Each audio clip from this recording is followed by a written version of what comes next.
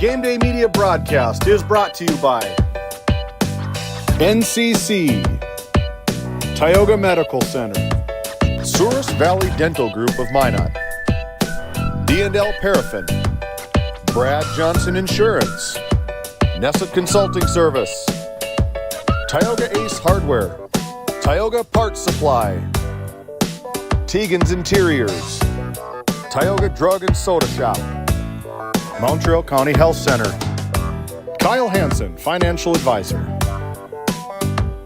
Lindsay Grocery, Montreal Williams Electric Cooperative, Burke Divide Electric Cooperative, Faith Baptist Church of Kenmare, Ray Farmers Union Elevator, Gustafson Septic Service Incorporated, Tioga Pirates Booster Club, DA Land LLC, Henson's Fur and Leather, Bravera Bank, Patriot Oilfield Service Incorporated, TNT Measurements Incorporated, RTC Networks.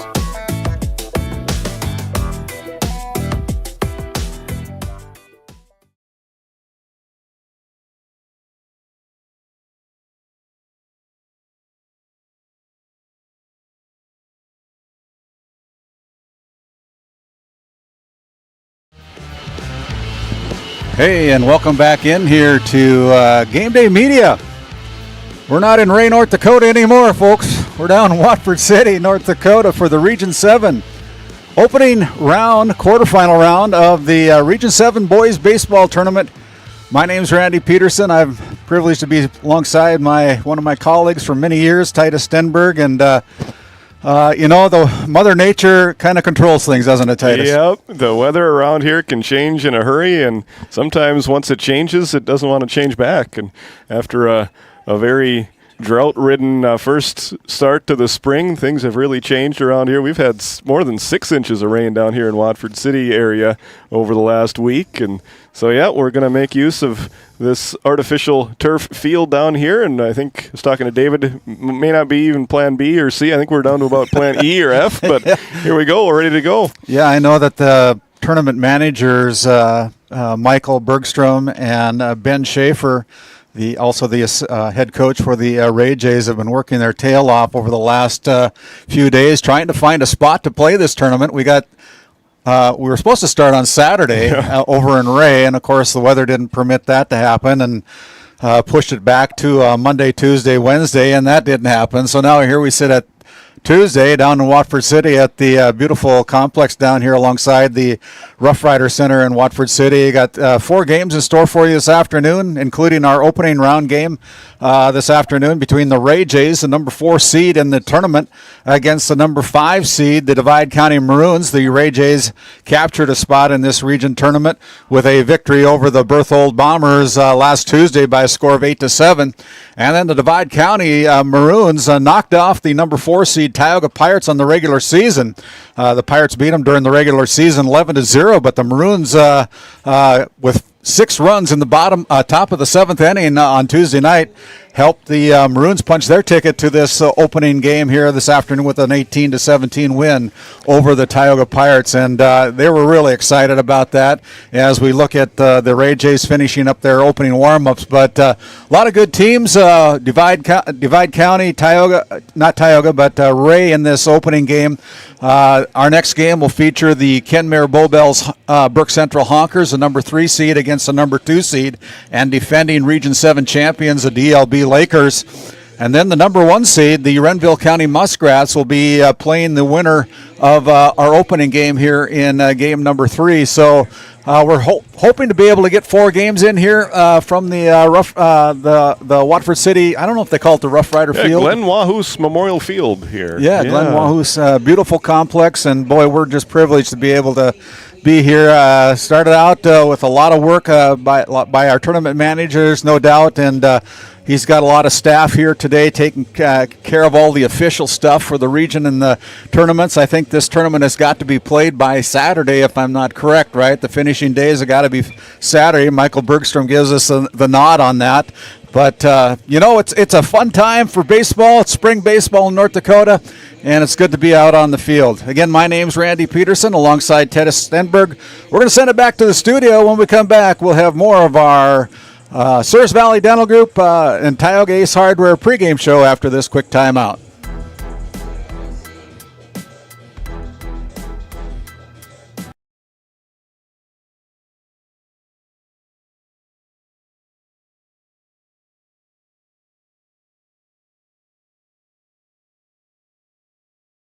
This Game Day media broadcast is brought to you by At DA Land LLC, our vision is to provide for the community in which we live and operate, providing a full line of skid steer attachments, farm and ranch, equine equipment, and much more. Shop our store in Tioga, North Dakota, or visit us online at daland-llc.com. At Ray Farmers Union Elevator, we carry a variety of seed, fertilizer, and crop protection products. We can assist you with everything from buying the seed in the spring to burn down in the fall. Stop in or call 701-568-3343 to see how we can help you today. Have you ever wondered how your internet works? It starts with fiber in the ground. And local employees who connect that fiber to your home or business. Our 9,000 miles of fiber keep you connected to your neighbors and the world, while keeping your data safe from intrusions, viruses, and malware. At RTC Networks, we're proud to offer our community the fastest, most reliable fiber optic internet available. Our goal is to keep you connected seamlessly and securely. This Game Day media broadcast is brought to you in part by Tegan's Interiors, located on Main Street in Crosby, North Dakota. Follow them on Facebook or find them online at tegansinteriors.com. Gustafson Septic Service Incorporated, family owned and operated since 1986. Offering septic service, portable restrooms and hand wash, sewer jet and camera services. Located in Stanley, North Dakota, call for a free quote at 701-628-2960. Voted a top 20 critical access hospital in quality, our Level 5 Trauma Center is ready to handle all your emergency needs with our acute stroke ready certification and full lab and radiology departments. Our physical, occupational, and speech therapy providers are available for all your rehab care, and our family practice clinic provides a variety of care including well child and child immunizations. Psychiatric care is available by telehealth, and mental health is available in person. To schedule an appointment, call us at 701-628-2505 or find us on our website at stanleyhealth.org. Montreal County Medical Center, here to help you throughout a lifetime.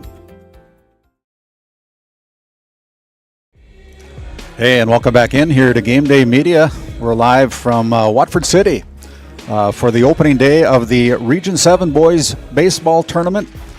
That was supposed to kick off on Saturday, but because of weather and Mother Nature having the power over everything, we are starting today, Tuesday here, with 4 games in store for you here from this beautiful complex in Watford City, North Dakota. If you're just joining us, my name is Randy Peterson alongside Titus Stenberg this afternoon. We are listening to our Tioga Ace Hardware and Souris Valley Dental Group pregame show. And we couldn't do this without some of our premium sponsors as well, including NCC and RTC Networks out of Partial. Great premium sponsors for Game Day Media throughout our entire year of football, volleyball, girls and boys basketball. Now we continue on in here to baseball as we put this Region 7 tournament on the air for you here on Game Day Media. And we know that the weather isn't cooperating. It's a long drive for a lot of you, but if you wouldn't mind and feel the heart to do so, we'd appreciate it if you could reach out and possibly help contribute to the cost of this region tournament for the region tournament people themselves. We have to let you know that it's not going to Game Day Media, but it is going to the Region 7 to make sure that they offset some of the costs that are being incurred here as a result of coming down here to Watford City. And you can, we'll have a little bit more on that, but if you feel so inclined, instead of paying your admissions fee, if you can't make it here, we'd certainly appreciate it if you would help out the region by sending some money this way, and we'll let you know what that's going to be here in a few minutes. But, Titus, you're done out on the ranch, having to swim in from the ranch to the Wyford City field here. And what are your thoughts here on an overcast, cloudy day? Yeah, I'm excited. It's going to be fun to watch some baseball here. We got long days this time of year, and we got some lights if we need them. But it's going to be an exciting day of baseball here, and I'm sure these kids are ready to go. You know, they've been sitting around. We've been waiting, but it's nothing like what they've been going through as far, hey, are we going to play today? And now we finally are. We're going to send it over to David Peterson, our public address announcer here this afternoon, as we have our introductions of our national anthem, and we'll just turn it over to him. Quarterfinal game 1 between the visitors on the scoreboard, the number 5 Divide County Maroons, and the number 4 team, Ray Jays. Starting with our lineups, first for the visitors on the scoreboard, the Divide County Maroons. Wearing number 2, Eric Head. Number 23, Bentley Crocious. Number 21, Nels Fagerbaki. And the starters for the Divide County Maroons. Number 5, playing pitcher, Jake Riestead. Batting second, wearing number 9, playing third base, Mason Johnson. Batting third, playing center field, wearing number 3, Landon Hubble. Batting fourth, wearing number 2, playing shortstop, Damon Bowling. Batting fifth, wearing number 17, playing left field, Marcus Shaw. Batting sixth, wearing number 11, playing catcher, Riker Krebsbach. Batting seventh, wearing number 4, playing second base, Eric Domstrike. Batting eighth, wearing number 18, playing center field, Brody Haugenow. Batting ninth, wearing number 28, playing right field, Wyatt Peterson. The Maroons head coach, Mr. Harold Johnson. And for the home team on the scoreboard, the Ray Jays. The reserves for the Jays, number 25, Blake Heldy. Number 7, Grady Bergstrom. Number 22, Jordan Nelson. Number 5, Mason Brunel. Number 24, Caleb Luce. Number 1, Christian Sinar. Number 23, Braxton Palmer.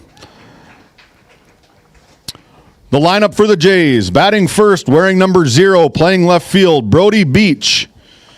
Batting second, wearing number 9, and catching, Brody Sinar. Batting third, wearing number 12, playing first base, Braden Johnson. Batting fourth, wearing number 2, and pitching, Evan Heldy. Batting fifth, wearing number 4, playing shortstop, Colton Grove. Batting sixth, wearing number 6, playing center field, Kaysen Bergstrom. Batting seventh, playing center field, wearing number 8, playing second base, Garrett Donnelly. Batting eighth, wearing number 11, DH, Bennett Schaefer. Batting ninth, wearing number 3, playing third base, Zane Daniel. Wearing number 16, playing right field, Braden Donnelly. Head coach Ben Schaefer, assistant coach Stanley Beats for the Ray Jays.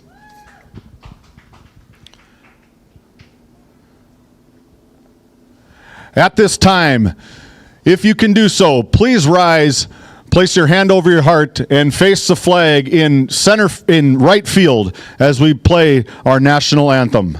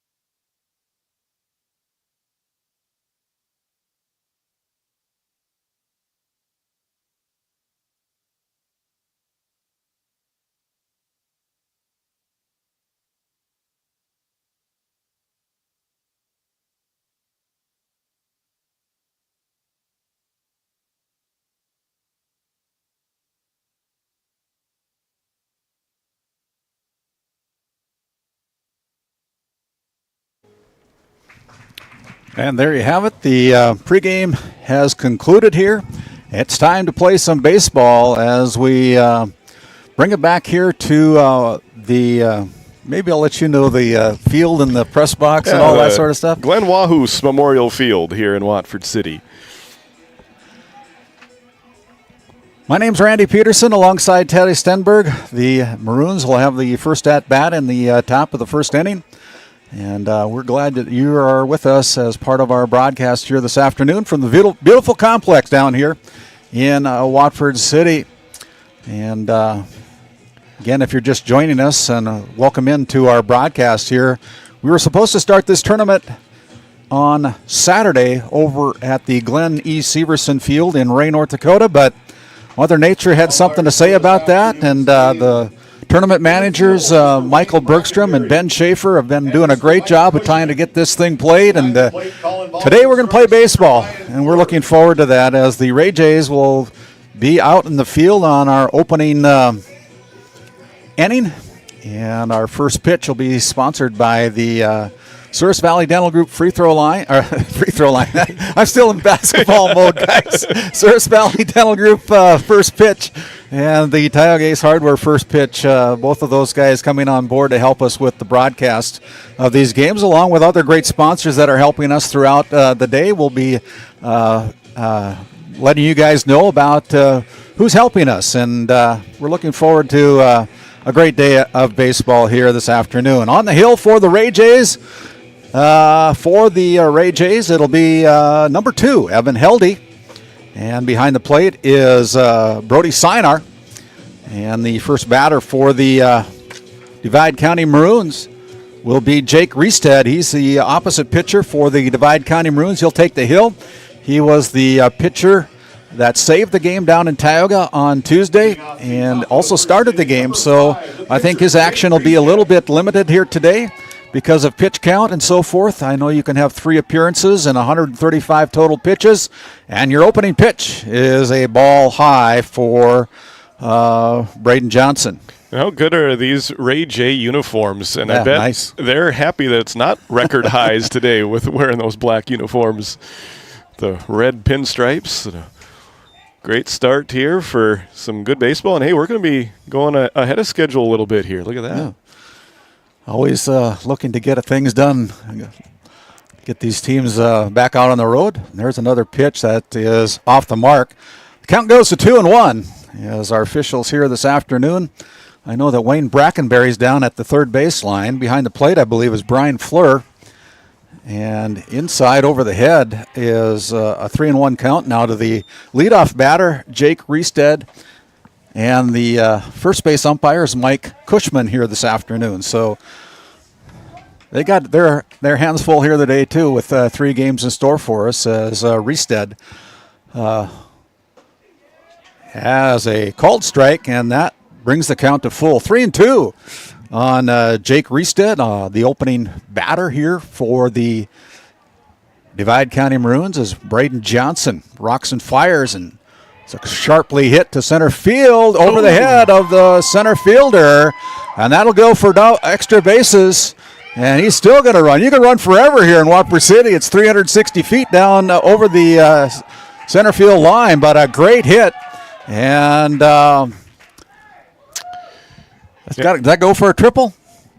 Triple for the leadoff batter, Jake Riestead, as it went over the head of the center fielder for the Ray Jays. Kason Bergstrom just misjudged that a little bit, so right off the bat. That one was hit hard. It was hard. You know, it seemed like, especially during warm-ups, that the wind was blowing in right there on that particular batted ball. It didn't seem like it affected it much. It kept carrying and right over the center fielder's head. Third baseman Mason Johnson now steps into the batter's box, bats from the right side as Johnson loses a little bit on that one and evens the count up at 1-1. Runner sitting at third base, that is Jake Riestead. And on that opening triple, and there is... Yeah, just missed. Just missed outside, 2-1. Great start for Divide County here. You put the first leadoff man all the way to third base. You got 2 chances to drive him in. Swing and a miss there by Johnson on his second strike. Evens the count at 2-2 here. Really important run there to get that scoring started here for Divide County when you come in as the underdog. If you can start with a 1-0 lead, Yeah. that really helps the morale. And, boy, they've got to be still kind of riding the coattails of that exciting win that they had over Tioga. Yeah, 18-17 on Tuesday night from post 139, and Johnson misses on the ball 4. Puts runners at first and third. That'll bring up the third spot in the lineup. Landon Hubble, the first baseman, wears number 8 for the Divide County Maroons. Chance here for some action. Nobody down here. First 2 batters have reached safely. Yeah, already a lot of strategy, I'm sure, going through both coaches' minds of when do you send the runners and what do you do in the infield. Talking about that, they're going to throw it short to the second baseman and try to catch the third base runner off guard a little bit, but no throw basically. So runners now sit at second and third. Both of them are in scoring position here from the first top of the first inning as Braden Johnson comes inside. I think it was a good decision there by both teams, the way that ended up playing out. They didn't try to throw him out necessarily at second, because if you throw it all the way there, the runner on third could easily come home. 2-1 the count, and make it 3-1 now.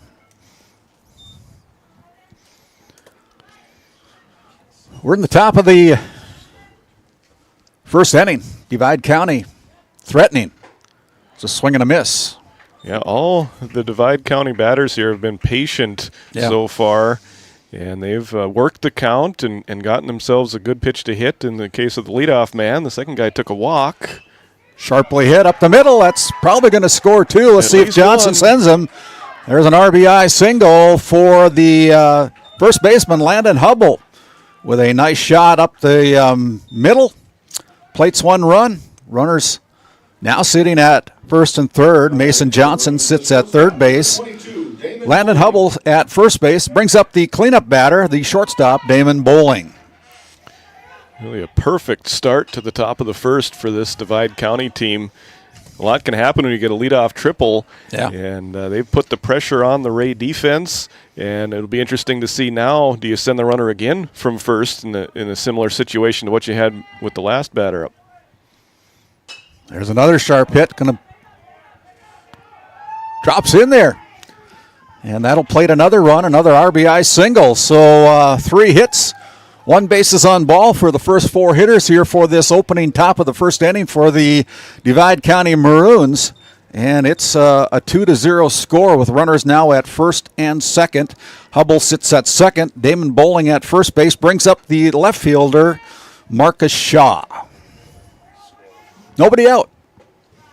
Now batting for the Maroons, number 17, left fielder Marcus Shaw. First pitch is a ball. Yeah, we noticed that on Tuesday night. The Divide County Maroons very patient at the plate. And there's a fall away ball out of play. Evens the count at 1-1. Yeah, pitch count already up to 20 without getting an out yet. And not the way that Ray was hoping to start this top of the first. Outside, 2-1 now is the count.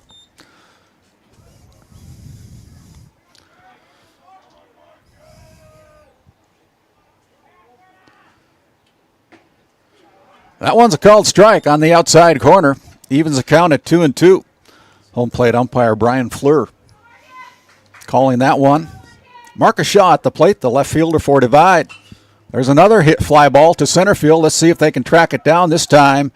Kason Bergstrom in and out of his glove, and they're going to be unable to. Yeah, he could have just been standing on the base. He tried to apply a tag, and it looks like Coach Schaefer is going to go out to the mound and try to settle his guys down here. It's been a rough start to this top of the first inning for the Ray Jays. He's calling everybody in. He wants to talk to them and say, yeah, it's cold, folks. We got to play some baseball. Yeah. I'm sure Kason upset about that, but we got bases full now for Divide County. Landon Hubble sitting at third base as Damon Bowling is at second base. Marcus Shaw on the air by the center fielder. Kason Bergstrom goes in and out of his glove. And that loads the bases up for the catcher, Ryan Kresbog. Pretty short discussion there at the mound. It didn't last too long. We'll see if he got the right words to say to settle his guys down. And, boy, if you're Divide County, you just got to keep putting on pressure to this defense. And there's a pitch that gets away. Yeah, that'll be a pass ball, and that'll bring in another run. Wow. So the runners advance. Another run scores. There's 3 on the board for the Divide County Maroons here in the top of the first inning. We're still looking for our first out. The Ray Jays are. As Ryan Kresbaugh, the number 6 batter for the Divide County Maroons, at the plate. Runners at second and third now. As there's a fly ball. Let's see if Braden Johnson can catch up with it. And just outside the plane area. That'll be a strike on Kresbaugh. 1-1 on the account for the Divide County Maroons. I think the wind pushed that one over the fence. It's still blowing in pretty hard from center and from right field, and first baseman had a decent chance at it. Well, that one almost snuck up into the booth.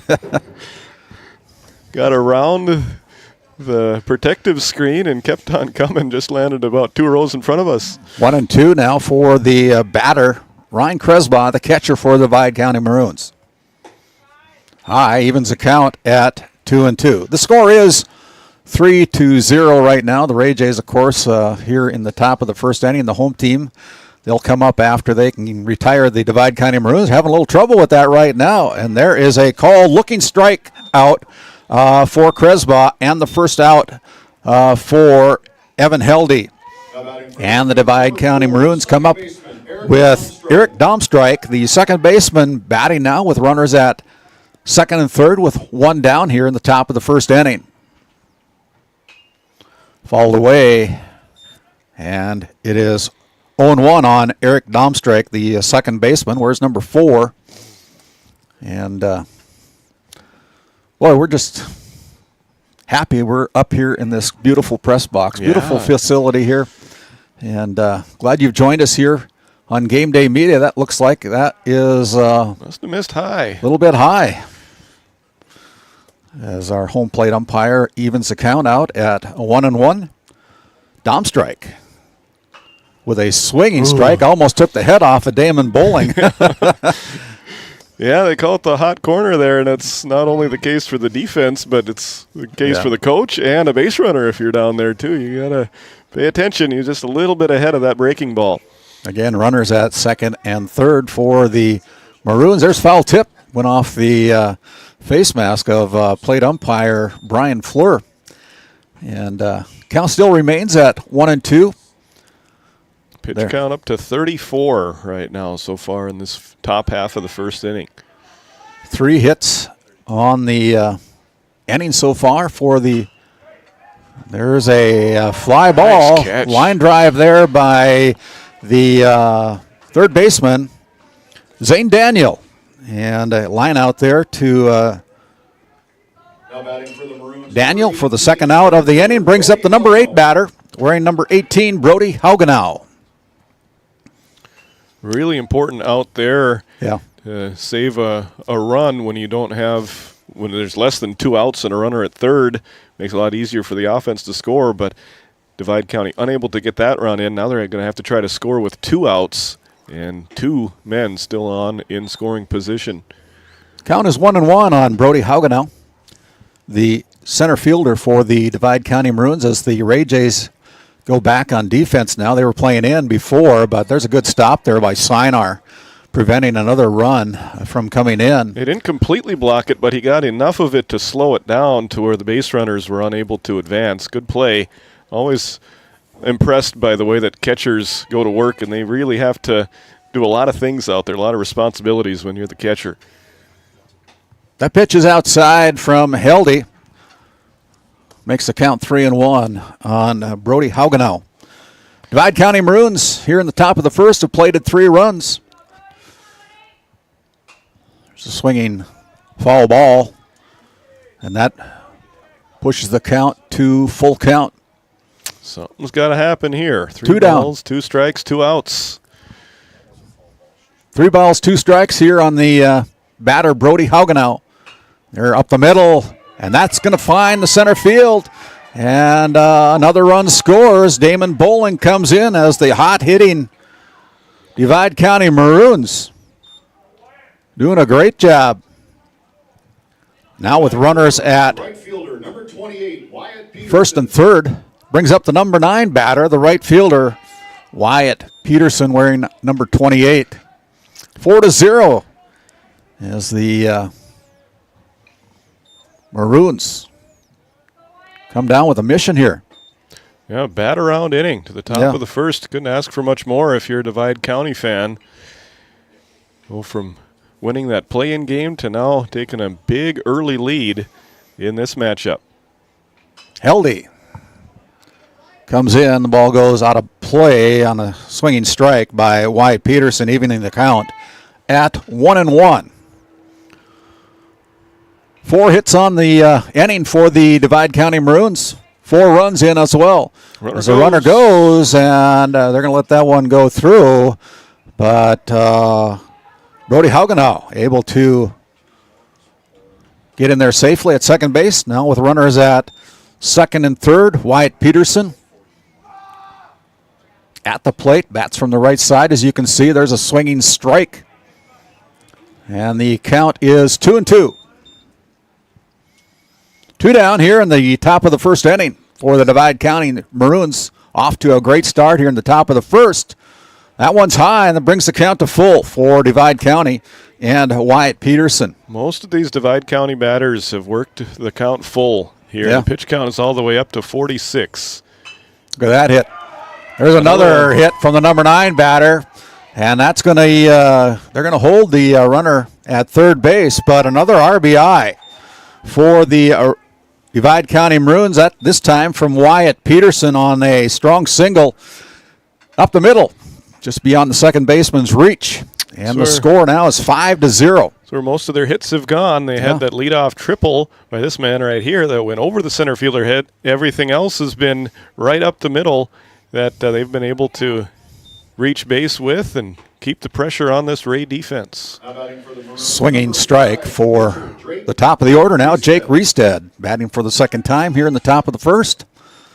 5-0 on your NCC scoreboard. There's another hit. This time it goes to behind second base, and it's caught there by the second baseman. But a good inning for the Divide County Maroons. 5 runs, 4 hits, 2 left on.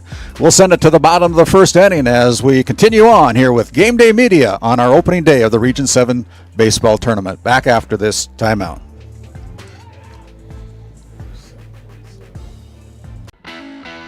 At Tioga Ace Hardware, our store is a member of the largest retailer-owned hardware cooperative in the industry. We are all committed to being the helpful place by offering our customers knowledgeable advice, helpful service, and quality products.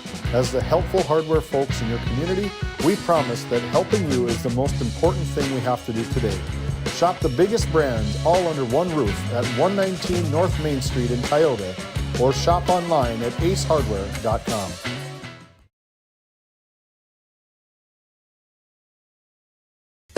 This Game Day Media broadcast is brought to you by Lindsay Grocery is a locally owned and operated business in Crosby, North Dakota. We are committed to serving our community and region. With fresh baked goods, produce, and our in-house smoked meats, we've got you covered. Come experience the convenience and warmth of shopping local again. Tioga Drug and Soda Shop, located at 106 North Main Street in Tioga. Visit tiogadrug.com.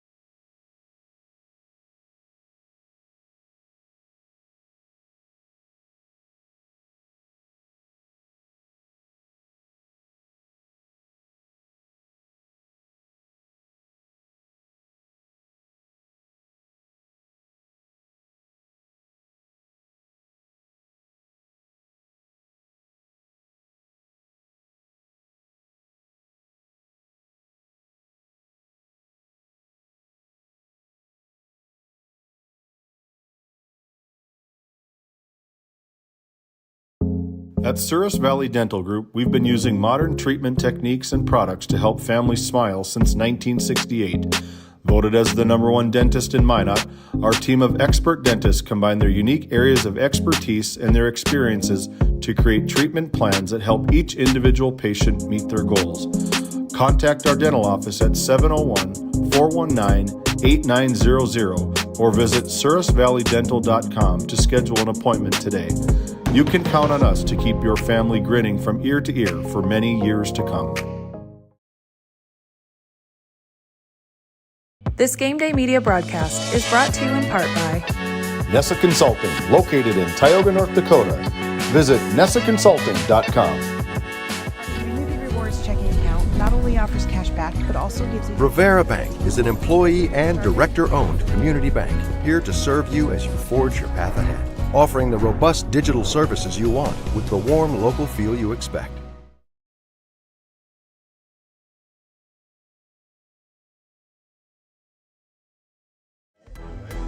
And as we bring it back here for the top of the second inning, the Divide County Maroons holding the Ray Jays to 1 run in the bottom of the first inning. As Maroons come up here in the top of the second inning, it'll be the number 2, 3, and 4 batters for the Maroons. Mason Johnson, Landon Hubble, and Damon Bowling, the first 3 batters here for Divide here in the top of the second. Your NCC score, it's the Divide County Maroons 5 and the Ray Jays 1. As the officials... Yeah, umpires were having a discussion there with the Ray dugout.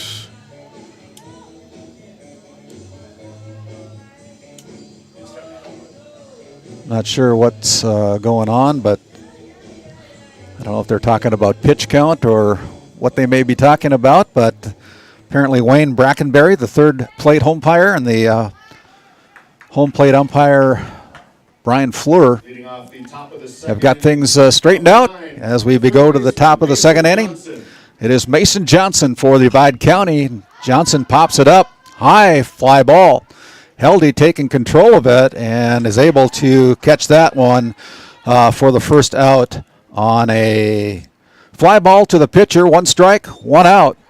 Great start for Ray for the Ray Jays, and Heldy as they put up 10 batters in the top of the first inning, scored 5 of them. It took 47 pitches to get those first 3 outs, and took 1 to get the 4th out of the game. We'll see what the rest of this inning shapes up like. Hubble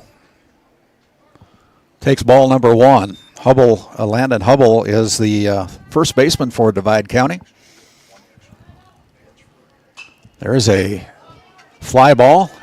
Looks like it couldn't be run down by the shortstop, and it is. So 3 pitches, 2 outs for the Ray Jays as that fly ball goes to the shortstop, Colton Grove. And brings up the cleanup batter. Number 22, shortstop, Damon Bowling. So very efficient inning so far here for Heldy with just, there's a shot. Boy, base hit. Base hit to right field beyond the first baseman, or the second baseman's glove, and Bowling picks up his second hit of the game. Yeah, the way that the inning started, I thought Bowling was going to take at least 1 pitch, if not 2 or 3, settle in there, but he was swinging away right away at that first pitch, and he made a good decision, put it into play, and earns himself a base hit. Marcus Shaw comes up in the number 5 spot, takes ball number 1. Last time he was at the plate, he flew to center field. The center fielder misplayed it. There's Bowling getting a run on it. He got 2 down.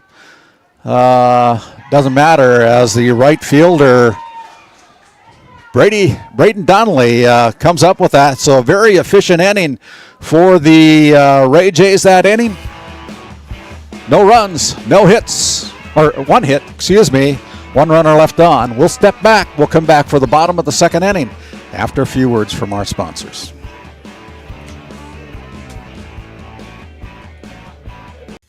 This Game Day Media broadcast is brought to you by Napa Tioga Parts Supply, located at 105 North Main Street in Tioga.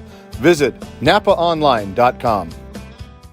Shop Henson's Fur and Leather for a variety of unique, attractive items. Leathers for the cyclist, jewelry, leather goods, comfy footwear, and of course, the area's best selection of Pendleton items from clothing to accessories. Find it all at Henson's Fur and Leather.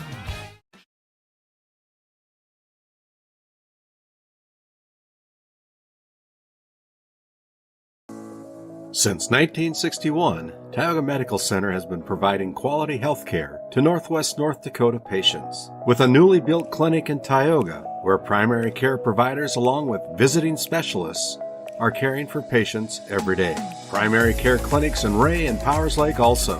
Call for an appointment today at 701-664-3368. Tioga Medical Center. Great staff making a difference in the lives of patients every day.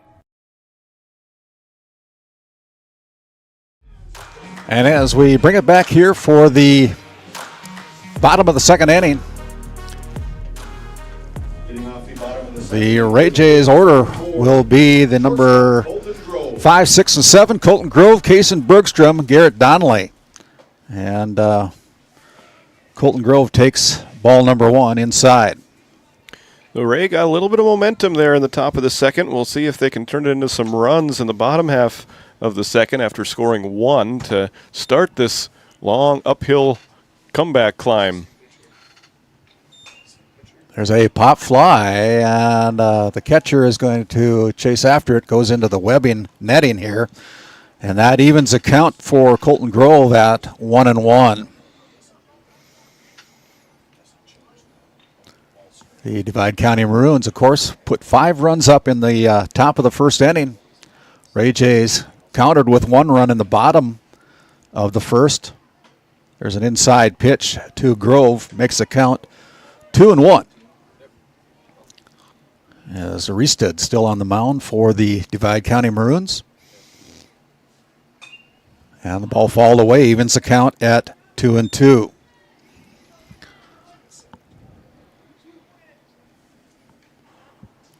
We got a great view of things here at Watford City, and we'd encourage you to come out.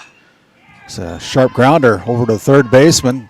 Throw across. The mound is just in time, and the out is recorded 5-3. Nice play there by both the third baseman and first baseman. On a cold day, it's sometimes tough to get a good jump on the baseball, but both of those guys did a nice job there and just got him in time. Mason Johnson with the throw over.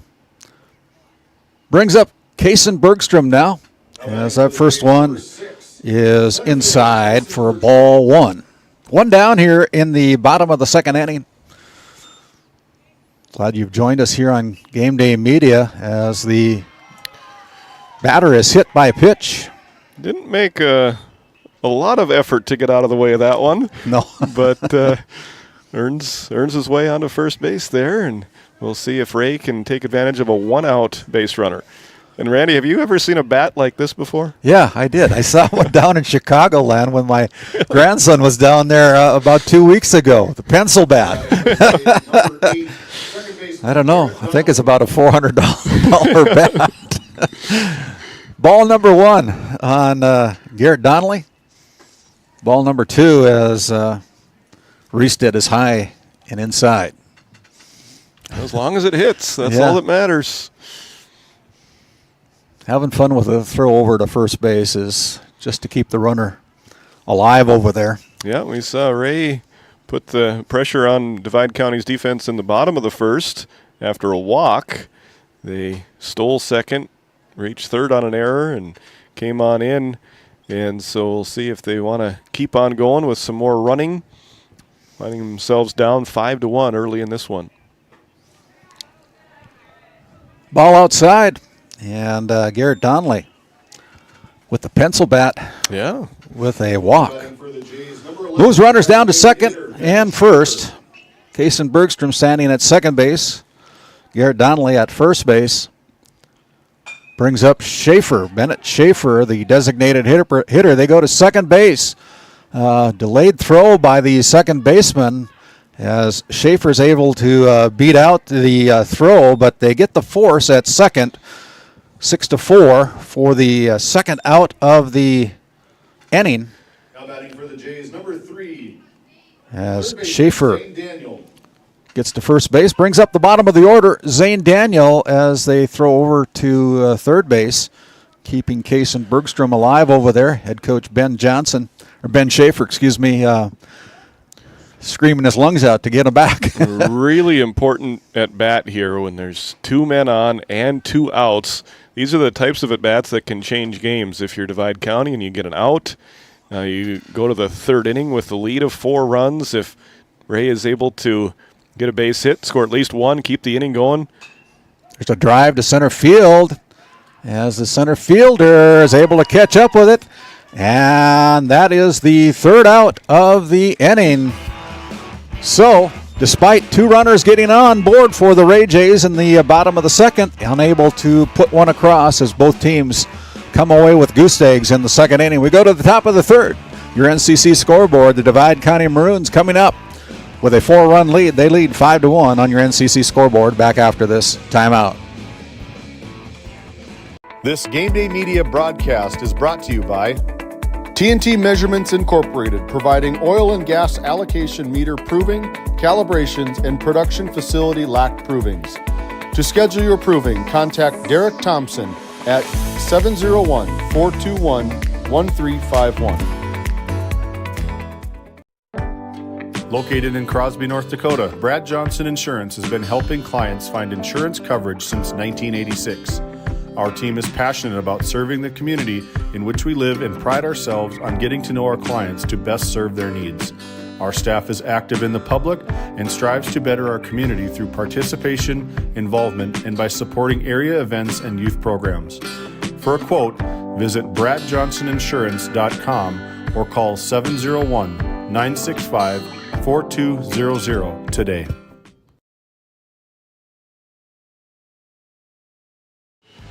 And as we bring it back here for the top of the 3rd inning, the Divide County Maroons come up. It'll be Ryan Kresbach, Eric Domstreich, and Brody Haugenow here in the top of the 3rd as the first pitch is a strike. Riker Kresbach. There's a chopper that goes foul, and the count goes to 0-2. Tale of 2 innings so far for Ray after giving up 5 runs and 5 hits. I think it took 47 pitches there in the top of the 1st, a much more efficient top of the 2nd. We'll see what's in store for the top of the 3rd. It's a ground ball to the 3rd baseman. Good scoop there by Braden Johnson as we take a look at that RTC Network's instant replay. And a good stretch. 5-3 on the put-up. Second baseman, Eric Domstreich. Called strike to Eric Domstreich here with 1 down. There's a shot to center field. Domstreich with another base hit for the Divide County Maroons. Advances to first base, brings up the center fielder, Brody Haugenow. Great piece of hitting there. Just waited a little bit on it and swung on, put everything he had into that swing there, and nice job of getting another base hit right up the middle. Divide County has had base runners almost this entire game. We'll see if they can get another one across. First pitch to Haugenow is a ball. NCC score, 5-1. Maroons with the lead over the Ray Jays. There's a drive to second base. They're going to go across for the out at first. Another put out there by the 3rd baseman, Zane Daniel, for out number 2, the second one of the inning. Advances the runner down to second base. That is Domstreich going down to second base. Brings up the number 9 batter, Wyatt Peterson, who had a single in the top of the 1st inning. Watches the first one go by with a called strike 1 just on the outside corner. Looks like a pickoff play is on, but there's a shot to the shortstop. Picked up there by Grove. Throw over to Johnson, and Johnson is able to garner it and actually tag him out. So 6-3 on the third out for the Ray Jays. Very good inning again for the Ray Jays, limiting the Ray Jays to no runs on one hit. One man left on. We go to the bottom of the third. Your NCC score, it's the Divide County Maroons 5, the Ray Jays 1. We'll step aside. We'll come back with more action here from the Watford City Wolves home field, and a great venue to be at here for sure. We'll be back after this timeout. This Game Day Media broadcast is brought to you by Napa Tioga Parts Supply, located at 105 North Main Street in Tioga. Visit napaonline.com. Shop Henson's Fur and Leather for a variety of unique, attractive items. Leathers for the cyclist, jewelry, leather goods, comfy footwear, and of course, the area's best selection of Pendleton items from clothing to accessories. Find it all at Henson's Fur and Leather.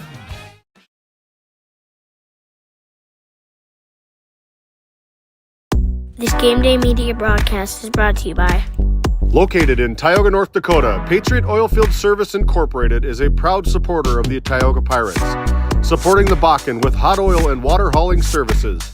For your service needs, call our dispatch office at 701-664-2016 today.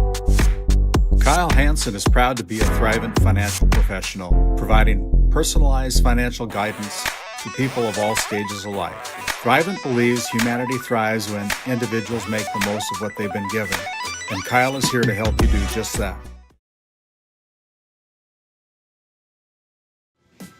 As we bring it back here to the bottom of the third inning here from Watford City, my name's Randy Peterson alongside Titus Stenberg in our first game of 4 here this afternoon and this evening. I'm sure we're going to go into the evening depending on how the other games go, but right now it's a 5-1 lead for Divide County as Reested still on the bump for the Maroons, a swinging strike for Brody Beach. He's been pitching well so far to start this game. You never know how kids are going to react to so many days off. Yeah.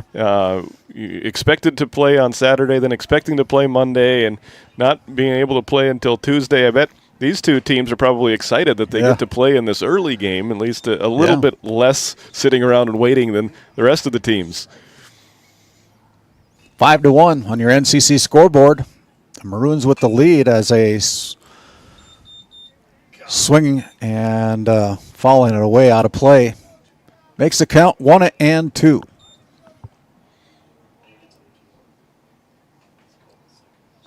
On the left fielder, Brody Beach.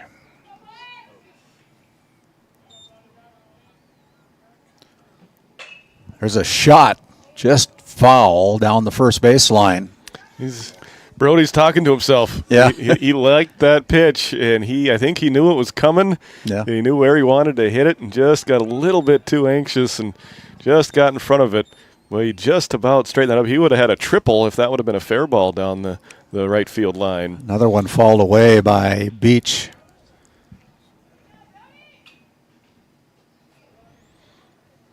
little bit of everything here. We've seen some parkas. We've seen some hoodies. Everybody trying to stay warm here in these conditions. There's a shot to the shortstop, Damon Bowling. Bowling is unable to make the throw as it bounces. He stayed with it, low throw, and Beach is aboard. Yeah, we'll await the official score on that one. E6. Okay. So, Beach is on board. Ray Jays with nobody out here in the bottom of the third inning. Brings up Brody Sinar. On deck is Braden Johnson for the Ray Jays. Sinar flew out to the shortstop in his first at-bat in the bottom of the first inning. As we're in the bottom of the third right now. There goes Beach, and they're going to throw the ball down, but he goes in standing up. But a good backup there by Damon Bowling. Now batting for the Jays, the catcher, number 9, keeping Beach at second base on the stolen base. So runner in scoring position, that's Brody Beach as Brody Sinar, the junior catcher for the Ray Jays at the plate.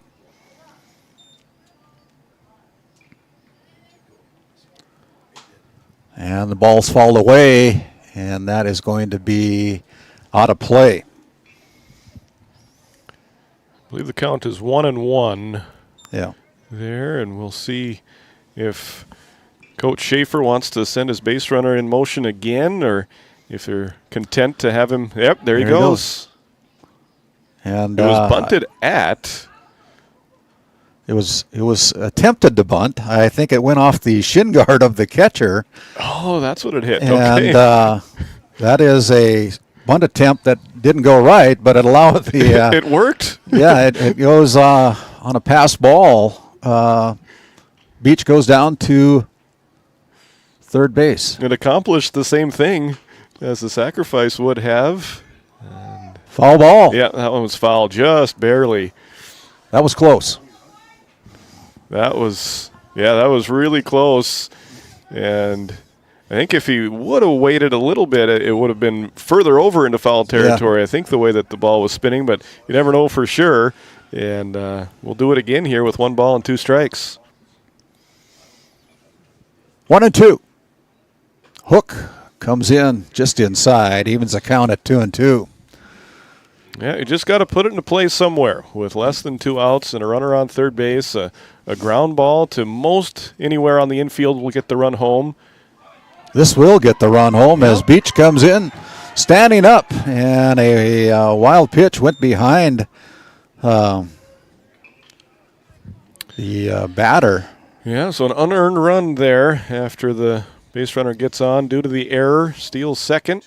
Got to third on a passed ball. Comes in on a wild pitch. And Ray scoring 1 run at a time here.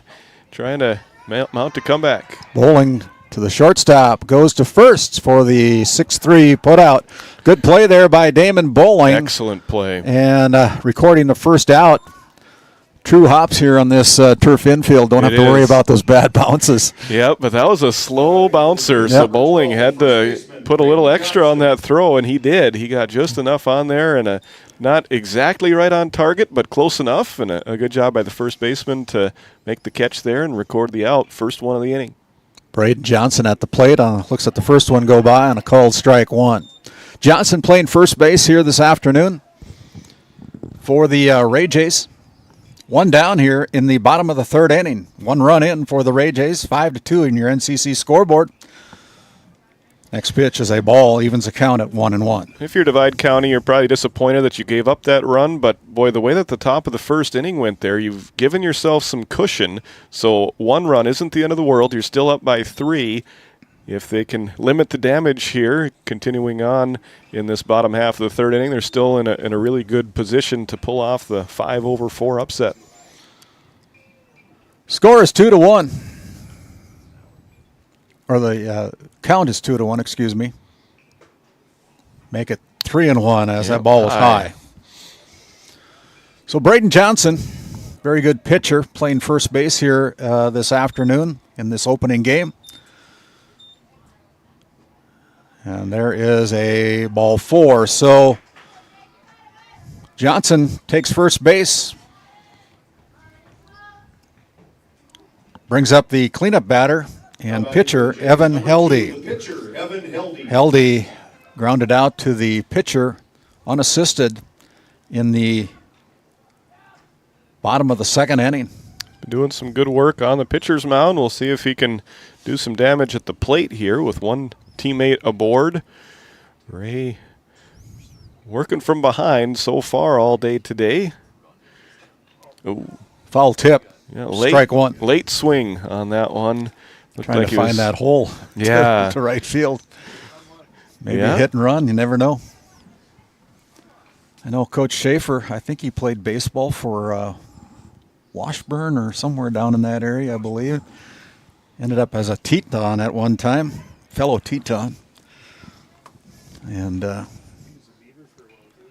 played for the Minot Beavers as well.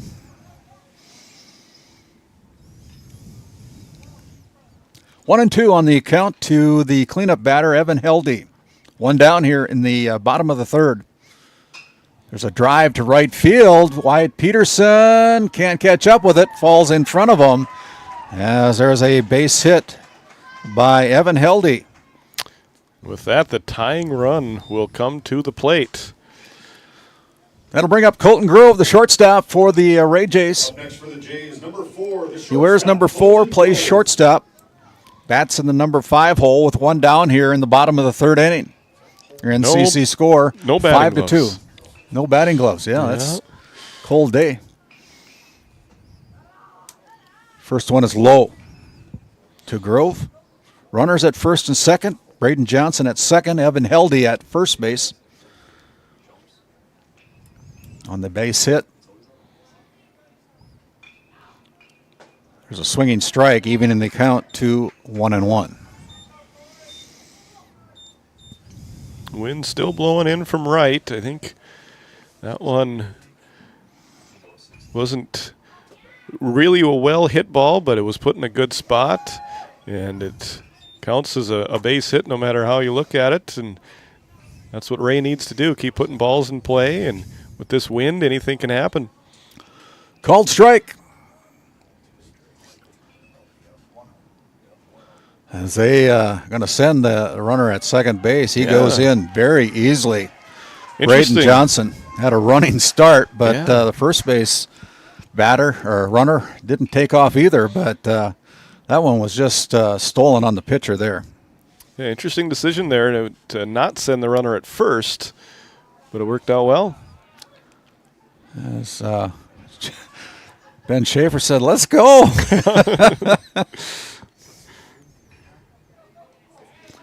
Should be at second. Full count, no.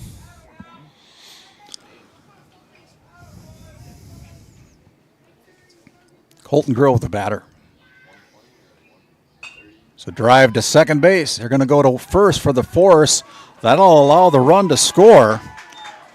And yeah, nice play by the pitcher. He's telling his first baseman to throw it home. Yeah. That's the second out of the inning here at the top of the Up next for the Jays, number 6, center fielder, bottom of the third inning, excuse me. Brings up Kason Bergstrom with 2 down. Runner at second base. 2 runs in for the Ray Jays here in the bottom of the 3rd. Drive back to the pitcher again. This time the pitcher goes 1-3. A good play there on the first pitch for Bergstrom. That ends the inning with 2 runs score. On 1 hit, 1 runner left on board. Your NCC scoreboard, it's the Divide County Maroons 5, the Ray Jays 3. We'll come back with the top of the 4th inning after this timeout.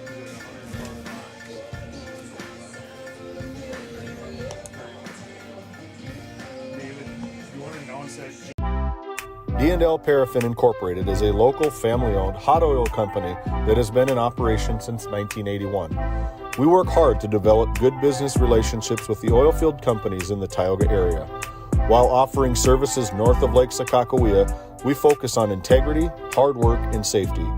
For all hot oil services, call dispatch at 701-641-3065 or 701-641-6310. And for hiring information, be sure to follow us on Facebook at DL Paraffin.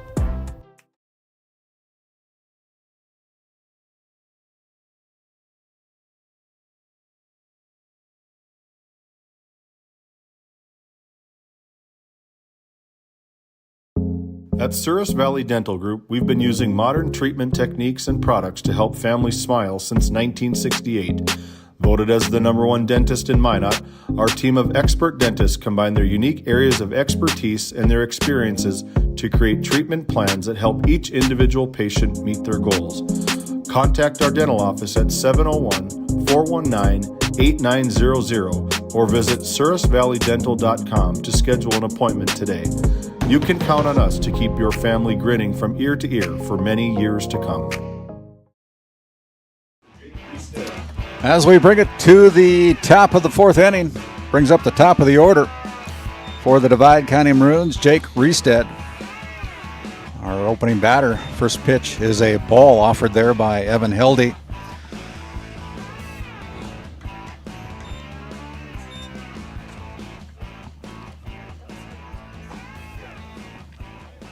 Ball number 2.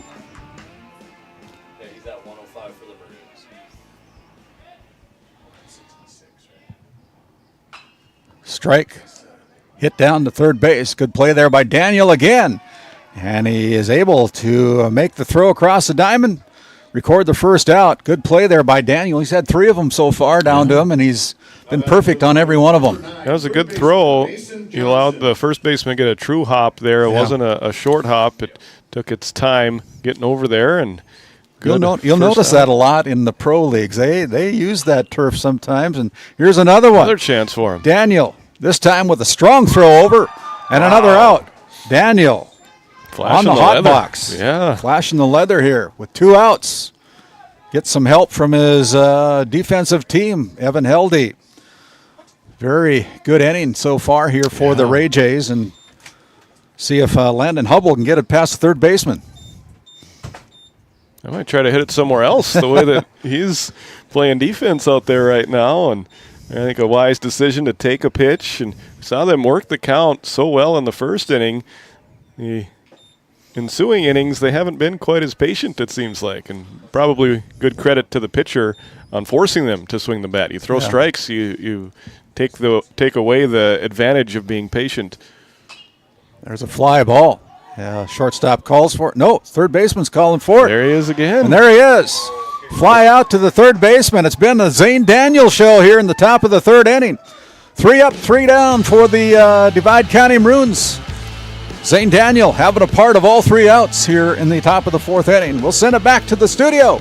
We'll come back for the bottom of the 4th inning. Your NCC score. It is the Divide County Maroons 5 and the Ray Jays 3. Back after this timeout. Have you ever wondered how your internet works? It starts with fiber in the ground. And local employees who connect that fiber to your home or business. Our 9,000 miles of fiber keep you connected to your neighbors and the world, while keeping your data safe from intrusions, viruses, and malware. At RTC Networks, we're proud to offer our community the fastest, most reliable fiber optic internet available. Our goal is to keep you connected seamlessly and securely.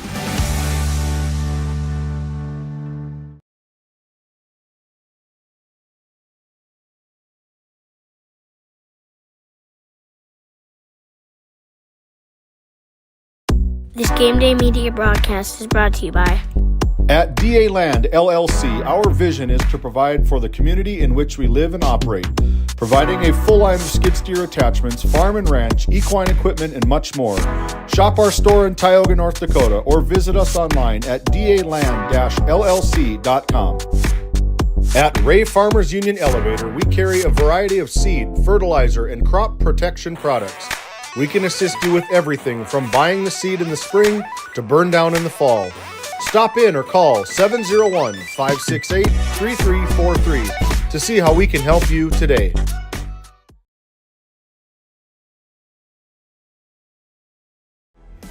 As we bring it back here to Watford City here on Game Day Media, got a pitching change for the Divide County Maroons. It'll be Damon Bowling coming to the hill to take over the pitching duties here in the bottom of the 4th inning. As pitch count becoming a matter of play, so to speak. Limited to 135 pitches, 3 appearances in a region tournament. And you're explaining to me those play-in games, they count just the same as all the other games in this tournament. So that's a concern for the Divide County coaches, and we'll see what Bowling can do. He threw made some nice plays at shortstop, so I know he's got a good arm, and he'll try to get it radared in here from the pitcher's mound. Coming up here in the bottom of the 4th inning. Garrett Donnelly, the designated hitter, Bennett Schaefer, and the third baseman, Zane Daniel, here in the bottom of the 3rd inning. Your first 3 batters. That first pitch is a strike by Bowling. Bowling goes in. Ball bobbled at short. And the throw pulls off the first base and off the bag. And so on the air, Garrett Donnelly, the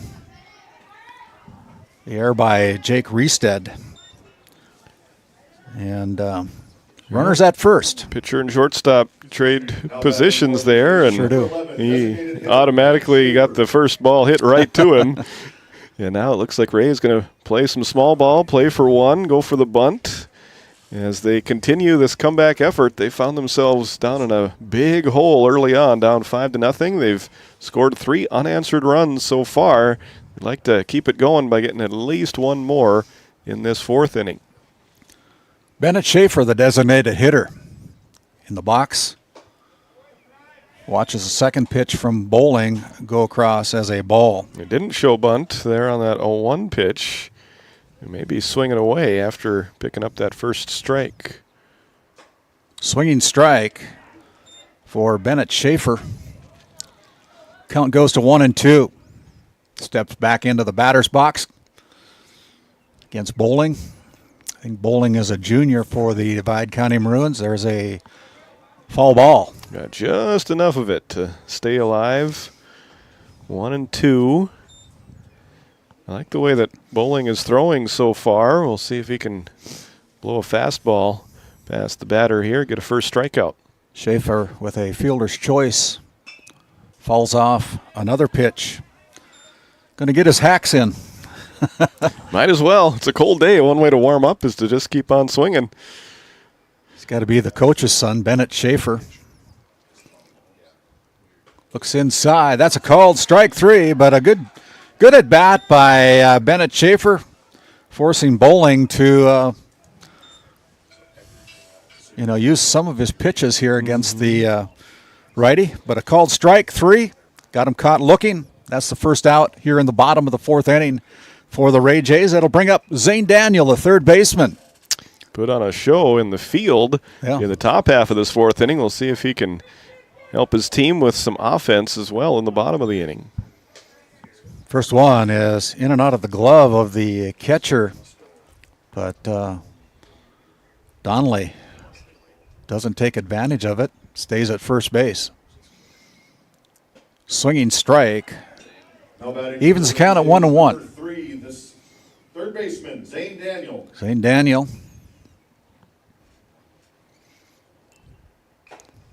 Called strike number 2. I thought he was going to tie a record in the bottom of the 3rd inning, held by Minnie. Having 3 putouts from the same exact spot. Yeah, he ended up having 3 putouts. Well, 2 assists and 1 putout, I suppose. Yeah, 2. Yeah, fly ball to him and the inning. Yeah, 2 great plays on those ground balls that were hit to him, and then finished off with a little bit of an easier play on the pop out. There's a swinging strike 3, so there's 2 down now as Daniels retired. It'll bring up the top of the order for the Ray Jays, Brody Beach. Brody is the left fielder for the Ray Jays, bats from the left side. And 2 down now for the Ray Jays here in the bottom of the 4th inning. Your NCC score. There goes the runner.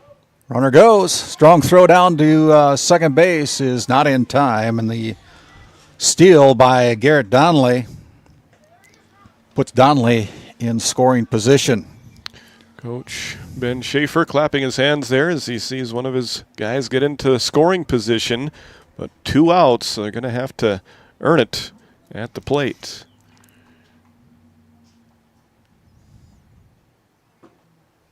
Inside to the batter, Brody Beach. And now the catcher is going to go out and have a little discussion with him, see if he can settle him down here. I need to have strikes. You know, when I was coaching baseball a few years ago, I'd always ask my pitchers, what's your best pitch? Some would say fastball, some would say curveball, some would say knuckleball. And I said, no, your best pitch is a strike. There you go. Make them hit it. That's right. There you go. That paid off for the Divide County Maroons as Bowling able to get a called strike against Brody Beach, the left fielder. 2 down here in the bottom of the 4th inning. Swinging strike, and it's misplayed there by the third baseman as Ben Johnson's going to hold him. Yep. But kind of a squibber. Yeah, probably had some funny spin off the bat. Yeah, that was looked like a playable hit there. E5. We'll have to record that as an error. Yeah. Second error of the inning now for this Divide County defense. Yeah. So 2 unearned potential runs there on the base paths right now, and the one at first is the potential game-tying run if he comes across. And then here at the plate is the potential go-ahead run for Ray after falling behind 5-0. Bowling goes over to third base to keep Garrett Donnelly close. Runner at first base is Brody Beach, who got on board with the air by the third baseman. Now Beach goes down to second.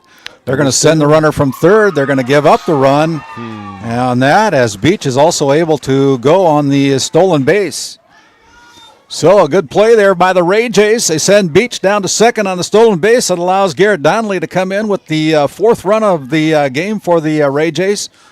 As the Ray Jays climb within one on your NCC scoreboard, 5-4. Still trailed by one. And now Beach takes off, but ball fouled away by Brody Sinar, the catcher for the Ray Jays, now with an 0-2 count.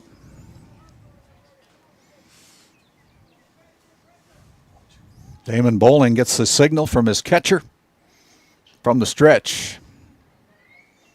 Takes off again. There's a drive up the middle, and it's going to be the shortstop, Riestead.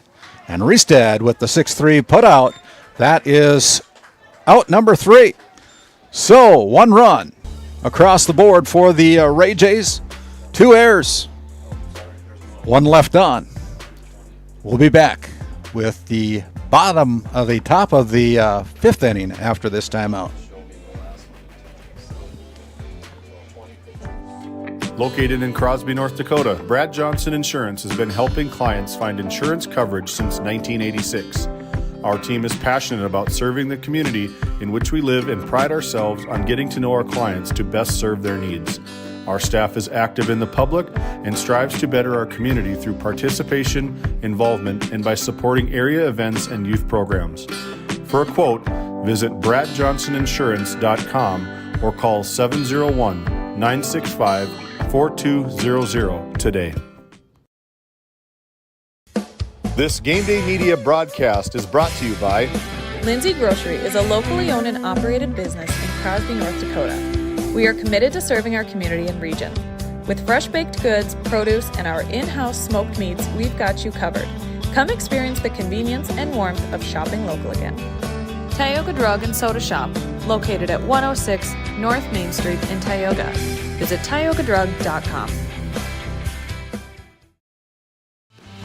Hey, we'll bring it back here for the top of the 5th inning. This has been a good game, Titus. 5-4 on your NCC scoreboard. It's felt like postseason baseball here. Divide County came ready to go in the top of the first, plating 5 runs. They have not been able to get anything across since then, as Heldy has really settled in nicely and limited the damage after those 5 runs in the top of the first, allowed his offense to slowly but surely climb back into it. We've got a 1-run game right now, and boy, anything can happen here in these final innings. As the cleanup batter steps into the box, Damon Bowling, followed by Marcus Shaw, Ryan Kresbog, the 3 batters here to start the top of the 5th inning. And the first pitch is inside, made Bowling step away to avoid getting hit. Yeah, slightly closed stance and really close to the plate there, and Heldy backed him off the plate with his first pitch and then got him swinging there on the breaking ball on the 1-0 delivery. Good pitch there. Looked like a little bit of a changeup. Maybe in front of it was Bowling, batting in the cleanup spot. Bowling fouls that one away, makes the count 1-2. The same pitch there. We'll see if he goes back to the well one more time. Tries to get a strikeout to start the inning.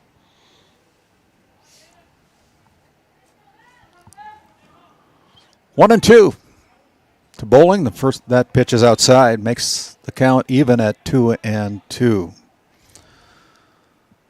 Bowling was your player of the game there in that game that Divide County won against Tioga to earn their spot here.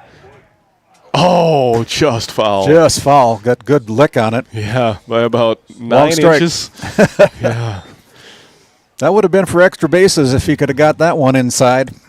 Would have gone all the way to the fence. 320 down the left field line and right field line.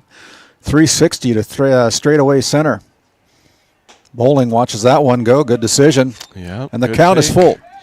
That's what we saw Divide County have all their success with in the first inning, was getting these full counts and then putting the ball in play.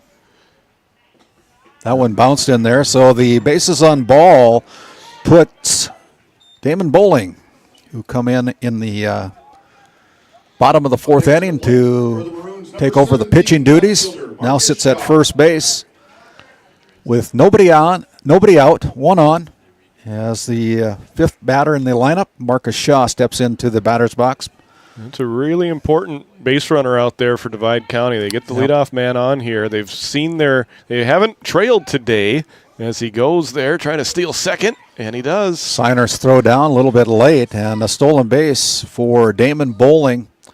Strong arm by Brody Siner down to second base. Got a pretty good running jump there. At first base was Damon Bowling. So runner sits at second base. Yeah. And there's a ball, 2.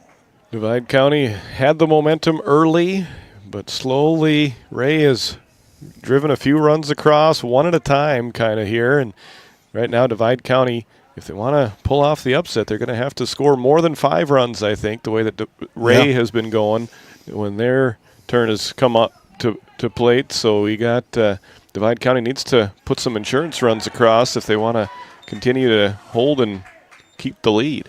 Second consecutive bases on balls offered there by Evan Heldy. Brings up number 11, Ryan Riker. Riker Kresba. Kresba with nobody on. Runners at first and second. And the first pitch is a called strike.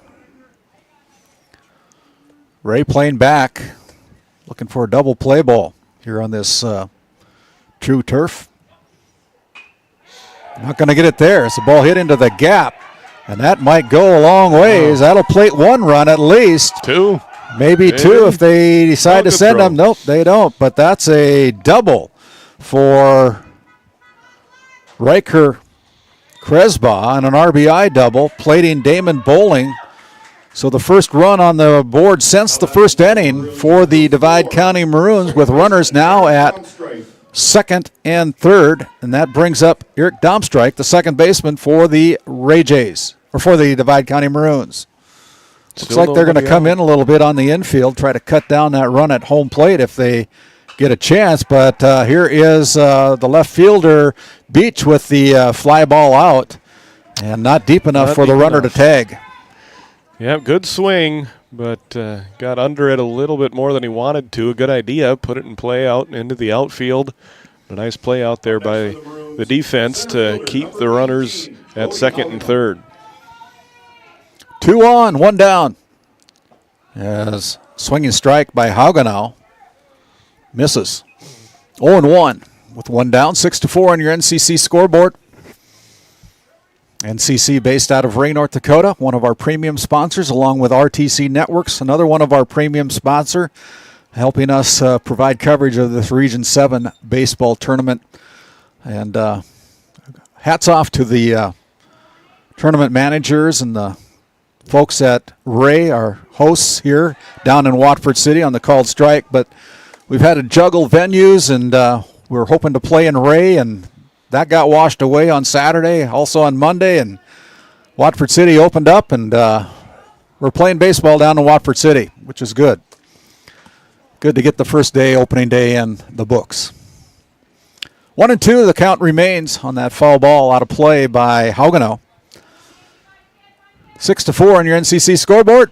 There's a drive down third base. It's out of play. Zaniel there, the human vacuum cleaner down at the third base. Yeah, he doesn't miss too many of them, has he? Yeah, he put on a show in the last inning there, and hasn't had the same opportunities yet, but he is ready if the ball gets hit towards him. Here's one up to the shortstop. They're coming home with it, and the throw, perfect throw by Grove, as Grove goes, and the putout goes 6-2 for out number 2.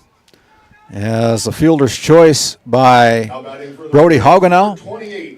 And Kresba stays at second base. Brings up the bottom of the order, Wyatt Peterson, the number 9 batter.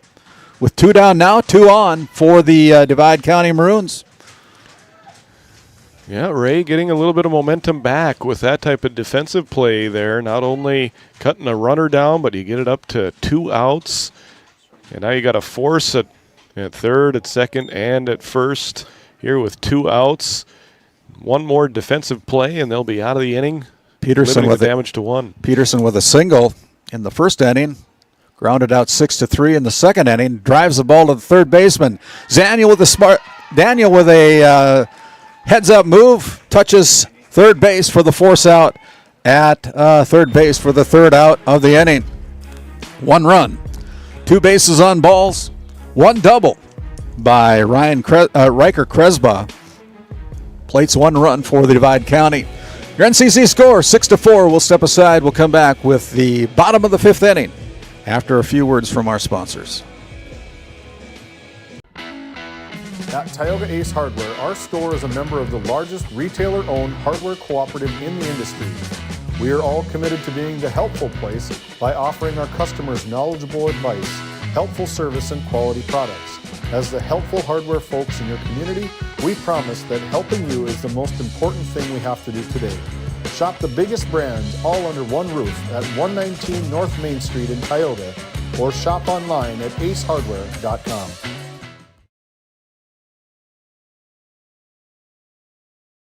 This Game Day media broadcast is brought to you by Located in Tioga, North Dakota, Patriot Oilfield Service Incorporated is a proud supporter of the Tioga Pirates, supporting the Bakken with hot oil and water hauling services.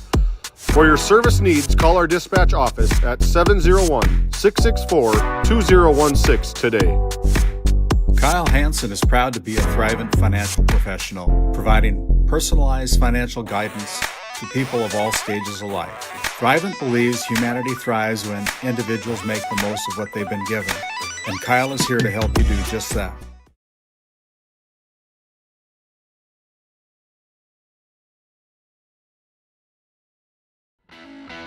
At Tioga Ace Hardware, our store is a member of the largest retailer. As we bring it back here for the bottom of the 5th inning, Divide County able to put 1 run on the top of the first, their first since the first inning when they spotted 5 on the board. They lead by 2 runs here as we go to the bottom of the 5th inning, 5th inning stretch. Since we have a 7-inning game, maybe I call it the 5th inning stretch, huh? Yeah, Bowling really had a nice inning on the mound there. I know they did give up the 1 run, but it was unearned. The defense kind of let him down a little bit there, but I like the way that he threw the ball, and we'll see what he can do on the mound in this bottom of the 5th inning. After his offense was able to get 1 insurance run across for him. If he could throw up another 0 up there, that would be huge for this Divide County team. And right off the bat, Braden Johnson takes one off the backside and hit by pitch. And he goes to first base on the first pitch of the bottom of the 5th inning off of Damon Bowling. That brings up the cleanup batter, Evan Heldy. Heldy. Where's number 2? With a runner at first base, Braden Johnson. On deck is Colton Grove for the Ray Jays. Randy, I think I'm seeing a little bit of sunlight poking through the clouds. Not a lot. Okay, all right. We're not going to get our hopes up too much. No. Maybe we won't get over 50 degrees today. No, I don't think so. Ball away on the first pitch, 0-1. That one goes in and out of the throw down, and not in time, and on the pass ball by the catcher, Kresba. Braden Johnson able to take second base. Runner in scoring position. Big run out there for the Ray Jays. Ball pounded up the middle out of the outstretched arms of the shortstop. And Braden Johnson's coming home, and they're going to throw it down, and on the throw, they're going to go at second base, and they're going to call him out at second base. Heldy called out at second on the cutoff. Good. That's a perfect way to play that ball. Yeah, it was a good defensive play. You give up the run, but you are able to empty the base paths and get an out. Still ahead, that run looming large that they were able to get for themselves in the top of the 5th inning is once again Ray strikes back, trying to complete this big comeback. It back to within 1. And now 1 out, and the base is empty in the bottom of the 5th. 1 down on the called strike against the number 5 batter in the lineup, Colton Grove, the shortstop for the Ray Jays. I believe he's a junior for the Ray Jays. And that pitch is inside, evens the count at 1-1. 6-5 on your NCC scoreboard. NCC based out of Ray, North Dakota, one of our premium sponsors. Having a little trouble with their commercial. We'll try to get that remedied. But here's a throw with the short hop and a perfect throw there by the third baseman. Goes with the 5-3 put out for out number 2. Yeah, just enough on that one. Nothing extra. Didn't get there too early, but it was in there in time for that all-important second out. And now the base is empty. Bowling 1 out away from getting out of the inning and putting his teammates back to the plate with the lead still intact. Kason Bergstrom at the plate. Bats in the number 6 hole. Falls off the first one. Good swing. He was hit by a pitch in the bottom of the second inning. He got put out with a 1-3 comebacker to the pitcher, 1-3. So he's 0 for 2 here this afternoon. 0 for 1, excuse me. And called strike, number 2 for Kason Bergstrom. 2 down, nobody out. Nobody on, excuse me. 1 runner across. Braden Johnson coming across here in the bottom of the 5th inning. 1-2 now on Kason. Almost offered at it. Yeah, good take. Good decision there. He's worked himself back to an even count now at 2-2 after falling behind quickly 0-2 to start the at-bat.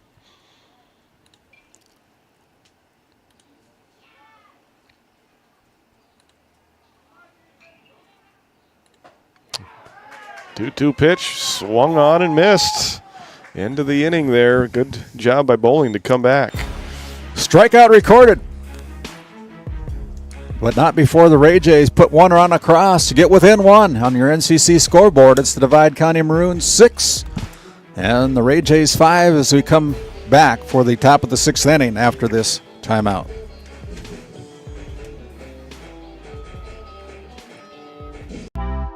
D&L Paraffin Incorporated is a local family-owned hot oil company that has been in operation since 1981. We work hard to develop good business relationships with the oilfield companies in the Tioga area. While offering services north of Lake Sakakawea, we focus on integrity, hard work, and safety.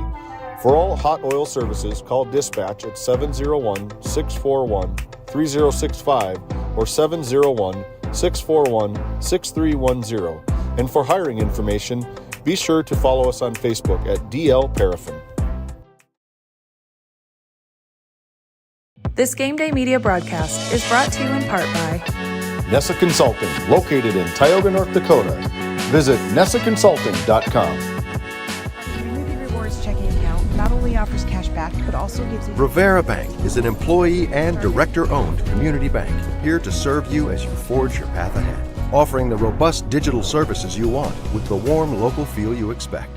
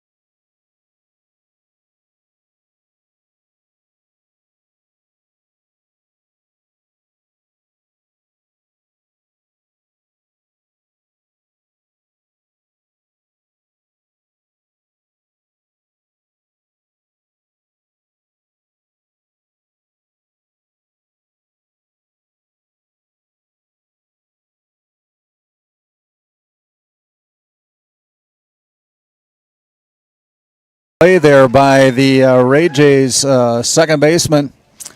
And yeah, outstanding diving play there. Able to get the out. Almost a double play, but or now did they call it a double play? Must have been a. Did they pick him off or what? What? The hidden ball trick sounds like. That'll All right. end the inning.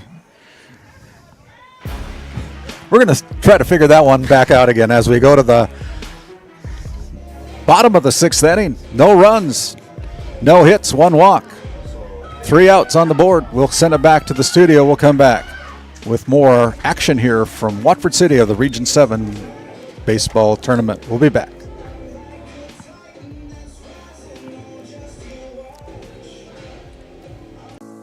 Since 1961, Tioga Medical Center has been providing quality health care to Northwest North Dakota patients. With a newly built clinic in Tioga, where primary care providers along with visiting specialists are caring for patients every day.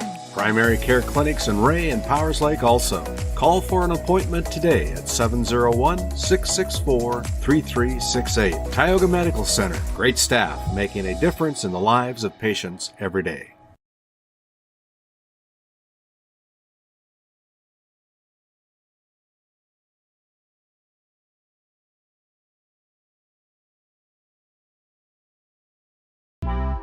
D&L Paraffin Incorporated is a local family-owned hot oil company that has been in operation since 1981. We work hard to develop good business relationships with the oilfield companies in the Tioga area. While offering services north of Lake Sakakawea, we focus on integrity, hard work, and safety. For all hot oil services, call dispatch at 701-641-3065 or 701-641-6310.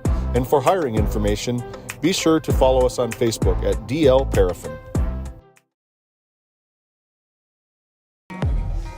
As we bring it back here, we were able to figure out what happened. They had a hidden ball trick to record the third out for the Divide County Maroons, the Ray Jays, pulling a little sneakster. Yeah, the team's trying anything they can here at postseason time. You do whatever you can to try to keep your season going, and nice defensive play there to end the inning, preserve the pitch count, and keep it a one-run game. As we go to the bottom of the sixth, strong single. Great swing by Garrett Donnelly.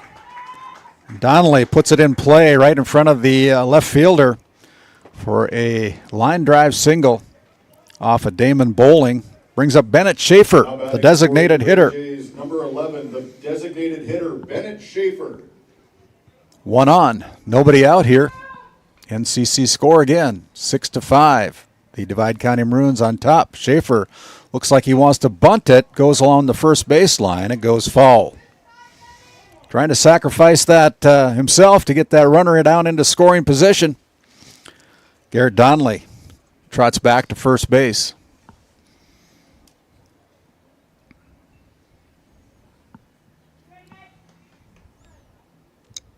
Damon Bowling still on the hill. This time it's a ball. Throw down, strong throw to second base, goes into center field, but backed up there by the center fielder on the stolen base by Donnelly, and now he is in scoring position, and now Bennett Schaefer getting a encouragement from his third base coach and dad, and nobody on. Or nobody out, excuse me. Yep, potential tying run there now at second base with nobody out. A lot of ways to try to move him over. Got him on. Now they try to get him over and get him in. Swinging strike, number 2, makes the count 1-2. Bowling still pitching well, but it sounds like his pitch count is going to become an issue here very shortly due to the pitches that he threw in the previous game there against Tioga. Little hook comes inside, evens the count at 2-2.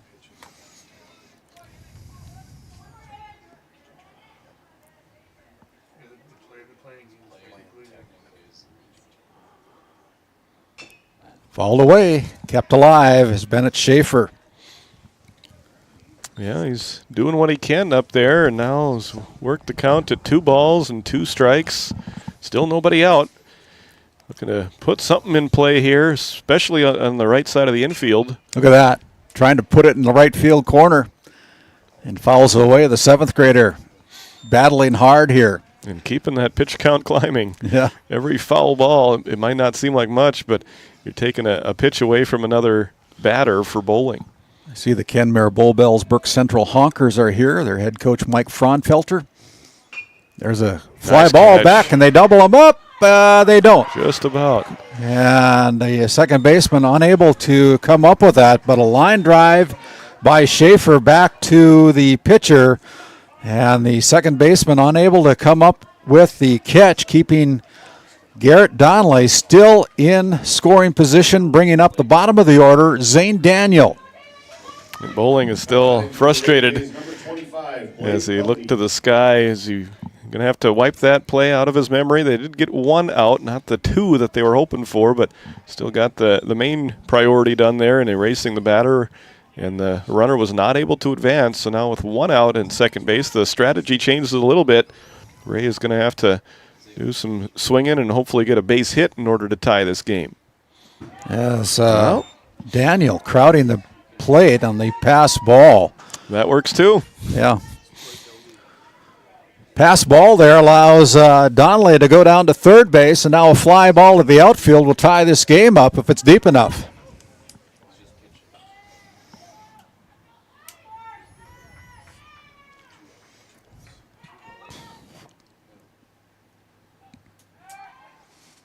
Bowling goes over to third. Now they're going to score him. That'll be an error, and we are tied up. He went across to keep him close, but an error on that through the hands of the third baseman. And the game's all tied up on your NCC scoreboard, 6-6. 2-0 count. Now make it 2-1 to Daniel. Yeah, the Divide County defense unable to help themselves out there, and now the head coach going to have a discussion with his batter to count at 2-1. Not sure what they would be talking about here without anybody on base. Bennis, tell him, get on base. We need another run. Anyway, sacrifice your body, whatever you got to do. Fouled away. Evens the count at 2-2. And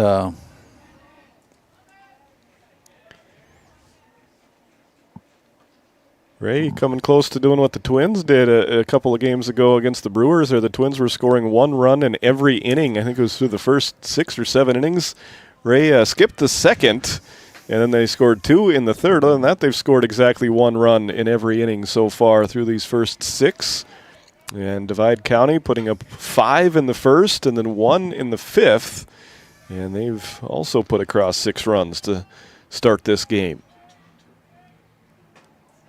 Inside, and that is a bases on ball, and runner goes to first as Coach Johnson for the Divide County Maroons is going to make a pitching change. And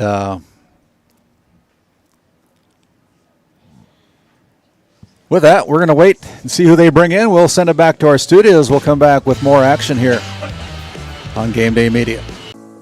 Since 1961, Tioga Medical Center has been providing quality health care to Northwest North Dakota patients. With a newly built clinic in Tioga, where primary care providers along with visiting specialists are caring for patients every day. Primary care clinics in Ray and Powers Lake also. Call for an appointment today at 701-664-3368. Tioga Medical Center. Great staff making a difference in the lives of patients every day.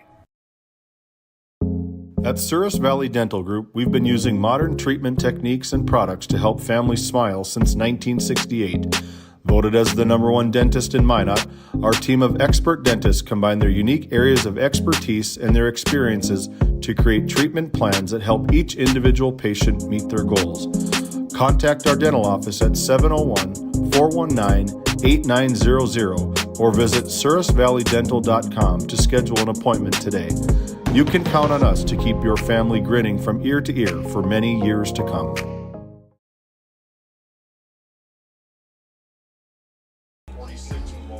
Well, they're bringing in a new pitcher for the Divide County Maroons.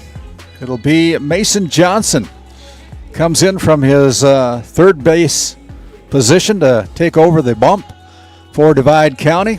Looks like Damon Bowling will go to third base and Reestead will stay at shortstop for the Divide County Maroons as they take our opening warm-ups. And want to mention that we're having a little trouble with some of our ads here. We're not playing them because we just don't want to. We just can't right now. We're going to try to figure that out.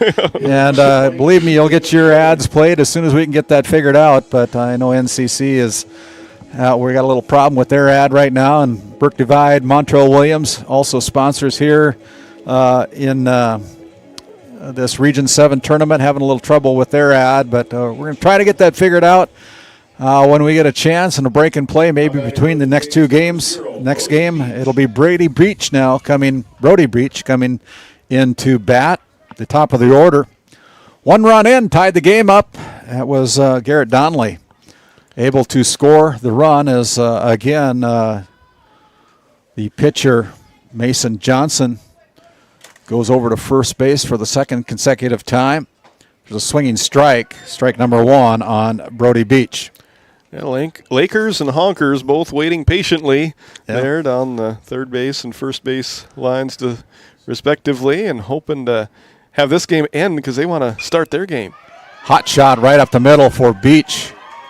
And Beach with a strong single up the middle for the Ray Jays. Runners now at first and second. 1 down, 1 run in for the Ray Jays. Brings up the number 2 batter, Brody Sinar, the catcher for the Ray Jays. Still just 1 out. So Ray in a really good spot right here to push across the game go-ahead run in scoring position, less than 2 outs, but going to have to earn it. Got a force at third if you're a Divide County fan. Maybe get a hot shot, get a double play. Called strike. It's Ray just getting very patient at the plate right now. 1-1 as the count evens to Brody Sinar. There's a drive out to second base. Muffed in time to first base on the putout. 4-3 for the second out. Both runners advance on the put out from Domstrike to the first baseman, Landon Hubble. 2 down now with 2 runners in scoring position at second and third. Wasn't really a textbook play, but it got the job done. Recorded the out. And now with 2 outs, runners at second and third. And anything can happen. The whole complexion of the game will change depending on this at bat right here. Braden Johnson steps into the batter's box, bats from the right side. First one is low. He struck out looking in the first inning. Got a bases on ball in the third inning. Got hit by a pitch on the 5th inning. There's a fly ball. Brought in there by the first baseman, Hubble. And your typical F3 third out of the inning. But 1 run comes across for the Ray Jays. They leave 2 on as we go to the top of the 7th, all tied up 6-6. Back after this timeout.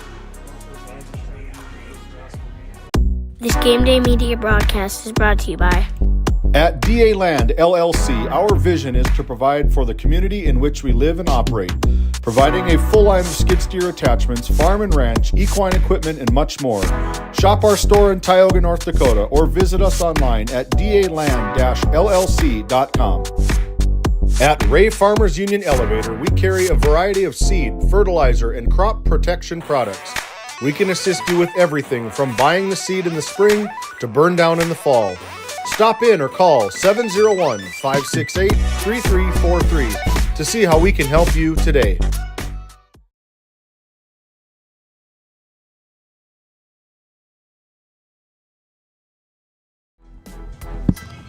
Hey, we go to the top of the 7th. My name's Randy Peterson alongside Titus Stenberg as we got game number 2 getting ready to get warmed up here between the number 3 ranked Kenmare Bowbells Brook Central Honkers and the number 2 seed, the defending champions, the Des Lacs Burlington Lakers, in game number 2 of 4 here from the complex and the beautiful facilities down here in Watford City, North Dakota. This tournament was supposed to start on Saturday, but Mother Nature had other plans, and so we get a little break in the weather here today in a beautiful complex and be able to play on a turf field and getting some games in here today for the Region 7. Evan Heldy still at the plate as at the bump, excuse me. It'll be Damon Bowling now coming in, now playing third base for the Divide County Maroons, and first pitch is inside. Started the game at shortstop, moved to pitcher, now at third base, and he can't affect the game from the pitching mound anymore, but he can at the plate. Boy, a leadoff batter here would be huge. If he can reach it, he will. That ball goes into off the glove of Daniel, and see how the officials score that one. They call it an error. The 5th of the game now against Ray. Now batting for the Maroons, number 17, left fielder Marcus Shaw. Marcus Shaw steps into the batter's box. One runner on at first base. First pitch is a called strike to Shaw as Evan Heldy keeping Damon Bowling close. Curious. He looks like he wants to go. Leaning lead, but he gets back in time, just in time. That was close. It was. You can tell he wants to go. He wants to get himself into scoring position. He represents the go-ahead run as we found ourselves tied now at 6 apiece. There's a pitch that's high, evens the count at 1-1. We're in the top of the 7th inning. We're all tied up 6-6 on your NCC scoreboard. Running start there, and now they perfect hit and run as Bowling slowed down at second for whatever reason, but that was perfectly played there on the hit and run single to the right side of the infield by Marcus Shaw. Yep. And now the Divide County Maroons with nobody out have runners at first and third. Riker Kresbaugh steps into the batter's box. The catcher. He had a big hit in his last at bat, didn't he? He's going to get a hit here, too. But nope. And hung up there just long enough. Stayed up there. Good play there by the right fielder. The right fielder, Braden Donnelly. And he puts out on the fly ball as the runners hold. One down now. For the Maroons, number 4, as Eric Domstrike. Eric Domstrike steps into the batter's box, the second baseman for the Divide County Maroons. There's a drive to left field. That'll score the runner. And the Divide County Maroons take the lead by 1.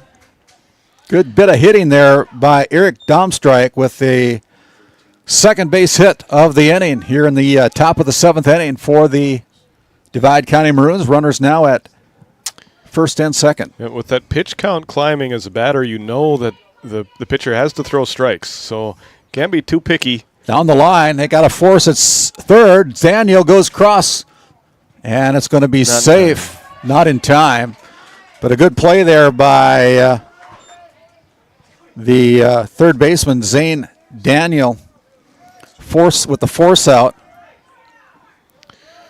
Yep, 2 outs. No, it's 2 down. Runners at first and second. And the bottom of the order, Wyatt Peterson steps into the batter's box. He got a single in the first inning, grounded out to the shortstop in the third, and had a 5U put out. And there's a drive to right center field, goes beyond the runners. They'll score at least 1. And good bit of hitting there by Peterson. Yeah. Peterson. Looks like Coach Schaefer is making his way to the mound. He'll probably going to have a pitcher's change here with an 8-6 Divide County lead. So, an RBI by Wyatt Peterson on the double. Runners now sitting at second and third as head coach. We'll take a little break. We'll send it back to our studio for one little timeout here. Back after this word. This Game Day Media broadcast is brought to you by TNT Measurements Incorporated, providing oil and gas allocation meter proving, calibrations, and production facility lack provings. To schedule your proving, contact Derek Thompson at 701-421-1351. Voted a top 20 critical access hospital in quality, our Level 5 Trauma Center is ready to handle all your emergency needs with our acute stroke ready certification and full lab and radiology departments. Our physical, occupational, and speech therapy providers are available for all your rehab care, and our family practice clinic provides a variety of care including well child and child immunizations. Psychiatric care is available by telehealth, and mental health is available in person. To schedule an appointment, call us at 701-628-2505 or find us on our website at stanleyhealth.org. Montreal County Medical Center, here to help you throughout a lifetime. This Game Day Media broadcast is brought to you in part by Tegan's Interiors, located on Main Street in Crosby, North Dakota. Follow them on Facebook or find them online at tegansinteriors.com. Gustafson Septic Service Incorporated, family owned and operated since 1986. Offering septic service, portable restrooms and hand wash, sewer jet and camera services. Located in Stanley, North Dakota, call for a free quote at 701-628-2960.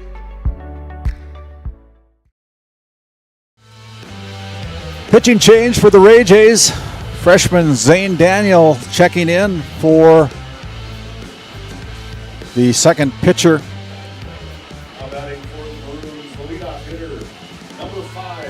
As Evan Heldy. Ball bounces away, and Divide County will score another run.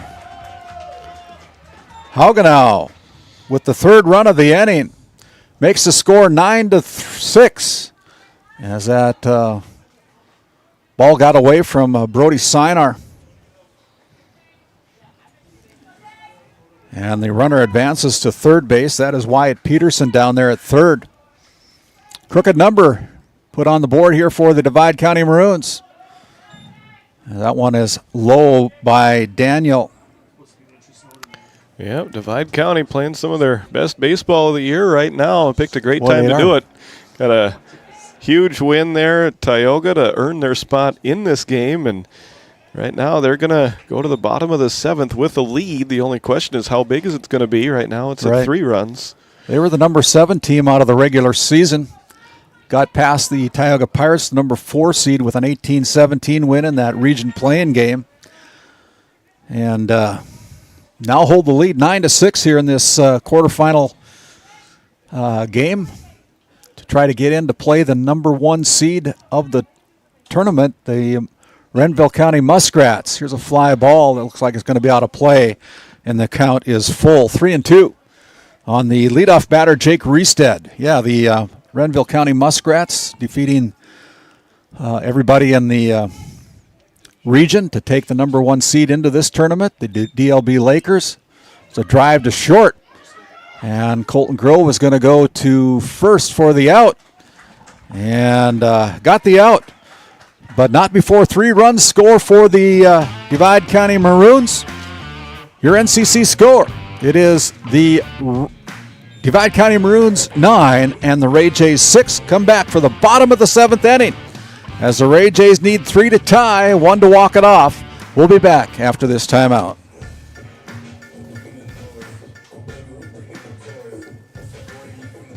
This Game Day Media broadcast is brought to you in part by Nessa Consulting, located in Tioga, North Dakota. Visit nessaconsulting.com. Community Rewards checking account not only offers cash back, but also gives you... Rivera Bank is an employee and director-owned community bank, here to serve you as you forge your path ahead, offering the robust digital services you want with the warm local feel you expect. At Tioga Ace Hardware, our store is a member of the largest retailer-owned hardware cooperative in the industry. We are all committed to being the helpful place by offering our customers knowledgeable advice, helpful service, and quality products. As the helpful hardware folks in your community, we promise that helping you is the most important thing we have to do today. Shop the biggest brands all under one roof at 119 North Main Street in Tioga, or shop online at acehardware.com. Have you ever wondered how your internet works? It starts with fiber in the ground. And local employees who connect that fiber to your home or business. Our 9,000 miles of fiber keep you connected to your neighbors and the world, while keeping your data safe from intrusions, viruses, and malware. At RTC Networks, we're proud to offer our community the fastest, most reliable fiber optic internet available. Our goal is to keep you connected seamlessly and securely.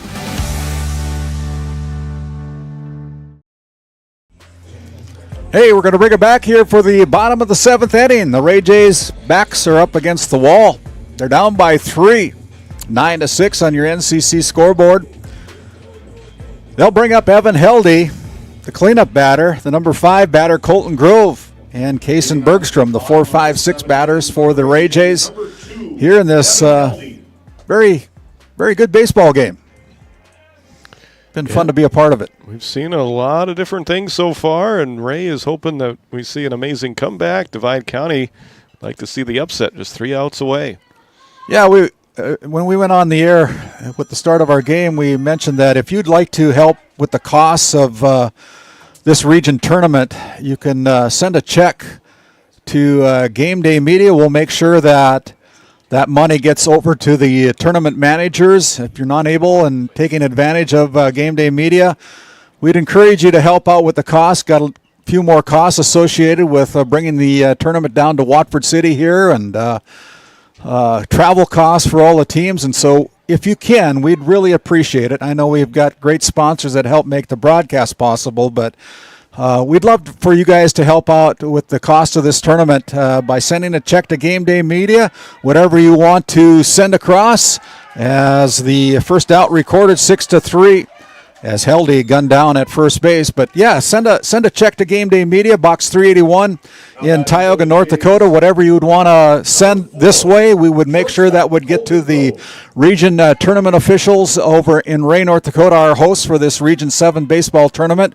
You can make your check out to GameDay Media, P.O. Box 381 in Tioga, North Dakota. And anything and everything would be greatly appreciated, folks. I know it's a cold day and it's easy to sit at home, but we'd encourage you to be a part of it here, as that fly ball out recorded and the second out on the board here in the top of the 7th inning. They're down to their last out. Kason Bergstrom steps in. Nice defense so far for Divide County. Find themselves just 1 out away. And there is a leadoff or a hit by pitch. Base runner. Ray isn't picky. They don't care how they get a runner on base right now. They just need base runners. Down by 3, 2 outs, bottom of the 7th. Down by 3. They've been trying to play from behind all game long after giving up 5 runs in the top of the first. They did get the game tied for a second, but now they find themselves down by 3 once again. Strike, swinging strike to Garrett Donnelly.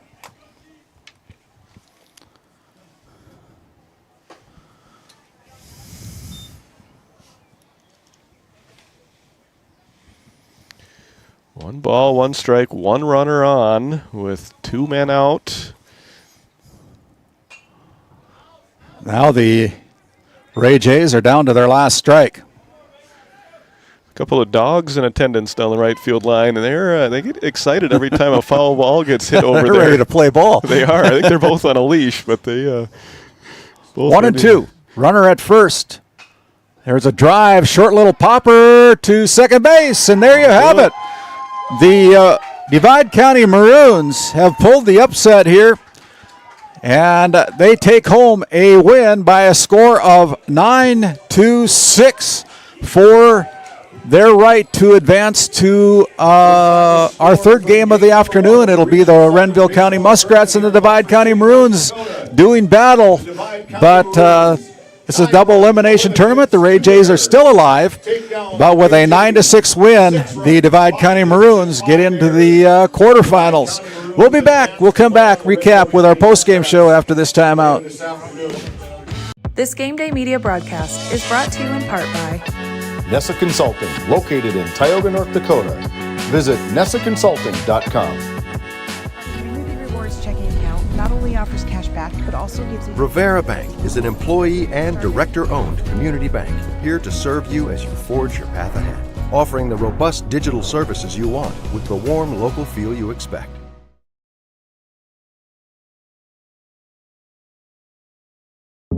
At Souris Valley Dental Group, we've been using modern treatment techniques and products to help families smile since 1968. Voted as the #1 dentist in Minot, our team of expert dentists combine their unique areas of expertise and their experiences to create treatment plans that help each individual patient meet their goals. Contact our dental office at 701-419-8900 or visit sourisvalleydental.com to schedule an appointment today. You can count on us to keep your family grinning from ear to ear for many years to come.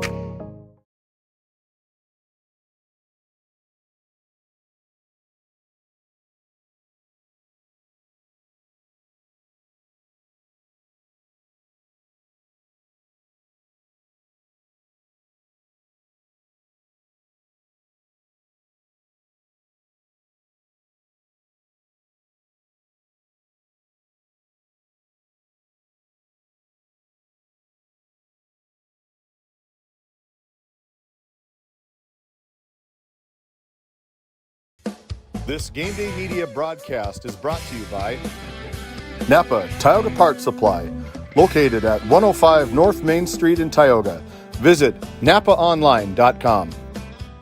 Shop Henson's Fur and Leather for a variety of unique, attractive items. Leathers for the cyclist, jewelry, leather goods, comfy footwear, and of course, the area's best selection of Pendleton items from clothing to accessories. Find it all at Henson's Fur and Leather.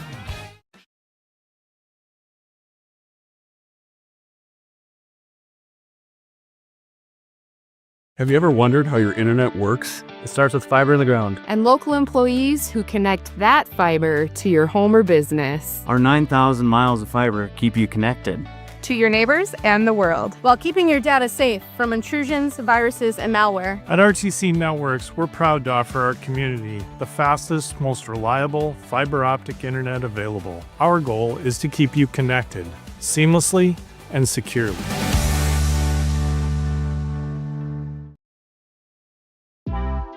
D&L Paraffin Incorporated is a local family-owned hot oil company that has been in operation since 1981. We work hard to develop good business relationships with the oilfield companies in the Tioga area. While offering services north of Lake Sakakawea, we focus on integrity, hard work, and safety. For all hot oil services, call dispatch at 701-641-3065 or 701-641-6310. And for hiring information, be sure to follow us on Facebook at DL Paraffin.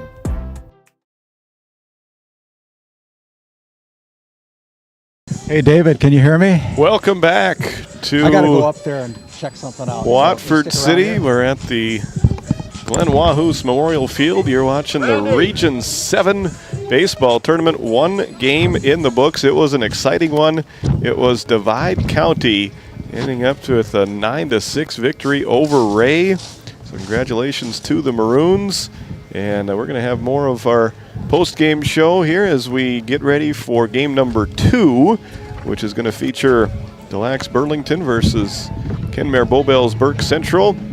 Had a lot of things going on here with this tournament. It was supposed to be played over in Ray. Ended up getting postponed from Saturday to Monday and then to Tuesday. We had a location change, so here we are down in Watford City. Have had one great game already. We've got more to come, and it's a great day for baseball here. A little bit cool, but nothing us North Dakotans can't handle, especially here in the springtime. And it's better than it was when the record heat was here. I think this is better baseball weather than that. So it's 9-6, the victory for Divide County. And we'll be back with more of our post-game show.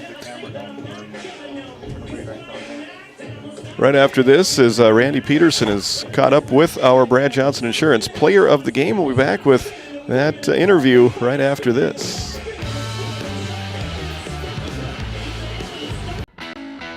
At Tioga Ace Hardware, our store is a member of the largest retailer-owned hardware cooperative in the industry. We are all committed to being the helpful place by offering our customers knowledgeable advice, helpful service, and quality products. As the helpful hardware folks in your community, we promise that helping you is the most important thing we have to do today. Shop the biggest brands all under one roof at 119 North Main Street in Tioga, or shop online at acehardware.com.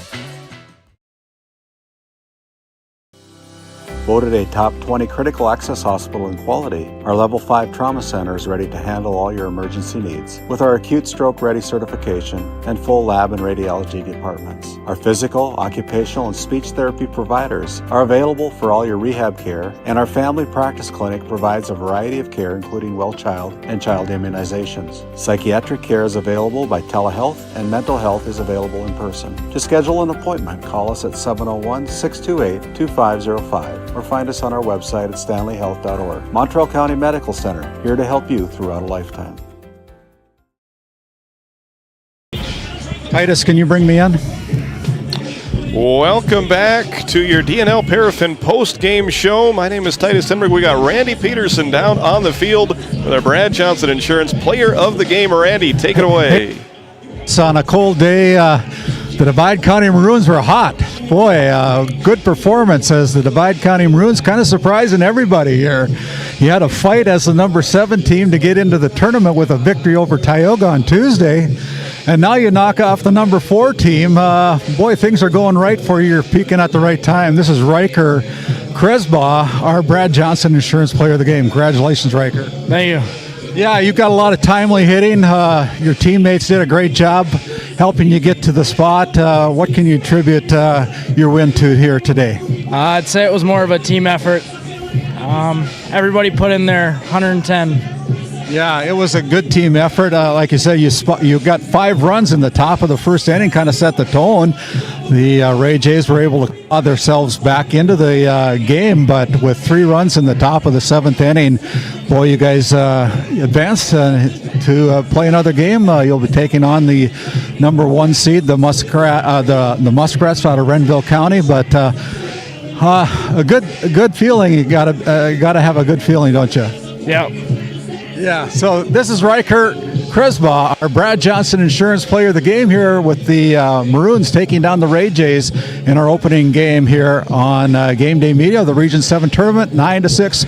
We'll step aside. We'll come back with more of our post-game show, and we'll set up tee it up for the second game between the Kenmare Bull Bells Brook Central Honkers and the DLB Lakers after this timeout. Thank you. Congratulations.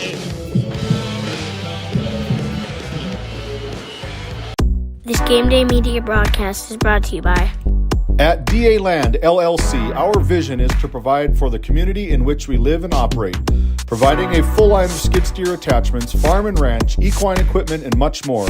Shop our store in Tioga, North Dakota, or visit us online at daland-llc.com.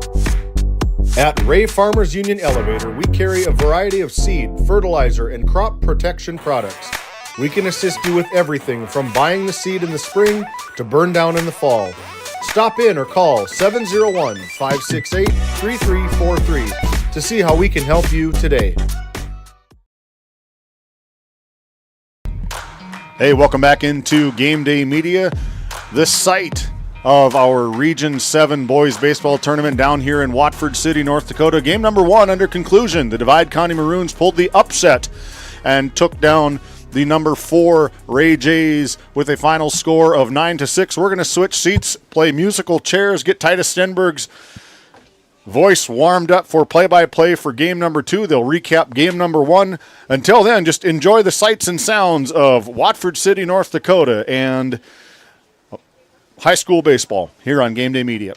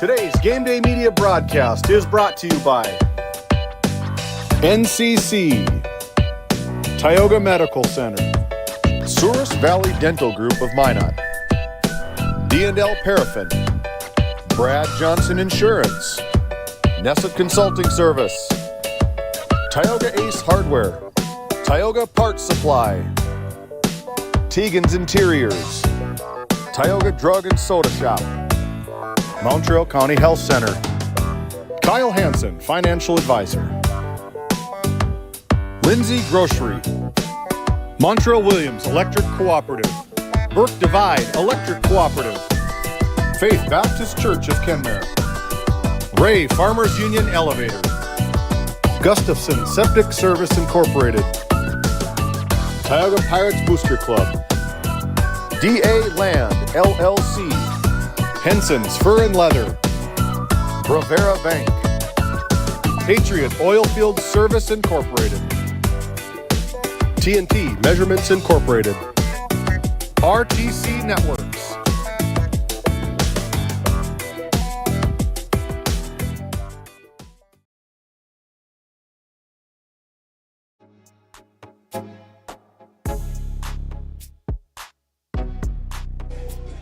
And here we are. Welcome back into Game Day Media here on a cloudy, cool afternoon down in Watford City, North Dakota.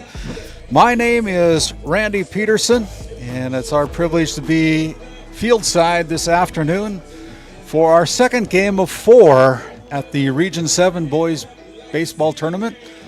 This tournament, if you're just joining us, was scheduled to be played on Saturday, Monday, and Tuesday. Mother Nature had other plans, and so we make different changes and plans to the schedule. This is our opening day, and they've moved the venue from Ray at the Glen E. Severson Field in Ray, North Dakota, to the Watford City Wolves Glen A. Wahoo's Field here down in Watford City, North Dakota. A turf field, and our privilege to have a longtime colleague of mine, and been able to work several games and several tournaments with him, the voice of the Watford City Wolves, Titus Stenberg. Yeah, thank you, Randy. And I know it's been a lot of hard work in doing the relocation of these games, but for me personally, it worked out really well. Just 10 bumpy miles from my hometown, or my home location there. It is my hometown of Watford City. And yeah, this has been a great privilege. We got to do a region basketball tournament together here just across the way there at the Rough Riders Center. And now we're over here for some postseason baseball. And boy, our first game of the tournament was a great one. Wow, ended up going right down to the wire, and the upset-minded Divide County Maroons got another one, knocking off Ray. And now we'll have our matchup between the 2 seed and the 3 seed.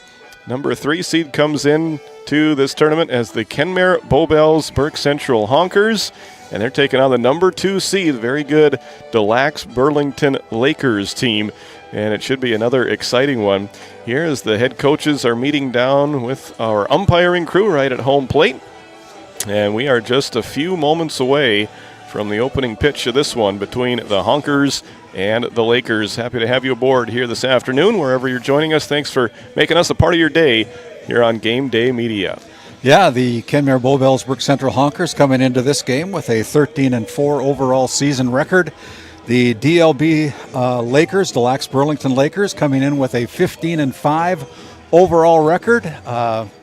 The Lakers were able to defeat the Honkers during the regular season. That's why they're put at number 2 in the tournament. They are the defending Region 7 champions for the past 3 years, I believe. Wow.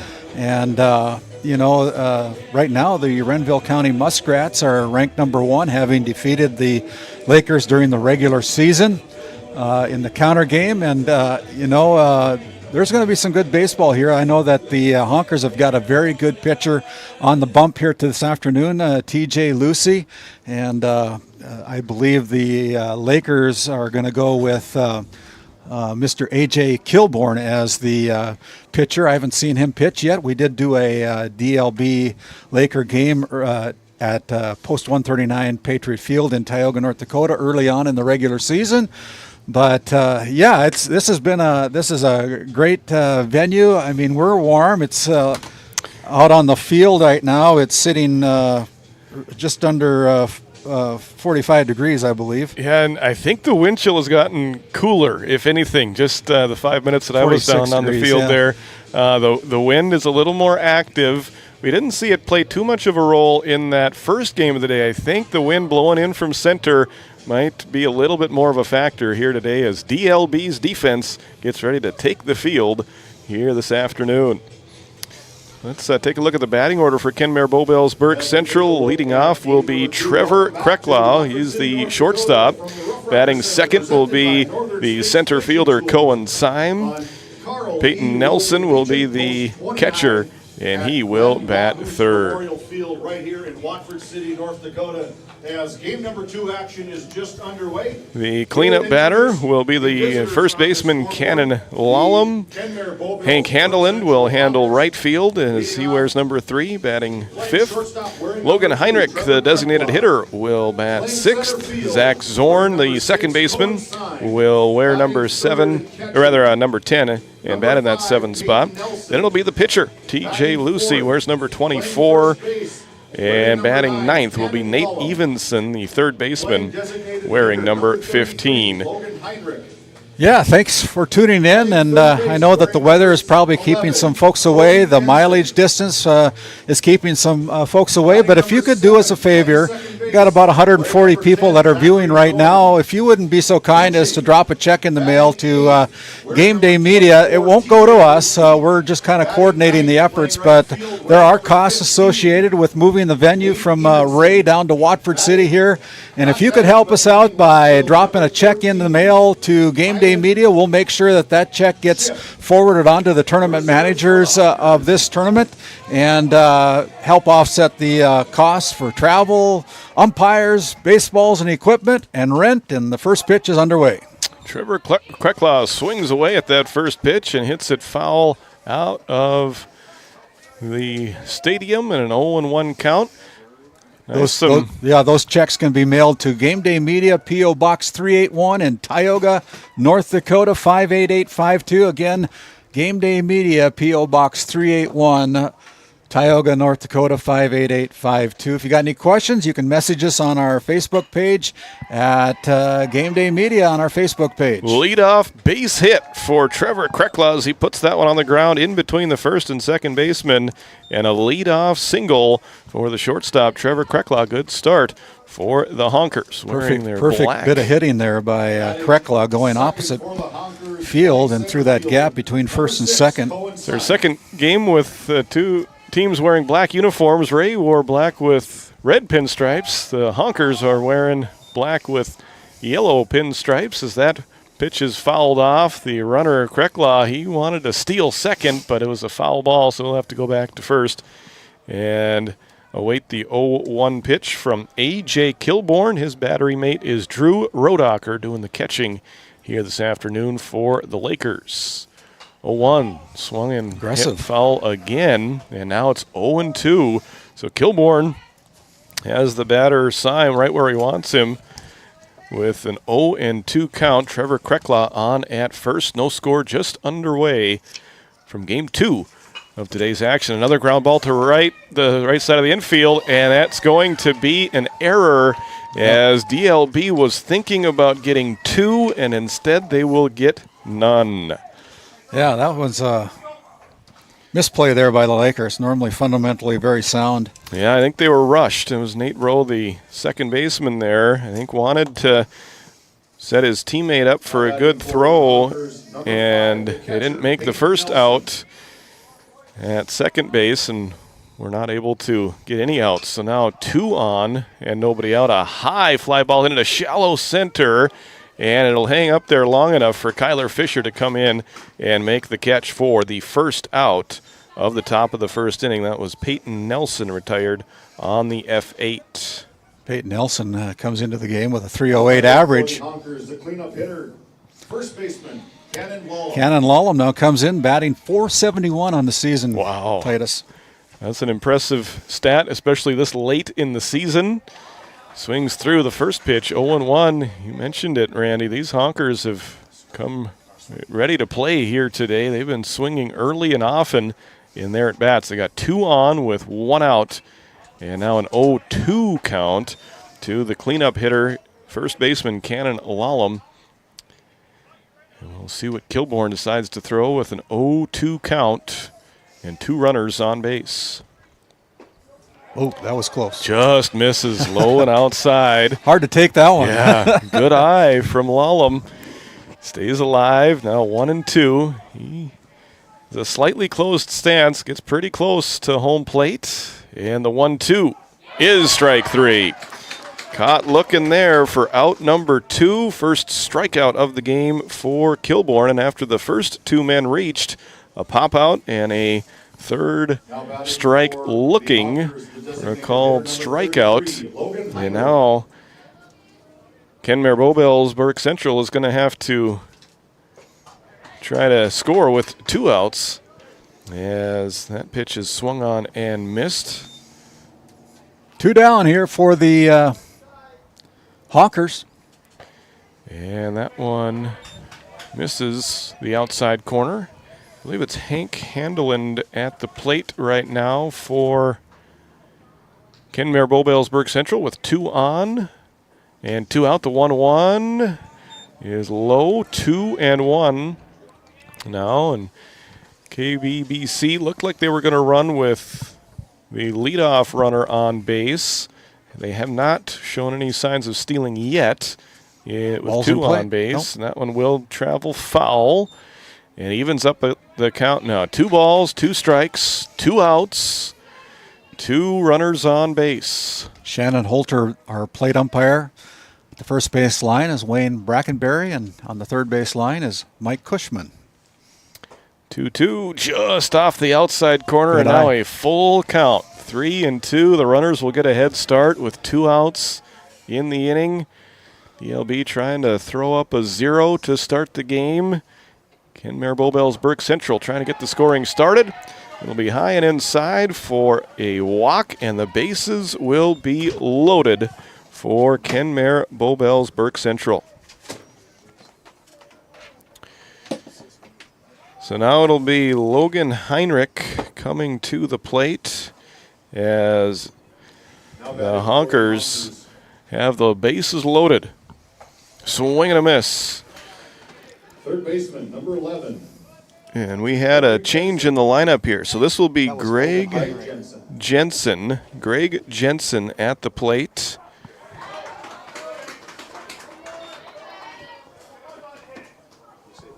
So Greg Jensen, now the batter. It was Logan Heinrich who worked that walk, the previous batter. There's a ground ball to the pitcher. Kilbourne will make the play. Good inning. Underhands it over to first, and it ends up being a scoreless inning for Kenmare Bowbells Burke Central.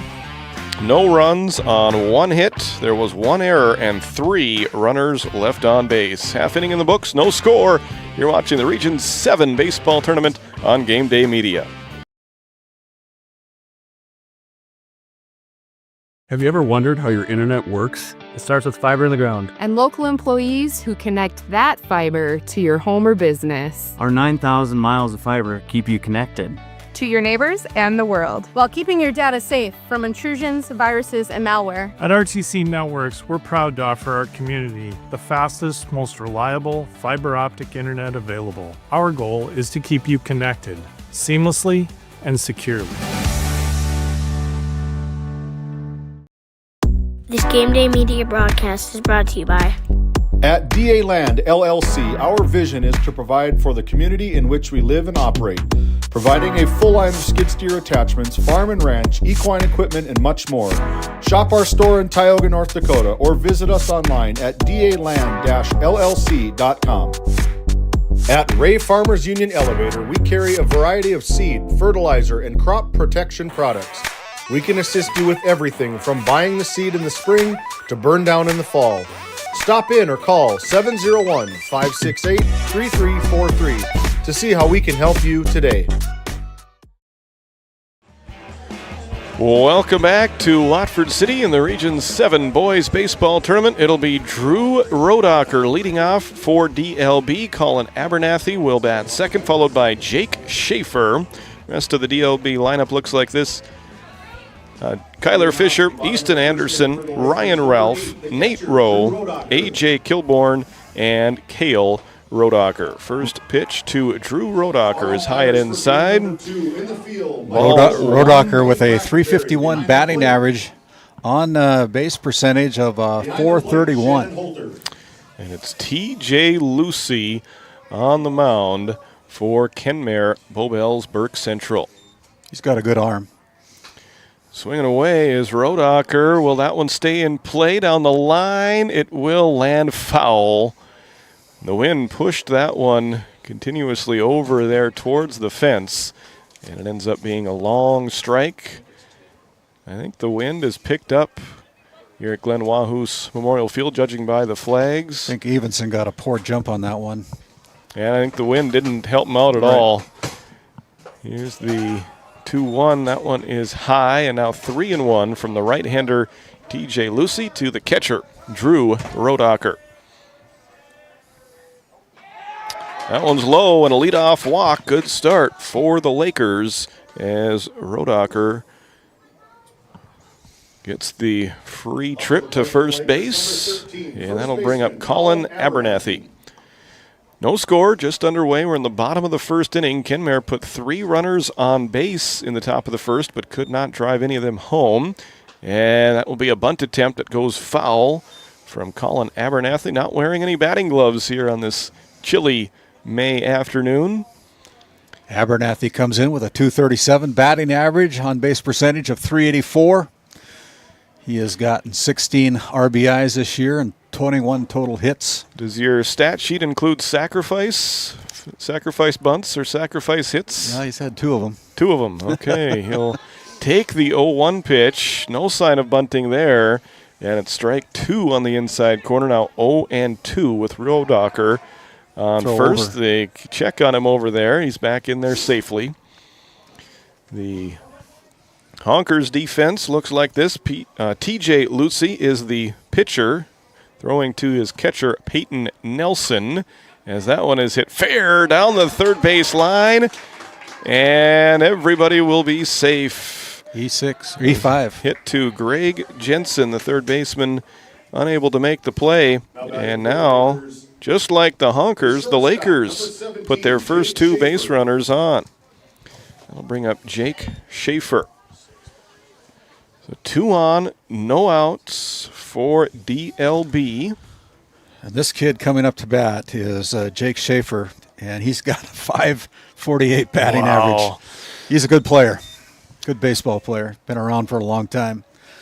His teammates put 2 men on base for him here, and he fouls off the first pitch delivered to him, 0-1. Started to meet the Honker defense. Let's take a look at the rest of them there. It's Cannon Lallam at first base as the 0-1 pitch is swung on and missed. Now 0-2.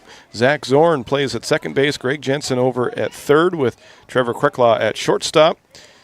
And then in the outfield, we'll meet them after this 0-2 delivery. Is low and outside. It gets away, and that will advance the runners. Not the way that they wanted that to play out, as now it's 1-2 with nobody out. So in the outfield, Nate Evenson plays in right field.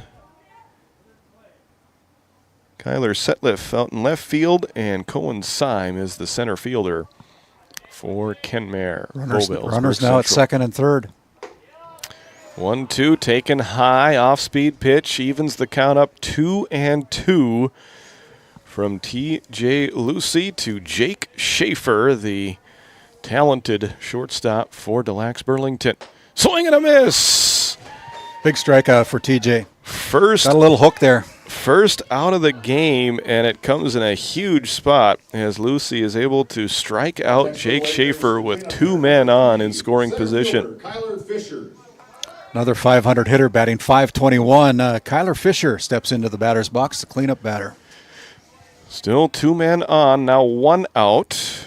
First baseman playing way in, the rest of the infield about halfway. As the first pitch is in there for a strike. Easton Anderson on deck, hoping he comes to plate with his team in the lead as the 0-1 is taken inside for ball 1. Evens up the count at 1-1. Want to thank our premium sponsors, NCC out of Ray, North Dakota, RTC Networks out of Parshall, North Dakota, helping us put on this Region 7 baseball tournament. That one is swung on and hit high in the air to medium deep left field. The catch is made. The runner tags, and he will score. The first run of the game will come in as Drew Rodacher scores on the sacrifice fly by Kyler Fisher. Fisher with the RBI makes the score 1-0 on your NCC scoreboard. You're in the bottom of the first inning.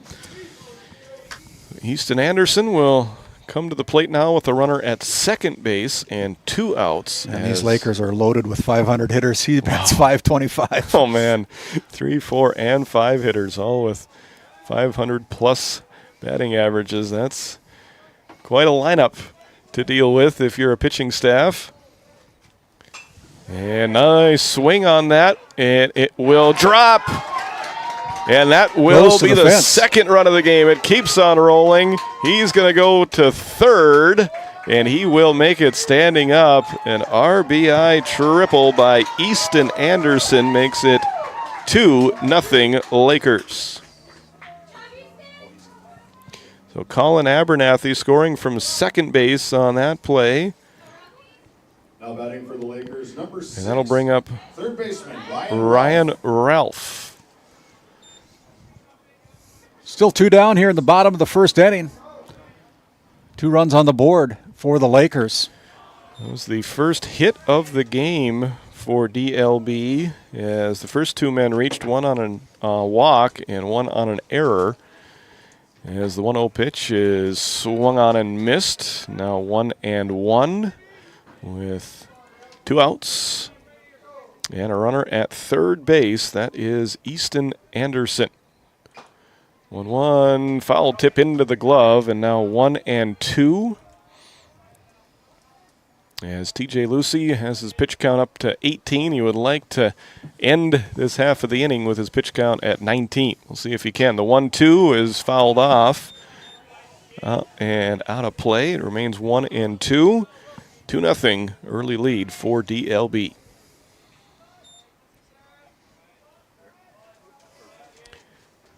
1-2, another one hit high and foul and out of play. Good at bat by Ralph here today. Ryan Ralph batting .342 on the regular season. Playing at third base defensively, and that one goes behind him, and the runner will score as that one, when it hit the screen, it just died. A lot of times you'll see it bounce back at least part of the way. That one didn't help out his catcher at all as Easton Anderson scores the third run of the inning for DLB. Bases empty now for the Lakers with 2 down. Count of 1-2. On the Laker batter. Lucy's pitch hit high in the air. Playable. Near the first base bag, and the catch is made for out number 3. But it was a productive inning there for DLB. They get 3 runs on 1 hit. There was 1 error and nobody left on base. End of 1. It's 3-0 DLB. You're watching Game Day Media.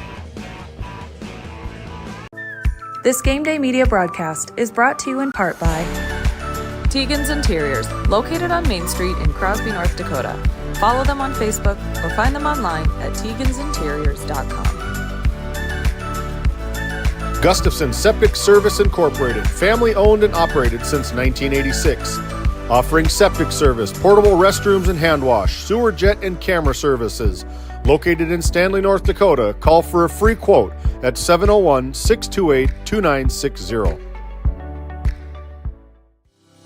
Voted a top 20 critical access hospital in quality, our Level 5 Trauma Center is ready to handle all your emergency needs with our acute stroke ready certification and full lab and radiology departments. Our physical, occupational, and speech therapy providers are available for all your rehab care, and our family practice clinic provides a variety of care including well child and child immunizations. Psychiatric care is available by telehealth, and mental health is available in person. To schedule an appointment, call us at 701-628-2505. or find us on our website at stanleyhealth.org. Montreal County Medical Center, here to help you throughout a lifetime. Zach Zorn steps to the plate to lead off the top of the second inning for Kenmare Bowbells Burke Central. He fouled off the first pitch. We'll put this one on the ground towards first base, and a nice play there by the first baseman, Colin Abernathy, makes that one unassisted for out number one.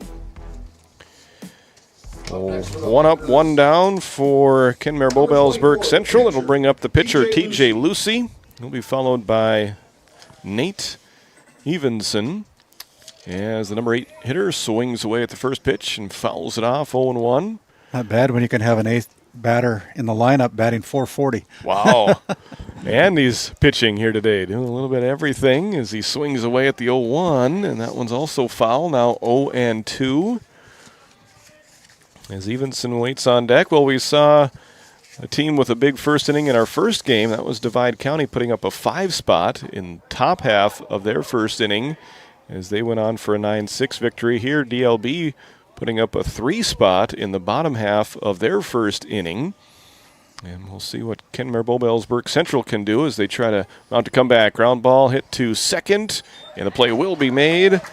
It will be a 4-3 ground out by Lucy. 2 outs. That'll bring Nate Evenson to the plate after the play was made by Nate Rowe. Right fielder, Nate Evenson. Evenson bats number 9 with a 167 batting average. Nate Evenson playing in right field here defensively. And he swings away and taps that one foul towards the DLB dugout. Wind blowing in from right field.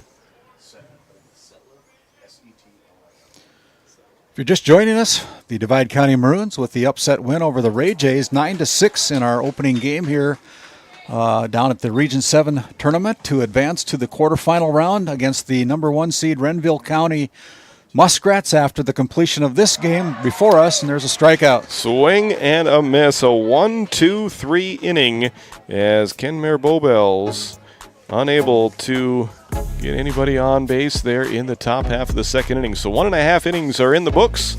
DLB leads KBBC 3-0. We'll be back with more from Watford City after this. Located in Crosby, North Dakota, Brad Johnson Insurance has been helping clients find insurance coverage since 1986. Our team is passionate about serving the community in which we live and pride ourselves on getting to know our clients to best serve their needs. Our staff is active in the public and strives to better our community through participation, involvement, and by supporting area events and youth programs. For a quote, visit bradjohnsoninsurance.com or call 701-965-4200 today. At Tioga Ace Hardware, our store is a member of the largest retailer-owned hardware cooperative in the industry.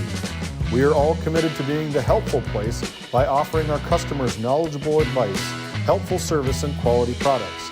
As the helpful hardware folks in your community, we promise that helping you is the most important thing we have to do today.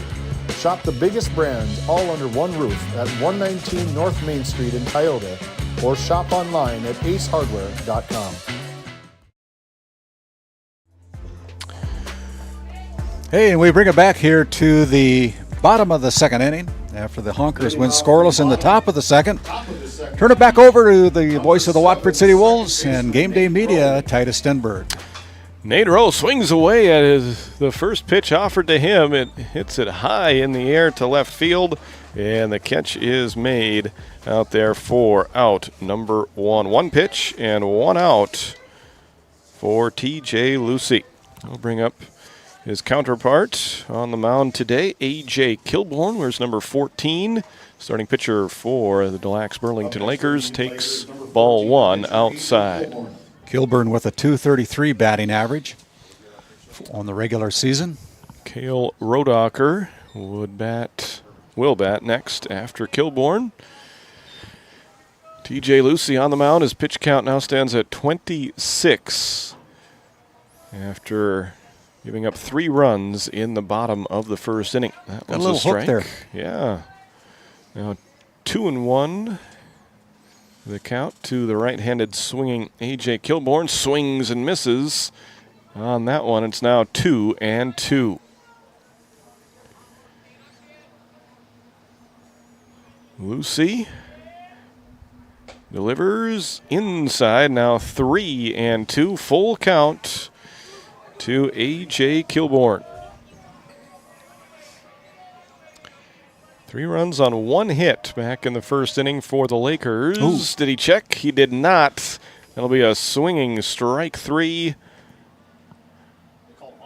Yeah, the out there confirmed by the first base umpire, so a swinging strikeout to retire A.J. Kilborn. That'll bring up Cale Rodacher to the plate. Second strikeout today for TJ Lucy. I think home plate umpire did call him on a strikeout anyway, but he checked with the first base umpire to confirm. Yep, that's the way it looked from up here. And the first base umpire did confirm that original call. It'll be Cale Rodacher stepping in. And takes that one inside to even up the count now at 1-1. Cale Rodacher with a .469 batting average for the Lakers. That one high and inside. Give him a little ear music there. Up yeah. on his helmet. Now 2-1. Lucy's a big guy. He's about 6'3", 6'4". And hit hard but foul. Look out in the parking lot. Just make sure you're not sitting there by a Honda Ridgeline. Yeah, close to the buses parked out there too. That one low and outside to even the count out, or to fill the count out now. 3 balls and 2 strikes to the number 9 hitter. Right fielder Cale Rodacher. Drew Rodacher waits on deck with 2 outs. Nobody on base. That one tapped towards the pitcher. Lucy makes the catch. Throws it to first, and there is a 1-2-3 inning for the Lakers. So no runs, no hits, nobody left on base. We have completed 2 full innings in the Region 7 baseball tournament. ELB leading it 3-0. We'll be back after this on Game Day Media. This Game Day Media broadcast is brought to you by Lindsay Grocery is a locally owned and operated business in Crosby, North Dakota. We are committed to serving our community and region. With fresh baked goods, produce, and our in-house smoked meats, we've got you covered. Come experience the convenience and warmth of shopping local again. Tioga Drug and Soda Shop, located at 106 North Main Street in Tioga. Visit tiogadrug.com. Located in Crosby, North Dakota, Brad Johnson Insurance has been helping clients find insurance coverage since 1986. Our team is passionate about serving the community in which we live and pride ourselves on getting to know our clients to best serve their needs. Our staff is active in the public and strives to better our community through participation, involvement, and by supporting area events and youth programs. For a quote, visit bradjohnsoninsurance.com or call 701-965-4200 today.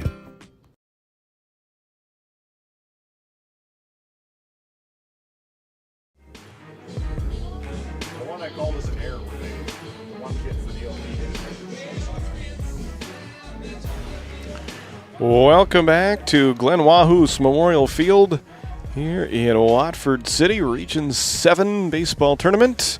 Game number 2 of the day as the first pitch is swung on, hit towards third. Nice play by the Lakers defense. Ryan Ralph able to get it over to Abernathy in time to retire the leadoff batter, Trevor Krecklau. Look at that RTC Networks instant replay.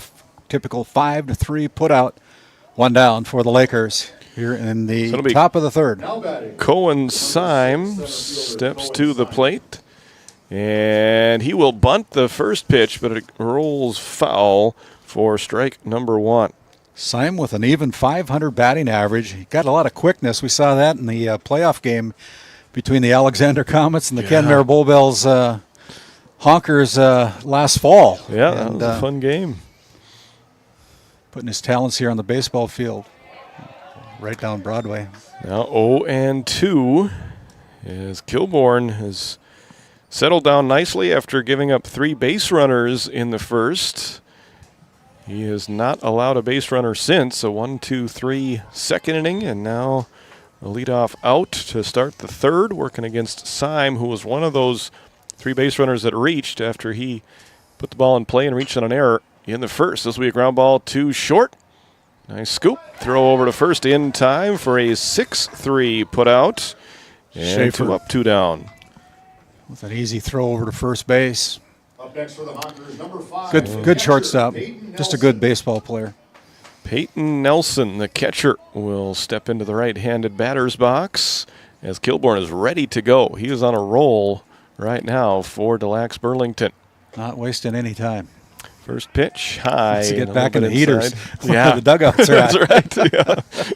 Yeah, good motivation out there. It got to be a little bit chilly down on the field. That one's popped up, and it will get out of play by about 10 feet. There down the right field line. Evens up the count at 1-1. Nelson flew out to center his first time at bat here today. 3-0 DLB with the lead over Kenmare Bullbells Burke Central. Called strike there. Makes it 1-2. 2 outs, nobody on base. And the 1-2 just misses the outside corner with a fastball to even the count up at 2-2. Both teams with 1 hit and 1 error. The only difference on the scoreboard right now is those 3 runs scored by the Lakers. And there's a swinging strike 3. Another 1-2-3 inning for A.J. Kilborn. Nothing across for the Kenmare Bullbells Burke Central Honkers. In the third inning, we have played 2.5. The Lakers leading the Honkers 3-0 on Game Day Media. Since 1961, Tioga Medical Center has been providing quality health care to Northwest North Dakota patients. With a newly built clinic in Tioga, where primary care providers along with visiting specialists are caring for patients every day. Primary care clinics in Ray and Powers Lake also. Call for an appointment today at 701-664-3368. Tioga Medical Center. Great staff making a difference in the lives of patients every day. This Game Day Media broadcast is brought to you in part by Nessa Consulting, located in Tioga, North Dakota. Visit nessaconsulting.com. Community Rewards checking account not only offers cash back, but also gives you... Rivera Bank is an employee and director-owned community bank, here to serve you as you forge your path ahead, offering the robust digital services you want with the warm local feel you expect.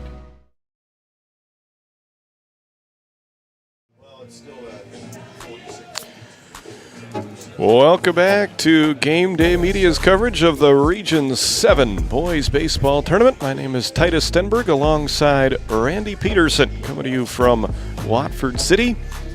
It's sort of day 1 of this tournament. We had some play-in games. We had some weather postponements. But I know our tournament managers are glad that day 1 is being played right now. Yes. Michael Bergstrom and Ben Schaefer are doing a great job here of getting this tournament played. Starting today with Mother Nature coming into play here earlier this week. Yeah, lots of decisions go into putting a tournament on, and then the weather throws some pretty nasty curveballs at everybody, and we just do what we got to do, make some decisions, and get the job done one way or another, as that pitch is called a strike on the inside corner to even it up at 1-1 to Drew Rodacher. He reached on a walk and scored to lead the game off for DLB back in the first inning. Takes that one low for ball 2. Pitch count up to 40 right now for TJ Lucy. Trying to throw up another goose egg up on the scoreboard after giving up 3 in the first. He had a nice 1-2-3 second inning. Now falls behind 3-1 to Rodacher. 3-1, swung on, hit into right field. Evenson had to move 2 steps. Yeah, that was a pretty easy catch out there at right field. So the F9 retires Rodacher for out number 1. And now Lucy has retired 5 consecutive batters. Both pitchers had a little bit of a rough first inning. Kilborn was able to escape without giving up any runs. Ooh, and there's a hit batter. Abernathy hit by the pitch. And that will be the first base runner since the first inning for DLB. Look at that RTC Network's instant replay. Just plunked him on the back. Jake Schaefer will step to the plate. He struck out in the first inning. Comes in with one of the very impressive batting averages in this DLB lineup. First pitch, low and outside for ball 1 from TJ Lucy.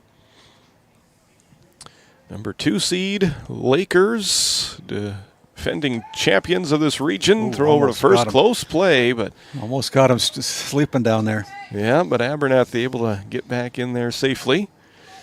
Kenmare Bobelsburg Central, the number 3 seed in this year's tournament. They do have a nice record of 13-4 on this season, as that one is in there for strike 1.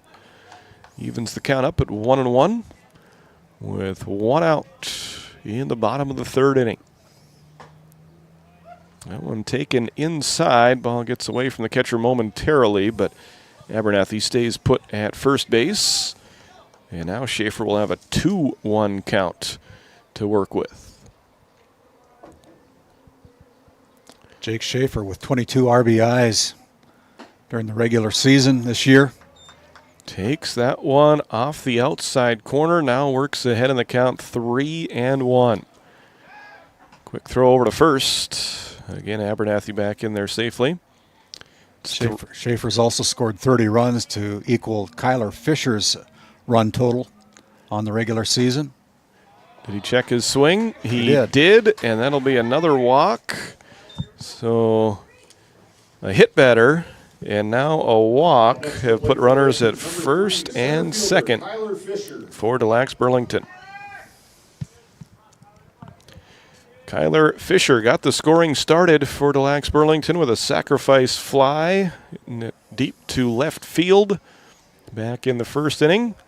Now another RBI opportunity for him with a runner in scoring position at second base and another runner on at first base.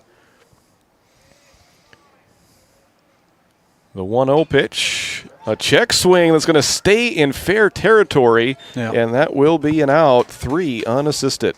Kind of an excuse me type of a swing that stayed in play for the first baseman to record the unassisted out. Moves the runners up into scoring position with 2 outs here now in the bottom of the 3rd inning. Essentially works like a bunt. It goes into the books as a 3 unassisted fielder's choice. So Abernathy now at 3rd, Schaefer at 2nd, Easton Anderson is the batter, and he takes ball 1. Easton had the big hit, and so far the only hit of this game for the Lakers as he hit a triple and came around to score. There he takes strike on the outside corner, 1-1. Runners at 2nd and 3rd. Again, 320 down the right field and left field lines. 360 straightaway center. Fouled away. So Fisher had an RBI in the first. Easton Anderson had 2 RBIs back in the first inning. And that one is swung on and hit foul again. Count remains 1-2. Kenmare trying to keep this a 3-run game.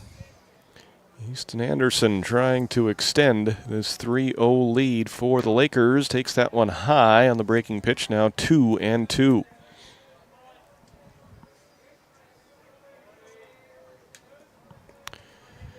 Easton also scored a run back in the first inning there as he swings and misses that one, and that will be the end of what looked to be a promising inning for DLB. No runs, no hits, no errors, 2 runners left on base. We've played 3 from game number 2 of this Region 7 baseball tournament. Score remains 3-0 Lakers on GameDay Media.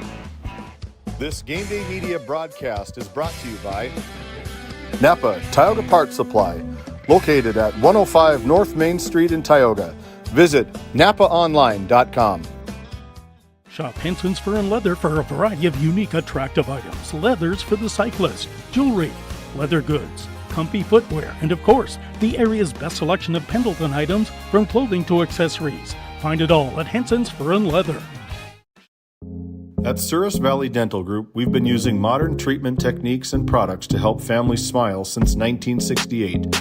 Voted as the #1 dentist in Minot, our team of expert dentists combine their unique areas of expertise and their experiences to create treatment plans that help each individual patient meet their goals. Contact our dental office at 701-419-8900 or visit sourisvalleydental.com to schedule an appointment today. You can count on us to keep your family grinning from ear to ear for many years to come. Cannon Lallam steps into the batter's box and takes strike 1 from A.J. Kilborn. Lallam playing at first base.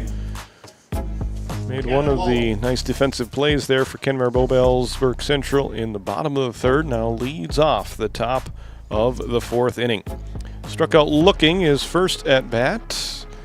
Takes that one outside for ball 2.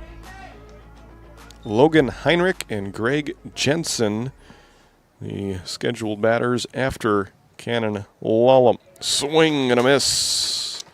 Lallam with a .250 batting average. Has 6 hits on 24 plate appearances at bats this year during the regular season.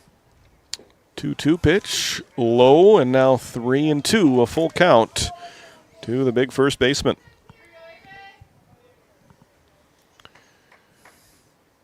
Kilborn delivers it. It's a chopper hit up the middle. Nice play. And they get the out. Boy, outstanding defense there from DLB. That was Jake Schaefer making a great dig right in front of the second base bag.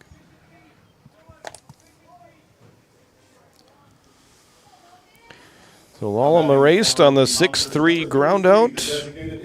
And that'll bring up Heinrich, who fouls off the first pitch, making it 0-1. And Randy, I've really liked the way that A.J. Kilborn has pitched so far in this one. He doesn't take his time for sure. He wants to get back in the dugout. Another foul ball, and he says, I'm the closest one to the ball. I might as well do that too. No balls and 2 strikes. The count to Logan Heinrich. Pitch count for Kilborn currently at 48, as that one is taken outside for ball 1. We are in the top of the 4th inning. No runs, 1 hit, 1 error for Kenmare Bowbellsburg Central. 3 runs, 1 hit, 1 error for Des Lacs Burlington. As the 1-2 pitch misses to even it up at 2-2. If you're a fan of the Honkers, it feels like you just need to get one. You need to break the ice right now as that one bounces in there. It's now 3-2, so give some credit to Heinrich. After falling behind 0-2, he's worked the count back to full at 3-2. Ground ball towards short. A little bit of an easier play this time, and again it is made. Another 6-3 out recorded by the Lakers. Once again, Jake Schaefer with a nice defensive play. Yeah, he's a good one. We've mentioned that several times so far. Number 11, third baseman, Greg Jensen. Here comes Greg Jensen to the plate. 0 for 1 so far today. Zach Zorn steps into the on-deck circle, hoping to get an at-bat here in this 4th inning. Another quickly moving inning for A.J. Kilborn. That one goes foul, 1-1. I know the Honkers are coached up by Pastor Mike Fraunfelter, Faith Baptist Church over in Kenmare, North Dakota. Sponsor here on GameDay Media. want to thank them as well for coming on board with us here today and this tournament.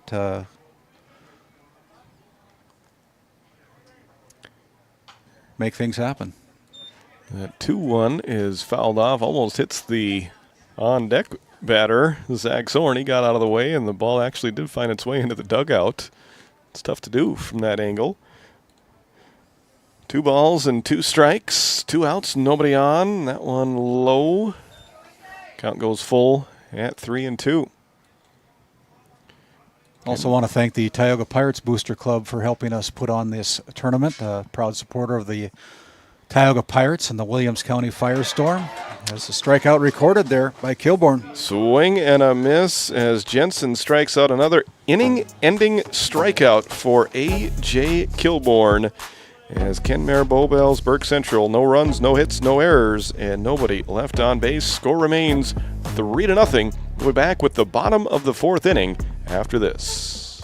This Game Day Media broadcast is brought to you by Napa Tioga Parts Supply, located at 105 North Main Street in Tioga. Visit napaonline.com.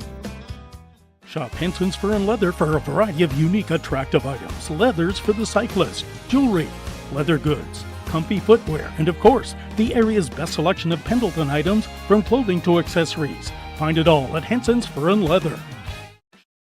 This Game Day Media broadcast is brought to you by Located in Tioga, North Dakota, Patriot Oilfield Service Incorporated is a proud supporter of the Tioga Pirates, supporting the Bakken with hot oil and water hauling services. For your service needs, call our dispatch office at 701-664-2016 today. Kyle Hansen is proud to be a Thrivent financial professional, providing personalized financial guidance to people of all stages of life. Thrivent believes humanity thrives when individuals make the most of what they've been given, and Kyle is here to help you do just that.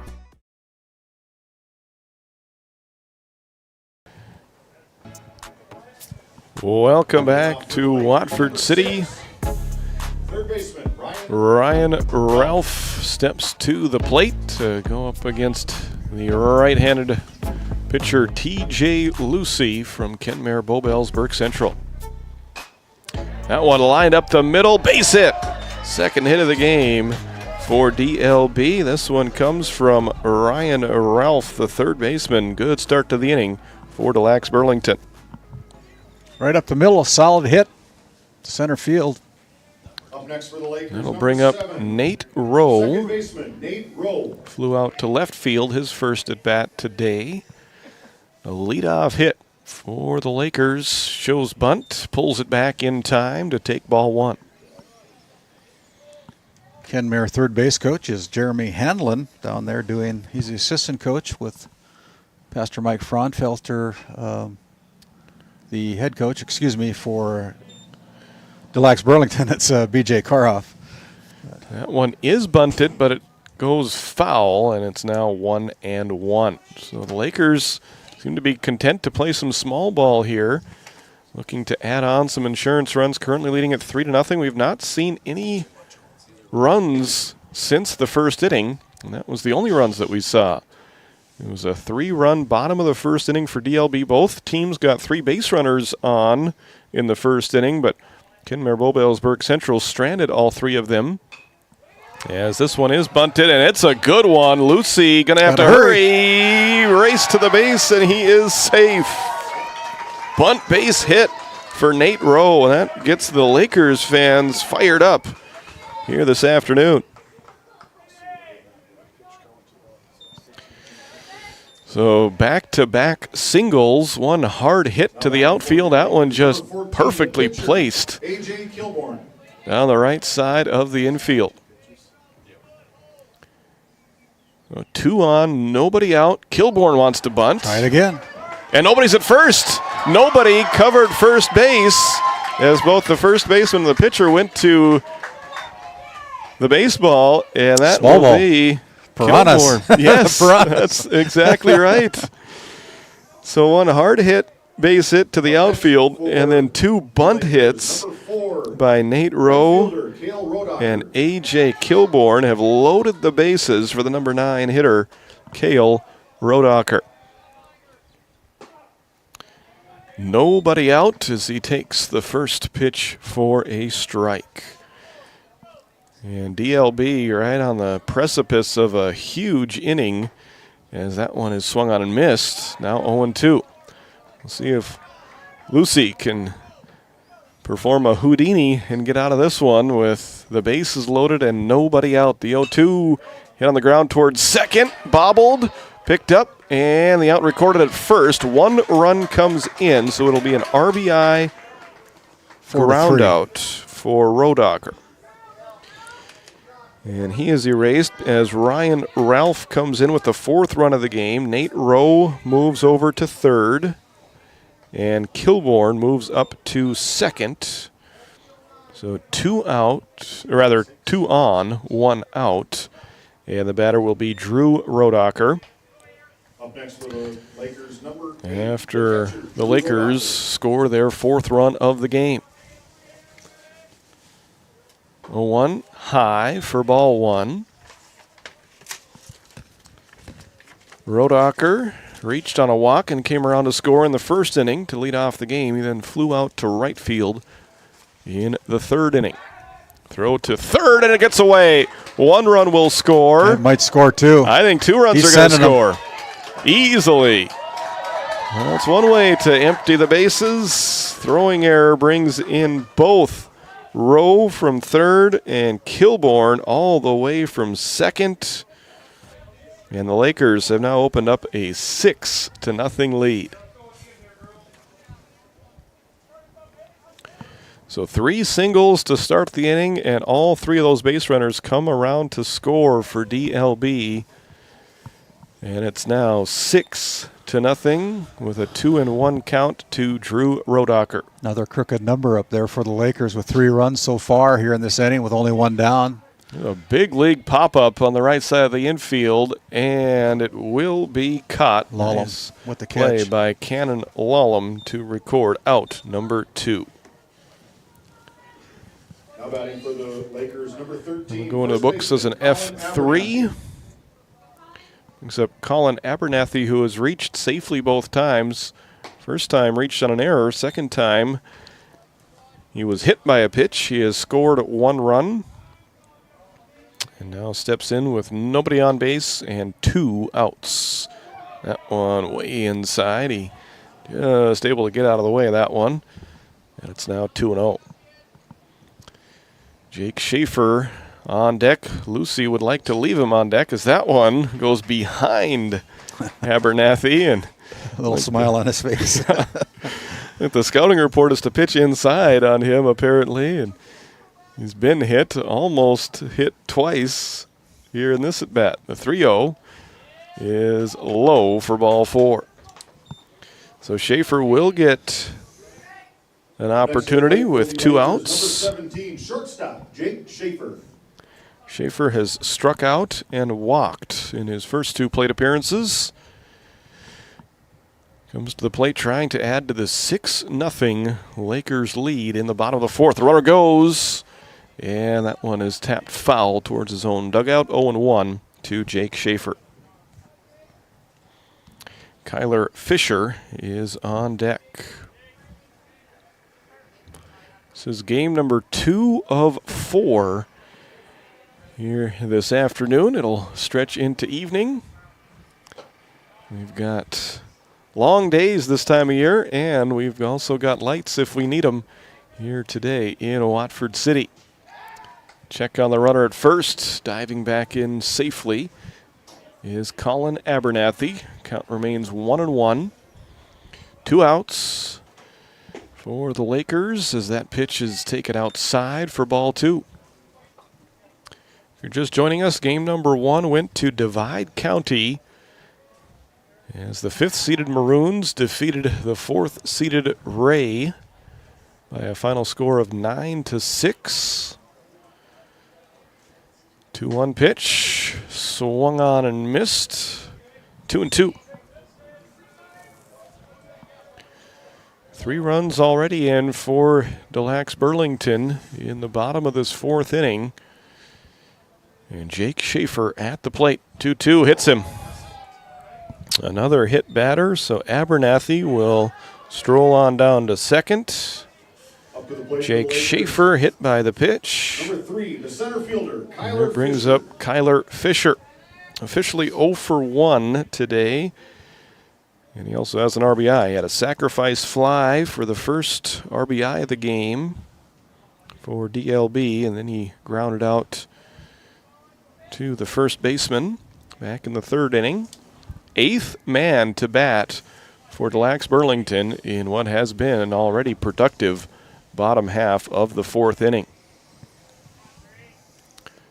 2 on, 2 out. First one low and outside for ball 1. It's been a long inning for the Canberra Bowbellsburg Central Honkers. It has been. TJ Lucy has seen his pitch count climb all the way to 80. Now is that one hit on a rope over the shortstop's head. They're going to send the runner. Abernathy will score. Standing up. 4th run of the inning, 7th run of the game for Delax Burlington as they now lead it 7-0 on the RBI single from Kyler Fisher. Yeah, Coach B.J. Karkoff has got his well-oiled machine defending Region 7 champions working hard here today, and we're going to have a little break in the action as head coach Mike Fraunfelter going to come out and discuss some issues with his team, and we'll send it back to our studio. We'll come back with more action here from the Region 7 postseason tournament. Back after this timeout. This Game Day Media broadcast is brought to you by TNT Measurements Incorporated, providing oil and gas allocation meter proving, calibrations, and production facility lac provings. To schedule your proving, contact Derek Thompson at 701-421-1351.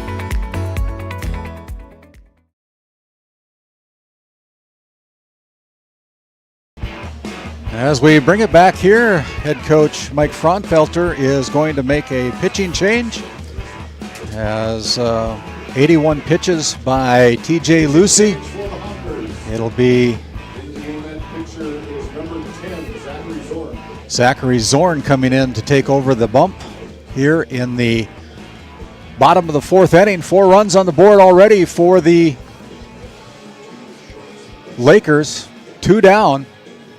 As Zorn comes in to pitch, relieving TJ Lucy. I think he'll go to third base when play resumes. But, yeah, we've got a couple of technical problems with a couple of our sponsor ads, and we're sorry about that. But we want to thank the Montreal Williams Electric Cooperative, Burke Divide Electric Cooperative for helping us put on this tournament. Your Touchstones partners up there in Columbus and Williston, and their members helping make this possible here on Game Day Media, as well as NCC over in Ray, North Dakota, one of our premium sponsors that have come on to help us put on this tournament. And NCC, along with RTC Networks, are premium sponsors throughout the entire contract year that we had starting back in August. And you know what? Before long, it's going to be the start of the 2025-2026 sports season, Titus. Yes, it sure will. We blinked, and it's already May. It was like it was New Year's just yesterday, but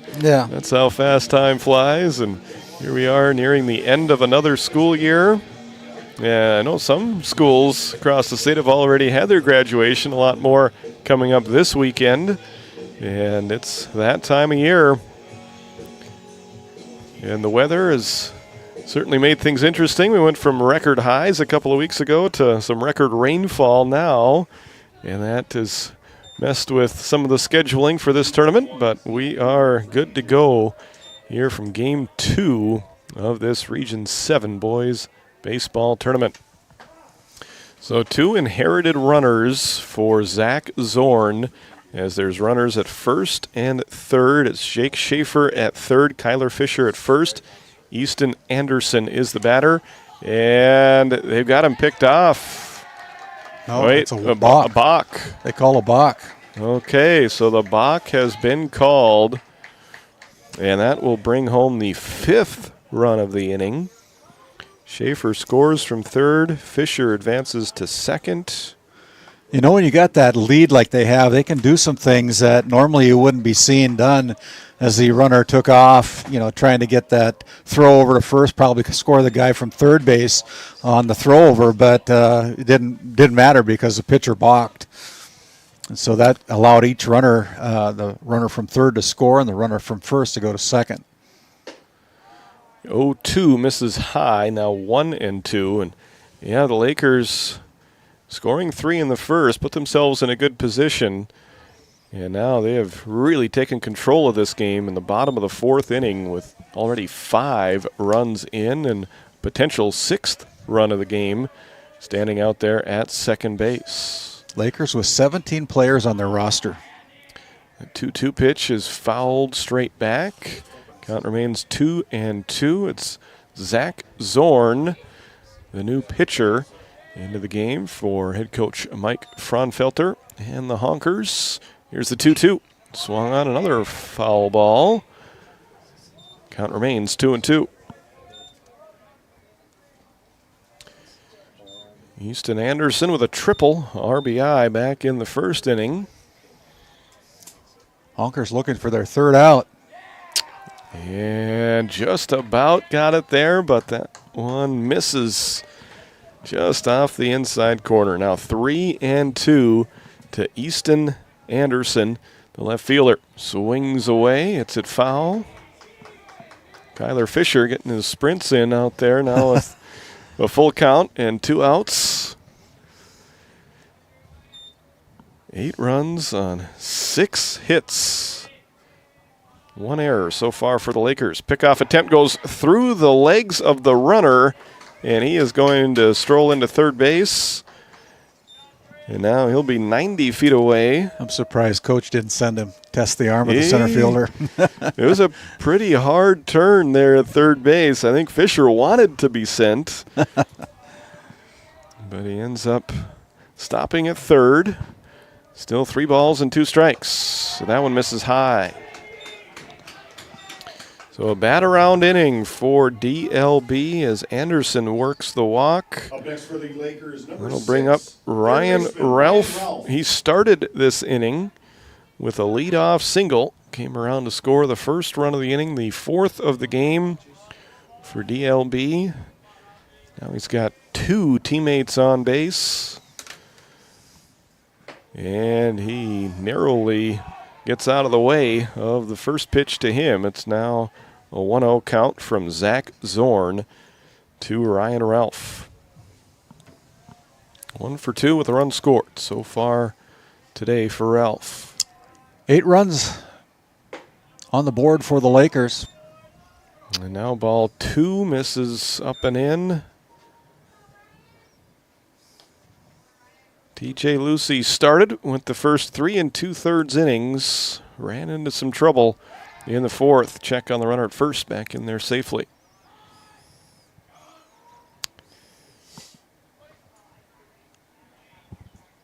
Double elimination tournament. A really important game here for these 2 teams, and DLB has put themselves in a good spot with this 8-0 lead. Once this game completes, game number 3 will take place around the 6 o'clock mark with the Divide County Maroons taking on the number 1 seed Renville County Muskrats. Right now the Honkers having a tough time finding the strike zone. So Ryan Ralph works the walk. Up next for the Lakers, his second time on base in this inning. Nate Rowe. We'll bring up Nate Rowe, who got on base with a bunt base hit. Came around to score. That was the first of 2 consecutive bunt hits for the Lakers that really got the momentum rolling in their favor in this bottom of the 4th inning. Back when these 2 teams met up back on the 15th of April, the Lakers won 9-1 and 10-2 in a doubleheader. This one hit on the ground hard towards shortstop. And it will be not in time. An infield hit, the second infield hit of the inning. That's for the way you play baseball. You hustle out everything. You run everywhere, and you just hustle. And good things happen when you hustle. So Kyler Fisher scores the 6th run of the inning. Well-coached team. BJ been at the helm for a number of years, and kids like to play for him, I believe. I know I didn't have any success against him when I was coach for the Tioga Pirates, but he just sets the bar so high for the rest of the region, and gotta hurry. Puts that one, and another misplay. Good hustle play by the Lakers. 7 runs so far here in the bottom of the 7th. Yeah. Or the bottom of the 4th, excuse me. You mentioned it there, Andy. You just hustle. You put the pressure on the defense, and good things like that will happen for you. Easton Anderson scores the 7th run of the inning. Ralph moves on over to third. Rowe up to second. Kilborn reaches on that error. Ball gets away. Runners will stay put. The base is full of Lakers right now in a commanding 10-0 lead.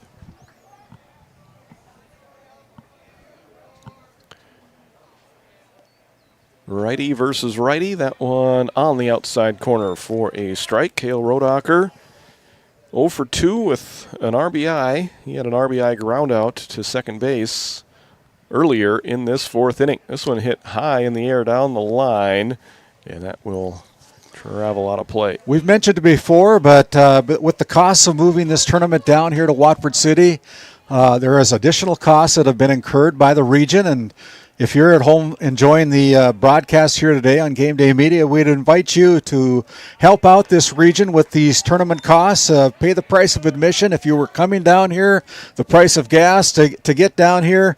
But we'd appreciate a donation on your behalf to help out the region cover the cost for this tournament. You can send your donation to Game Day Media at P.O. Box 381. In Tioga, North Dakota. We'll make sure that the region tournament managers get that to us. You can also, there's a hit batter. You can also send it to our Venmo account. You can search me out at Randall Peterson, and you can send it to me Venmo-wise, and we'll make sure that Ben Schaefer and Michael Bergstrom, the tournament managers of this Region 7 tournament, get that money. And we'll make sure they get it and get it into their coffers to help offset some of these costs down here at Watford City. Second RBI of the inning for Cale Rodacher. That one will leave a mark as it's a hit by pitch RBI. And he brings in Ryan Ralph. Nate Rowe up to third. Kilborn up to second. Rodacher now the runner at first base with Drew Rodacher batting. He gets hit. And it's 12-0. And this one kind of unraveling here in the 4th inning. Wheels are falling off right now. Yeah, for the Honkers. So Drew Rodacher with now a hit batter RBI. And there's going to be some pressure on the Honkers when they come up to bat, as a courtesy runner will come in, I believe, and run for the catcher. Will Marquardt into the game as a runner at first base. So I was saying the pressure put on the Honkers. They're down by 12 right now. 10-run rule is in effect after 5. And here comes another run. Another wild pitch. Yeah, that mountain is getting higher and higher to try and climb out of. Yeah. Well, Kilborn scores the 9th run of the inning, and it looks like we're going to have another pitching change here in Watford City. All to Lax Burlington in this one. They've scored 10 in the inning. It's 13-0, their lead over Kenmare Bowbells-Burke Central. We'll be back after this timeout on Game Day Media. Have you ever wondered how your internet works? It starts with fiber in the ground. And local employees who connect that fiber to your home or business. Our 9,000 miles of fiber keep you connected. To your neighbors and the world, while keeping your data safe from intrusions, viruses, and malware. At RTC Networks, we're proud to offer our community the fastest, most reliable fiber optic internet available. Our goal is to keep you connected seamlessly and securely.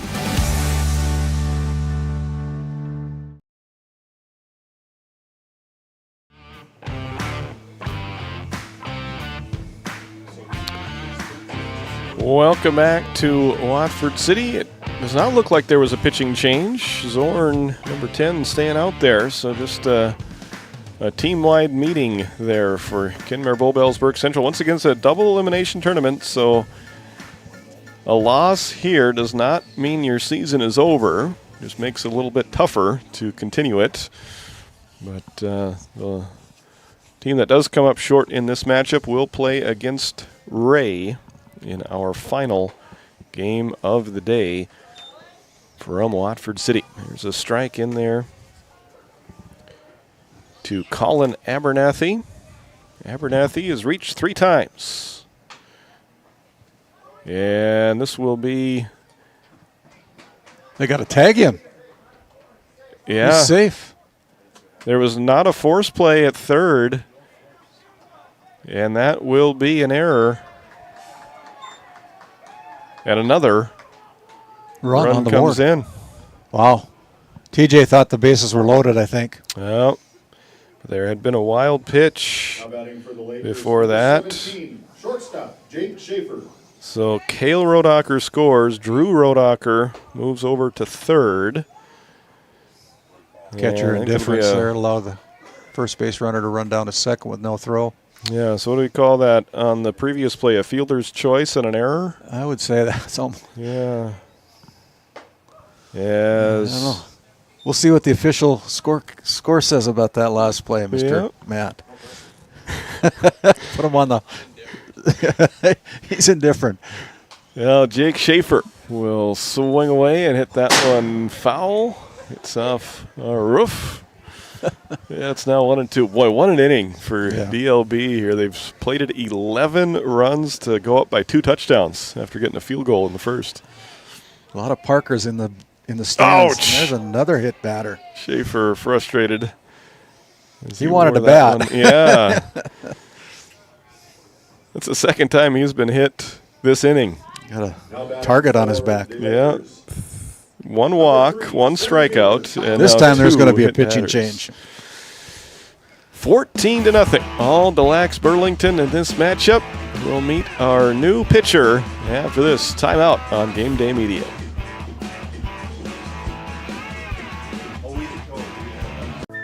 This Game Day Media broadcast is brought to you in part by Tegan's Interiors, located on Main Street in Crosby, North Dakota.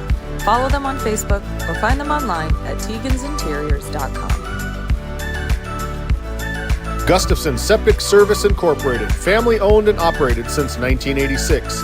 Offering septic service, portable restrooms and hand wash, sewer jet and camera services. Located in Stanley, North Dakota, call for a free quote at 701-628-2960. Voted a top 20 critical access hospital in quality, our Level 5 Trauma Center is ready to handle all your emergency needs with our acute stroke ready certification and full lab and radiology departments. Our physical, occupational, and speech therapy providers are available for all your rehab care, and our family practice clinic provides a variety of care including well child and child immunizations. Psychiatric care is available by telehealth, and mental health is available in person. To schedule an appointment, call us at 701-628-2505 or find us on our website at stanleyhealth.org. Montreal County Medical Center, here to help you throughout a lifetime.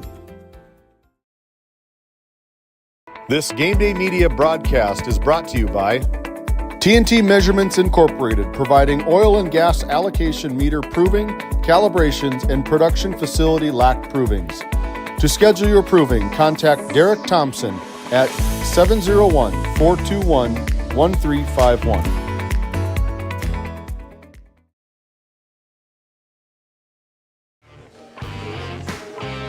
As we bring it back here, pitching change. Cohen Syme comes in from his center field position to replace Zach Zorn on the bump. And the third pitcher of the game here for the Kenmare Bowbells Burke Central Honkers. Well, center fielder comes in to pitch, and he will face a center fielder in Kyler Fisher. Fisher has already singled in this inning at an RBI and also scored a run. One of 11 runs scored by Delax Burlington in this monumental 4th inning. Been very productive. 0-1 misses inside to even it up at 1-1. Kenmare Bowbells, Burke Central down by 14. And that one gets away. It's going to be 15 on the wild pitch as courtesy runner Marquardt scores on that play.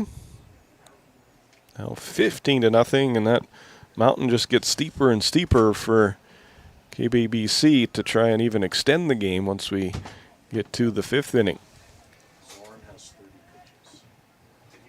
Ooh. That one hit high to deep left, and that's well over his head. Drops on the warning track. Everybody will score. That is going to be a triple for Base is clearing. Kyler Fisher. Wow, that was the hardest hit ball we've seen all day. Yeah. So Kyler Fisher with a 2-run triple. Now batting for the Lakers, number 11, left fielder, Easton Anderson. Easton Anderson comes up for the second time this inning, and this will be a bat around inning times 2. 18th batter of the inning, and he hits a base hit into left field. So Anderson gets an RBI single, making it 18-0. They'll bring up Ryan Ralph for the 3rd time Number 6, this inning. third baseman, Ryan Ralph. Ralph has reached twice and scored twice in the 4th inning alone. Takes the first pitch there.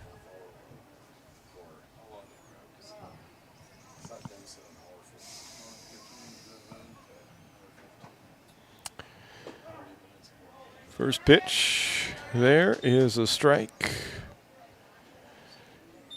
18 runs, 9 hits so far for Delax Burlington. As this one hit on the ground towards third. Third baseman can't grab it. The inning will continue in just a frustrating inning for Ken Mayer Bobelsburg Central. Next to the plate Anderson for the reaches for the Lakers, 3rd time number this 7, inning. second baseman, Nate Rowe.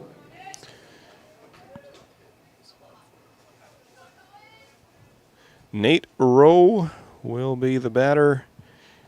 He is 2 singles in this inning with an RBI. Hits that one high in the air towards right center field. That'll drop. And another base hit. Another run scores. Another RBI for Rowe.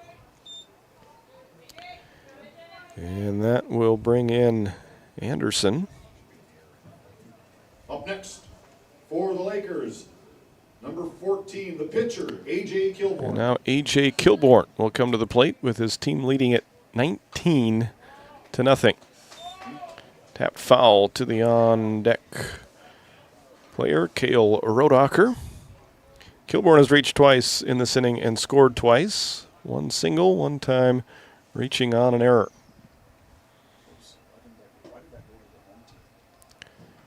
So pitch low and outside to make it 1-1.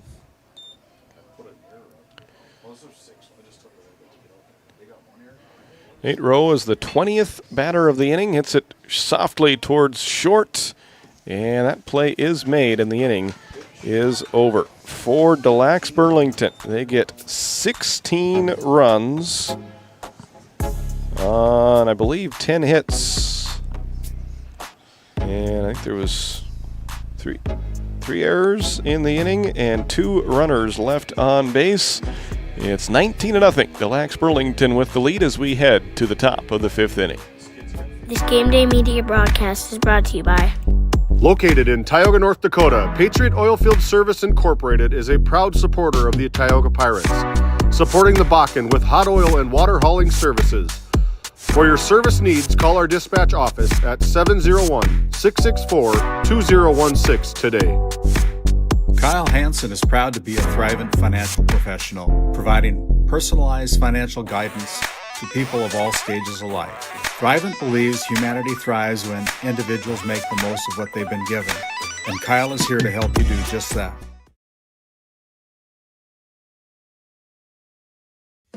This Game Day media broadcast is brought to you by Lindsay Grocery is a locally owned and operated business in Crosby, North Dakota.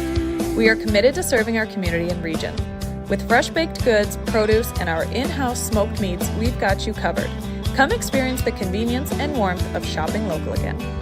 Tioga Drug and Soda Shop, located at 106 North Main Street in Tioga. Visit tiogadrug.com.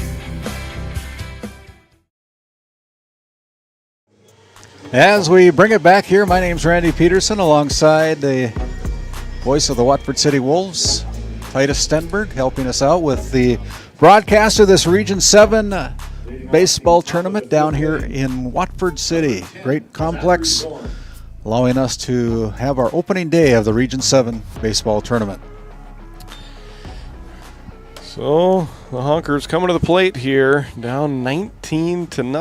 Kilbourne trying for a complete game. He has pitched well. We'll see what that lengthy inning, if that affected him at all. He does miss with the first two pitches to the leadoff batter. Zach Zorn gets a swinging strike on the 2-0 delivery to make it 2-1. Kenmare needs 10 runs to keep this game going. And Zorn trying to get him off to a good start. Puts that one high in the air to left field, but it will hang up there as the catch is made out there by Easton Anderson for out number 1. Well played by Anderson for the first out of the top of the 5th inning. Brings up third baseman TJ Lucy. And Kilbourne has now retired 11 consecutive batters. He's doing a great job here today. He really is. He's a leading candidate for our Brad Johnson Insurance Player of the Game, I would say, as that pitch is swung on and missed or foul tipped into the glove. 0-2 to TJ Lucy. And Randy, if you can put your coaching cap on as we watch another strikeout there, what is the message to your team in between games here if you're Kenmare Bowbells, Burke Central? Still not out of the tournament yet. Yeah, you still got life. You know, it's better than losing out on Tuesday. That's you right. know, and you still got life, but you got to come to play some baseball. And, you know, they've got a good team. They just not, they're got too many crooked numbers for the Lakers here tonight. Yeah, really just two. It was the first inning, and then a scoreless second and third, and then 16 runs in the fourth. Yeah, that's as big of a number, I think, as I've ever seen in one inning. 16 runs in the fourth. That one hit high and foul. Already 2 down here. Out of play. Ball goes out of play. Looks like it's the Divide County Maroons over there. Waiting around. They got another game today. Yeah. Speaking of other games, our next game up will start around the 6 o'clock mark as we move on here. Let the Watford City Wolves practice from 5 to 6, and we'll come on with our first pitch around 6 o'clock. It'll be the Divide County Maroons taking on the Renville County Muskrats in our third game of the opening day of the Region 7 tournament. Lazy fly ball. High in the air to right. The second baseman will call off everybody and make the catch for the third out of the inning. So Kenmare Bowbells Burke Central goes quietly in the 5th. No runs, no hits, and That's nobody the end of left the on game. base. And that is the final score. Yeah, 19-0. A 5-inning shutout for A.J. Kilbourne. 5 strikeouts as he gets the win here, helping his team to a 19-0 victory. Congratulations to DLB. And we'll be back with our post-game show after this. D&L Paraffin Incorporated is a local family-owned hot oil company that has been in operation since 1981. We work hard to develop good business relationships with the oil field companies in the Tioga area. While offering services north of Lake Sakakawea, we focus on integrity, hard work, and safety. For all hot oil services, call dispatch at 701-641-3065 or 701-641-6310. And for hiring information, be sure to follow us on Facebook at DL Paraffin. This Game Day Media broadcast is brought to you by Lindsay Grocery is a locally owned and operated business in Crosby, North Dakota. We are committed to serving our community and region. With fresh baked goods, produce, and our in-house smoked meats, we've got you covered. Come experience the convenience and warmth of shopping local again. Tioga Drug and Soda Shop, located at 106 North Main Street in Tioga. Visit tiogadrug.com.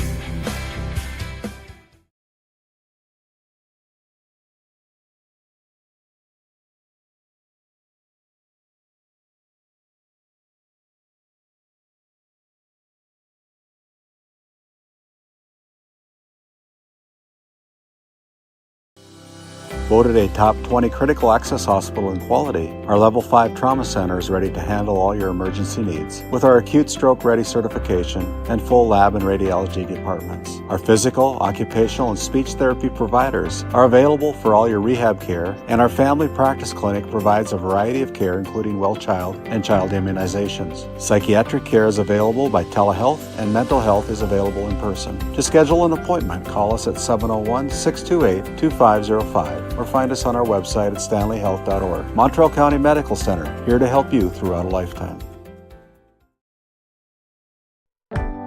Located in Crosby, North Dakota, Brad Johnson Insurance has been helping clients find insurance coverage since 1986. Our team is passionate about serving the community in which we live and pride ourselves on getting to know our clients to best serve their needs. Our staff is active in the public and strives to better our community through participation, involvement, and by supporting area events and youth programs. For a quote, visit bradjohnsoninsurance.com or call 701-965-4200 today.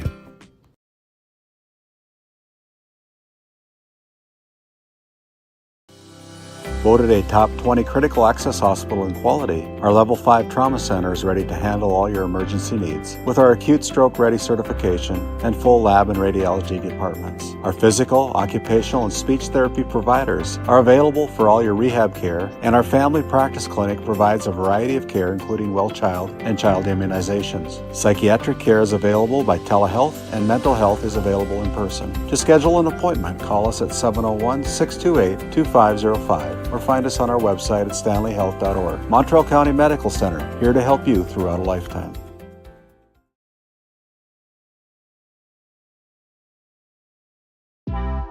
D&L Paraffin Incorporated is a local family-owned hot oil company that has been in operation since 1981.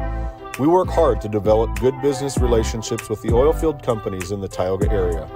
While offering services north of Lake Sakakawea, we focus on integrity, hard work, and safety. For all hot oil services, call dispatch at 701-641-3065 or 701-641-6310. And for hiring information, be sure to follow us on Facebook at DL Paraffin.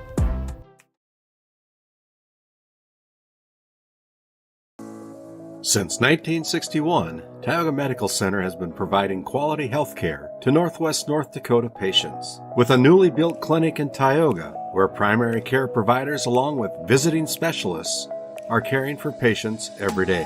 Primary care clinics in Ray and Powers Lake also. Call for an appointment today at 701-664-3368. Tioga Medical Center. Great staff making a difference in the lives of patients every day. Welcome back to Watford City. You're watching the Region 7 baseball tournament. My name is Titus Stenberg. We welcome you into your D&L Paraffin post-game show. And Randy Peterson is down on the field. He's caught up with our Brad Johnson Insurance Player of the Game, AJ Kilborn.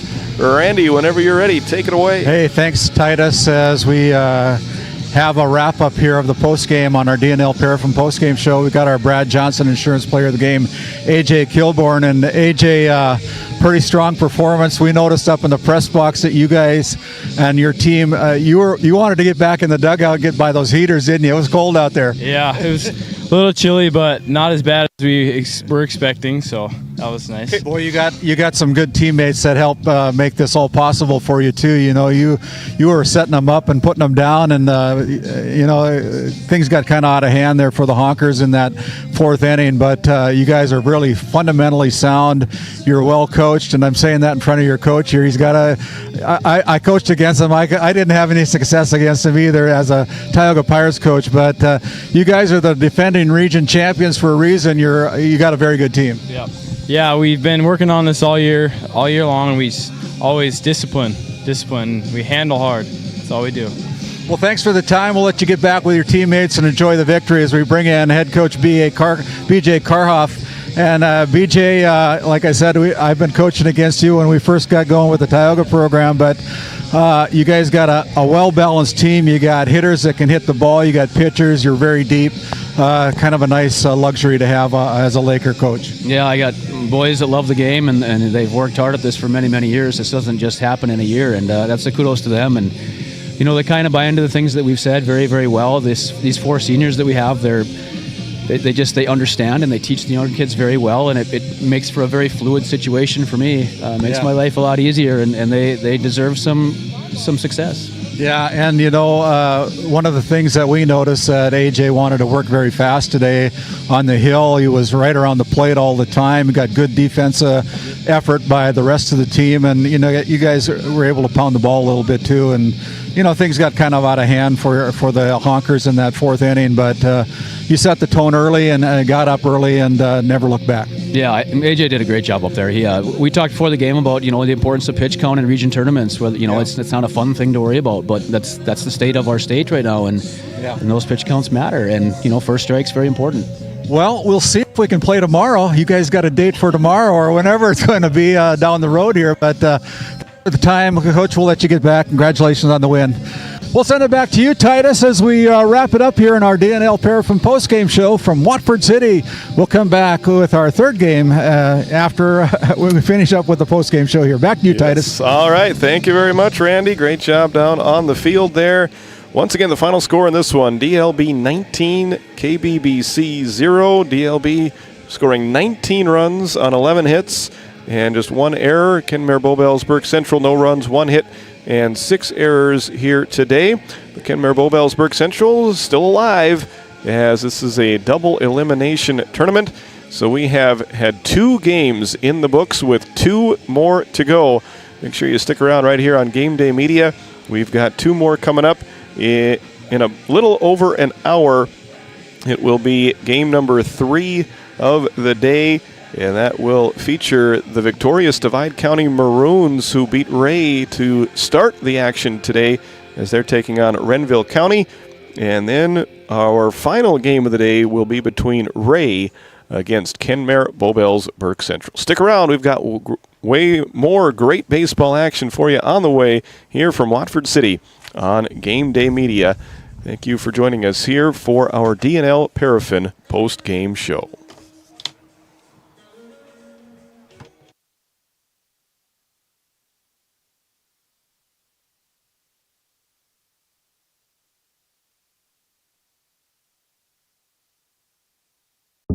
At Souris Valley Dental Group, we've been using modern treatment techniques and products to help families smile since 1968. Voted as the #1 dentist in Minot, our team of expert dentists combine their unique areas of expertise and their experiences to create treatment plans that help each individual patient meet their goals. Contact our dental office at 701-419-8900 or visit sourisvalleydental.com to schedule an appointment today. You can count on us to keep your family grinning from ear to ear for many years to come.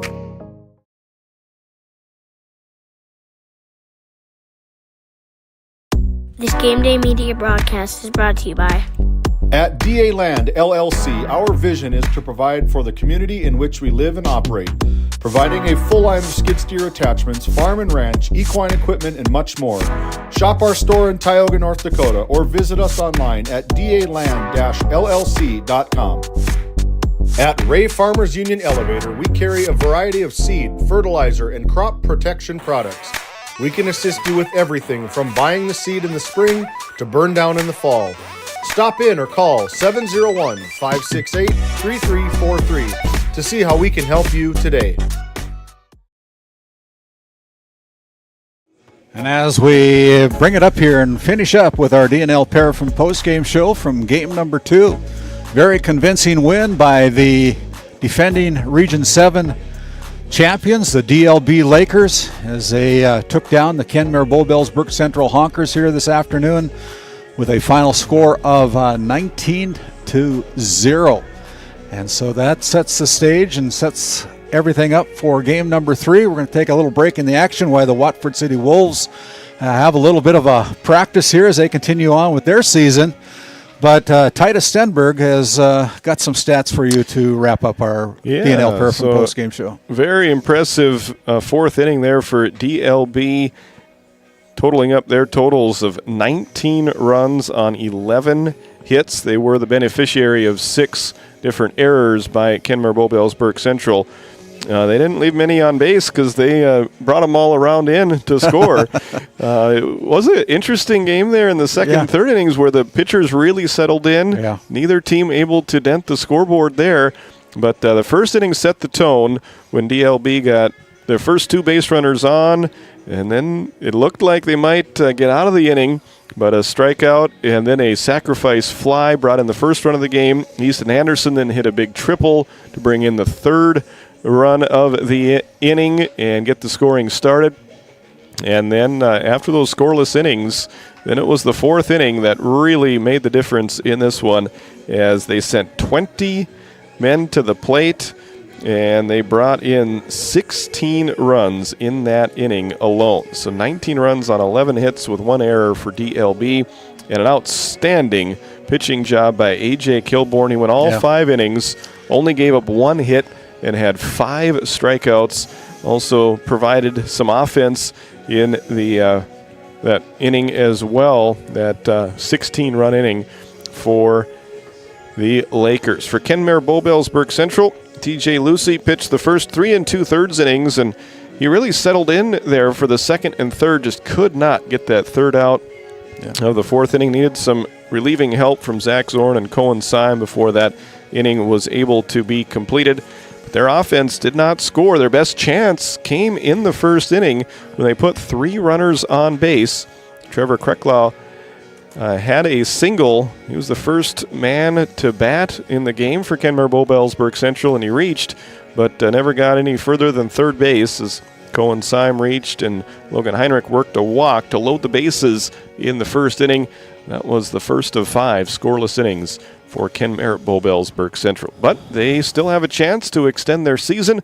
We'll see them play against Ray in our 4th and final game of the day. Before that, it'll be the Battle of the Counties as Divide County will take on Renville County in game number 3. Hope you can stick around and join us for that game. That'll be the 3rd game of the day from the Region 7 baseball tournament down here in Watford City. Thank you, Titus. With that, we're going to play our little outro, and then we'll bring it back here and let you enjoy the sights and sounds of Watford City as the Watford City Wolves are doing their regular season practice right now, as they've allowed us to have this region tournament down here at Watford City, and kudos to them for allowing us to do this here on Region 7. My name's Randy Peterson with GameDay Media along with Titus Stenberg. And we'll see you after we come back. Tonight's GameDay Media broadcast was brought to you by NCC, Tioga Medical Center, Souris Valley Dental Group of Minot, D&L Paraffin, Brad Johnson Insurance, Nesset Consulting Service, Tioga Ace Hardware, Tioga Parts Supply, Tegan's Interiors, Tioga Drug and Soda Shop, Montreal County Health Center, Kyle Hansen, Financial Advisor, Lindsay Grocery, Montreal Williams Electric Cooperative, Burke Divide Electric Cooperative, Faith Baptist Church of Kenmare, Ray Farmers Union Elevator, Gustafson Septic Service Incorporated, Tioga Pirates Booster Club, DA Land, LLC, Henson's Fur and Leather, Rivera Bank, Patriot Oilfield Service Incorporated, TNT Measurements Incorporated, RTC Networks.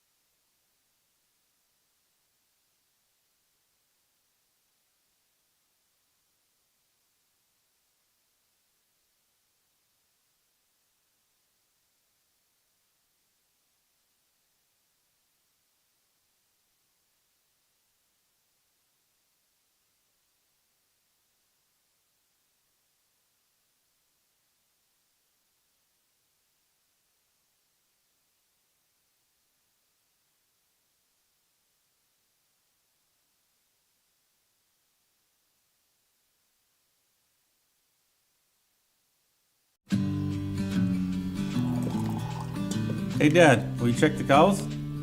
Use this instead, Grandpa. The cows look fine, Dad. In my day, we had to sleep in the barn to check the cows. Combining tradition and technology, respecting the past while embracing the future. RTC Networks.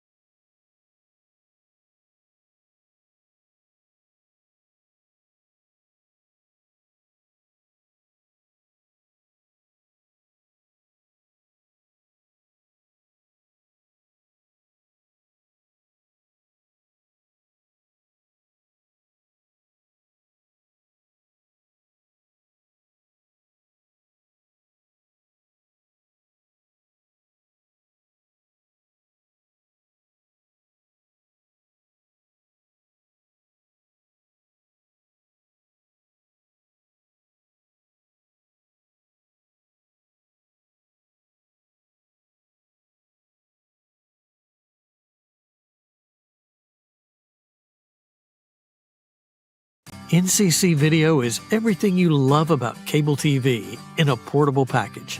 Watch shows live or record them wherever you are, whether you're at home or on the go, even out of state. No more fighting over what's on TV, because everyone can watch what they want, when they want, on their own devices, all for the same price or less than you're paying today. We'll even get you set up at home and show you how to use it. NCC Video. Take your TV with you.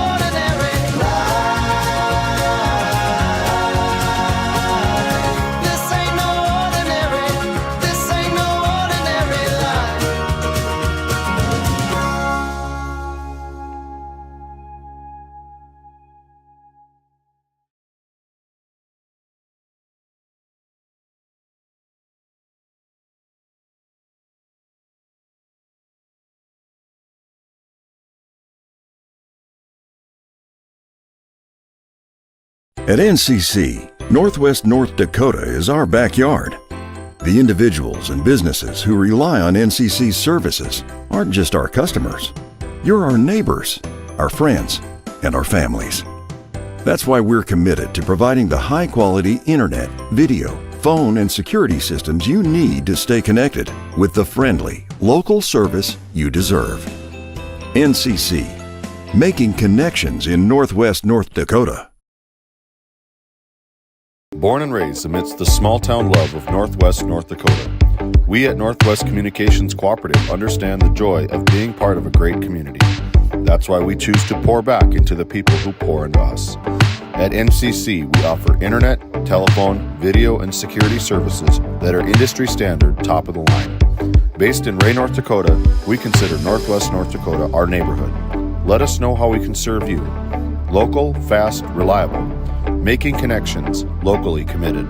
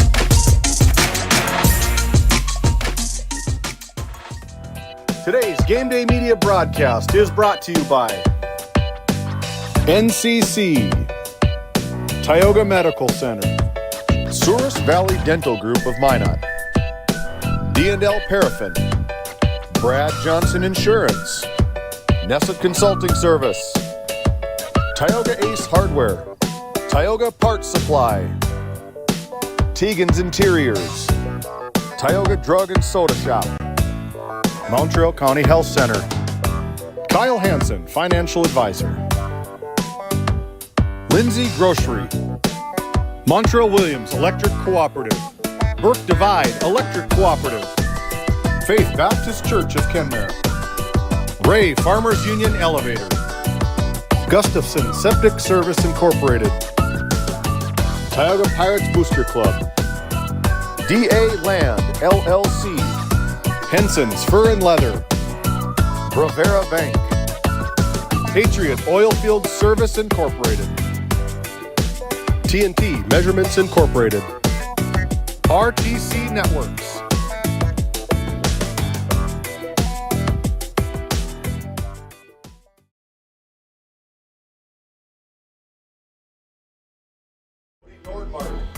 Hey, as we bring it back for game number 3 here on Game Day Media, welcome back in here to Game Day Media. My name is Randy Peterson, alongside my colleague Titus Stenberg.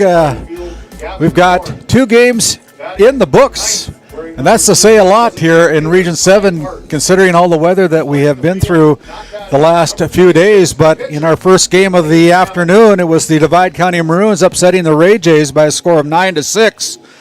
And in our last game that was just played, it was the DLB Lakers putting out the Kenmare Bowbells-Brook Central Honkers by a score of 19-0.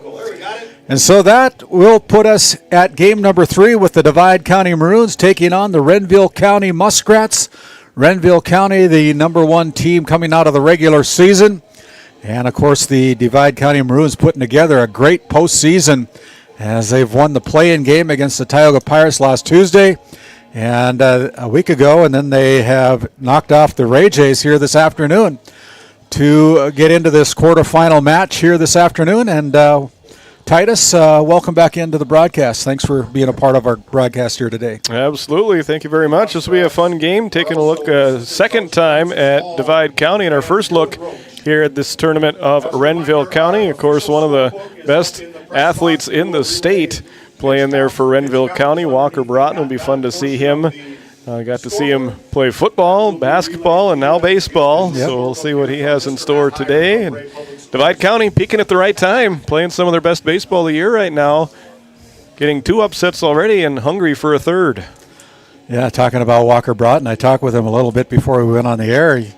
He also qualified for the state golf tournament. Wow. So I don't know if he's a scratch golfer or not, but he I've always said when Walker was born, and he must have been standing in the front row when God was handing out the talent pool. He's quite an athlete, going to be a Bison next year for NDSU to play football, and all the best to him. But he's got a lot of teammates surrounding him, and we're looking forward to the broadcast here this afternoon as the number 1 seed Renville County Muskrats face off with the Divide County Maroons and our Souris Valley Dental Group, Tioga Ace Hardware. First pitch from the pitcher, Lane Hammond, is a ball outside. And we're underway. Jake Riestead, Mason Johnson, and Landon Hubble. Landon Hubble, and the next strike, pitch is a strike, evening the count at 1-1. We're very comfortable here in our press box at the Glen A. Wahoos baseball field. And best seat in the house. Best seat. Got a space heater down here and got some hot dogs. And we got some Diet Cokes that have been brought up here. And excellent hosts here of this Region 7. They opened up their doors for us and opened up their arms to allow the Region 7 to be played down here. We had 2 games that took place at the beginning of the day. It's a short, small grounder to the first baseman, and it's a 3U first out. And that first baseman is Drayson Johnson, also a pitcher for the Muskrats. Now batting is number 9, Mason Johnson. He's the third baseman for the Divide County Maroons. Like I said, the Wolves opening up their doors here to allow the Region 7 to move their venue from Ray, North Dakota at Glenn Severson Field down here to Watford City to try to get this first day underway. As out to a quick 0-2 start on Mason Johnson is Lane Hammond. But yeah, you can see from the pictures that we have here, it's a beautiful complex. There's a called strike 3. 3 pitches, 3 strikes, second out on the board. And it'll bring up Landon Hubble, followed by Damon Bowling in the cleanup position. Call that a good morning, good afternoon, and good night at bat there. Absolutely. Landon Hubble. I don't know why I'm calling him Hool, but Landon Hubble takes the first one in as a ball. Divide County scored 5 runs in the top of the first inning there against Ray in the first game of the day. So far, no runs yet and 2 outs in this top half of the first inning. You know, they would like to get something up on the board there and put a little pressure on the Muskrats. Hubble was 1 for 4 in our opening game against the Ray Jays here this afternoon. There's a foul ball out of play, makes the count 2-1. Again, my name's Randy Peterson alongside of Titus Stenberg.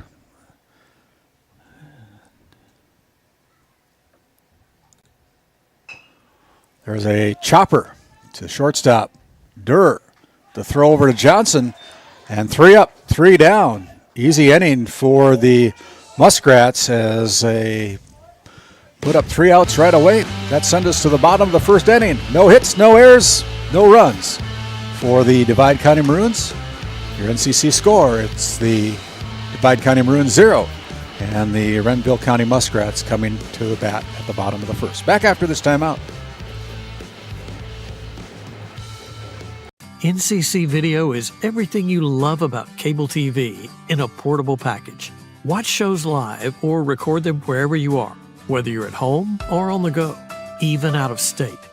No more fighting over what's on TV, because everyone can watch what they want, when they want, on their own devices, all for the same price or less than you're paying today.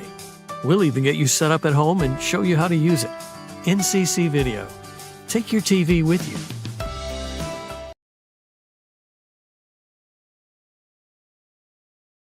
NCC Video is everything you love about cable TV in a portable package. Watch shows live or... Have you ever wondered how your internet works? It starts with fiber in the ground. And local employees who connect that fiber to your home or business. Our 9,000 miles of fiber keep you connected. To your neighbors and the world, while keeping your data safe from intrusions, viruses, and malware. At RTC Networks, we're proud to offer our community the fastest, most reliable fiber optic internet available. Our goal is to keep you connected seamlessly and securely.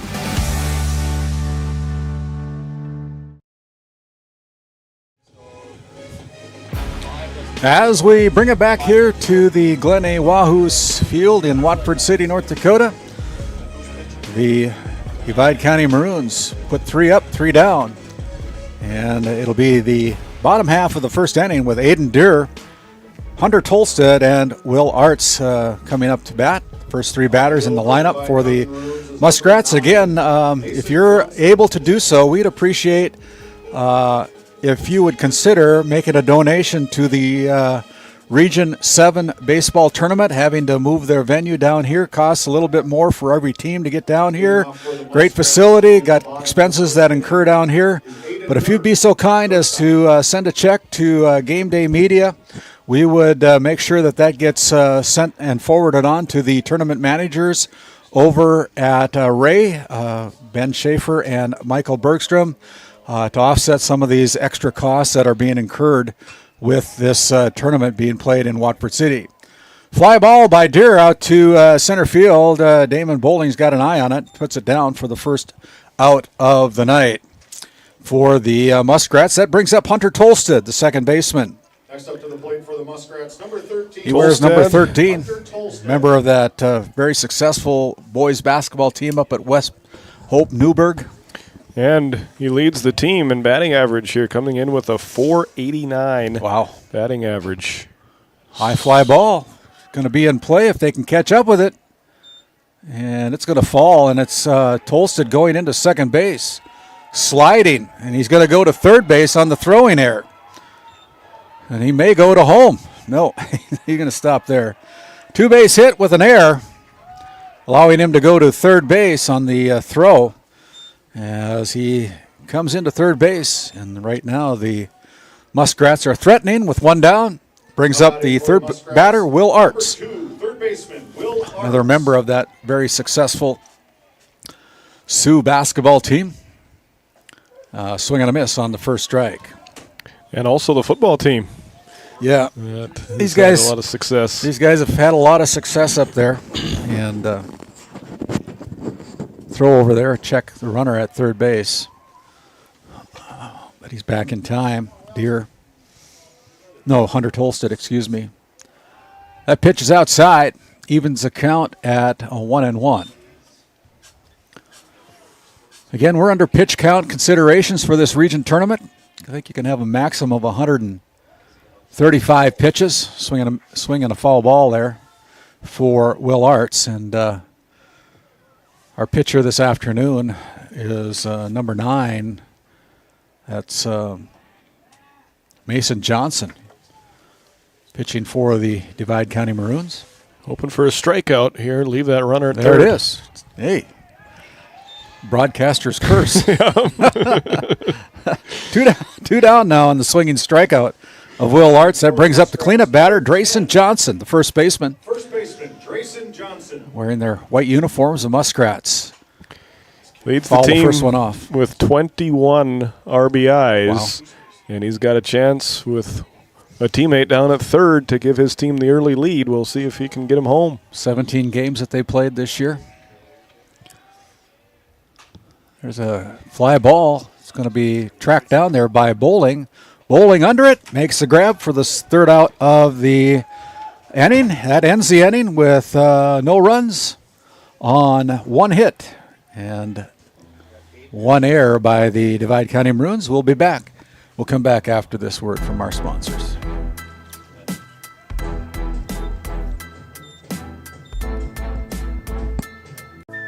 This Game Day media broadcast is brought to you in part by Tegan's Interiors, located on Main Street in Crosby, North Dakota. Follow them on Facebook or find them online at tegansinteriors.com. Gustafson Septic Service Incorporated, family owned and operated since 1986. Offering septic service, portable restrooms and hand wash, sewer jet and camera services. Located in Stanley, North Dakota, call for a free quote at 701-628-2960. Voted a top 20 critical access hospital in quality, our Level 5 Trauma Center is ready to handle all your emergency needs with our acute stroke ready certification and full lab and radiology departments. Our physical, occupational, and speech therapy providers are available for all your rehab care, and our family practice clinic provides a variety of care including well child and child immunizations. Psychiatric care is available by telehealth, and mental health is available in person. To schedule an appointment, call us at 701-628-2505. or find us on our website at stanleyhealth.org. Montreal County Medical Center, here to help you throughout a lifetime. Hey, as we bring it back here to the top of the second inning. Both teams with goose eggs in the first inning. Yeah, really a good start for both pitchers. The Muskrats had the best chance at pushing a run across as they got their second batter of the inning all the way to third, but his teammates unable to drive him in, so we go to the second without any scoring yet.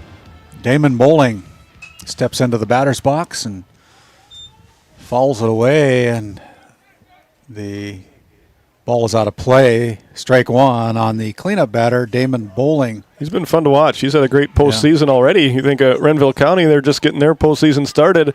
Damon Bowling, this young man already has 2 full games and some putouts at center field under his belt now as he comes to the plate for his 3rd game of his postseason run. I think he's playing center field for the Divide County Maroons. He was put in at shortstop, I believe, with the lineup card, but they made a change before the game started, so he is at center field. Good thing he was there.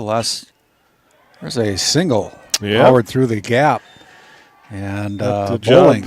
Defensively done there in the bottom of the 1st inning. Now he starts the offense with the leadoff single to start the 2nd. Good chance for Divide County to strike first. That brings up Marcus Shaw. Now batting for the Maroons, number 17. Shaw is the left fielder for the Divide County Maroons, batting in the 5 hole as Bowling takes a lead at first base. Checked there by the pitcher, Hammond. First pitch is a ball.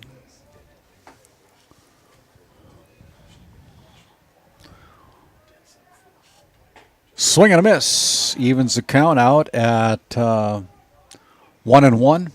Over the top of it on that one. Good pitch. Evens up the count as some fog is starting to roll in here in Watford City. Yeah. It kind of feels like it's cold enough to snow. Yeah. You got some 4-leggers out there that are protected tonight? Yeah, it was snowing in the Black Hills yesterday, and it sounds like we got a chance up here as well. Yeah. Had all kinds of rain. We're well over 6 inches of rain in the last week here in the Watford City area. And, yeah, it sure can snow in May. It's done it before. 3-1 now the count. As that ball is outside, that's a bases on ball as Bowling trots down to second base, and Shaw occupies first base on the bases on ball, and that'll bring up number 11, the catcher, Riker Kresbaugh for the Divide County Maroons. Really good start to the inning for Divide County. See if they can cash 1 or 2 of these runners in. I've been really impressed with these Maroons here in the postseason. There's a called strike for Kresbaugh, as they only had 2 regular season wins during the regular season and have put together 2 consecutive wins in postseason play. One in the play-in game and one here in the opening game of our Region 7 tournament.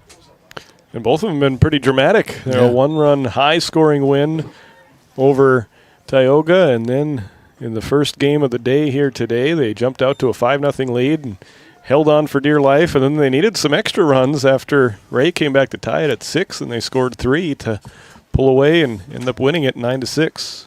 There's another ball, and it's 3-1 now. Runner goes. As a delayed steal. Delayed steal as Coach Johnson got his team running. I don't know if he got the sign, if Bowling got the sign, or if he just did it on his own. Yeah, it was a great play, whoever called for it. Yeah. That'll get the attention of Henry Savicle, the head coach of the Muskrats. Yes. And now with nobody out, he's really in scoring position. That'll be another walk. Bases loaded, full of Maroons. Yeah. 2 consecutive walks loads the bases, and that'll bring up the second baseman batting in the 7 spot, Eric Domstrike. Now batting for the Maroons. Domstrike Second baseman, Eric bats from the right side. And nobody out. There's a swinging strike. Got a good cut at it. Wearing a little bit of a... Yeah, hard to read his number. Yeah, wearing a warm-up jersey to keep himself warm. That ball's outside. 1-1 now for the batter, Eric Domstrike, the second baseman for Divide County, with bases full. Swing and a miss, another big cut. He wanted to put that past the 320 mark of the left field line. 320 down both lines, 360 down the center field fence. Fouled away, out of play. Keeps alive. Still 1-2 on the batter, Domstrike.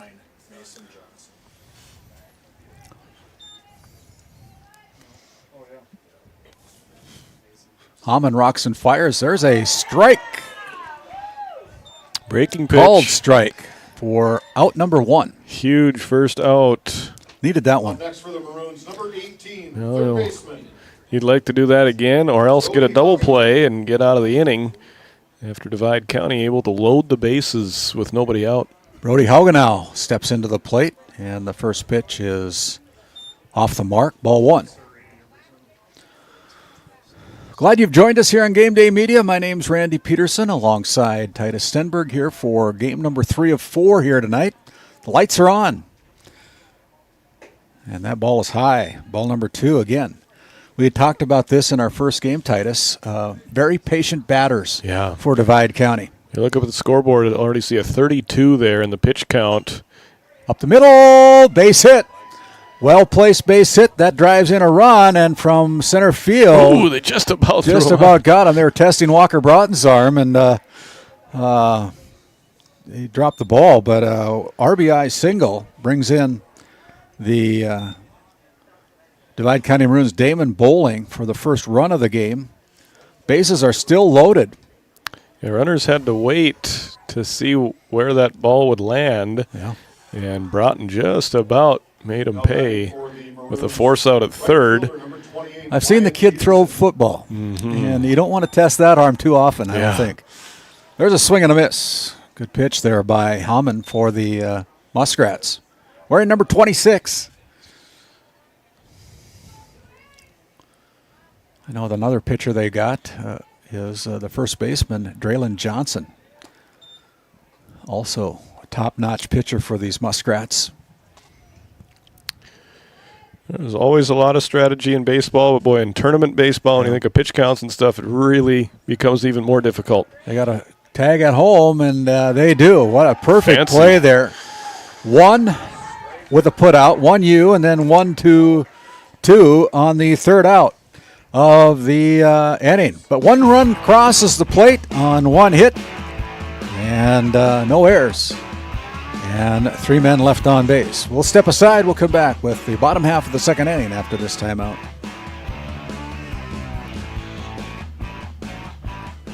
Since 1961, Tioga Medical Center has been providing quality health care to Northwest North Dakota patients. With a newly built clinic in Tioga, where primary care providers along with visiting specialists are caring for patients every day. Primary care clinics in Ray and Powers Lake also.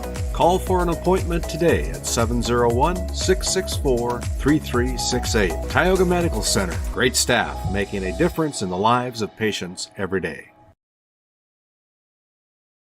This Game Day Media broadcast is brought to you in part by Nessa Consulting, located in Tioga, North Dakota.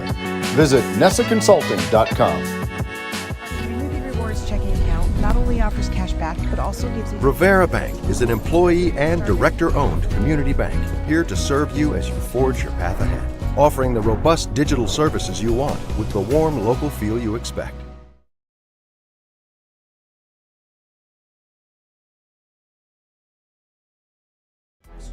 Hey, and as we bring it back here, the Divide County Maroons scoring in the top of the second inning as Damon Bowling started it out with a base hit, stole second base, got to third, and come in on that single by Brody Haugenow for an RBI single for Haugenow. And right now the Maroons up by 1 on your NCC scoreboard, 1-0. So see what the Muskrats can counter with that here in the bottom of the second inning. Number 12. Brody Nordmark. It'll be Brody Nordmark, Walker Broughton, and Eli Undlin. First 3 batters here in the bottom of the second inning for the Renville County Muskrats, a co-op comprised of Mohall, Lansford, Sherwood, Glenburn, West Hope, and Newburgh. It's a lot of towns. A lot of towns. And the first pitch here is a high fly ball. It's in play. Second baseman's calling for it, and he's under it, makes the catch. Took control of it. First out. 1 pitch, 1 down. So we talk about a high sky when there's no clouds in the sky. Is this a low sky, Randy? Foggy sky. Walker Broughton, the senior for the Muskrats watches the first one go by with a called strike. Where's number 21? Don't know which number he's going to wear down at NDSU next year. Be interesting to find out. The second one is a foul ball strike. And the count is 0-2 on Walker Broughton. One down here in the bottom of the second inning. The ball is inside. Good pitch. He's no doubt made a lot of trips to Fargo, and he would like to make another one here with his baseball team, right? That's where the state tournament, I believe so, down at Jack Newman Stadium. That'll be played, I believe, a week from Thursday, Friday, and Saturday. That sounds right. Yeah. In Class A up in Grand Forks this year. Can they run it down? It's going to be close. It's going to be out of play. Yeah, the kid also graduated this year and qualified for the state golf meet. Wow. And he's got to have a calendar, probably have a calendar where he's supposed to be at. Ball outside. Yep, quite a really special athlete. You don't see very many like him that come through that often, so I'd enjoy watching them when they are out there doing their thing. And strike three. Strikeout recorded there on the swinging strikeout for Divide County. And that brings up Eli Undlin, the left fielder. Johnson was excited when that swing and miss came through there. He was jumping up off the mound there, really pumped up. This kid looks like he might be about 6'4", 6'5". If it's an Undlin name, I think they grow him pretty tall in that Undlin family. Yes. First pitch is ball to Eli Undlin, the left fielder. Bats from the right side as Johnson brings the heat and puts down the first one on a swinging strike. Evens the count at 1-1 on his 18th pitch of the game so far. Very efficient. Whoa! Almost took his head off there. Solid base hit up the middle. And that was just fighting for your life there. Yeah, I think that was the loudest crack of the bat that we've heard so far here through 2 full games, and starting this third one, he hit that one right on the screws, and that's a tough feeling as a pitcher. You hear the contact and you're just reacting, and thankfully he was able to get out of the way of that one and get ready. No damage yet as far as the scoreboard goes. Giving up a hit isn't the end of the world. Just want to throw up another 0 there for the end of the inning. Second hit of the game for the Muskrats, as the batter is Gavin Horn, the second baseman. No, let's see, what is he?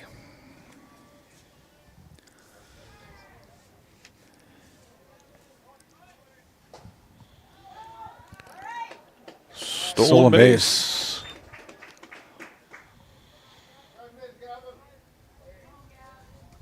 Runner in scoring position, 2 down. Runner at second base is Eli Undlin.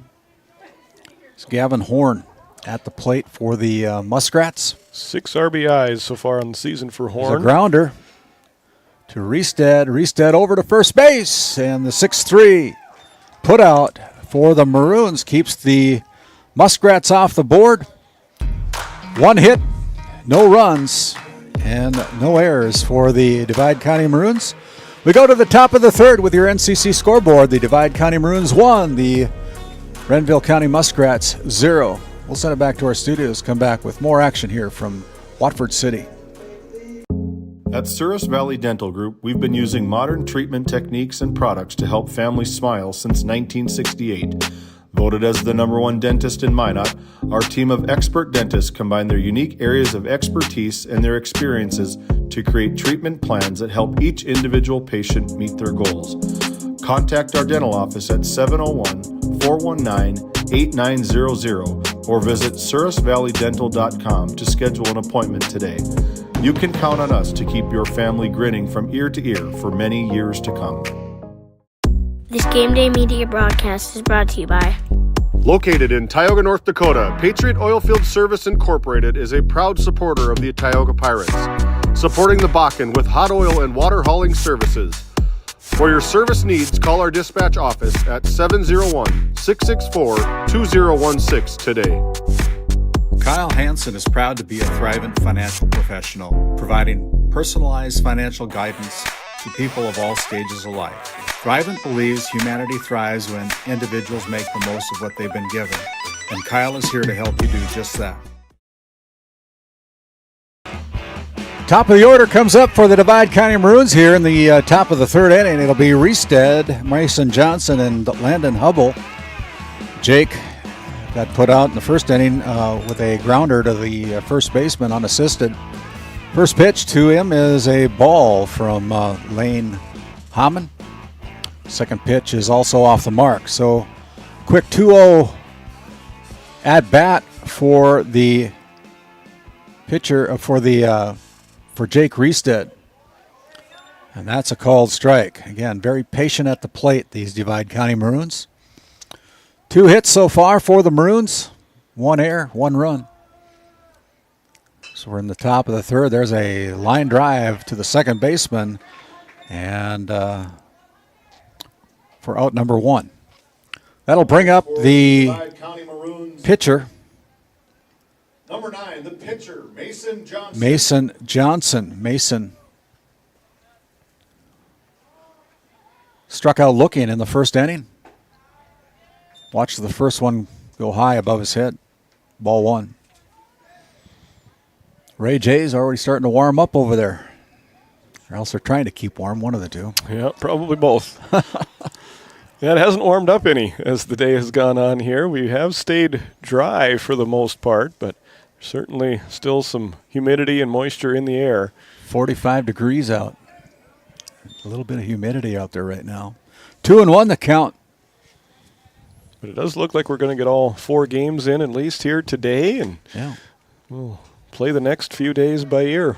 I know that the coaches got together after that second game and talked about maybe coming back here on Thursday, taking the day off tomorrow, considering the forecast that is out there right now, and they're talking about coming down here to Watford City for day number 2, or possibly over to Burlington, I believe, right, Michael? Burlington or Lansford, but got 3 options, I guess. First choices in the year. There's a ball that's outside, and Johnson's on with a bases on ball. Again, as you're just joining us, the Divide County Maroons took out the Ray Jays 9-6 in the opening game of our day today. A 19-0 win by DLB Lakers over the Kenmare Bullbills-Brook Central Honkers. And now we're in game number 3, where the Divide County Maroons have the lead by 1 here in the top of the third inning against the Muskrats from Renville County.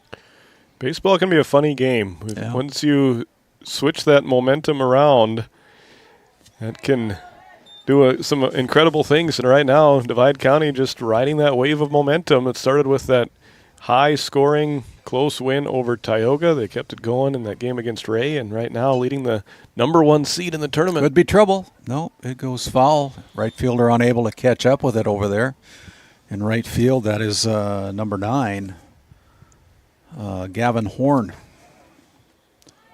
Also batting in the number. He's also the number 9 position player, the right fielder. There's a ball driven up the middle. Could be 2. Step on the bag, throw to first, pulls him off the bag, and it will allow Mason. It'll allow Mason Johnson. No, Landon Hubble. Landon Hubble to go to second base on the throwing error. So they do get 1 out, but they were hoping for 2, and now it's Bowling coming to the plate, and he's had a great postseason already. Chance with a runner in scoring position and 2 outs. Chance to add to his team's 1-0 lead. Bowling got a single in the top of the second inning. Scored the only run so far in the contest. Watches ball number 1 go by him. 1-1 is the count. 2 outs here in the top of the third inning. There's a shot garnered there by the pitcher, Hammond. Easy throw over to first base on the 1-3 putout as the Divide County Maroons unable to put a run across in the top of the third. Your NCC score, it is the Maroons 1 and the Muskrats from Renville County 0 coming into the bottom of the third.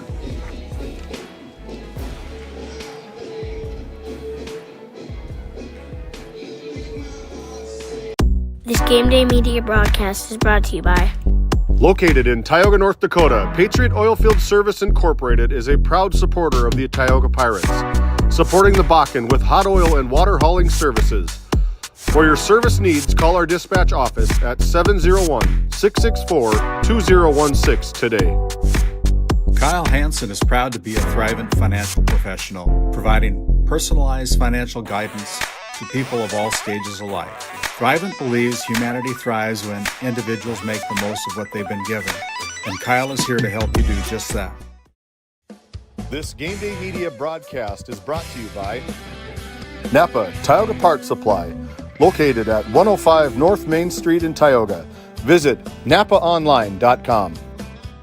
Shop Hansen's Fur and Leather for a variety of unique, attractive items. Leathers for the cyclist, jewelry, leather goods, comfy footwear, and of course, the area's best selection of Pendleton items from clothing to accessories. Find it all at Hansen's Fur and Leather.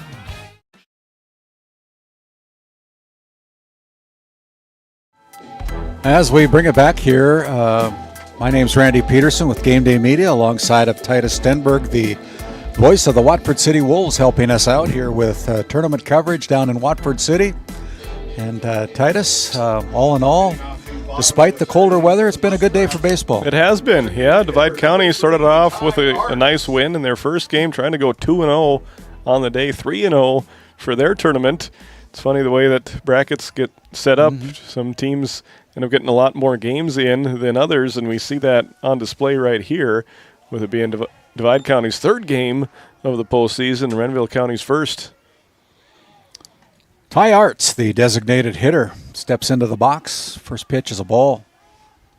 Swinging strike as, tell you what, I'm kind of impressed by this Mason Johnson on the hill.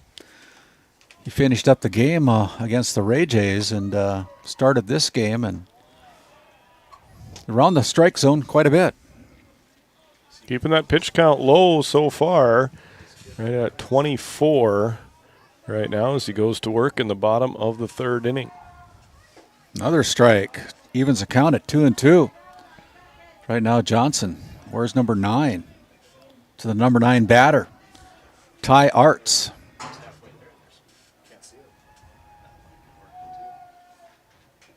Oh, foul tip. Just got a little bit of it. Just keeps enough. Alive. Again, our officials here tonight for this third game. It is Brian Fleur and Shannon Holter at third base.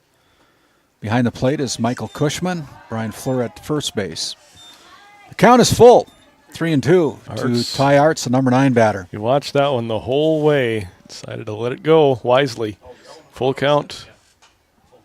Fouled away, and he keeps alive. Arts pushing that pitch count up all by himself right here, the number 9 hitter. 28 pitches now for Mason Johnson, the pitcher for the Divide County Maroons.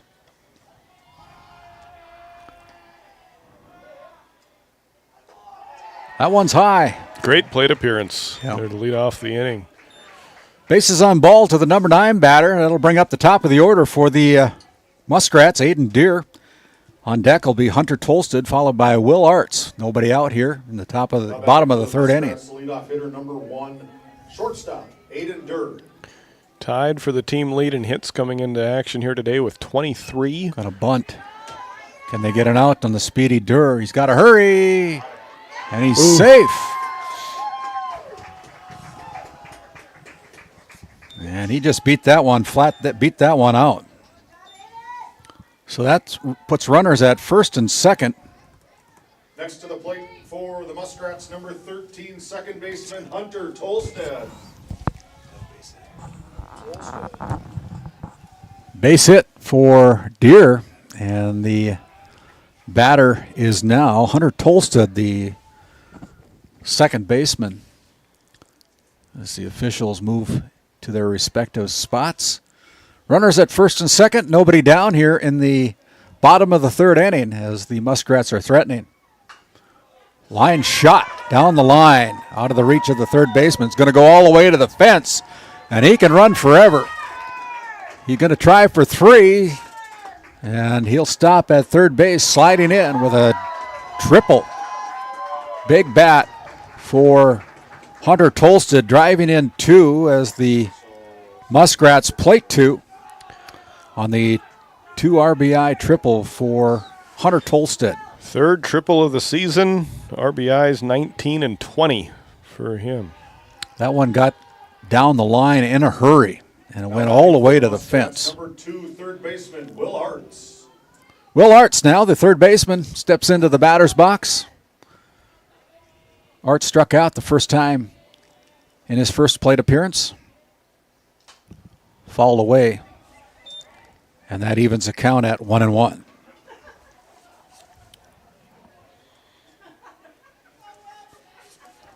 We all saw that.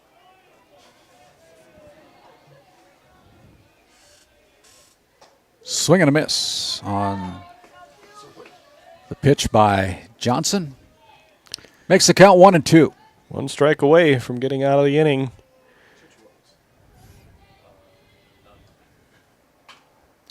Chopper looks back the runner, goes to first base, bobbles it, then picks it up.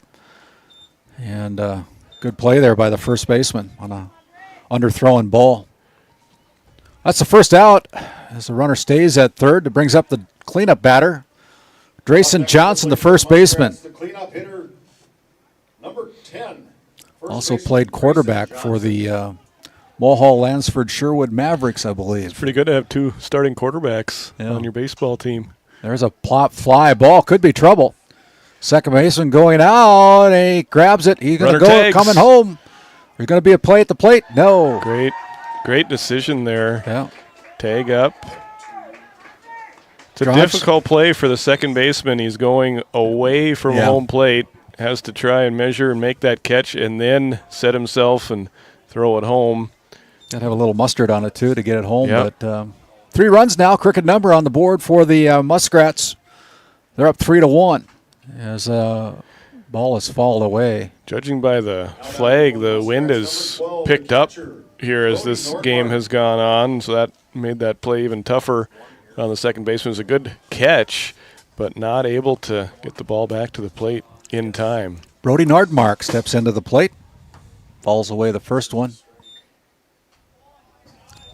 That one's a ball. 1-1 on the catcher, batting in the 5 hole, Brody Nordmark. He wears number 12 for the Muskrats. That ball's outside. 2-1 now is the count. Johnson has given up 4 hits so far here through 2.2 innings. And it's 3-1.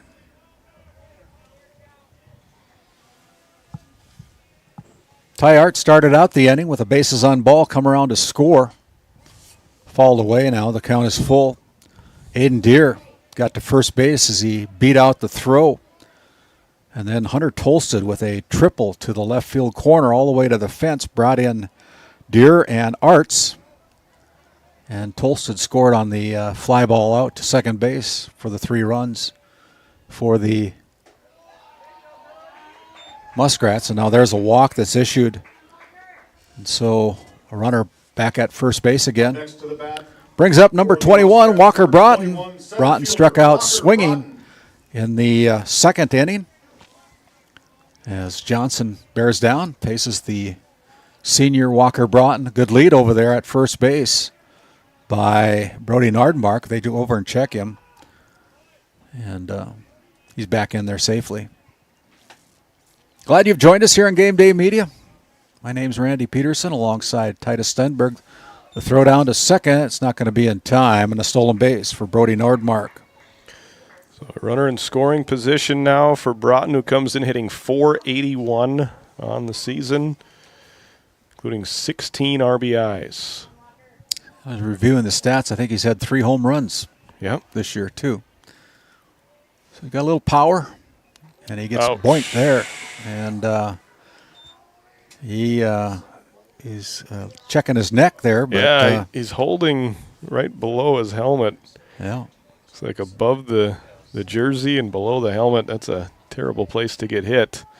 Try to walk it off down there, but you could hear a little bit of the helmet getting hit, but it must have glanced off the helmet and hit him in the cervical part of his neck. And a lot of officials are giving him time to sign of good sportsmanship over there, as Johnson's going to go over and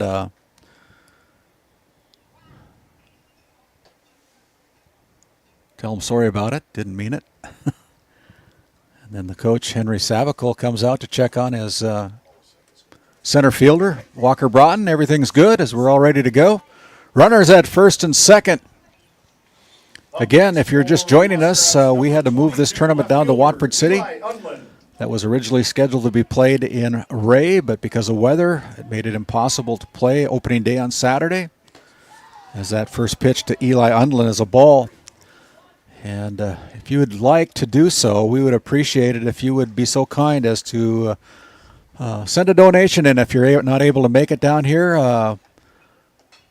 ball is fouled away for strike number one. If you can make a donation to Game Day Media, you can send it to P.O. Box 381 in Tioga, North Dakota. We will send that money on to the Region 7 managers of the tournament. Here's a double steal. They call a balk, I guess. And so both runners advance on the balk by Johnson. 2 down here. 1 ball, 1 strike to Eli Undlin, the number 7 batter for the Muskrats. Inside. Runners again getting a healthy lead, trying to force the issue. They're already a 3 spot up in the third. Any more runs would be absolutely huge for Renville County here. Divide County played well through the first 2.5 innings, but working from behind now. There's a ball that gets past the catcher.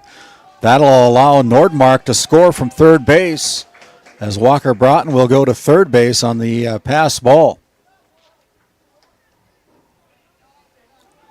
So another run on the board here in the bottom of the third inning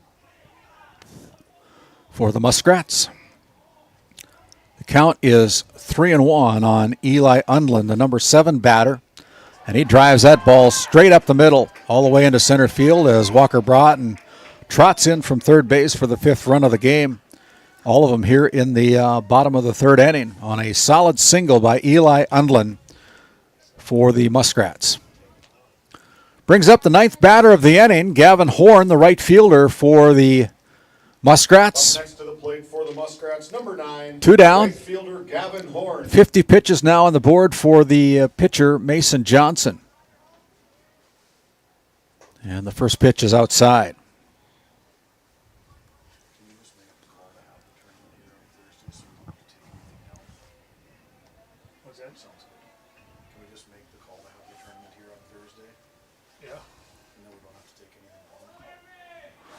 Second one is a ball 2.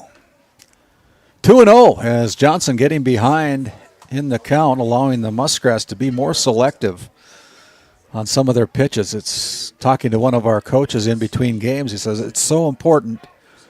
It's so important to get that first ball strike on every batter if possible to try to eliminate pitch count concerns throughout the tournament. Yeah, he was doing that in the first 2 innings. His third inning just has not gone the same. That one's outside. The count goes to 3-0 for Gavin Horn, the number 9 batter of the inning. 5 runs in, 2 outs. He's got the green light. He's going to drop in. It's going to be dropping in, and that'll be a single for Gavin Horn as he goes to right field, right in front of the right fielder Wyatt Peterson. And on the single, Eli Undlin goes from first to third. So the 10th batter of the designated hitter Ty Arts. inning, Ty Arts, the designated hitter, steps into the box. Got a bases on ball, his first time up earlier in this inning. Back over. Checked at third base.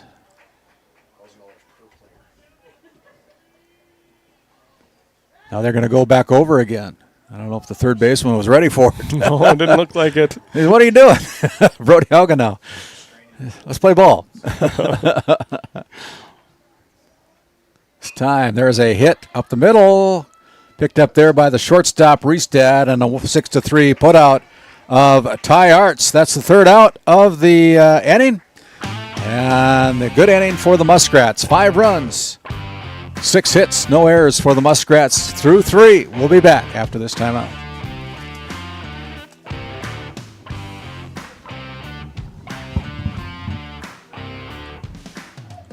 This Game Day Media broadcast is brought to you by Lindsay Grocery is a locally owned and operated business in Crosby, North Dakota. We are committed to serving our community and region. With fresh baked goods, produce, and our in-house smoked meats, we've got you covered. Come experience the convenience and warmth of shopping local again. Tioga Drug and Soda Shop, located at 106 North Main Street in Tioga. Visit tiogadrug.com. This Game Day Media broadcast is brought to you by At DA Land LLC, our vision is to provide for the community in which we live and operate, providing a full line of skid steer attachments, farm and ranch, equine equipment, and much more. Shop our store in Tioga, North Dakota, or visit us online at daland-llc.com. At Ray Farmers Union Elevator, we carry a variety of seed, fertilizer, and crop protection products. We can assist you with everything from buying the seed in the spring to burn down in the fall. Stop in or call 701-568-3343 to see how we can help you today. And as we bring it back here to the top of the 4th inning, crooked number put on the board in the bottom of the 3rd for the Muskrats. They plate 5 runs in the bottom of the 3rd to take a 4-run lead, 5-1. Against the Divide County Maroons, yeah. First time today that Divide County has been behind. We'll see how they can handle that. They played from ahead most of the game against Ray. Ray was able to fight back and tie that late before Divide County scored 3 runs to put it away and win game number 1. Now they're down by 4, but they did have quite a comeback against Tioga, and that's a good start. Yeah, Shaw for a comeback with a base hit. He got him. They got him at first. Walker Broughton threw him out at first base. 8-3 on the putout. 8-3. My goodness. Unbelievable. I know it's probably too late to do a replay of that, but boy, you better hustle down. As Riker Kresba. You see that every once in a while to right field. Yeah, not too often from center. Like we said, just a special athlete. You don't see too many arms like that. Yeah. My goodness. There's a called strike against Riker Kresbach. Who's our Brad Johnson Insurance Player of the Game for game number 1. Ball 2-1 now for the batter Riker Kresbach, the catcher for the Divide County Maroons. Fouled away, makes the count and evens the count at 2-2.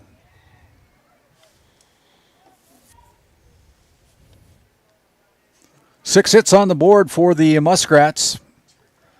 5 runs against 1 for the Divide County Maroons. Another ball outside and away. Makes the count.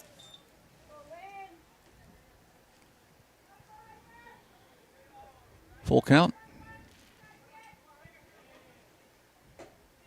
That one's high, and so a base is on ball. This time he can trot down there and not have to worry about the center fielder throwing him out. Yeah, apparently that's safer than hitting it to center field. You just take 4 balls and work your way on down to first. Brings up Eric Domstrike, the second baseman for the Divide County Maroons. There's a shot down the line, and it is fair. And that one will be extra base as the ball goes into the corner, and Johnson's going to send him. Here comes it's not going to be a throw. They're going to allow the run to score. But on the double by Eric Domstrike to the deep left field fence plates the second run of the game for the Divide County Maroons, now 5-2, as Domstrike with a double. Baseball is a game of inches. I think that was fair by about 3 inches down there. Not sure that it hit the line. It was close. Yeah, right there. Great piece of hitting, and that one went all 320 feet to the wall. Yeah. And Brody Haugenow, the third baseman, now at the plate, falls that one away, and the count is 0-2. 0-2 on Brody Haugenow.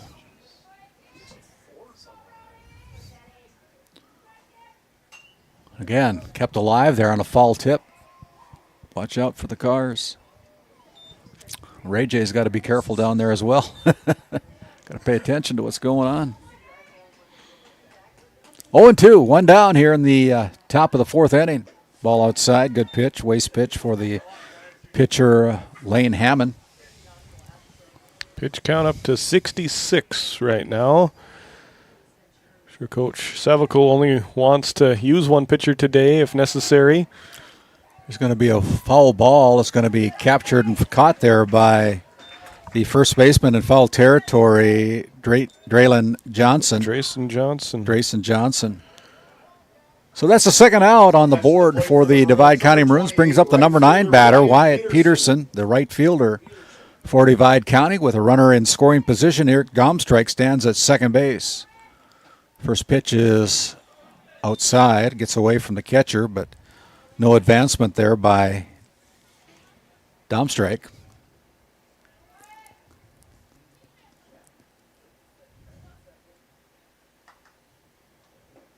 That one bounces in.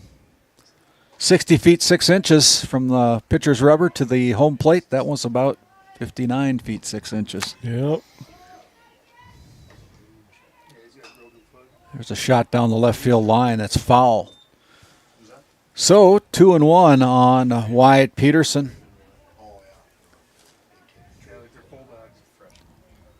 Wyatt, the right fielder, bats from the right side. He was put out 3 unassisted there. Not sure what's going on over there, but the bullpen gate was open. Oh, okay. They got it shut and ready to go. Shannon Holter, our third base umpire, going over there, make sure everything's in order. You know, it's one thing to coordinate venue changes and stuff like that. Another thing to coordinate umpires showing up at the right spot, huh? That's right. Got 4 umpires rotating in a 3-man rotation here. And there's another walk issued by Hammond. So runners at first and second now. As the top of the order, Jake Riestead steps in. He represents the potential tying run. Jake Riestead.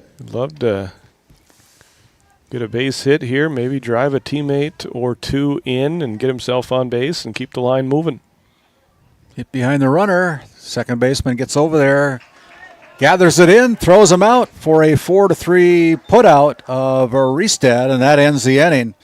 But 1 run across for the Divide County Maroons. Cut the lead down to 5-2 in favor of the Muskrats. We'll step aside. We'll come back with the bottom of the 4th inning when we come back here on Game Day Media.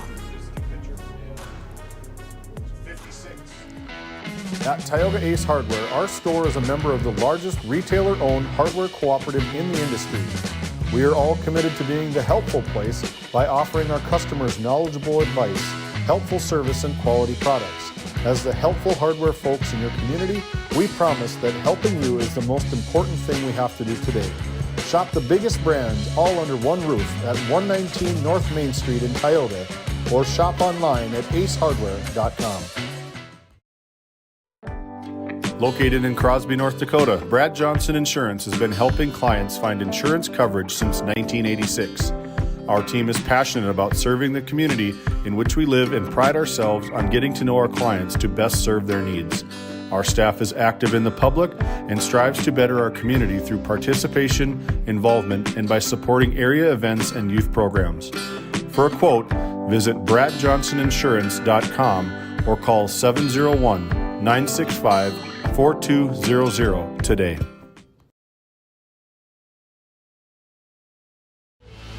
As we bring it back here, my name's Randy Peterson alongside Titus Stenberg as we have a pitching change for the Divide County Maroons. It'll be Brody Haugenow checking in to the pitcher's position as Mason Johnson will go over to third base. Number 18, Brody Haugenow. And the top of the order for the Muskrats, Aiden Deer, Hunter Tolstead, as Deer sends it to the gap for a solid base hit. Almost got away from Wyatt Peterson. That last at bat was but Aiden Deer with a solid single to right field brings up Hunter Tolstead. He'll be followed by Will Arts, and then the cleanup batter Drayson Johnson with nobody out here in the bottom of the fourth inning. And there's a pitch that is a strike. Number 13, second baseman Hunter Tolstead. Durer with a good lead down there. Doesn't take off. They're going to squeeze him, and they're going to go to first base. And the sacrifice bunt on the 1-3, the runner goes down to second. That's Durer standing at second base on the sacrifice bunt by Hunter Tolstead. First sacrifice of the year for Tolstad. You see that sometimes with postseason. Coaches and teams try a few different things. And it was a successful one there. Good bunt. I'll tell you what, if you're a baseball mom and you're a Muskrat baseball mom, you got a lot of white uniforms to take care of. Yeah. It's an advantage playing on artificial turf here. At least you won't get the dirt stains that you would on grass stains, huh? Yep. Going down to third base, and the ball goes into left field, and Durr is going to steal a base, and the throwing error allows Durr to come in and score the sixth run of the game on the throwing error down to third base. It's hard to know for sure, but I think a throw that would have been on the money would have gotten him out close, wouldn't there. The way it looked like from here, but it ended up going to the foul side of third base, and no chance for the third baseman to bring that in. Dom strike. Got a good arm. It's just a little off on that one. Now the pitch is inside to Will Arts. Evens the count at 1-1, or 2-1, excuse me, 2-1.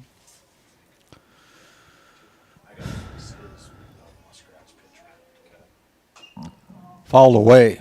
Evens the count at 2-2 to the third baseman, Will Arts. Important run there for Renville County to answer the run by Divide County in the top of the inning. Now they push the lead back to 4. Just trying to keep the Maroons at arm's distance. Full count now to Will Arts. Arts struck out in the first inning. Put out pitcher to the first baseman in the second inning. Or third inning, excuse me. And there is a walk that's issued. And walks lead to runs. Got to be careful. Up next for the Muskrats, now batting the cleanup batter, Drayson Johnson, the first baseman.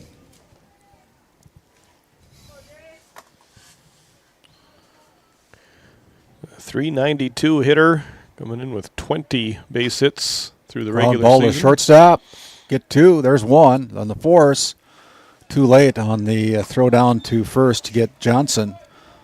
But the put out there, 6-4 for the second out of the inning.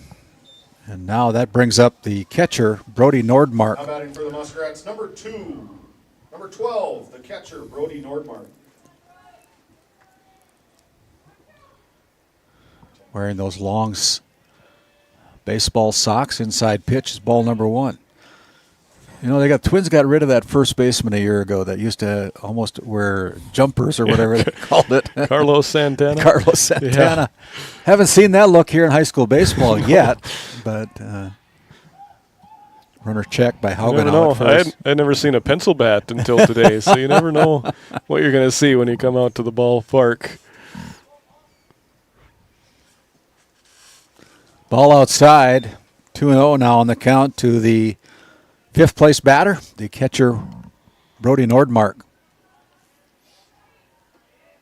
Got one more game to play here today as the ball goes down to second base and the ball goes into center field, but Johnson is going to stay at second base on the stolen base. Now runner in scoring position. A 3-0 count to the batter, Brody Nordmark, with 2 outs. Big pitch here for Haugenau, and that one's a strike, taking all the way. Yeah, didn't look like he had the green light there on that pitch as he looks down into the third base coaching box. I wonder if he gets a green light here on 3-1. Going back to second base, check the runner. He's back in time.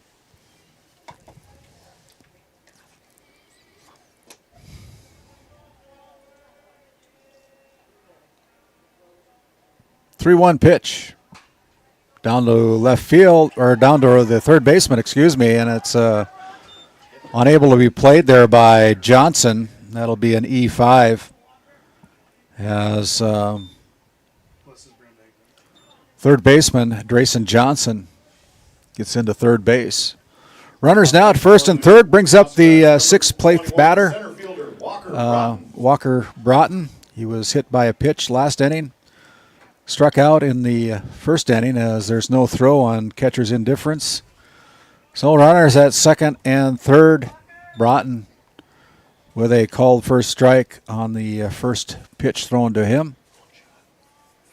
Haugenau goes in, and Broughton fouls that one away. Picked up there by Henry Savicle, the head coach and third base coach for the Muskrats, and the count goes to 0-2. Haugenau. And that one's wide and off the mark. That's a wild pitch. Allows Johnson to score on the wild pitch as Brody Nordmark advances down to third base. Second run of the inning here for the Muskrats, making the score 7-2.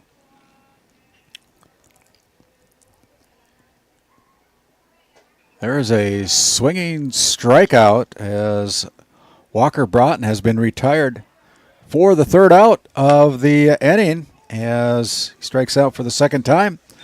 And your score, 2 runs on the board that inning here in the bottom of the fourth, your NCC score.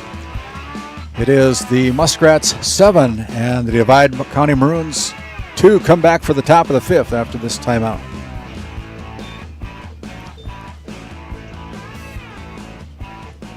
This Game Day Media broadcast is brought to you by Napa Tioga Parts Supply, located at 105 North Main Street in Tioga.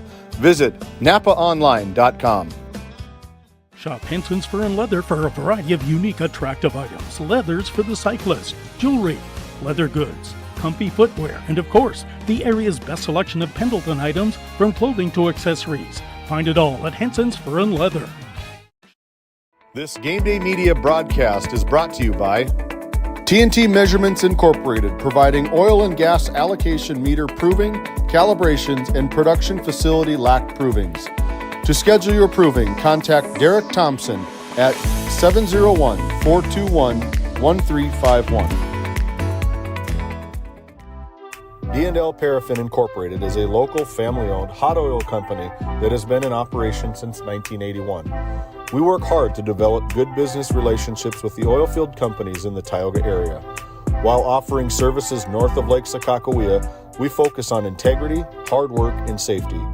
For all hot oil services, call dispatch at 701-641-3065 or 701-641-6310. And for hiring information, be sure to follow us on Facebook at DL Paraffin.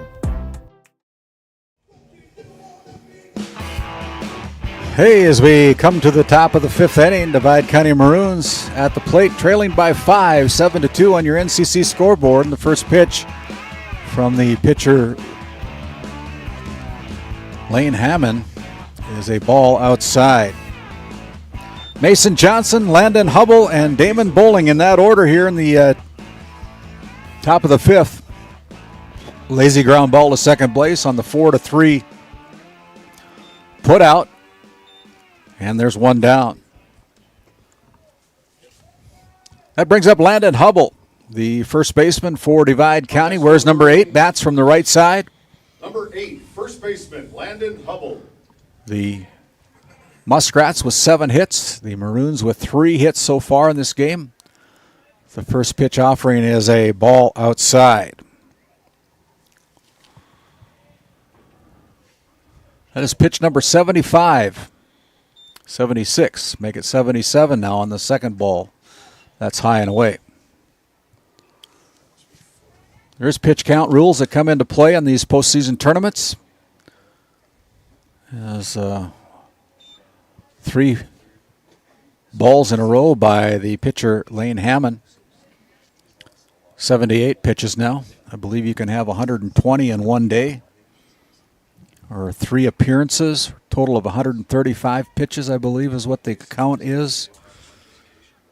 And there's a called strike as the Muskrats lead by 5, 7-2 on your NCC scoreboard. There is a walk issued there by Lane Hammond. And that puts a runner at first with 1 down here for Divide County. Brings up the cleanup batter, Damon Bowling. Bowling with a base hit in the second inning. And a put out 1-3 in the third inning. Stands in the box here now at the top of the 5th with 1 down. That ball bounced in for a ball to Damon Bowling, the cleanup batter for Divide County.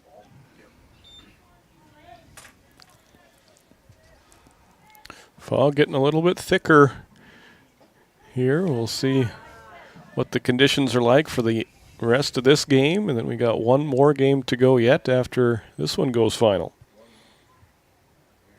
Count even at 1-1 to Damon Bowling. And that one missed low, 2-1. Very clean game so far here for the Muskrats. No errors on the board for the Muskrats. 3 for Divide County. The ball's outside as the count goes to 3-1 to Damon Bowling, the cleanup batter for Divide County.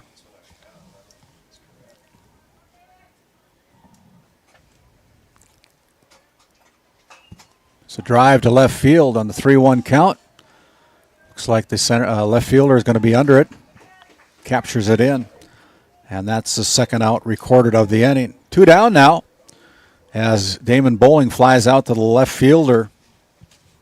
Now batting for the Maroons, Eli Undlin able to capture that one. Brings up Marcus Shaw. And Marcus with a bases on ball and an unlucky play. And got thrown out at first base. Yeah. The last time he was at the bat from center field. There he putting the ball in play again. This time goes to the second baseman. He drops it. And off the base, he pulled the throw, pulls him off the base. He hustled down. He did that time. And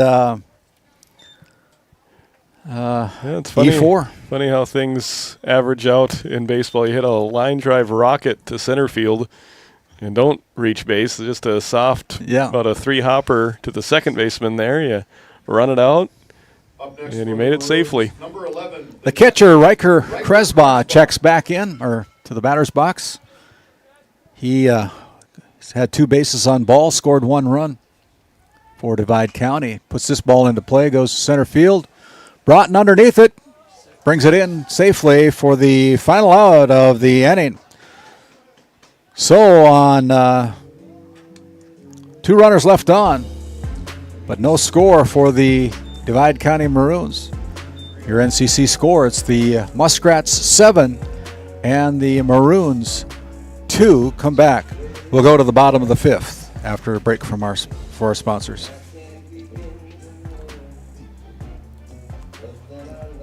NCC Video is everything you love about cable TV in a portable package.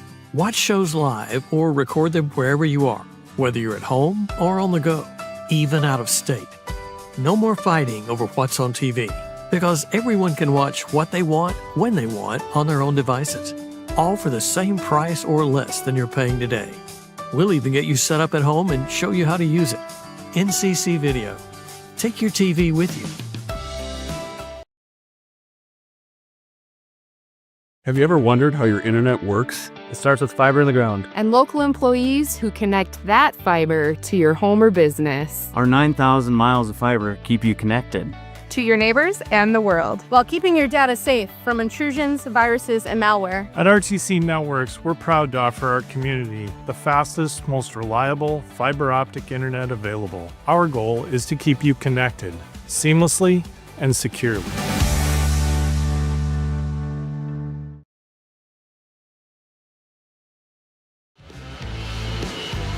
As we head to the bottom of the fifth inning, again, my name's Randy Peterson alongside Titus Stenberg as the lights are on here at Glen A. Wahoo's Field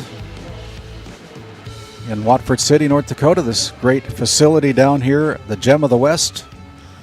I know they've hosted a lot of baseball games down here that haven't involved the Wolves. Yes. And, they open up their arms very wide. And yeah, there's been college games played here and lots of high school games from teams across the area that didn't have fields ready to go. And for some people, it's a little bit of a meet in between point, not necessarily for these two teams, but it's nice to have it in the area. There's a ground ball to the third baseman, gets a nice hop. Strong throw, and he got him. Good throw there by Mason Johnson on the 5-3 putout for the first out of the bottom of the fifth inning. Started the game as the pitcher and showed his pitching arm there from the third base spot. Nice play. The inning started the right way defensively for Divide County. Gavin Horn comes in and gets plunked. Another hit by pitch as Horn trots down to first base, and that allows Ty Arts, the designated hitter, to bat for the Muskrats. Ty with a bases on ball in the second inning, and in the third inning got put out with a 6-3 putout. So runner goes, and he slides in safely as the ball goes into center field, but Gavin Horn not going to go anywhere, as good backup there by Damon Bowling, the center fielder. 7-2, your NCC score here, as Brody Haugenow on the hill for the Divide County Maroons. One down here in the bottom of the fifth inning. Nobody really holding him on. Chopper back to the pitcher. Haugenow is going to go to first for the putout, and the runner, Gavin Horn, trots over to third base. Good base running there. He waited, made the pitcher commit, and then took off with the throw and got there without any trouble. Two down now for the top of the order, Aiden Durr, the shortstop for the Muskrats. Golf swings that one just inside. That's fair. That could go for more than one. Left fielder brings it in as Durr slides into second base on the RBI double. And another run put down here for the Muskrats, making the score 8-2 on 8 hits as Durr gets an RBI double. Bringing in Horn from second base as Durr replaces Horn at second base. Now with two down, brings up Hunter Tolstad, the second baseman for the Muskrats. Shot out to center field. Damon Bowling looks like he's got a handle on it, but it goes over his head. Misplayed it as Durr comes in to score. And all the way to third base is Hunter Tolstad.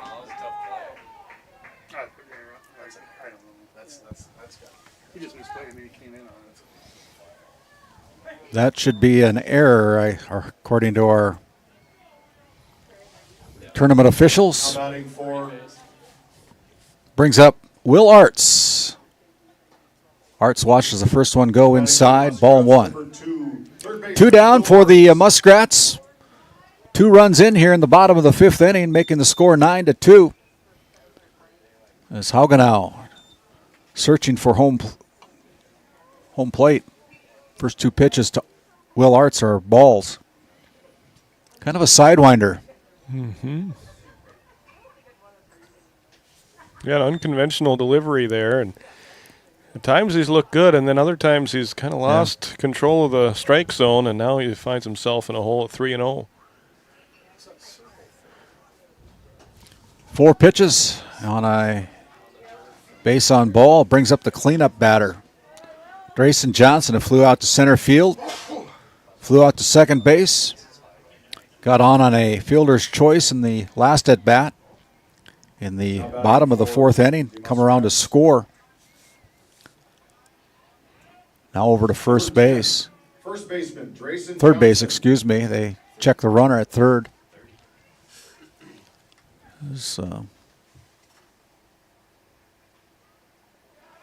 Back to first. They check the runner. Keeping all of his infielders engaged there. Throw to third and then a throw to first. There goes the runner. Goes the runner, and no throw down. And runners now, 2 of them in scoring position. Hunter Tolstead at third base, Will Arts at second base. Drayson Johnson, the cleanup batter, at the plate. Bounces that one in. 2-0 now to Drayson Johnson.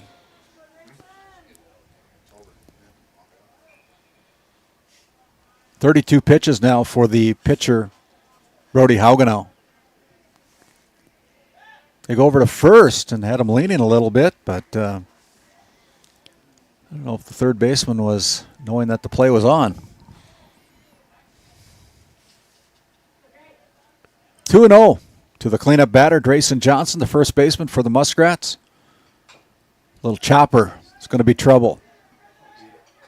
You're going to eat it. That'll be a bunt, swinging bunt single. Runners just stayed where they were. Yeah.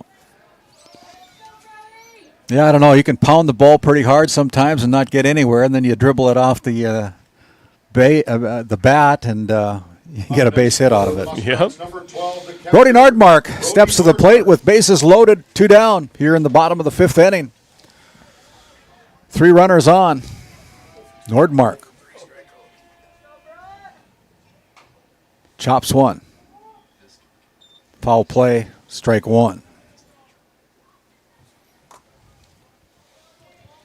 Nordmark, a .455 hitter during the regular season, 5 doubles, and 16 RBIs. Looking for a couple more here.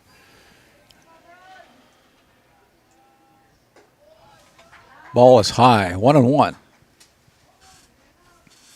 On Brody Nordmark, the catcher for the Muskrats out of Renville County. Ball taken inside, 2-1 now. Glad you've joined us on Game Day Media. We appreciate you following us, and I know there's kind of some rainy weather out there, so glad you've joined us. We encourage you to come out to the games. We'll try to let you know where day number 2 will be, what day and what venue will be. But right now they're talking about coming back down here to Watford City as the first option, or heading over to Lansford or heading over to Burlington, depending on how Mother Nature cooperates with things. There's a shot to left to the shortstop. They go to second base for the force out. Good play there by Riestead on the force out. But 2 runs in for the Muskrats. 9-2, your NCC scoreboard. The Muskrats leading the Maroons here as we go to the top of the 6th inning. Come back with the top of the 6th after this timeout.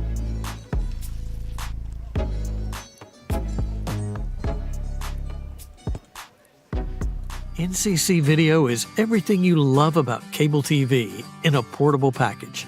Watch shows live or record them wherever you are, whether you're at home or on the go, even out of state.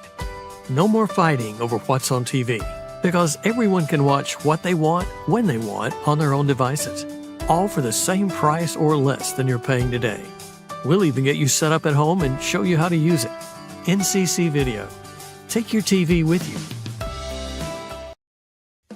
This Game Day Media broadcast is brought to you by Lindsay Grocery is a locally owned and operated business in Crosby, North Dakota. We are committed to serving our community and region.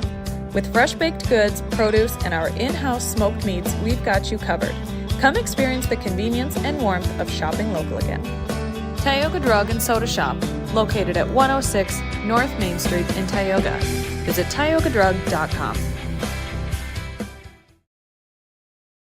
Have you ever wondered how your internet works? It starts with fiber in the ground. And local employees who connect that fiber to your home or business. Our 9,000 miles of fiber keep you connected to your neighbors and the world, while keeping your data safe from intrusions, viruses, and malware. At RTC Networks, we're proud to offer our community the fastest, most reliable fiber optic internet available. Our goal is to keep you connected seamlessly and securely.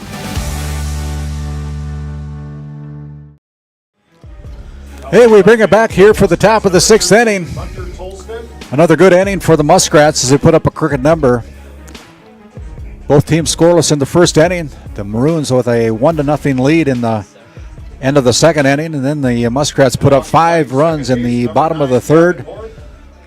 The Maroons putting up 1 in the top of the fourth.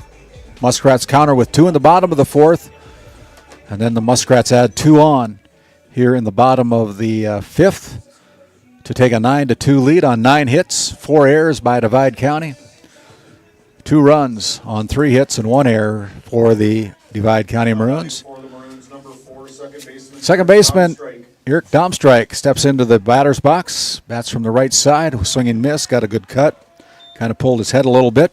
Last time he was at the plate, he put a double down after striking out looking in his first at-bat. This is his third at-bat of the game. Another swinging strike. 0-2 now quickly for the new pitcher. That is Eli Unlin. Stands about 6'5". Look out. He ball coming right at him. 2 strikes, gets hit by the pitch. And he didn't know which way to run. Couldn't get out of the way of it. The pitcher. So the leadoff batter here in the top of the 6th inning for the Divide County Maroons, Eric Domstrike, hit by the pitch on a breaking ball that didn't break. Swung through the first 2 pitches that came his way, and that one got him. Brody Haugenau steps into the batter's box and sends one foul and out of play. Haugenau flew out to the first baseman last time at bat. Had a sharp single in the second inning for the Divide County Maroons.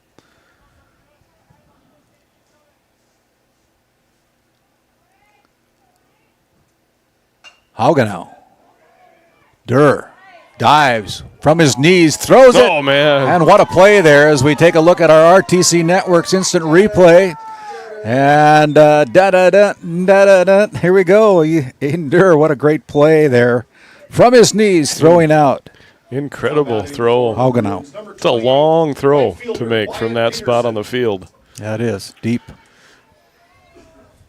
Now the second baseman's going to hold on the runner as Wyatt Peterson comes up to the plate, the number 9 hole batter. First pitch by Unlin is a ball.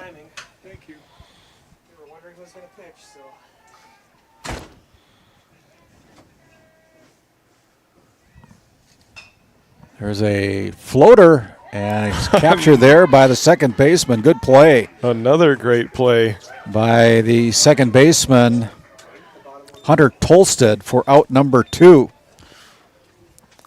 As Domstrike hustles back into the second base, didn't get doubled up. Muskrats flashing the leather here in the 6th inning. It's got to be one of the main reasons why they're the number 1 seed coming into this tournament. Defensive plays like that.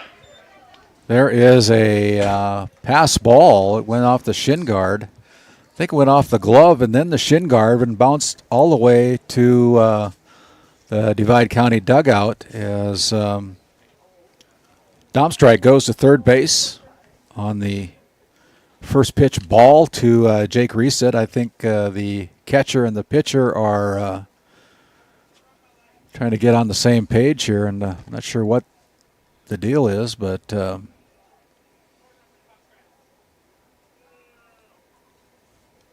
kind of looking at the umpire for something, but I'm not sure what they were looking at. But anyway, we're ready to play again as there's 2 down. As Jake Riestead in the box for the Divide County Maroons. As Riestead. And runner Eric Domstrike at third base for the Divide County Maroons. See if they can get that run across. There's a shot down the right field line, just foul. That would have scored a run if it would have stayed fair. For sure. Evens the count out at 1-1.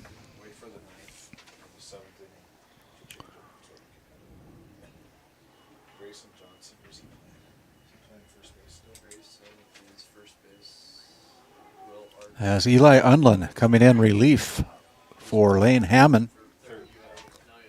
Unlin on the hill stands about 6'6", 6'5", something like that. And that pitch is down and out of the strike zone. 2-1 now with 2 down here in the top of the 6th inning for the Divide County Maroons. Called strike. And hearing a little bit from the Divide County faithful that are here.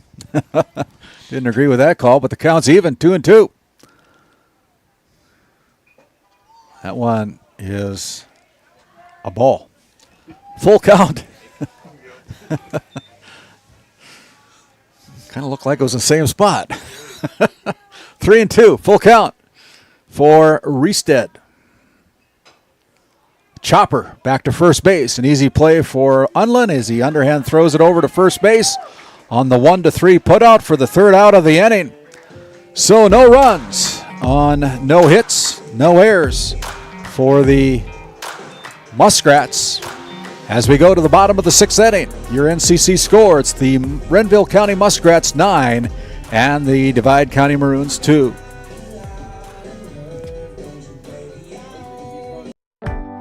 Located in Crosby, North Dakota, Brad Johnson Insurance has been helping clients find insurance coverage since 1986. Our team is passionate about serving the community in which we live and pride ourselves on getting to know our clients to best serve their needs. Our staff is active in the public and strives to better our community through participation, involvement, and by supporting area events and youth programs. For a quote, visit bradjohnsoninsurance.com or call 701-965-4200 today. Voted a top 20 critical access hospital in quality, our Level 5 Trauma Center is ready to handle all your emergency needs with our acute stroke ready certification and full lab and radiology departments. Our physical, occupational, and speech therapy providers are available for all your rehab care, and our family practice clinic provides a variety of care including well child and child immunizations. Psychiatric care is available by telehealth, and mental health is available in person. To schedule an appointment, call us at 701-628-2505 or find us on our website at stanleyhealth.org. Montreal County Medical Center, here to help you throughout a lifetime. Walker Broughton steps into the batter's box, looking for his first hit of the game. He flies this one out to center field on the first pitch, bowling under there, and makes a grab for the first out on the first pitch offered to Broughton on the fly out to center field. Brings up Eli Unlin, now the pitcher. For whatever reason, a home plate umpire is going to head out to the pitcher's mound.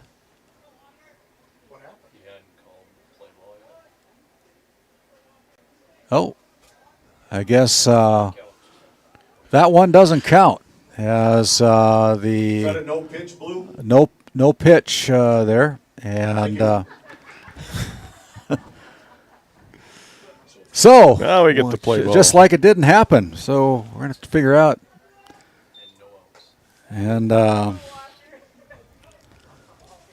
1-0 as Divide County tried to do a quick pitch. But the umpire wasn't ready for it. Or else the pitcher jumped the umpire. And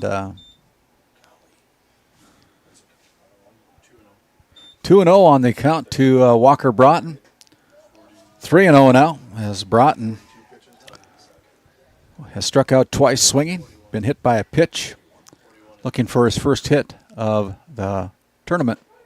There's a called strike one, excuse me, looking all the way.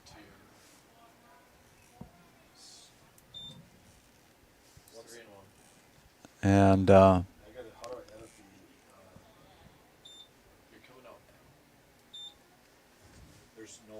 now Johnson. There's no outs. Harold Johnson coming out to talk with home plate umpire. And he's wondering what the ruling was. Not exactly sure what the conversation's all about, but we can talk about the weather. We can talk about cows. We can talk about just about anything until they get things figured out down there at home plate. Yeah, that's right. So you've been getting any sleep lately with the cows in calving season? Yeah, a little more than early on in calving season, but really, as far as the weather goes, it was one of the easier calving seasons with the dry and warm conditions we had. It just switched here recently. Yeah. So Walker Broughton hustles down to first base. He's going to take. Thought about taking two. He goes down to first base on the walk after he initially flied out to center field on a no pitch. Seen some different things in center field, and it's all involved Walker Broughton. We watched what we thought would have been a base hit to center field that he turned into an 8-3 putout. Yeah. And then we thought we saw a fly out to center field that didn't happen.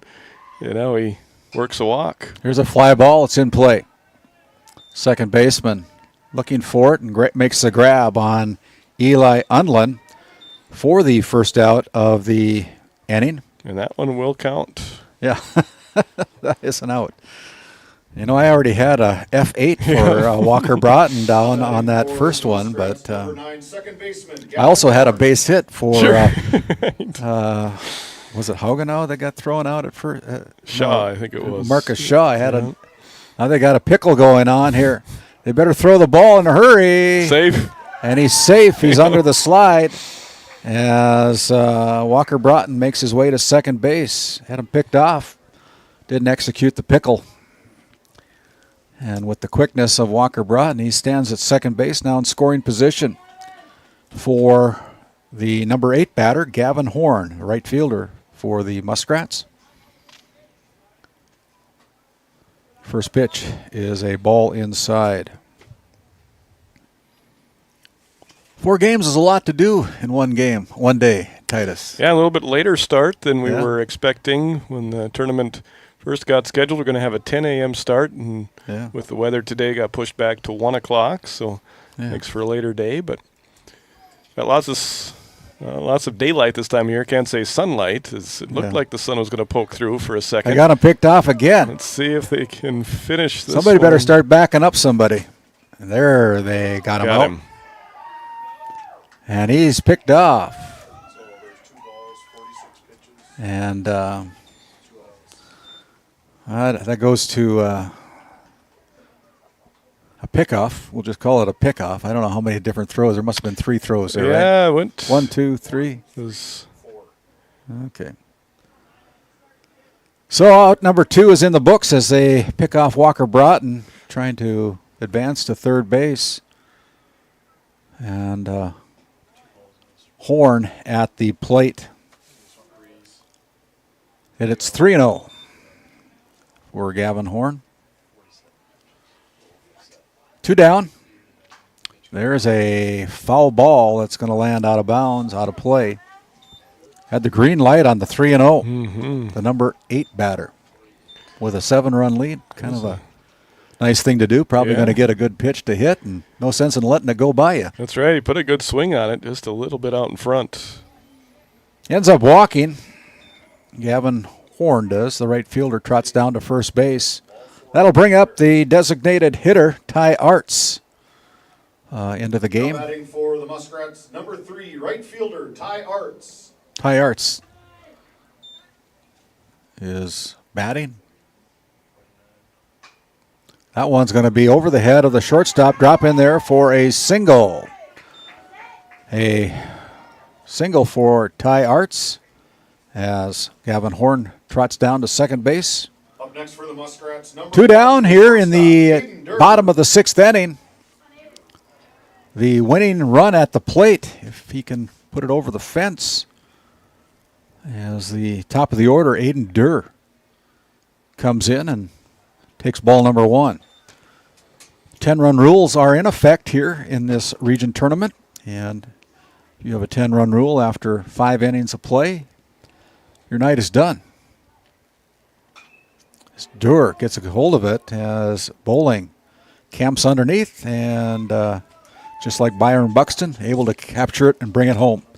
Out number 3 as Durr flies out for the 3rd out of the inning. No runs. 2 walks. 1 base hit for the Muskrats. We go to the top of the 7th inning. 3 outs away for the Muskrats as they take a 9-2 lead to the top of the 7th. We'll be back.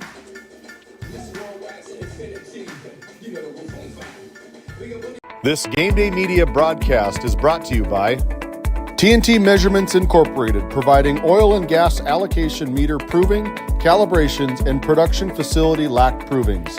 To schedule your proving, contact Derek Thompson at 701-421-1351. This Game Day Media broadcast is brought to you by At DA Land LLC, our vision is to provide for the community in which we live and operate, providing a full line of skid steer attachments, farm and ranch, equine equipment, and much more. Shop our store in Tioga, North Dakota, or visit us online at daland-llc.com. At Ray Farmers Union Elevator, we carry a variety of seed, fertilizer, and crop protection products. We can assist you with everything from buying the seed in the spring to burn down in the fall. Stop in or call 701-568-3343 to see how we can help you today. At Souris Valley Dental Group, we've been using modern treatment techniques and products to help families smile since 1968. Voted as the #1 dentist in Minot, our team of expert dentists combine their unique areas of expertise and their experiences to create treatment plans that help each individual patient meet their goals. Contact our dental office at 701-419-8900 or visit sourisvalleydental.com to schedule an appointment today. You can count on us to keep your family grinning from ear to ear for many years to come.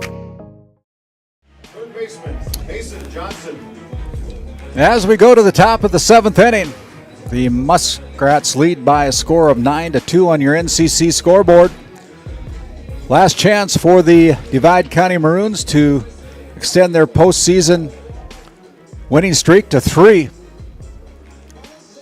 As they've played a will of a postseason, only having 2 wins in the regular season, have gotten 2 wins in the postseason so far, but they're down by 7 as we go to the top of the 7th inning. Eli Undland back on the mound for the Muskrats, and he comes in with a ball to Mason Johnson. Johnson, the third baseman, started the game at pitcher. I believe he would be the pitcher of record, I believe, for the loss if they can't come back here. As a shot to right field and fly out there to the right fielder. That is Gavin Horn. I believe that's his second putout of the game from the right field position here this afternoon and evening. Brings up Landon Hubble with 1 down here in the top of the 7th inning. Undland has a swinging strike. Strike on Hubble.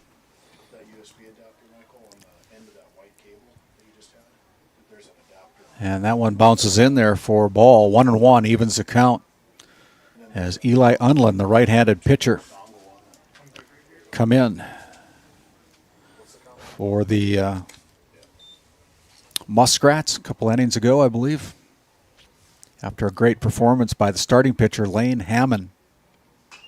There's a shot down the line, just foul.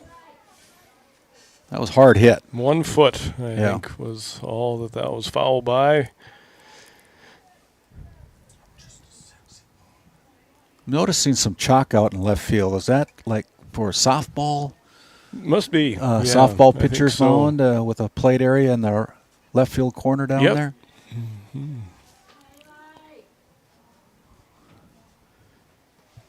Count is 2-2.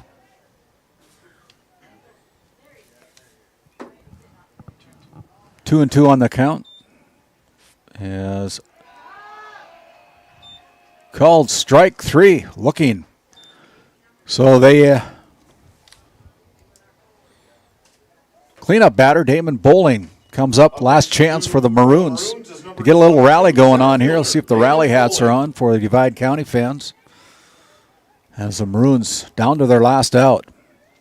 They're down 9-2 on your NCC scoreboard to the Renville County Muskrats, and there's a stayed fair. And I think they're still questioning what it's going to be. Out. It's an out. On the swinging 2U with the put out for the third out of the game. Your final score. It is the Muskrats defeating the Divide County Maroons by a score of 9-2 here in this quarterfinal game as they punch their ticket to the semifinal games with a win over Divide County, 9-2. We'll head down to the field, see if we can catch up with our Brad Johnson Insurance Player of the Game, as well as our head coach, Henry Savicle, when we come back with our postgame show after this timeout. Take down the Divide County. Since 1961, Tioga Medical Center has been providing quality health care to Northwest North Dakota patients. With a newly built clinic in Tioga, where primary care providers along with visiting specialists are caring for patients every day. Primary care clinics in Ray and Powers Lake also. Call for an appointment today at 701-664-3368. Tioga Medical Center, great staff making a difference in the lives of patients every day. D&L Paraffin Incorporated is a local family-owned hot oil company that has been in operation since 1981. We work hard to develop good business relationships with the oilfield companies in the Tioga area. While offering services north of Lake Sakakawea, we focus on integrity, hard work, and safety. For all hot oil services, call dispatch at 701-641-3065 or 701-641-6310. And for hiring information, be sure to follow us on Facebook at DL Paraffin.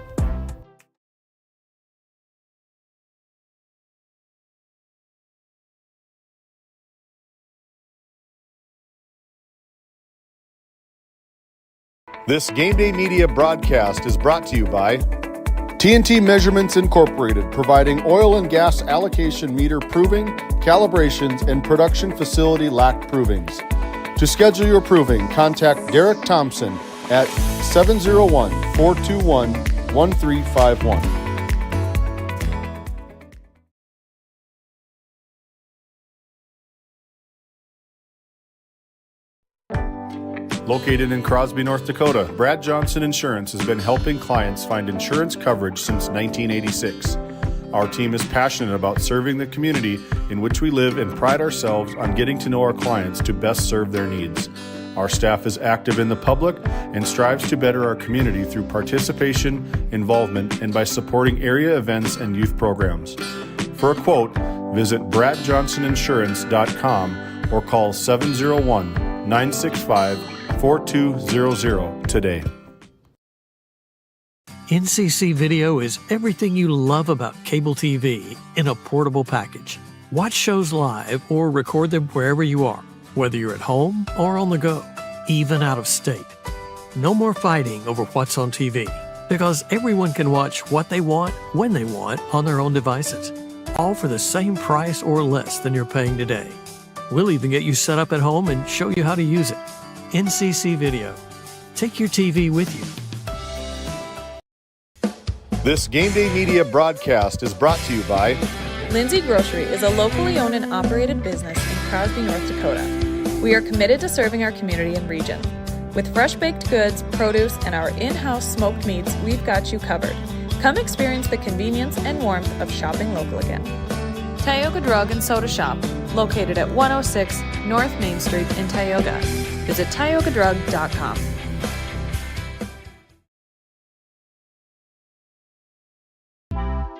D&L Paraffin Incorporated is a local family-owned hot oil company that has been in operation since 1981.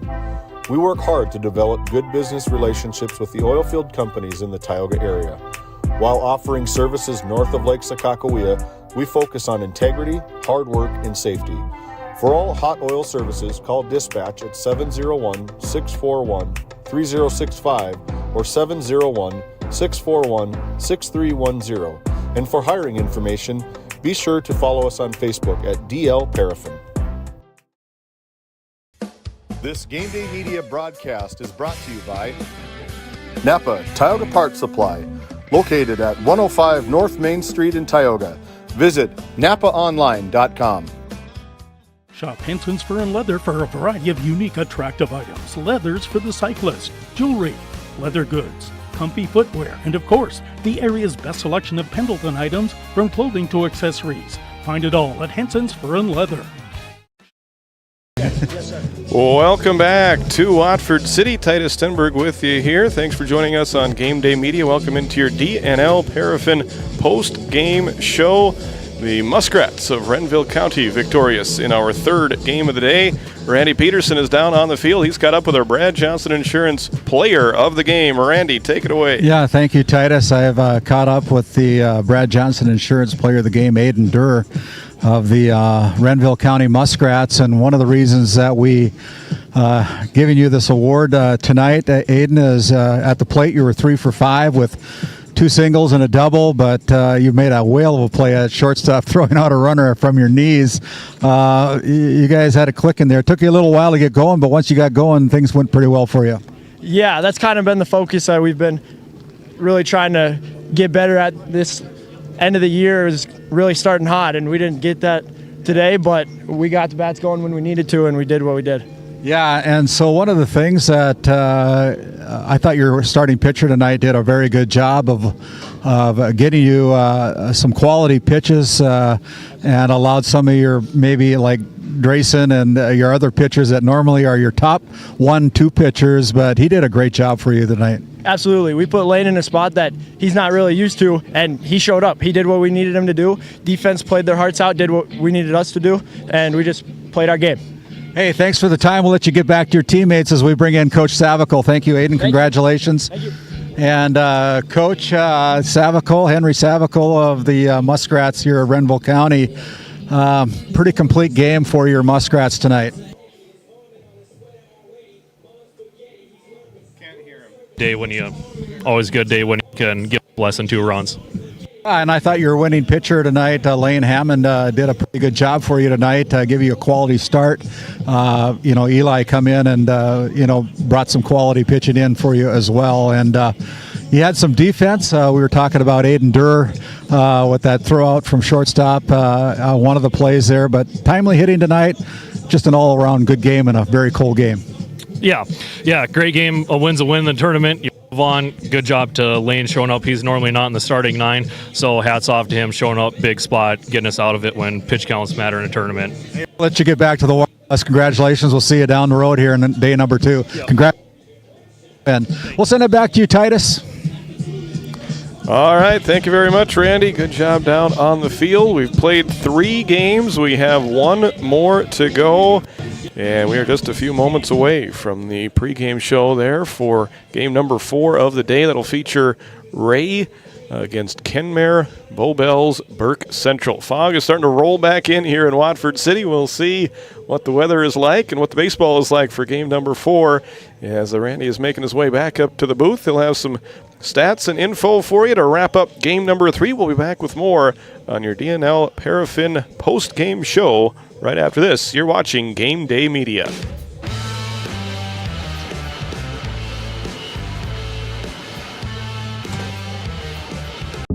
At Souris Valley Dental Group, we've been using modern treatment techniques and products to help families smile since 1968. Voted as the #1 dentist in Minot, our team of expert dentists combine their unique areas of expertise and their experiences to create treatment plans that help each individual patient meet their goals.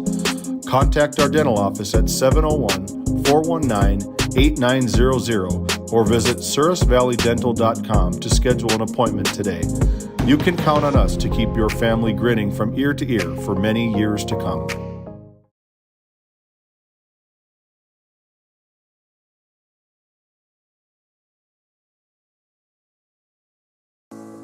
Since 1961, Tioga Medical Center has been providing quality health care to Northwest North Dakota patients. With a newly built clinic in Tioga, where primary care providers along with visiting specialists are caring for patients every day. Primary care clinics in Ray and Powers Lake also. Call for an appointment today at 701-664-3368. Tioga Medical Center. Great staff making a difference in the lives of patients every day.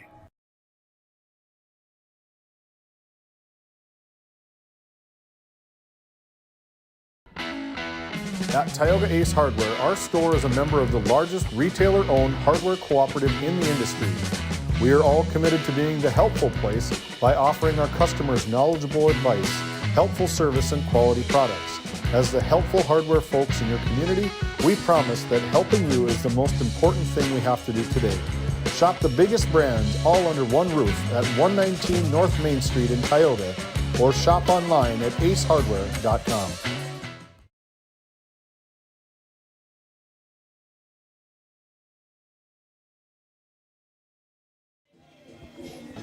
As we bring it back here to our D&L Paraffin postgame show, game number 3 is in the books right before the raindrops are starting to come down here a little bit. We'll see how that affects game number 4, if it does at all.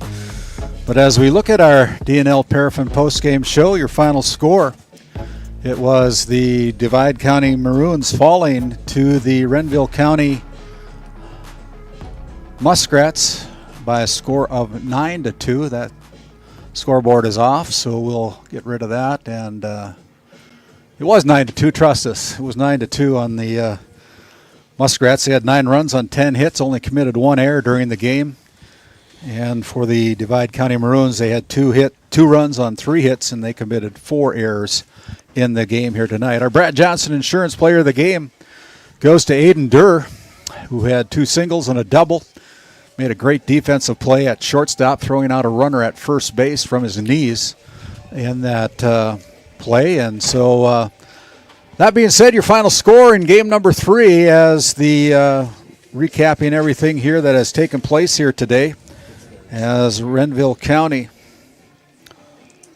defeated the Divide County Maroons by a score of 9-2 to set up a game on our next game. Will be DLB versus Renville County on Thursday. And we're going to have another game here tonight between Ray and Kenmare Bowbells Burke Central. And if we can get that one in here, we're going to try to do that. So we're going to get things reset here for game number 4. Thanks for tuning in. On behalf of Titus Stenberg and myself, Randy Peterson, thanks for joining us here. One more game to go here in this final day of coverage of Game Day Media and the Region 7 tournament, as the officials are getting together at home plate to go over the lineups and respective lineups for both teams. But we're going to take a little break as we head down and try to take care of things. We'll be letting you enjoy the sights and sounds of Watford City's Glen A. Wahus Field here in Watford City, North Dakota. Stick with us. One more game to go. It'll be Ray and Kenmare Bowbells Burke Central coming up next.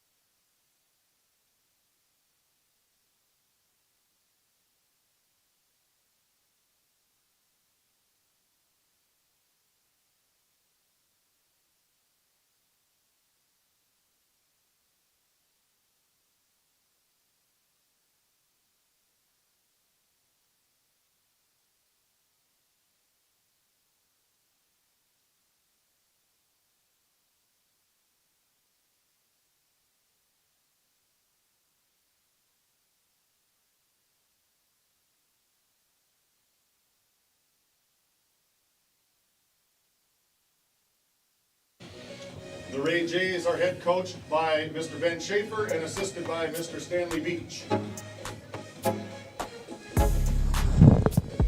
Welcome back to Glen Wahus Memorial Field in Watford City, North Dakota. Some raindrops moved in. The fog got a little bit closer to the ground, and things are going to be wet, at least to start with here, Randy. We'll see how that affects things, but we are ready for baseball. Artificial turf here, so no reason to fear about the base paths getting wet or anything, but still can be a hazardous way to play baseball when anytime that ball gets wet, and we'll see how these teams react. First pitch swinging as Beach puts it on the ground and just gets thrown out by a step. Excellent play. He's fast, isn't he? He is. Brody Beach. Second baseman Zach Zorn really had to hurry, but he did get just enough on that throw to Leading off that inning was number 0. start a 4-3 play. Batting second, One pitch, one out. catching, Brody Sinar. And that was Brody Beach. Now it's Brody Siner coming to the plate to face the Kenmare Bowbells-Burke Central pitcher Nate Evenson.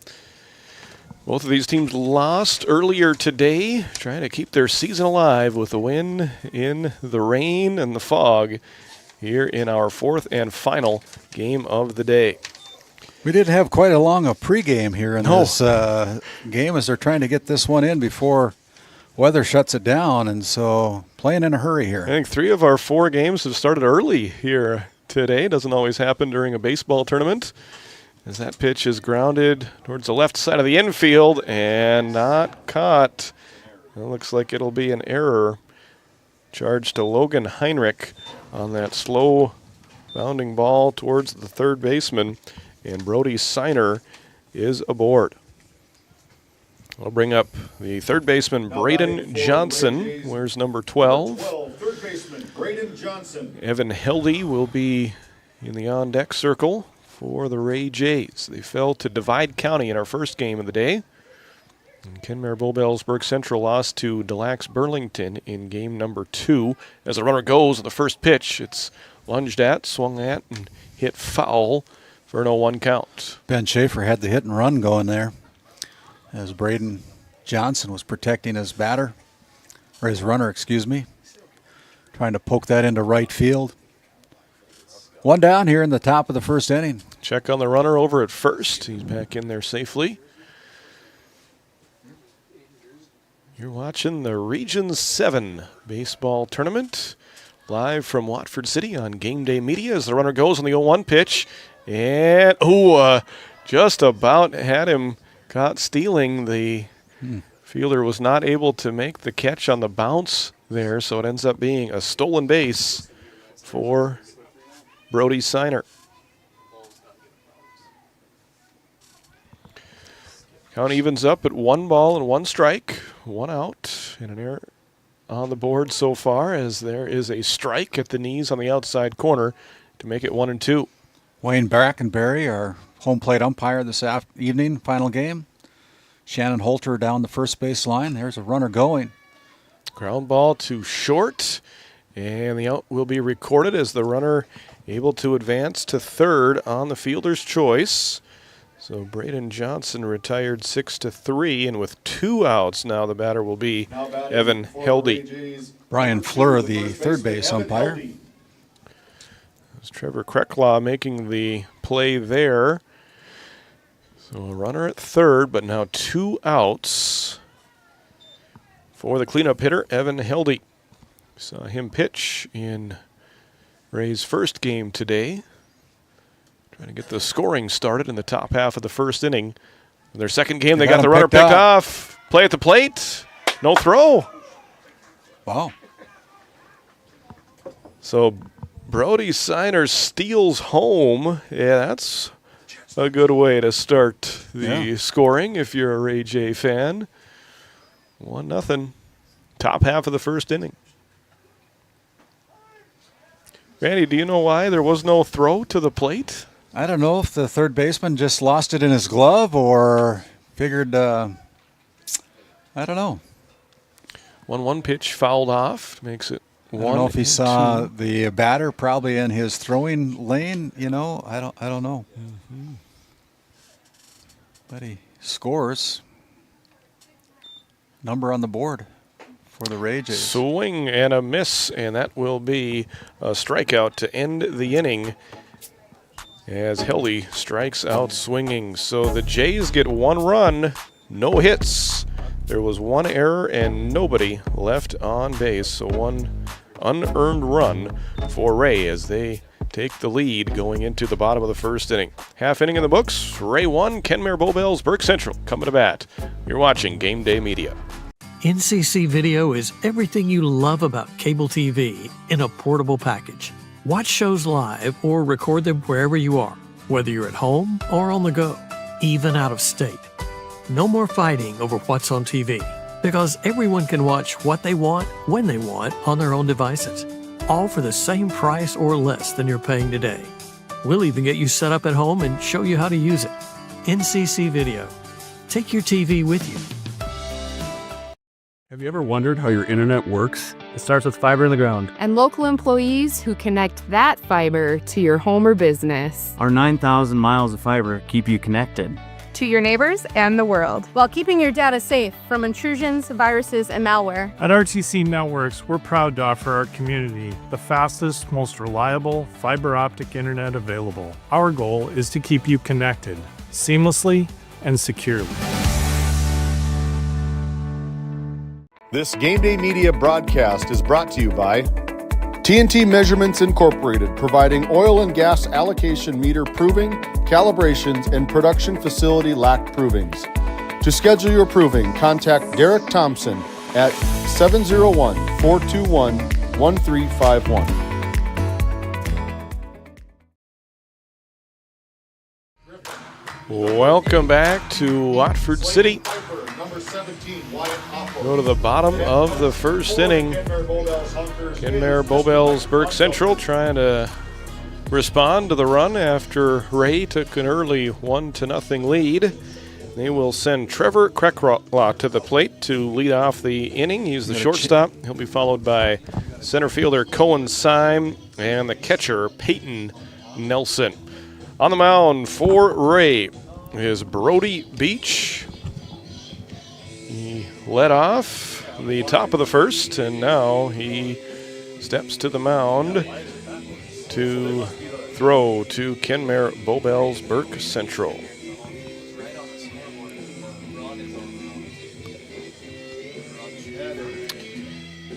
Fog continuing to roll in. There's a few Hardy fans down below us. First inning, shortstop number 2, Trevor Kreklaw. We were getting rained on a little bit ago. I think the rain has subsided, but still very wet conditions, a lot of humidity as the first pitch is swung on and hit into the air, medium deep center field. That's going to travel over the center fielder's head. It'll be a leadoff hit, and it's going to be a leadoff 2-base hit, a double for Trevor Kreklaw, and that's a great way to start the bottom of the first inning for Kenmare Bowbells Burke Central. First pitch swinging. We'll bring Cohen Syme to the plate. Burke Central Honkers, center fielder number 6, Cohen Syme. Swing and a miss by Syme as lefty Beach throws it in there, pulls the string on him, 0-1. Potential game-tying run in scoring position as that one comes in high and inside to even the count up at 1-1.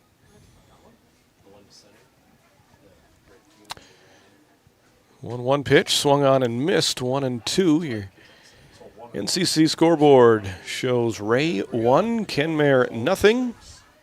Just underway, game number 4 of the Region 7 boys baseball tournament. Did that one hit him? Yeah, it did. Did.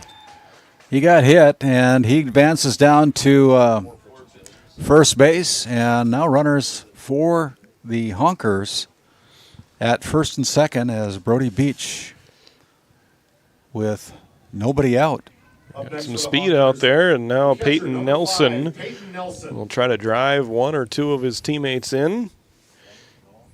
First baseman Cannon Alalum goes to the on-deck circle. Strike one on the inside corner. Wayne Brackenberry definitely letting us know when there's a called strike. That's good to see from a broadcaster's point of view. Makes life a little easier. There is the 0-1 pitch hit high in the air on the right side. And the right fielder will not be able to make the catch, and everybody will be safe. Bases loaded for the Honkers. Kind of a tweener. Second baseman didn't get out there, got called off by the right fielder, and the right fielder couldn't come away with the play. And so the bases loaded now as the Honkers are full on the bases with runners at first, second, and third. Nobody out. Looks like the official scorer called that one an error. So Cannon Lallam comes to the plate with the bases loaded. Ray Jays have moved the corners in for sure, kind of mid-range depth for the shortstop and second baseman. Pitch stays outside, and now 2-0 to the cleanup hitter and nowhere to put him. Maybe they give up a run to get a double play, but they need an out. Nobody out. Swinging away on the 2-0 pitch, and it's fouled. Back and out of play, now 2-1. Back when I first started coaching in Tioga, Wayne Brackenberry was the coach of the Renville County Muskrats. Okay. 2-1 pitch hit down the right field line. That'll make it into the bullpen. And Beach has fought back from down 2-0 to now evening up the count at 2-2. Still nobody out. No runs in yet, but Kenmare with the bases loaded in the bottom of the first. I don't know if that ball is getting wet out there, but pitcher's got to deal with it, and I don't see any rosin on the pitcher's mound at all for the pitchers to be able to dry their hand off. Catcher having a little trouble holding on the baseball as well. 3-2 pitch. There's an easy run. Low. So just like that, we are all tied up on the RBI walk to Cannon Lallam, and the bases remain full of Honkers. Krecklaw scores the first run of the game. Syme moves on down to third. Nelson up to second. As Cannon Lallam checks in at first base with the RBI and the walk. Swinging foul ball by Hank Handeland to start this at bat. Finds himself down on the count, 0-1. That pitch fouled off again, now 0-2, as the on-deck hitter Logan Heinrich goes to collect that baseball. Trying to keep the balls dry here as a home team is responsible for bringing, or the home team that's up to bat is responsible for taking care of the baseballs. A full-time job in these conditions. Tonight, That one sails high and outside, 1-2. The count to Handeland, swings and misses, and there's that elusive first out of the inning for Ray. Ray Jays needed that one. Still got bases full with Honkers. Heinrich comes up to bat for the Honkers. Bases loaded, one out. Bottom of the first inning, all tied up at one apiece. He shows bunt, and they're going to call a strike, but the ball gets away, so the run will come in to score on the wild pitch. That's Syme that comes in from third base, doesn't it? Yep. So Cohen Syme scores the second run of the inning for Kenmare Bobelsburg Central. Nelson up to third, Lallam up to second. And now Heinrich will bat with runners at second and third, and he slaps it through the right side of the infield base That'll plate one, possibly two. There could be a play at the plate.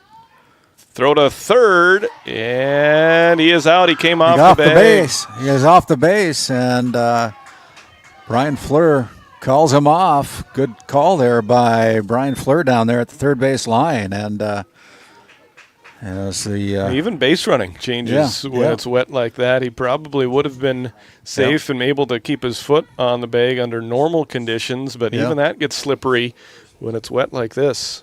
Crooked number up there for the Honkers, 3-1 now with two down. Runner at first base. Zach Zorn at the plate. So Peyton Nelson scored on the base hit. Cannon Lallam gets thrown out at third base. And Heinrich stays at first. That one fouled over our heads and out of play. As Zorn tries to keep this inning going for the Honkers, who lead it 3-1. That one's outside, making it 2-1. 2 hits so far in the inning for Kenmare Bowbells Burke Central. 3 runs scored. That one stays low. Now 2-1.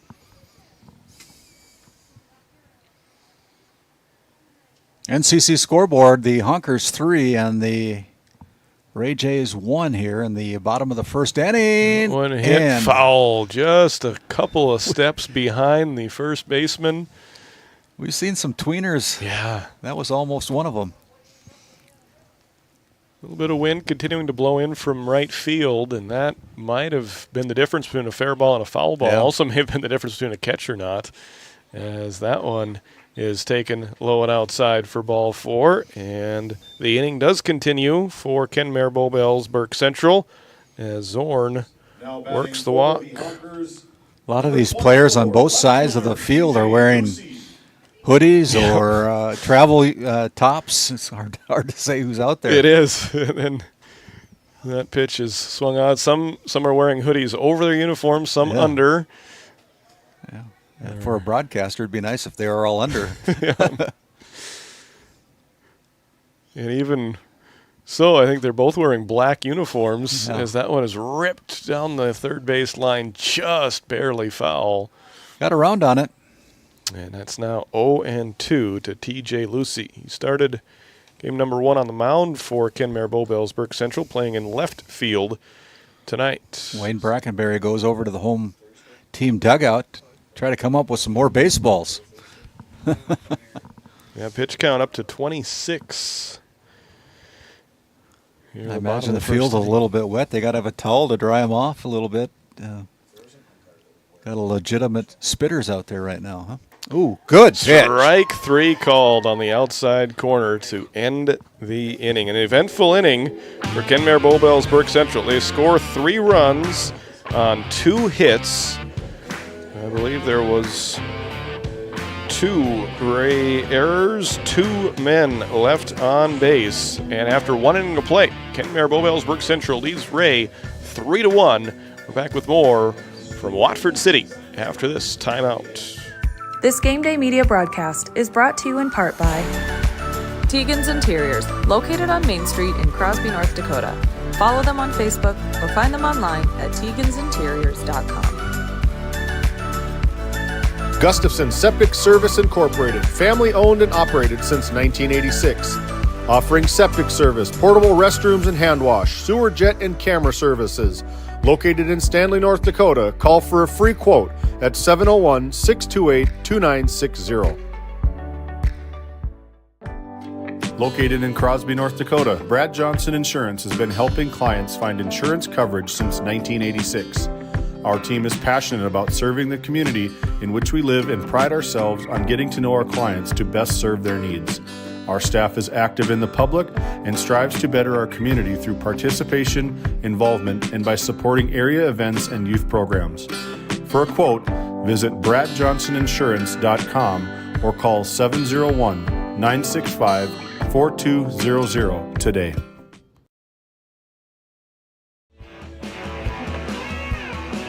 We have played 1 full inning, and it saw a little bit of everything there.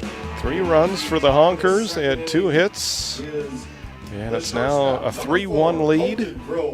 As Colton Grove, the shortstop, comes to bat, lead off the second inning for Ray. Ray scored 1 run of their own in the top half of the first inning.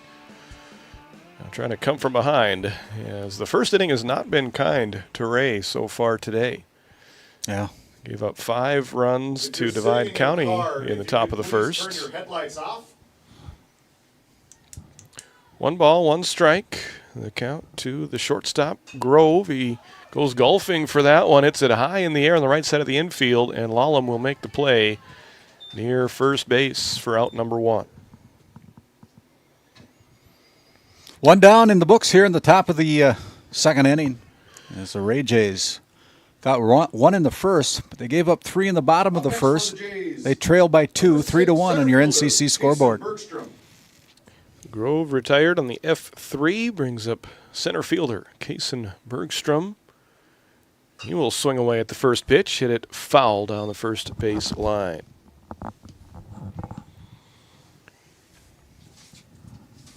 Game number 4 of the day from day number 1 of the Region 7 baseball tournament.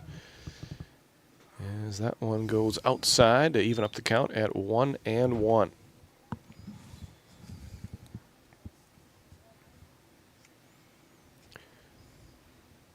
One delivery, low, 2-1. Been a long day of baseball. Hope you've enjoyed our coverage. We've enjoyed bringing it your way here on Game Day Media from Watford City. We aren't sure where the next day of this tournament will be held or when, but we'll pass that along to you on our social media pages as that pitch is swung on and missed to even the count up at 2-2. Kaysen Bergstrom swings away at that 2-2 delivery, fouls it off. Staying alive, good at bat so far for the center fielder, Kaysen Bergstrom. Kind of looks like they put a bunch of brand new baseballs in play. They were whiter than the ones last inning.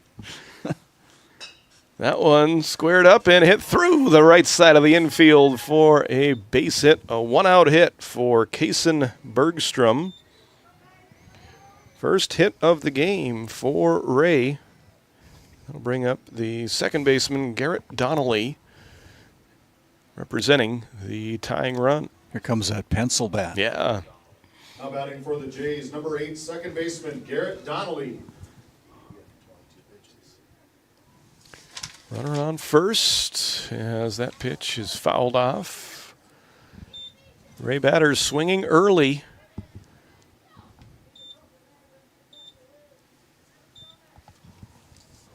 Against the right-handed arm of Nate Evenson.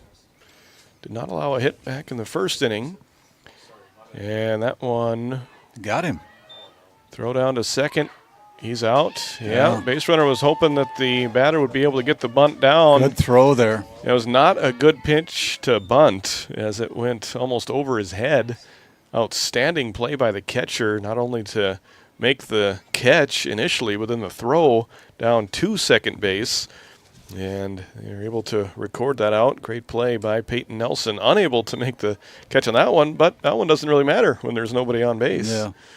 So Peyton Nelson, give him a star for that play. Getting it down to Zorn for the out. Now 2 outs, and the base is empty for Ray. He almost double clutched it, in a couldn't believe that the runner was taking off, I think, and kind of a double clutch and still had enough arm to get it down there in time to catch him at second base. I think every throw is an adventure in the field here with conditions like this. It's now 3-1 to Donnelly. Swing and a miss to fill the count up at 3-2. 2 outs, nobody on base for Ray, coming in as the number 4 seed, taking on number 3 seed, Kenmare Bobelsburg Central. That one sails on Evenson. He's a little frustrated as Donnelly earns the 2-out walk. Got a little break here. Gives us a chance to talk about Game Day Media and the fact that we would encourage our listeners and viewers to be able to help with offset some of the costs of this region tournament, having to move the venue down to Watford City, incurring more costs for teams as well as the region. If you'd be so kind as to drop a check in the mail, make it payable to Game Day Media, and we will make sure that the tournament managers get that money from Game Day Media. We are just the venue. We're the middleman, I should say. We're not taking any part of it by any means. We just want to make sure that we can cover the cost of this tournament that is down here in Watford City. Wild pitch moves Donnelly down to second. Another wild pitch. So back-to-back wild pitches moves Donnelly from first all the way over to third. And now Bennett Schaefer with a RBI opportunity, batting with 2 outs, but now a 2-0 count and the potential second run of the game for Ray just 90 feet away. You know, with the slippery conditions on the ball, it's obviously got something to do with it. And Sometimes your footing isn't always as secure in a wet condition either, coming off the mound. Check swing, appeal down to first, and he did not go. So now 3-0, and the 3-0 pitch is high and outside for ball 4. A 4-pitch walk to the number 8 hitter, Bennett Schaefer. Second consecutive walk, and that will bring Zane Daniel to the plate.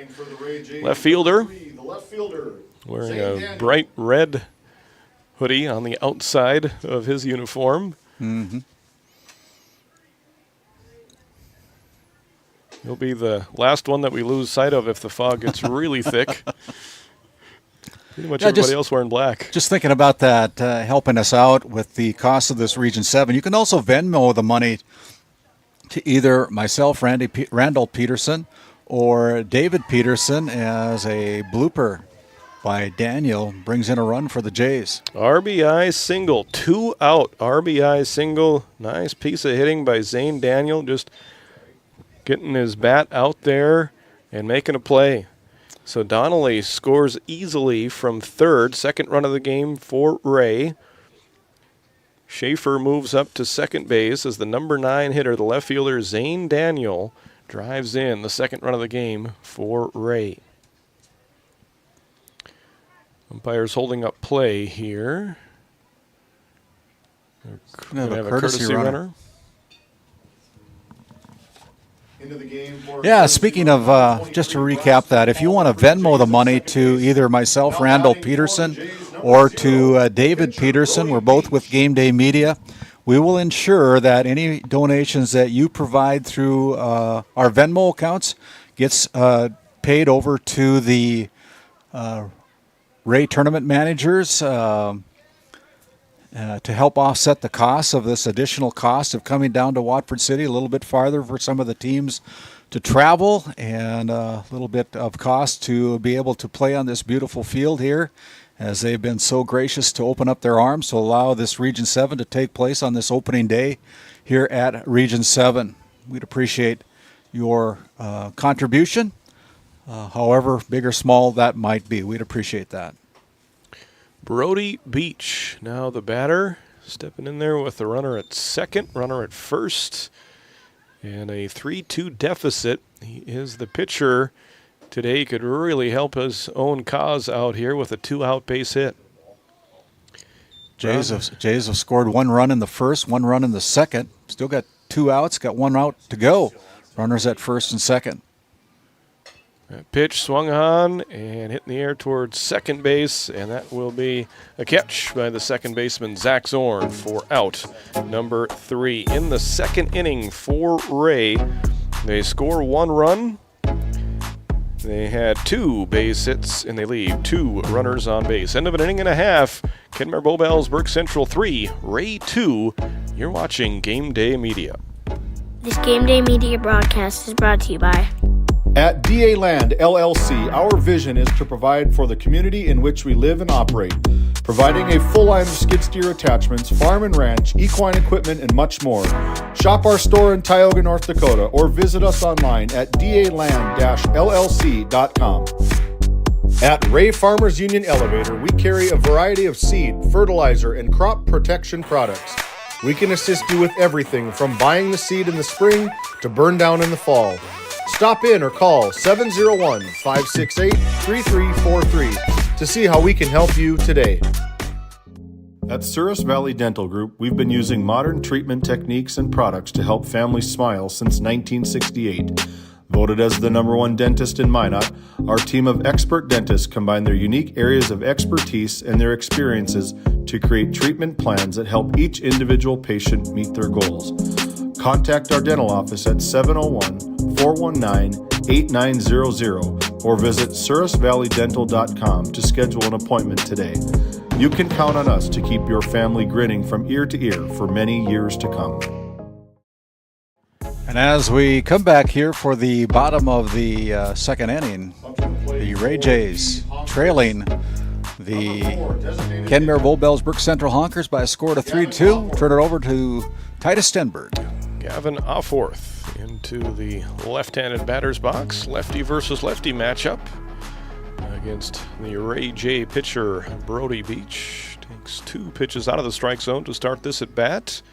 2-0 is low, and it's a 3-0 count for the designated hitter, Gavin Offworth.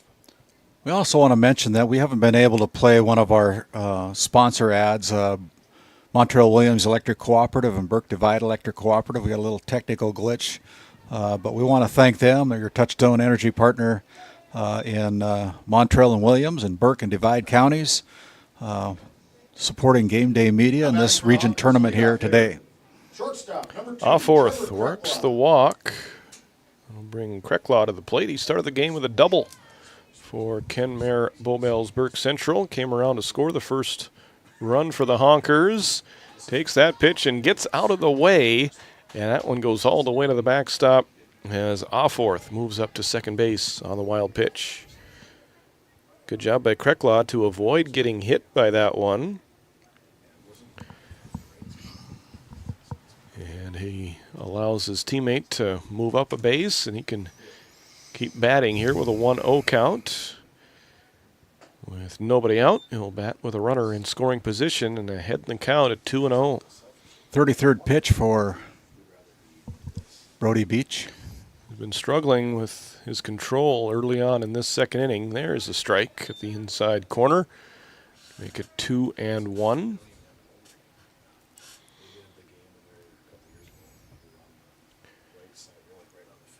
Two-one delivery, high and outside. Now 3-1 with Cohen Syme lurking on deck for the Honkers. 3-1 pitch. Bounces in there. Another walk. Back-to-back walks to start the second inning for Kenmare Bowbells Burke Central. Cohen Syme checks in. He got hit by a pitch and scored a run back in the first inning.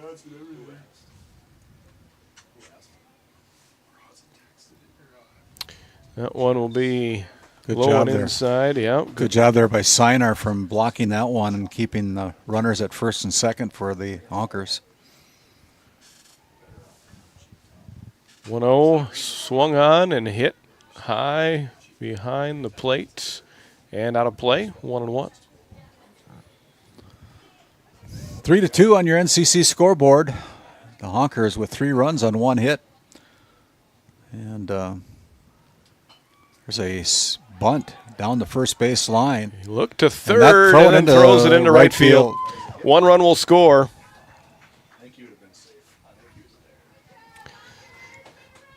Yeah, that was a well-placed bunt there. Cohen Syme. Syme with the speed, beating it out. Even though the ball went into right field, good job by the right fielder coming up and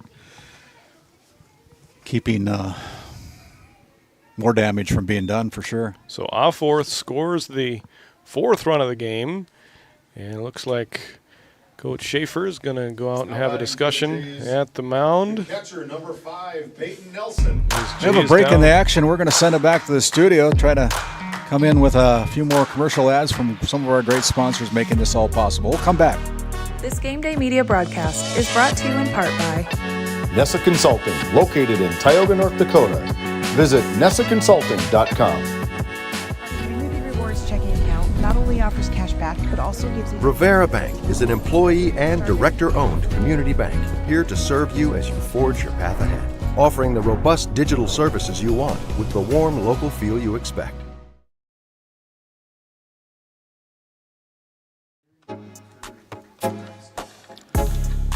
The mound visit by head coach Ben Schaefer of the Ray Jays is over.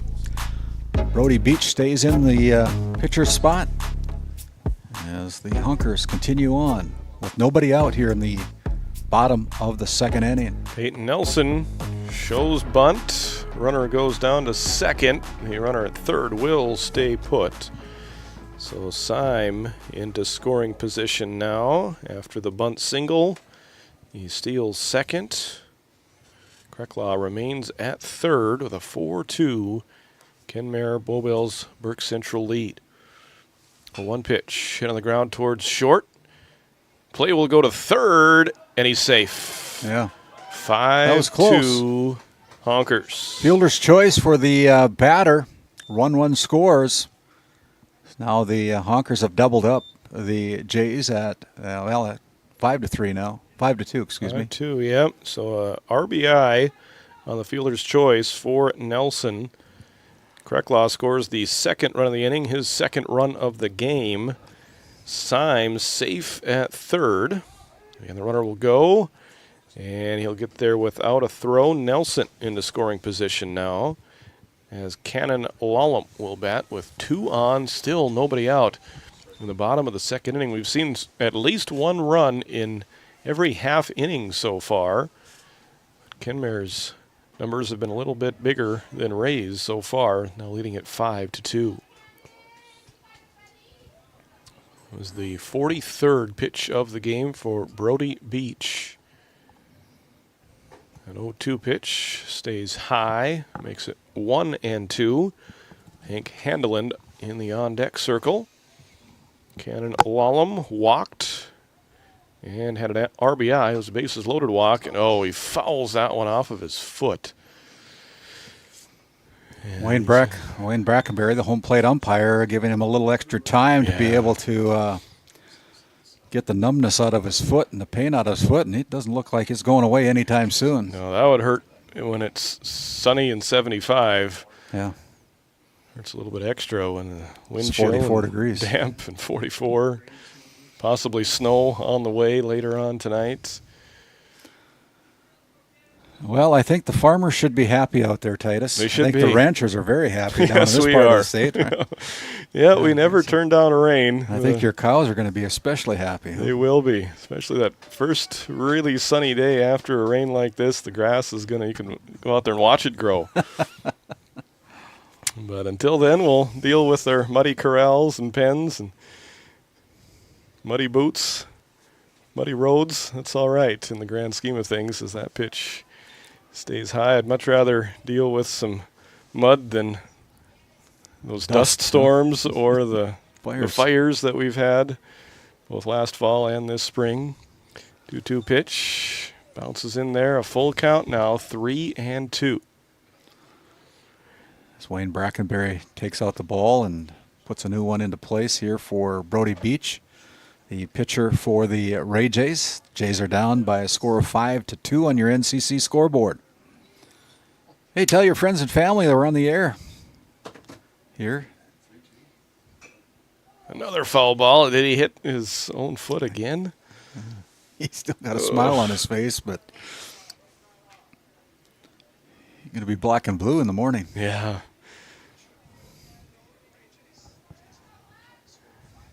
Three and two, nobody out. Here comes the payoff pitch. Ground ball up the middle. Shortstop unable to field it cleanly. Third run of the inning for the Honkers as they now lead it 6-2. Cannon Lallam will reach on the E6. Yeah. Kind of just misplayed it, and I don't know. I suppose the wet ball had something to do with it, but still got it recorded as an error, I believe. So Symes scores. Third run of the inning for the Honkers as Hank Handeland comes to the plate. Struck out in his first at bat. Kind of think his dad's down at the third base coach's box. And that one, did it hit him? It did. It did. So that'll load the bases up as Hank Handeland is hit by a pitch. And Logan Heinrich will bat with the bases loaded. And still nobody out in the bottom of the second. Still nobody out. Heinrich singled, drove in a run back in the first inning.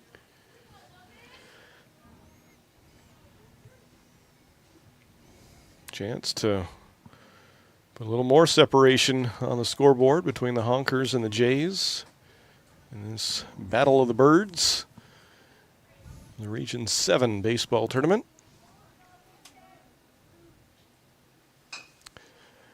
Ground ball hit towards third, play at home, and the throw is off the mark. One run will score, and the bases remain loaded.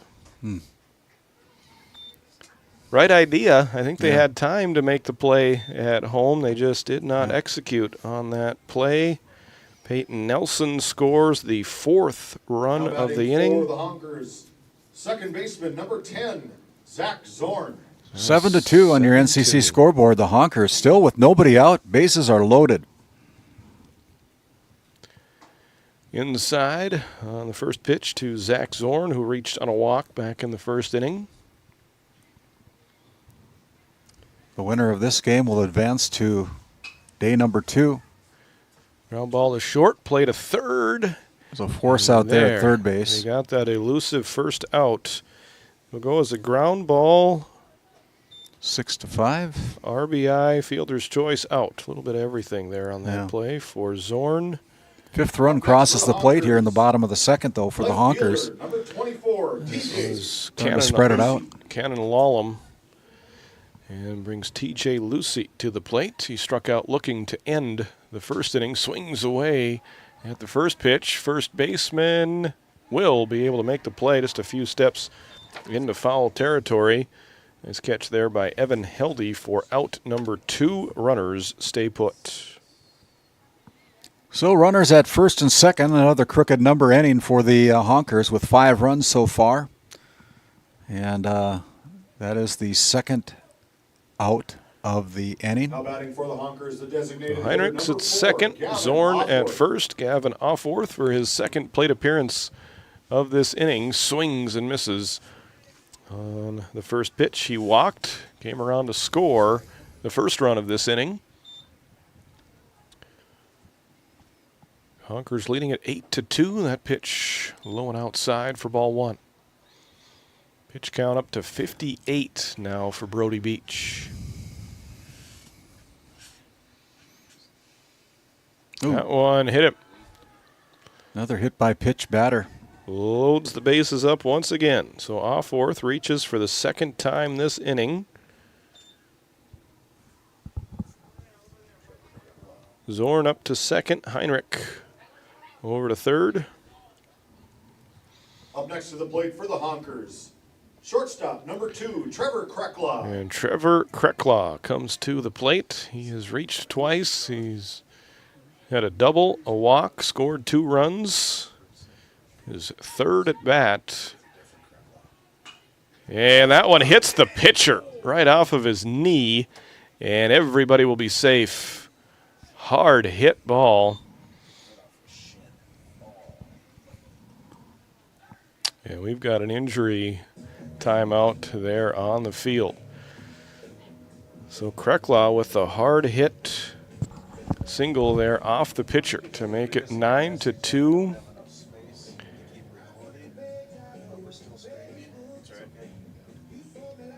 And I think we're going to step aside here as they check out the injured player. We'll be back with more. Your score, Kentmere Bowbells, Burke Central 9, Ray 2. You're watching the Region 7 baseball tournament on GameDay Media. This GameDay Media broadcast is brought to you by Lindsay Grocery is a locally owned and operated business in Crosby, North Dakota. We are committed to serving our community and region. With fresh baked goods, produce, and our in-house smoked meats, we've got you covered. Come experience the convenience and warmth of shopping local again. Tioga Drug and Soda Shop, located at 106 North Main Street in Tioga. Visit tiogadrug.com.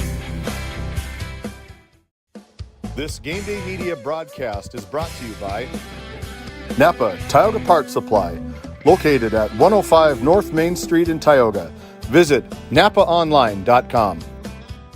Shop Hanson's Fur and Leather for a variety of unique, attractive items. Leathers for the cyclist, jewelry, leather goods, comfy footwear, and of course, the area's best selection of Pendleton items from clothing to accessories. Find it all at Hanson's Fur and Leather. Since 1961, Tioga Medical Center has been providing quality health care to Northwest North Dakota patients. With a newly built clinic in Tioga, where primary care providers along with visiting specialists are caring for patients every day. Primary care clinics in Ray and Powers Lake also.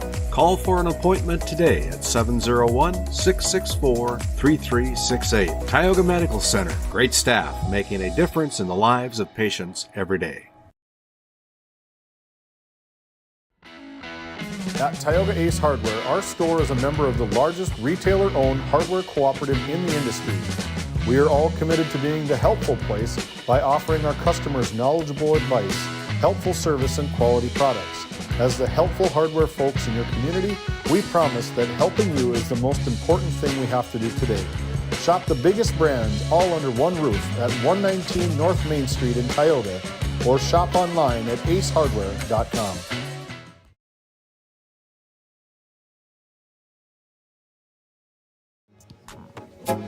So, as we continue on with 2 outs in the bottom of the second inning, Johnson. Pitcher for the Ray Jays comes in. An announcement from the official scorebook. Braden Johnson enters the game with 106 total pitches on the tournament.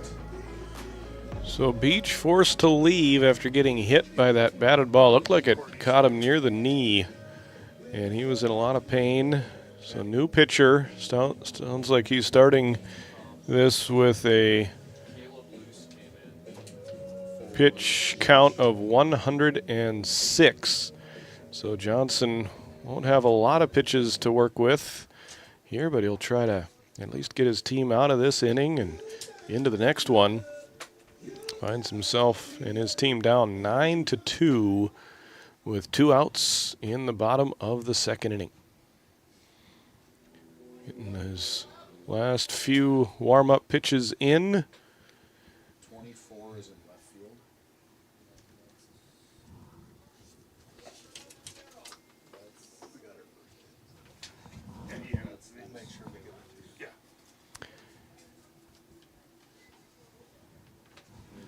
So Johnson goes to the mound, and he will go up against Cohen Syme for his first batter. For the Honkers, number 6 center fielder, Cohen Syme. And he will take the first offering from Johnson. Just missed for ball 1. Swings and misses on the second pitch to even up the count at 1-1. Syme got hit by a pitch and scored a run back in the first inning. He had an RBI single earlier in this second inning, second at bat of the second. 1 ball, 2 strikes with 2 outs and the bases loaded. Johnson throws a little harder. He does. Someone's low and outside, 2-2. Yeah, different look for the batters, switching from the left-handed pitcher over to right-handed pitching Johnson, and he gets the strikeout to end this long inning for Kenmare Bowbells Burke Central. The Honkers score 6 runs. They had a total of 2 hits, and they leave the bases loaded. We have played 2 full innings with the score Kenmare Bowbells Burke Central 9, Ray 2. We're back with the 3rd inning after this timeout on Game Day Media. This Game Day Media broadcast is brought to you by... Located in Tioga, North Dakota, Patriot Oilfield Service Incorporated is a proud supporter of the Tioga Pirates, supporting the Bakken with hot oil and water hauling services. For your service needs, call our dispatch office at 701-664-2016 today.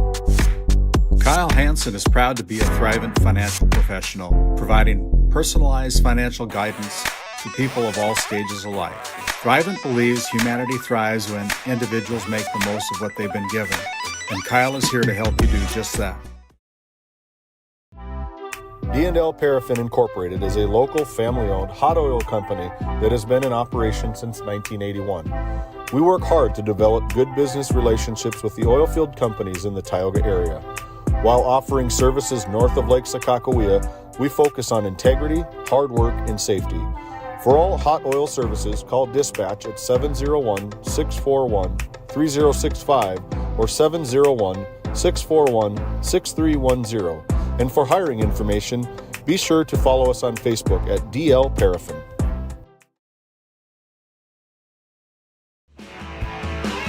Number 9, the catcher, Brody Sinar. Brody Siner steps to the plate for Ray. They found themselves at a big hole here, trying to mount a big comeback. Still have a lot of innings to work with, but they're going to need a big top of the third here to try and get back into this one. Find themselves down 9-2. Been playing from behind most of the day. They fell behind early to Divide County 5-0. They scratched and clawed their way back to a tie at 6-6 before ending up losing that one by a final of 9-6. That one high and inside for a ball from Nate Evenson. Evenson was not batting there, so it ended up being a long inning for him. Yeah. As that pitch catches the outside corner for strike one. Signer reached on an error and scored in the first inning, leading off the third, and he will start it off with a walk. Jays need runners, that's for sure. They've scored 1 in each of the innings here, first 2 innings, but the Honkers have scored 9, 3 in the first and 6 in the second. Braden Johnson steps to the plate, started the game at third, moved to pitcher to conclude the bottom of the second inning. Swings away, hits it into the air, and that will drop right in front of the right fielder. Signer was doubling back up. And throw at second, and they got the out pretty easily. Yeah. They're at second base. Yeah, on those conditions, you almost have to go halfway to see what's going to happen. And I don't know, Brody didn't do that and got picked off at second base on the good throw from the right fielder. So Signer erased on the fielder's choice. Number 2, first baseman. And Johnson replaces him at first base as the first baseman, Evan Heldy, comes to the plate. So we've seen outfield assist from center field. Now we've seen one from right field. All it's missing is one from left field. Well, bingo there from day one of this Region 7 boys baseball tournament. 1 ball, 1 strike to Heldy. Good bit of hitting right there. He'll get a base hit, and that will advance the runner. Line drive through the hole on the right side. Hits it to the opposite field, and Heldy reaches. Moves Johnson up into scoring position at second base. That'll bring up Colton Grove. 2, first, number 4, shortstop, Colton Grove. 2 on, 1 out, top of the third. First pitch sails high for Evenson, 1-0.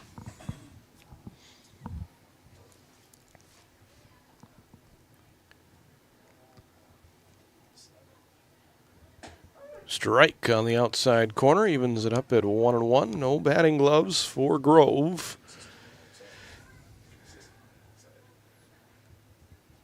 As the 1-1 bounces in there, 2-1. Runners stay put.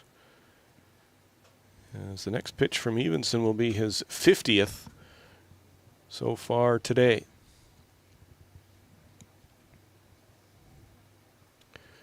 Two one also low, and once again another good stop by the catcher Peyton Nelson. They're gonna switch out baseballs there with the count moving to 3-1. Well, Coach Randy, what do? Do you put the green light on, give the batter the green light here with a 3-1 count? Oh, absolutely. But there's a good spot there by the pitcher.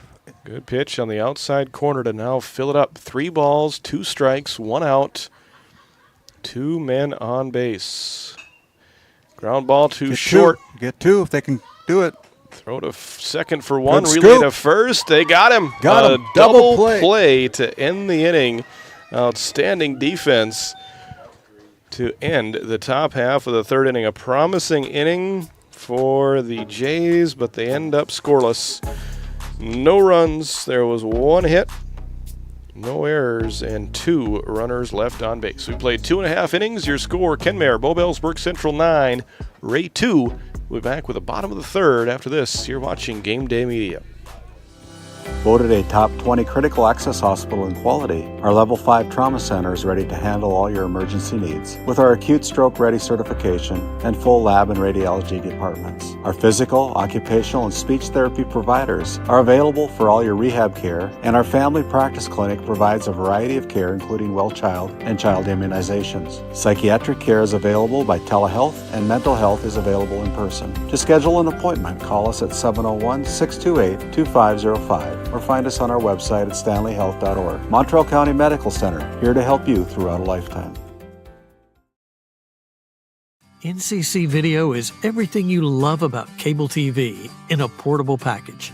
Watch shows live or record them wherever you are, whether you're at home or on the go, even out of state. No more fighting over what's on TV, because everyone can watch what they want, when they want, on their own devices, all for the same price or less than you're paying today. We'll even get you set up at home and show you how to use it. NCC Video. Take your TV with you.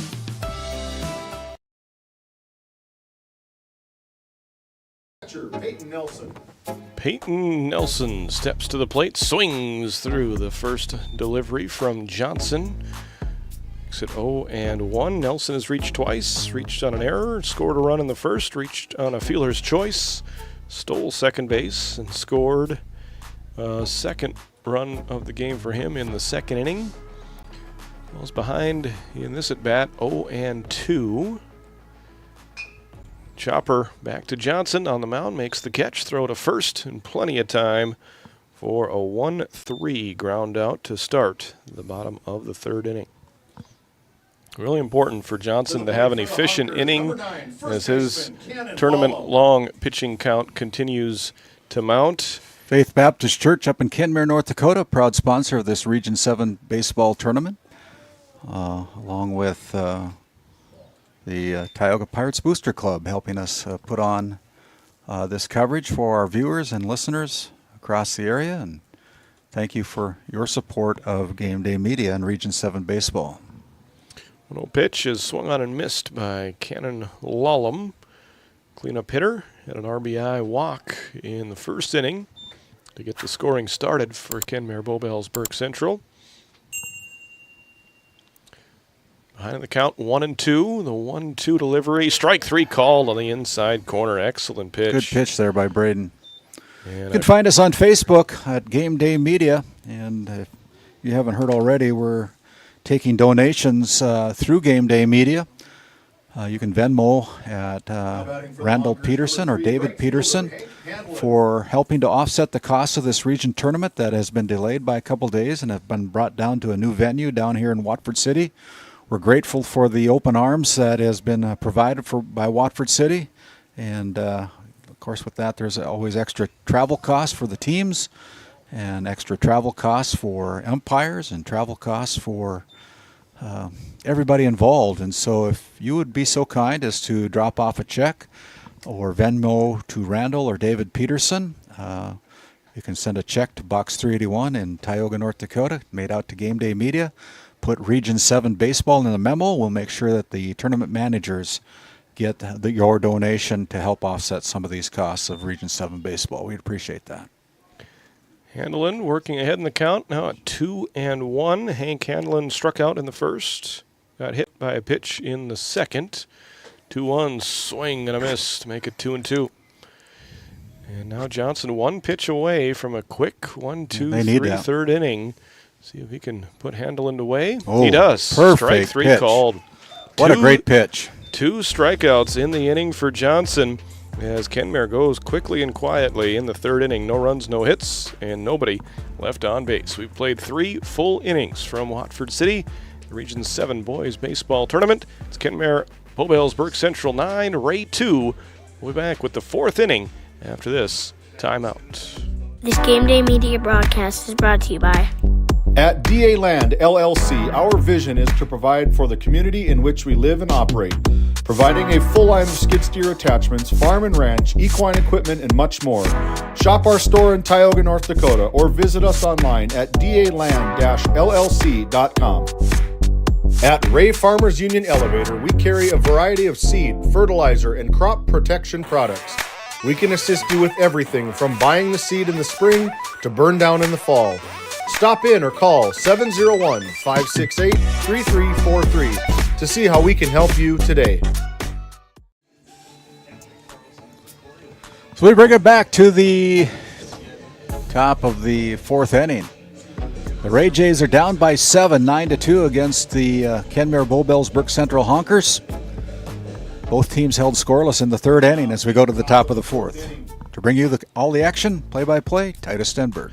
Thank you very much, Randy. Kason Bergstrom steps into the batter's box.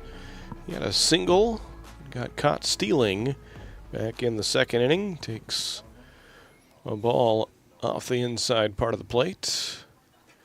Going up against Evenson. That one sails high. The winner of this game will continue their season on Thursday. The loser's season will be over in this double elimination tournament. 4-pitch walk to Kason Bergstrom as he starts the inning. Up next for the Jays, the second baseman, for number Ray. 8, Garrett Donnelly. Brings up Garrett Donnelly. He walked and scored back in the second inning. Comes to bat with that pencil bat. Oh, there you go. Ball one high and inside, and so far, 5 pitches from Evenson. All 5 have missed the strike zone so far. 1-0, fouled off. Evens the count up at 1-1.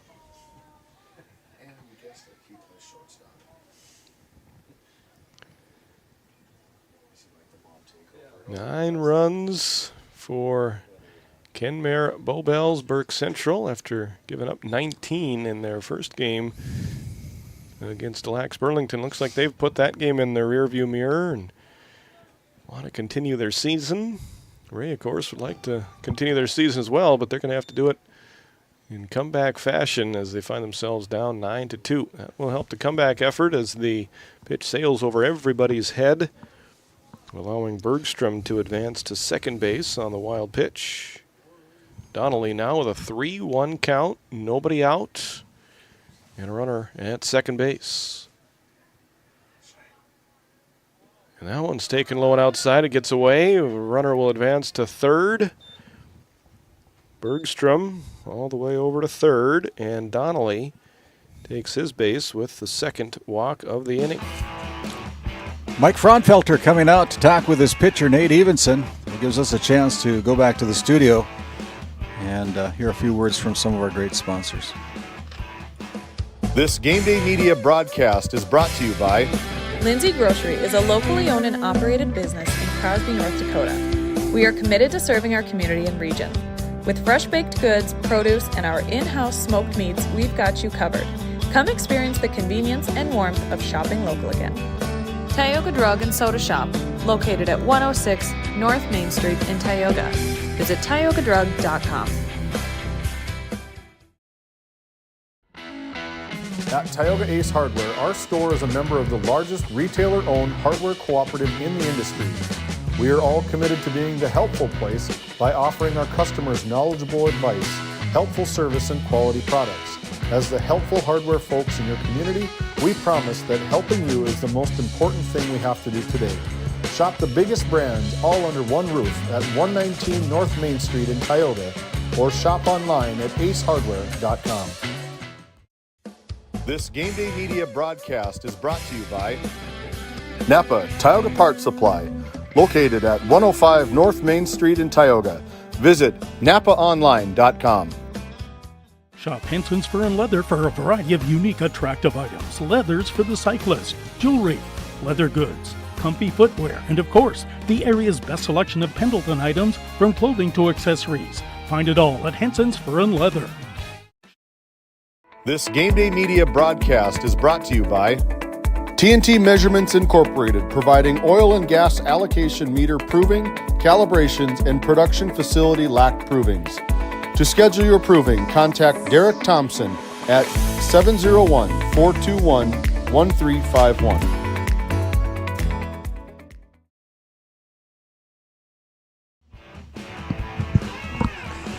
We've got a pitching change here in Watford City. Looks like Cannon Lallam now on the mound for Kenmare Bobelsburg Central. So he moves over from first base to the pitcher's mound. And Evenson will go from the pitcher's mound over to first base. So an important couple of batters here that Lallam will face with 2 on, nobody out in the top of the 4th inning. Honkers have built themselves a big lead, but Ray trying to get back into this one right now, down 9-2 on your NCC scoreboard. Bases are loaded for the Jays, nobody out. So a chance for the Jays to put up a crooked number here. At least try to claw their way back into this one, down 7 right now, here in the top of the 4th inning. So Evenson pitches 3 innings, gives up 3 hits, and so far 2 runs. But as Randy just mentioned, there's a couple of inherited runners that he's going to have to deal with, as he's got Bergstrom at 3rd, Donnelly at 1st, and the first pitch gets away, and one of those inherited runners will score on the very first pitch, making it 9-3. Bergstrom comes in to score from 3rd. Wild pitch. Donnelly up to 2nd, and Schaefer will continue the at-bat with a 1-0 count and a runner on at second base. Bennett Schaefer, the designated hitter, steps in to face Lallam, and another pitch that gets away, and now Donnelly will advance to 3rd.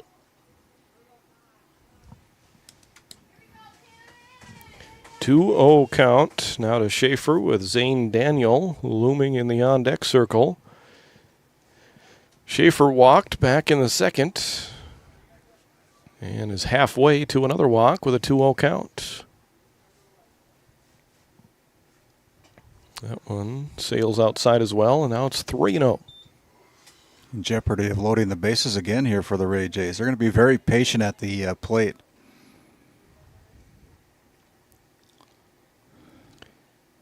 The 3-0 pitch, strike on the outside corner. I was going to say, if Bennett took a swinging strike at that one, I think he'd have to walk home.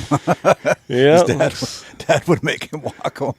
I think he got the red light on that 3-0 delivery. We'll see about the 3-1 situation with runner on 3rd. He will take again. A couple of nice pitches after not having good control for the first 3. Located perfectly the next 2 pitches, and it's a full count to Schaefer. Here comes the payoff pitch. Swing and a miss. Strike back 3. And got him. Good pitching there for Lallam. First out of the inning. Brings the left fielder Zane Daniel to the plate. Zane Daniel. With conditions like they are right now, do you suppose the umpires are telling the coaches that strike zone is going to be expanding a little bit? If it's between your nose and your toes, you better be swinging. Huh? It might be. Yeah, I remember Gail Rauschenberger was an umpire in Tioga for many years, and he said, "You guys are going to get up there in weather like this. You better be swinging." That one gets away from the catcher, Nelson, but runner stays put, so it remains a runner at 3rd with 1 out, 2 balls, and no strikes. To the batter, Zane Daniel. He hit an RBI single back in the 2nd inning. Drove in Donnelly for the 2nd run of the game. Bergstrom just scored the 3rd run of the game for the Jays, who are back to within 6 now at 9-3. There's a strike on the outside corner to make it 2-1. Good pitch by Lallam. Lallam on in relief of Evenson. 2-1 pitch, strike at the knees. Even the count up at 2-2. 1 on, 1 out. Top of the 4th inning. He shows bunt. He will pull it back and take it. On a 2-2, he shows bunt. Yeah, hadn't at all threw that at bat. Showed bunt there, took it, and now it's a full count with 1 out. Looks like he'll be swinging away on this payoff pitch. He does. He hits it down the right field line. Slicing foul. And we'll do it again with 3 balls, 2 strikes, 1 out, and a runner on 3rd. And some new baseballs heading out to the pitcher, Cannon Lallam. Part of the reason that we are asking people to donate toward this region tournament, they're going through a lot of baseballs. They are. Been a lot of foul balls and then a lot of extra balls needing to be used here, especially in this fourth game with the wet conditions. The 3-2 pitch. Inside, good take. Inside, ball 4. Zane Daniel earns that walk, and he'll stroll on down to first and welcome Brody Beach into Now the batting for the Jays, number 24, correction. left fielder, Caleb Luce. Beach had to leave the game, so it's Caleb Luce. Caleb Luce coming to bat for his first at bat of the game. And he comes up there in a big spot. Runners on the corners, 1 out. His team behind 9-3, but a little bit of momentum has swung into that Ray J dugout. And it could be swinging that way in a big way if Luce can get a clutch hit here. Swing and a miss to make it 1-1. He's shaking his head after swinging at that pitch, but still up at the plate. Lallam with the 1-1 delivery as the runner goes. They will throw down to second. He's safe. Throw back to home, and he is out. Close play at the plate. The out is called, and the back end of the double steal does not work for Ray. So Donnelly thrown out at home. Zane Daniel moves up to second.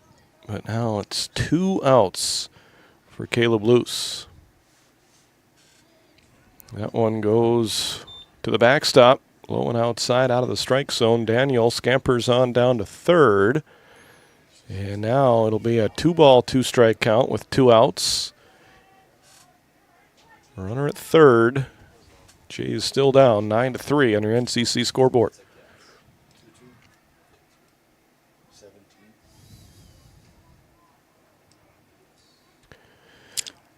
Got the center fielder doing jumping jacks out there. Everybody doing what they can to try and stay warm. As that pitch is fouled off, we'll do it again. 2 balls and 2 strikes.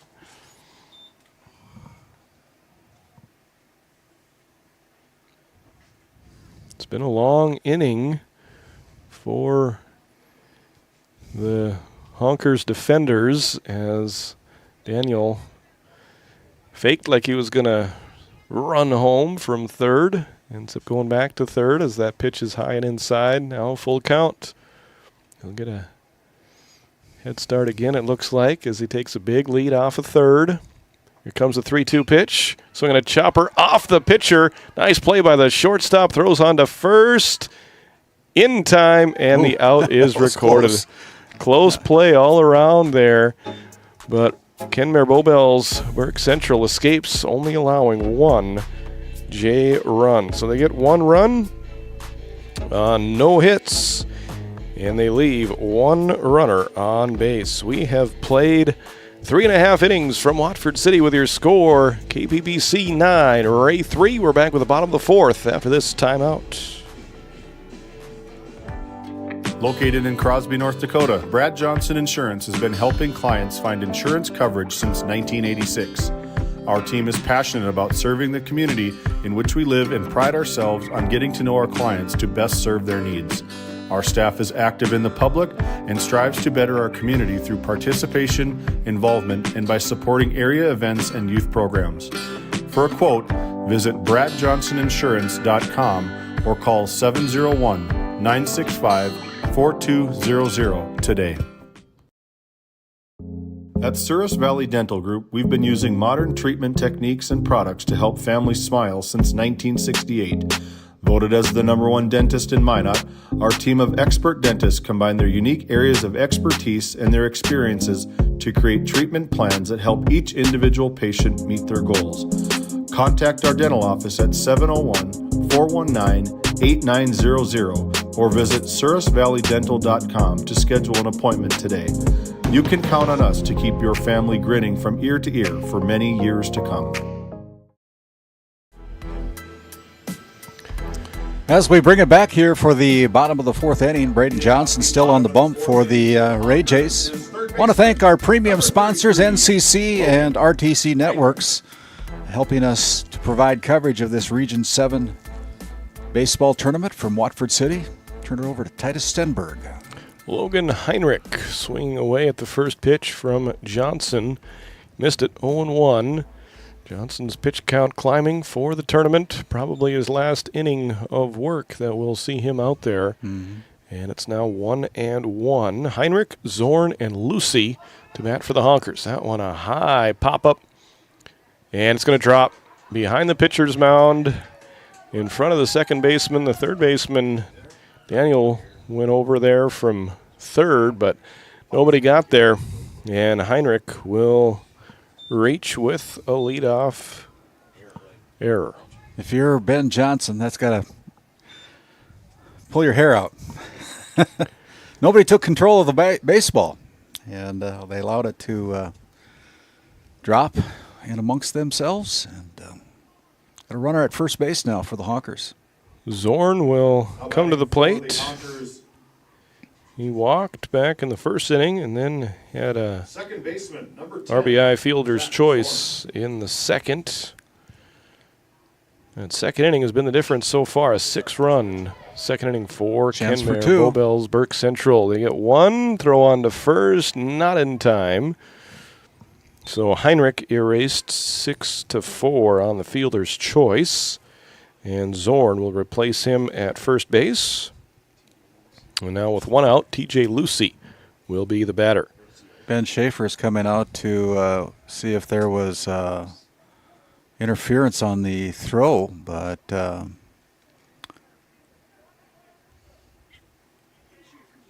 he felt that the throw, the runner coming into second base, interfered with the throw to first base, was hoping for an out at first base, but the officials get together and decide that everything's good.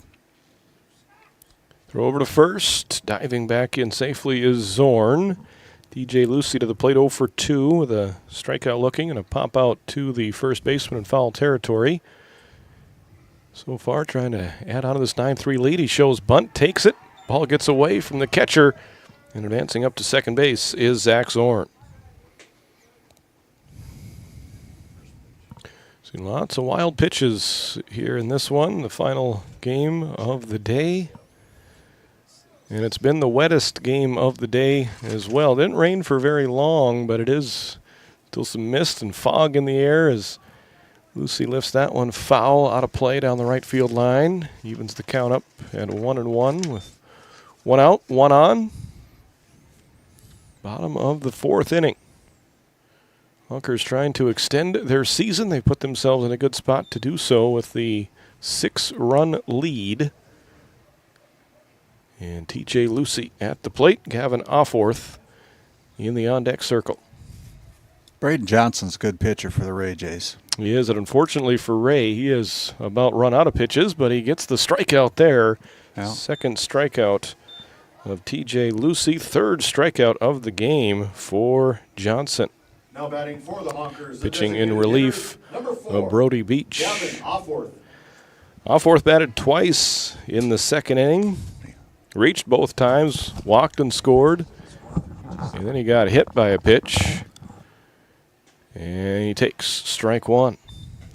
According to our official pitch count, Braden Johnson's got 2 more pitches. Well, one pitch is a strike. There's 2. Yeah, he might only need one more. We'll see.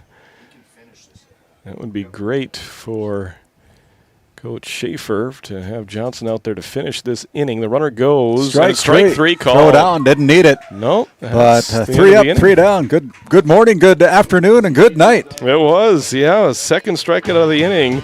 Good effort there. So Kenmare Bowbells Burke Central gets a base runner, but that's it. They do not score in the fourth inning. Honkers lead it 9-3. We'll go to the fifth inning after this. You're watching Game Day Media.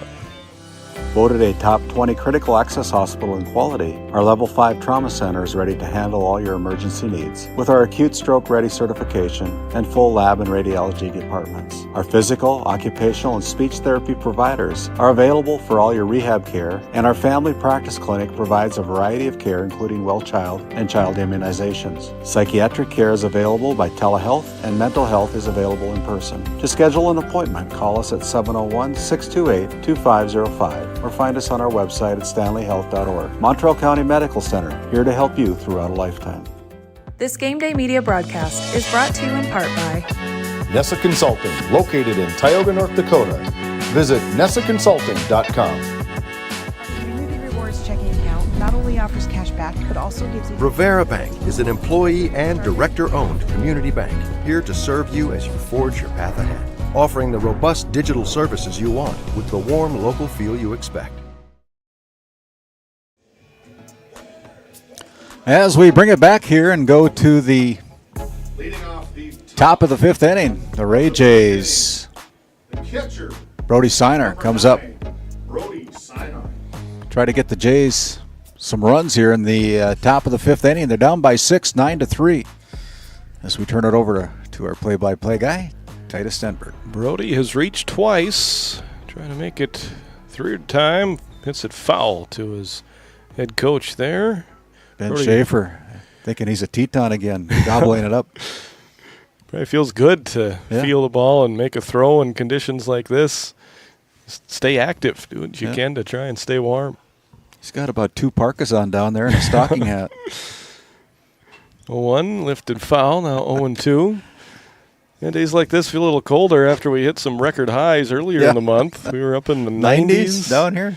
I was watching a little bit of your play-in game there between Tioga and Divide County, and the dust was flying. You could tell we were in the middle of a drought there. And boy, things have changed for sure here in western North Dakota in the course of just a few days. Go from a drought to near flooding conditions in low areas. Yeah. Not a concern up here near the Rough Riders Center. We are on a higher elevation spot amongst Watford City. Great view here. Can't take in all of the great view with the fog rolling in here today, but 1-2 pitch. Oh, it hit him. So leadoff base runner for Siner as he reaches safely for the 3rd time. Still hasn't had a hit. He reached on an error, reached on a walk, and now reaches on a hit by pitch. We aren't picky if you're Ray. You just need base runners. Yeah, they got to be patient, make them throw strikes. And now Johnson, his day is done at the pitcher's mound, but he can change the game now from the batter's box as he really settled things down there for Ray. Yeah. He pitched 2 1/3 innings, and I am for 5 strikeouts. Mm-hmm. So he recorded 7 outs, 5 of them via the strikeout. And threw 2 good innings up there without allowing a run. Takes Braden looking a little bit cross-eyed on that one. Wayne Brackenberry with a decisive call in the outside corner. It's a 1-1 count. Johnson maybe can complain a little more when he doesn't have to go back to the mound himself. But it's a 1-1 count. Nobody out. Siner on at first. He's going to go. Off.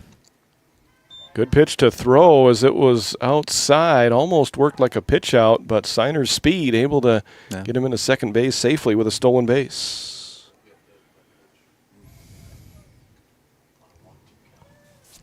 So Siner into scoring position. Braden Johnson trying to drive him home, and there he took off early for third. They got him picked off. That's what do they call a balk? Call a balk. Late call, but that will move Siner over to third. He had to step off the rubber in order to throw it over there, and didn't do that. So the third base umpire, I believe it's Brian Fleur, called the balk, and so sends Siner down to third base. Chance for the Rays to get a run here, at least one. I'm going to time out. There's going to be a couple of discussions out there on the field. Johnson with an excellent RBI chance here. A runner at third and nobody out, and he's ahead in the count at 2-1. Facing the right-handed pitcher, Cannon Lallam. That one fouled off. Good swing on it, but he fouls it back. And it's now 2-2.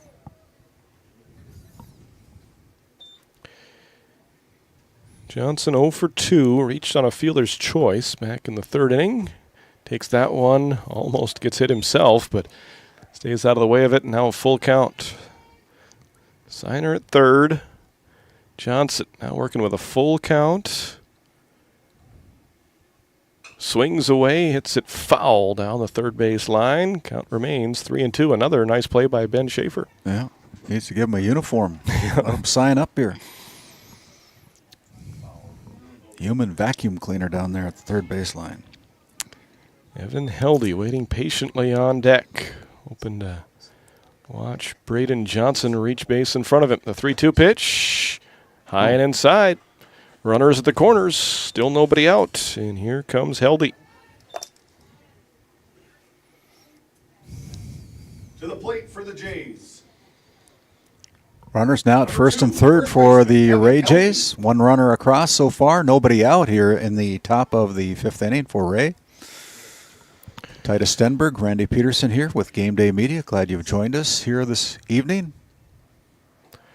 So some momentum on the side of Ray, but you know, in the back of their mind, they got to be wondering, well, who's going to be going to their pitcher's mound for the next inning? Johnson did a very nice job of shutting down the honkers in the third and fourth innings, but he has reached his maximum pitch count, so he will not be able to go back out there for Coach Schaefer. And Ray hoping for a big inning for the Jays. That throw over to first base, not in time.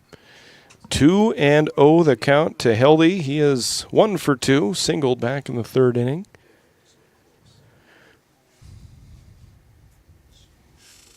Runners at the corners, nobody out. Lallam with the 2-0, misses outside. Now 3-0.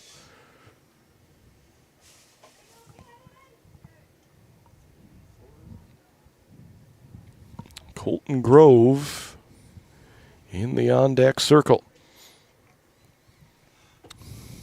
Believe he'll be taking 3-0, but we'll see. He does. Strike right in there from Lallam.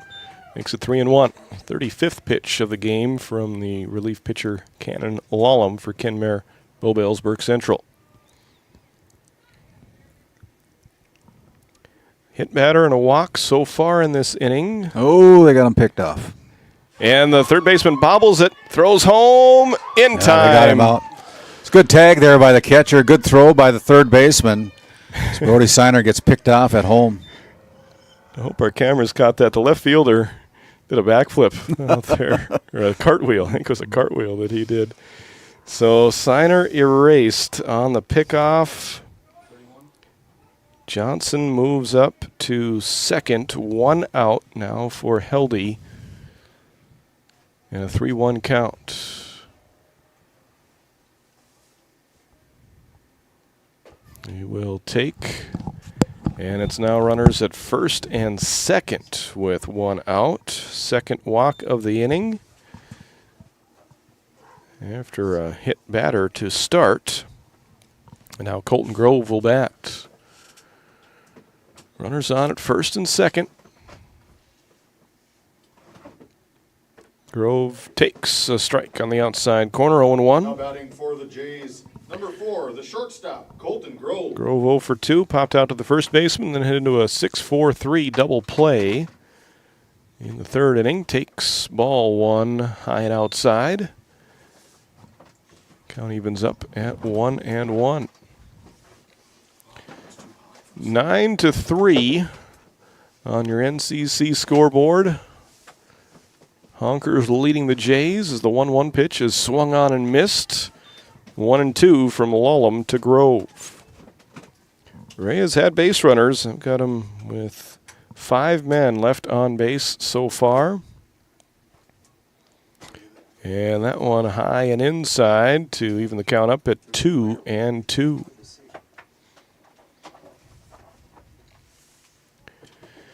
Two balls, 2 strikes, 1 out, 2 runners on base for Ray.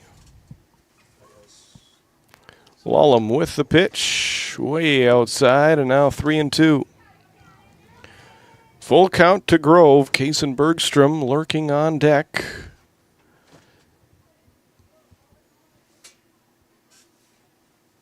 Important pitch here from Cannon Lallam. Missed inside. Ball 4. Third walk of the inning. Also had a hit batter, and we've had a pickoff at the plate. So Johnson moves to third. Heldy up to second. Grove at first. Bergstrom will bat with the bases loaded, 1 out in the top half of inning number 5. Jays down 9-3.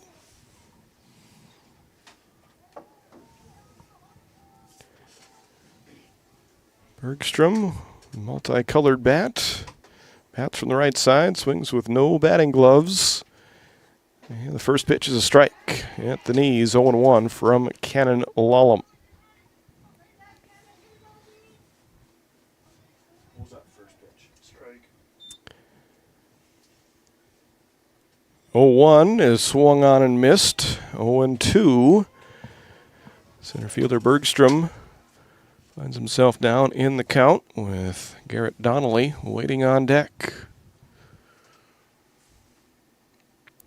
Jays looking for a clutch hit here, down by 6 runs in the top half of the 5th inning. Here comes the 0-2. Didn't miss by much, but it's outside, 1-2. Fog getting a little bit thicker as we near sunset time. Not that we've seen a lot of the sun here today. The 1-2 swung on and hit foul over the dugout, out of play. Bergstrom stays alive. Count stays at 1-2. 9-3 on your NCC scoreboard. The Honkers with the lead. The Ray Jays threatening. 1 down here in the top of the 5th. These teams both lost earlier today, trying to extend their season by at least 1 game here in this double elimination Region 7 baseball tournament. 2-2, the count now to Bergstrom. He's reached twice. Had a single, got caught stealing back in the 2nd. Yeah, he walked and scored in the 4th, and now he is hit by a pitch and gets an RBI in the process. So Braden Johnson comes home from 3rd to score the 4th run of the game. Going to come out and talk to his pitcher. That said, we're going to send it back to the studio.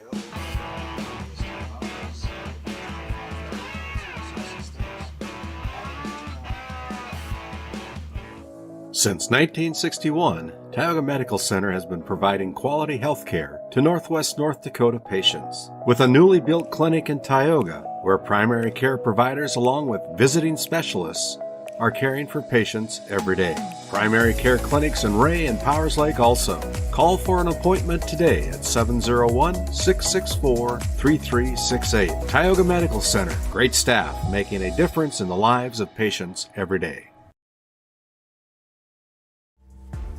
Now batting for the Jays, second baseman, number 8, Garrett Donnelly. Bases juiced with 1 down. Garrett Donnelly, the batter. Swings that pencil bat, puts it on the ground, and it will get under the third baseman's glove. That'll be an infield hit. 2 runs have come across here in the 5th inning as Heldy scores. Grove moves on to 3rd. Bergstrom up to 2nd. Donnelly with the RBI. Settles in at first base. And it's now 9-5. Tying run at the plate for Ray. Schaefer takes high and outside for ball 1. 2 runs this inning? Yep.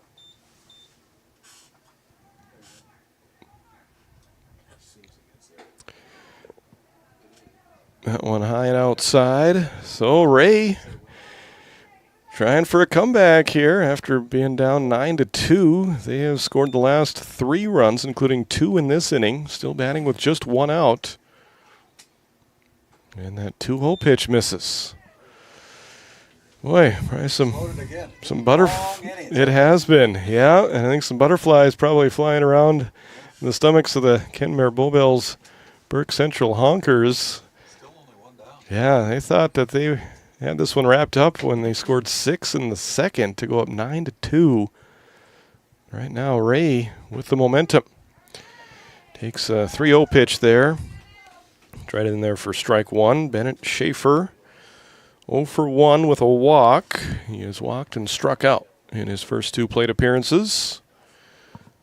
3-1 pitch misses. Ball 4, 9-6.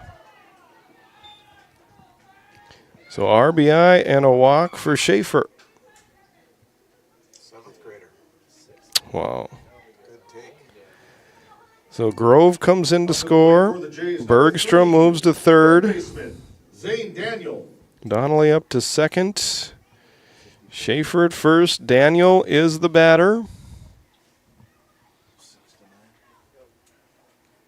And now the potential game-tying run is on at first, and he'll move up 90 feet as the 7th run of the game strolls home with the wild pitch. That's Bergstrom scoring for the 2nd time today. Donnelly to third. Schaefer up to second. Daniel continuing to bat. He's had an RBI single, and he worked a walk, and we're going to have another timeout. 9-7 on your NCC scoreboard. Jays making this one interesting here at the top of the 5th inning. You're watching the Region 7 baseball tournament on Game Day Media. D&L Paraffin Incorporated is a local family-owned hot oil company that has been in operation since 1981. We work hard to develop good business relationships with the oil field companies in the Tioga area. While offering services north of Lake Sakakawea, we focus on integrity, hard work, and safety. For all hot oil services, call dispatch at 701-641-3065 or 701-641-6310.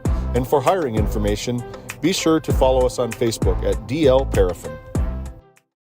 This Game Day Media broadcast is brought to you by Located in Tioga, North Dakota, Patriot Oilfield Service Incorporated is a proud supporter of the Tioga Pirates, supporting the Bakken with hot oil and water hauling services.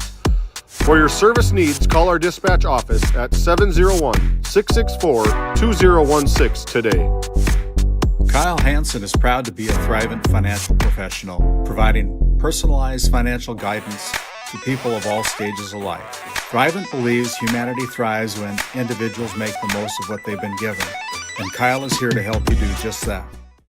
Have you ever wondered how your internet works? It starts with fiber in the ground. And local employees who connect that fiber to your home or business. Our 9,000 miles of fiber keep you connected to your neighbors and the world, while keeping your data safe from intrusions, viruses, and malware. At RTC Networks, we're proud to offer our community the fastest, most reliable fiber optic internet available. Our goal is to keep you connected seamlessly and securely.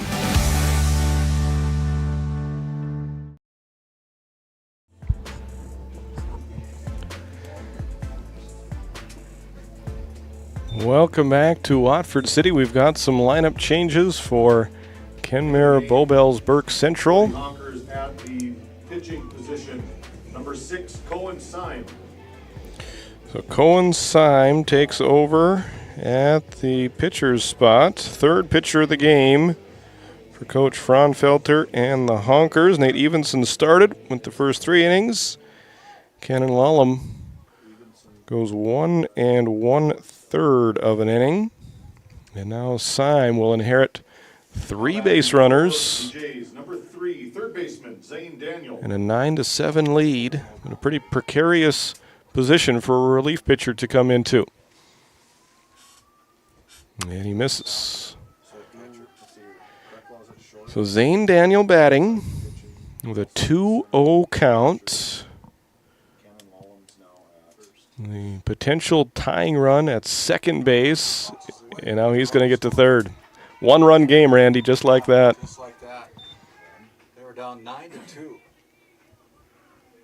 have scored 9-3. They've scored 5 runs here in the top of the 5th inning. They've done so without a base hit. hit batter. He was eventually raced on a pickoff play as the strike is poured in there. And then we had 3 consecutive walks, a hit batter brought in the first run, then an error, and then we've seen a walk and multiple wild pitches. And it's now 3-2 to Zane Daniel. 9-8 on your NCC scoreboard. That one inside, ball 4. So Daniel walks, brings up a pinch hitter.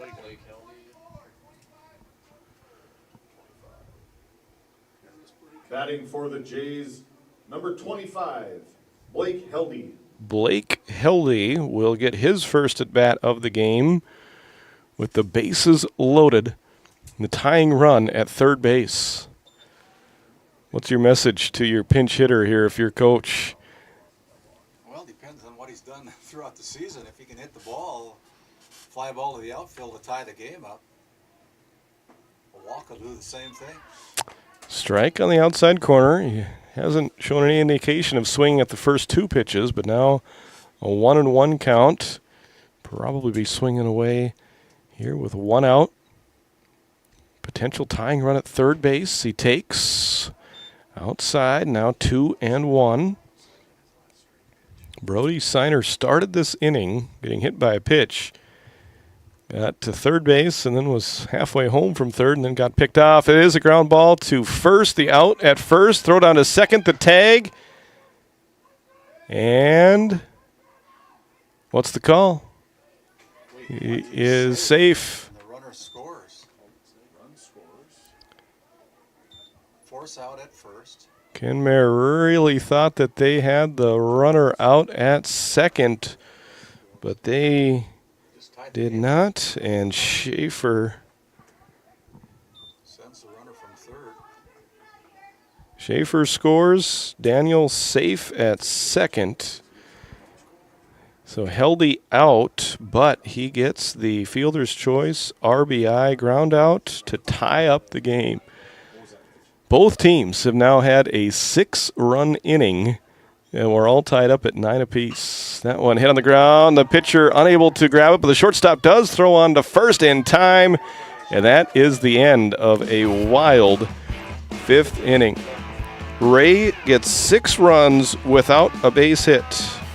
There was 1 error and 1 runner left on base. We have played 4.5 eventful innings, and we have decided nothing. We're all tied up 9-9. Stick around. We're going to have a great Have you ever wondered how your internet works? It starts with fiber in the ground. And local employees who connect that fiber to your home or business. Our 9,000 miles of fiber keep you connected. To your neighbors and the world, while keeping your data safe from intrusions, viruses, and malware. At RTC Networks, we're proud to offer our community the fastest, most reliable fiber optic internet available. Our goal is to keep you connected seamlessly and securely. This Game Day media broadcast is brought to you in part by Tegan's Interiors, located on Main Street in Crosby, North Dakota. Follow them on Facebook or find them online at tegansinteriors.com. Gustafson Septic Service Incorporated, family owned and operated since 1986. Offering septic service, portable restrooms and hand wash, sewer jet and camera services. Located in Stanley, North Dakota, call for a free quote at 701-628-2960.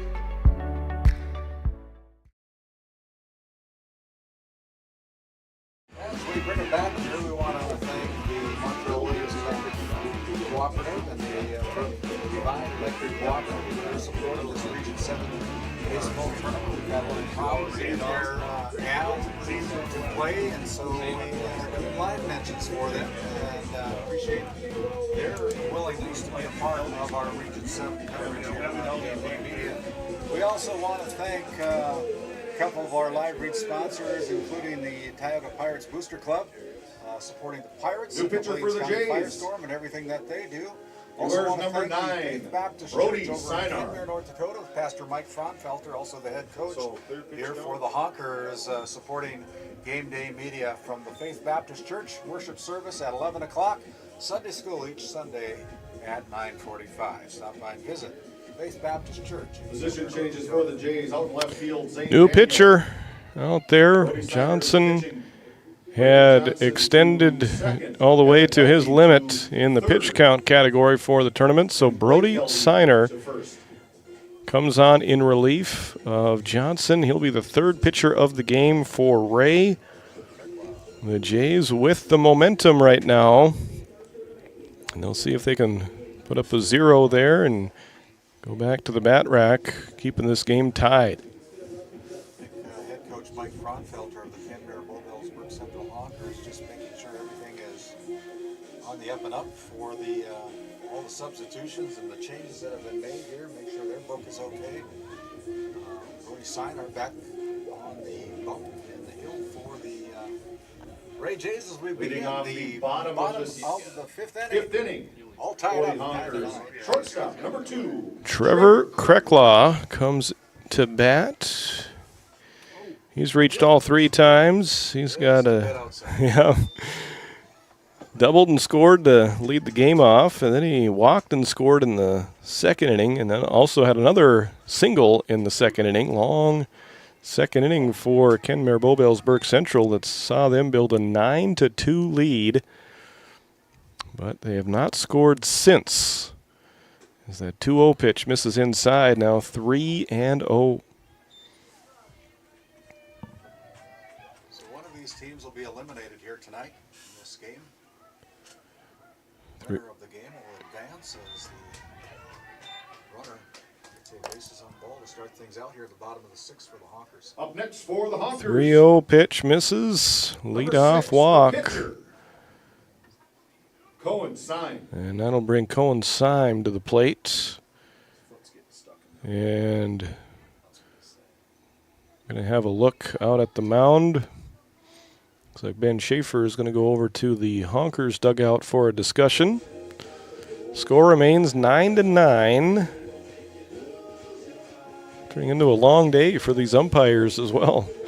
First 3 games moved pretty quickly, but this fourth one has not moved at that same pace. And we're going to be. Oh, maybe that's where he went. Oh, he's coming back out. Some more rubber, some more magic dust or something like that to maybe dry things up. Cohen Syme has scored 2 runs. Got hit by a pitch in the first. Singleton scored in the second. He'll take ball 1, and it gets away, moving Krecklaw up into scoring position.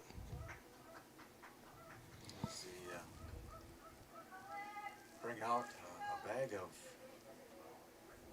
something. Like maybe plate is On pitcher's mound.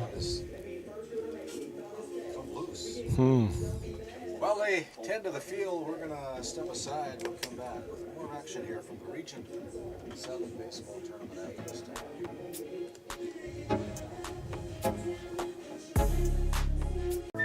This Game Day media broadcast is brought to you in part by Tegan's Interiors, located on Main Street in Crosby, North Dakota.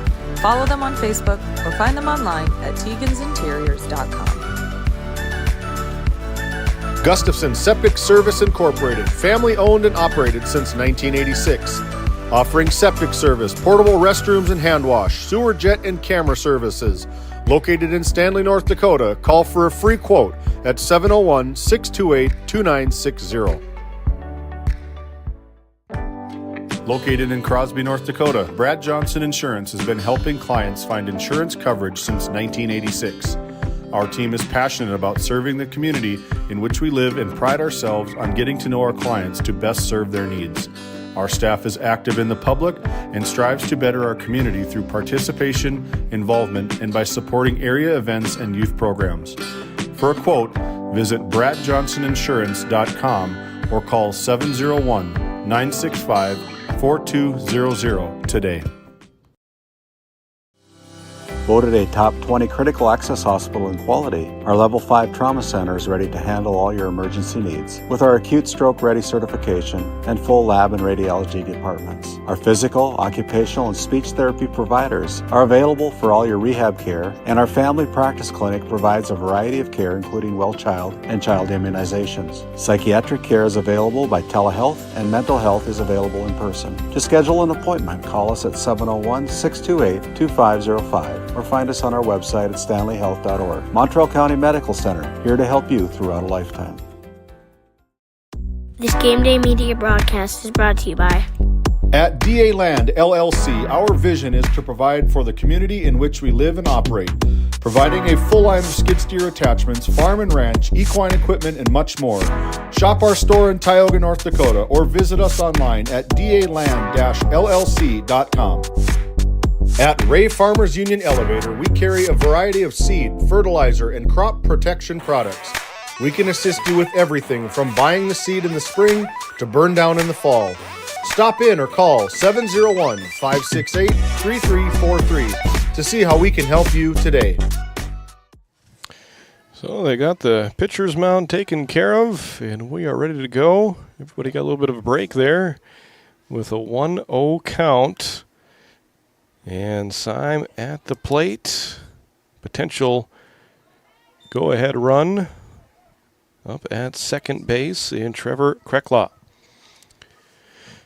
2-0 from Brody Siner, the third pitcher of the game for Ray. As the 2-0 is low, bounces across the plate, and now 3-0. Both teams struggling to throw strikes in the later part of this one.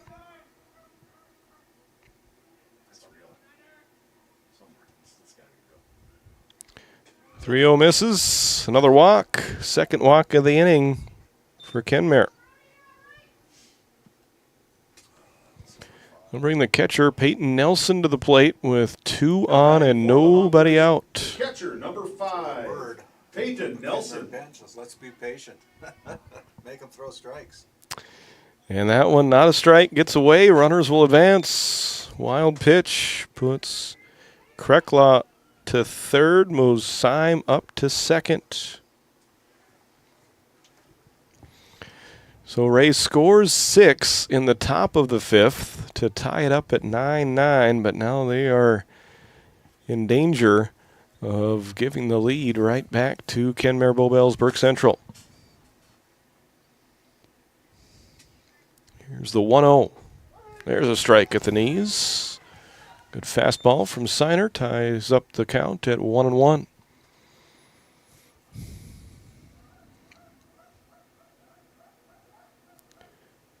The 1-1, low and inside. He tells his teammates to stay put, stay where you're at.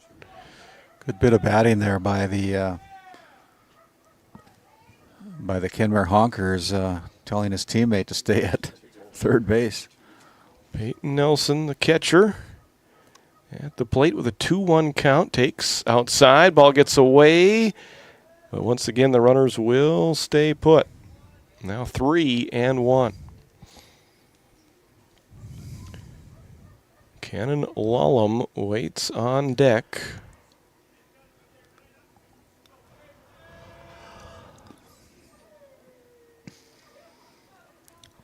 The lights have taken full effect here at Glen Wahoo's field. That pitch high and outside. Ball 4, bases loaded. Nobody out. Yeah. Exactly what the doctor ordered for the Honkers. Here comes Ben Schaefer to talk with his pitcher, Brody Sinar, and while he does that, we'll step aside, take a quick little break here, and send it back to our studios. D&L Paraffin Incorporated is a local family-owned hot oil company that has been in operation since 1981. We work hard to develop good business relationships with the oil field companies in the Tioga area. While offering services north of Lake Sakakawea, we focus on integrity, hard work, and safety. For all hot oil services, call dispatch at 701-641-3065 or 701-641-6310. And for hiring information, be sure to follow us on Facebook at DL Paraffin. First pitch to Cannon Lallam is a strike. 0-1. No damage done yet. But Kenmare Bowbells Burke Central on the verge of reclaiming the lead as that pitch is low and inside. 1-1 from Signer to Lallam. Pitcher versus pitcher right now. Neither of them started the game at pitcher, but they both find themselves there now. Another strike, 1-2. One strike away from the first out of the inning. That would be huge. Could really use a strikeout with the tying run just 90 feet away. Ball gets away. A run in on the, I don't know if that's looks like almost a pass ball there. The Honkers reclaim the lead as Krecklaw scores after working a walk. Syme up to third, Nelson safely up to second, and Lallam will bat now with a 2-2 count. Swing and a miss, so Signer does get the strikeout of Lallam. It's a big out for the Ray Jays. It is. 1 run scores, but they do get the first out of the inning. For the Honkers, number 3, As Signer gets the strikeout, Hank Handelin will come to the plate. That one low. Makes it 1-0. So that run first since the second inning for Kenmare Bowbells Burke Central. And there's a line drive. Fair! Down the third base line. 1 run. And here comes the second run. It's going to be a double at least. I haven't seen the ball come back in yet. Yeah. It'll be a triple. Look at that, a 2-run triple for Hank Handelin as he turned on that first pitch and just barely kept it fair. Went all the way into the corner. Yeah, that's a big hit to make it 12-9. Crooked number put up there by the Honkers. Good answer. Syme scored easily from third. Nelson ran around from second. Handelin all the way into third base with a 2-run triple to make this a 12-9 ball game. Handelin saw they had trouble getting the ball out of the left field corner. He put it into road gear. Got it going there around the bases pretty good. We've seen a lot of runs in this 5th inning. That was the first hit for either team. So Heinrich trying to cash in another one. Swings through that high fastball. Makes it 1-2. 12-9 on your NCC scoreboard. Honkers take the lead with 3 runs here in the bottom of the 6th inning with only 1 out still. 1-2 pitch is strike 3 called on the outside corner. So Heinrich caught looking for the second out of the inning, and that'll bring up Zach Zorn. Kenmare Bowbells Burke Central felt pretty comfortable after the second inning concluded with a 9-2 lead, but Ray scored 7 unanswered runs to tie it up. Good response by the Honkers in the bottom of the 5th inning. Donnelly had to go high to bring that one back in. Saves a run with does. that catch there. 1-0 count. Score remains 12-9 with 2 outs. Swing and a miss. Evens the count up at 1-1.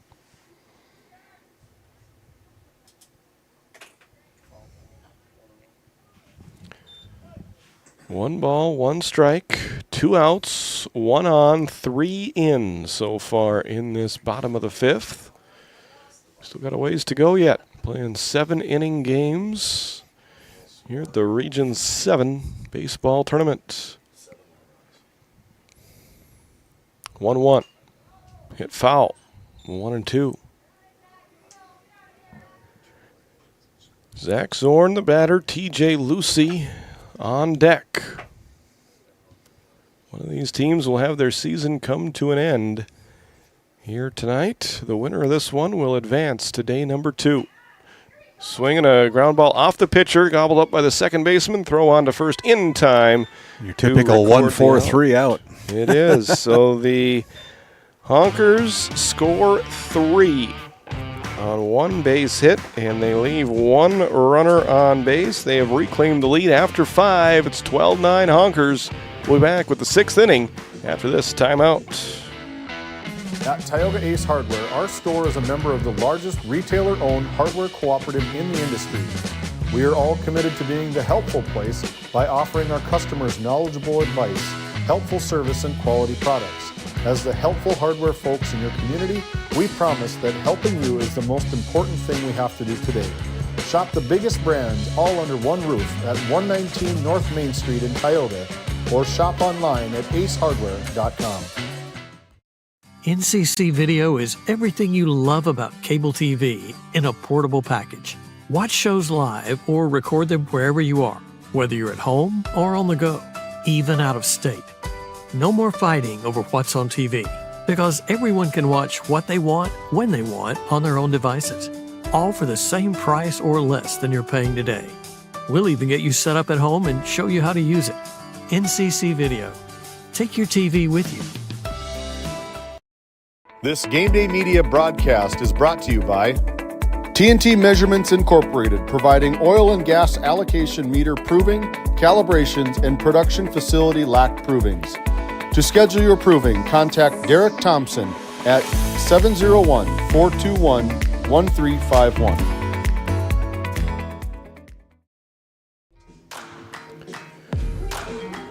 Welcome back to Watford City. You're watching Game Day Media. Been a long day of baseball. It's been a long time coming. Tournament was supposed to get started on Saturday. We had to wait around until Tuesday, but we are here just 2 innings away from completing day number 1 of the Region 7 baseball tournament. Braden Johnson will lead off the 6th inning for Ray. They scored 6 in the 5th to tie the game up. They gave 3 more back in the bottom half of the inning. So they're behind once again, but the deficit is much smaller than it was to start the last inning. And Johnson swings away, lines a base hit into center field. Solid base hit to center field. Outstanding by start. Johnson. Takes a wide turn. Yeah, great start to the 6th inning for Johnson and his Jays.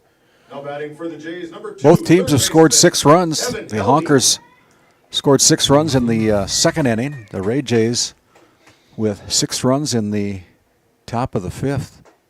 LD swings and misses on the first pitch to him. Ray's been aggressive here in the 6th inning after they scored those 6 runs without the benefit of the base hit. In the 5th, line drive under the glove of the third baseman. And that'll put runners at first and second with nobody out. Come off the bat a little squiggly. And the tying run comes to the plate for Ray. Next to the plate for the Jays, shortstop, number 4, Colton Grove.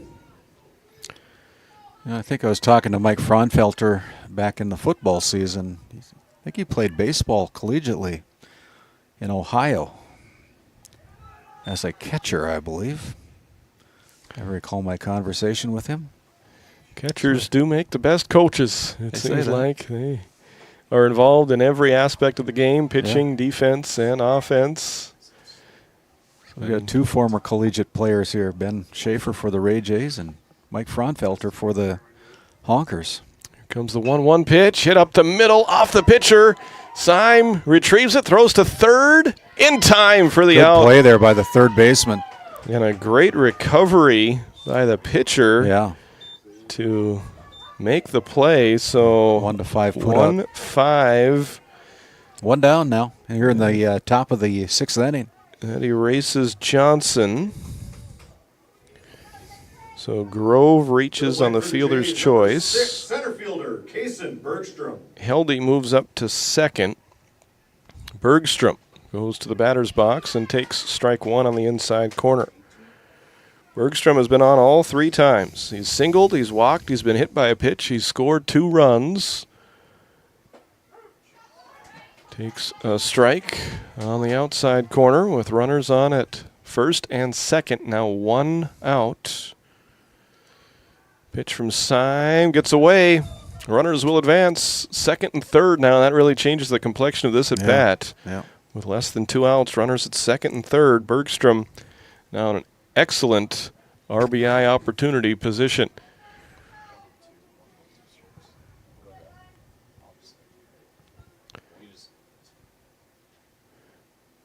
Here comes the delivery from Symes, swing and a miss. And Bergstrom strikes out swinging. Second out of the inning. Runners remain at second and third. Donnelly comes to the plate. The catcher, number 8, Garrett Donnelly. And now this at bat looms very large. Two down. 2 outs, 2 runners on, both of them in scoring position. Donnelly at the plate. Trying to get a few of the runs back that they gave up in the bottom half of the 5th inning. You throw that ball out of play as Syme gets a new baseball from our home plate umpire. 2-0 the count to Donnelly. Bennett Schaefer, the DH, waiting on deck, hoping that he'll have an at-bat in the 6th inning. That one bounced in. Now 3-0. Probably not getting a green light here with 2 outs. What do you think, Randy? Nope. You're going to walk him if he takes a swing at it. He shows bunt, and he pulls it back and takes it to load the bases. As you said, Bennett Schaefer, the 7th grader, comes up with 2 down. Bases full of Ray Jays. Number 11, the designated hitter, Bennett Schaefer. Hildy at third. Grove on at second. Now Donnelly at first. Donnelly the potential game-tying run. But he's got to let his teammates score in front of him. It's now 12-9. Up on the NCC scoreboard, we've got Kenmare with 12 runs on 4 hits and 3 errors. Ray with 9 runs, 5 hits and 4 errors. And that pitch misses. Now 2-0. And Schaefer working ahead in the count. Just looking at the clock here. 1 minute, we're passing the 10 o'clock mark here in this Region 7 baseball tournament. Yeah. On opening day. Got a late start with the 1 o'clock start. We had 3 games that moved pretty fast. This one has not moved quite as fast. 3-0 count for Schaefer. Got to be taking here, I would imagine. He does. It's a strike. He's probably taking on this next one, too. 3-1.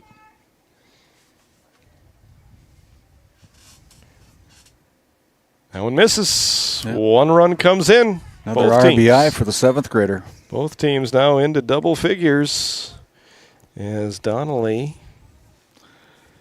That sends second. Mike Fraunfelter out to the pitcher's mound. We'll step aside. We'll come back with more action from the Region 7 tournament after this timeout.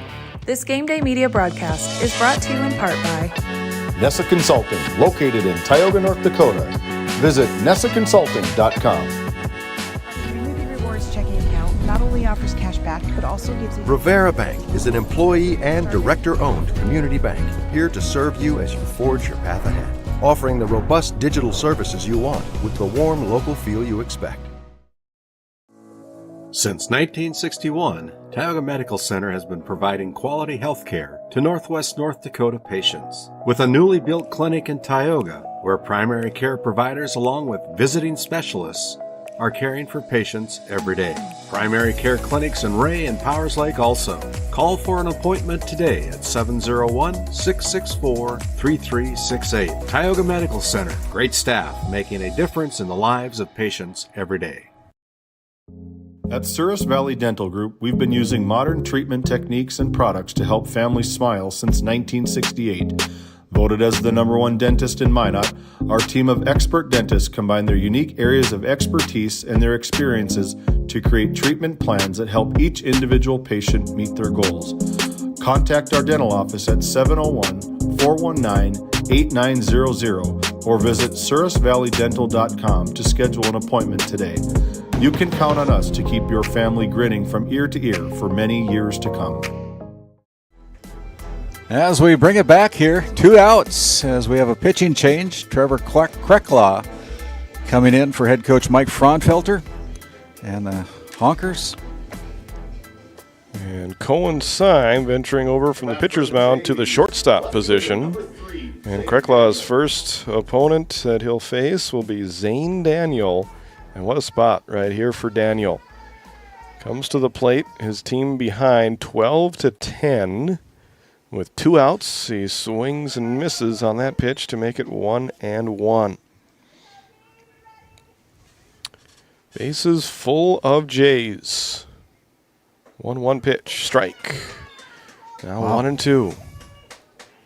Fog, you can see the fog, floating in here with the lights. 1-2, misses inside. Now 2-2. Boy, hard to take that one. Oof. Close. Daniel's been a fun player to watch today, and strike 3 is called on the outside corner.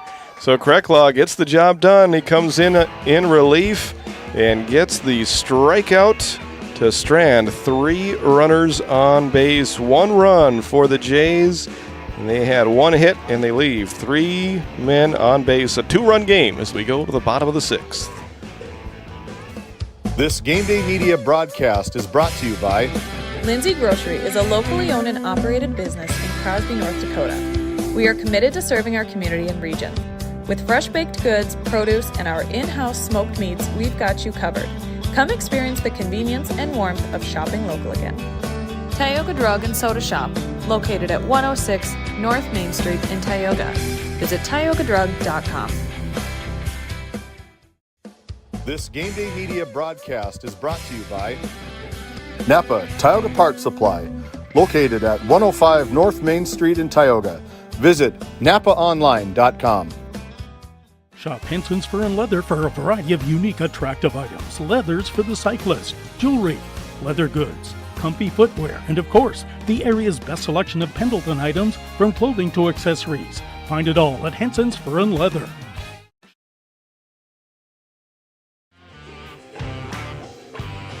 Welcome back to Watford City. The fog rolling in, getting a little bit thicker here as we head to the bottom of the 6th. Kenmare Bowbells, Burke Central 12, Ray 10.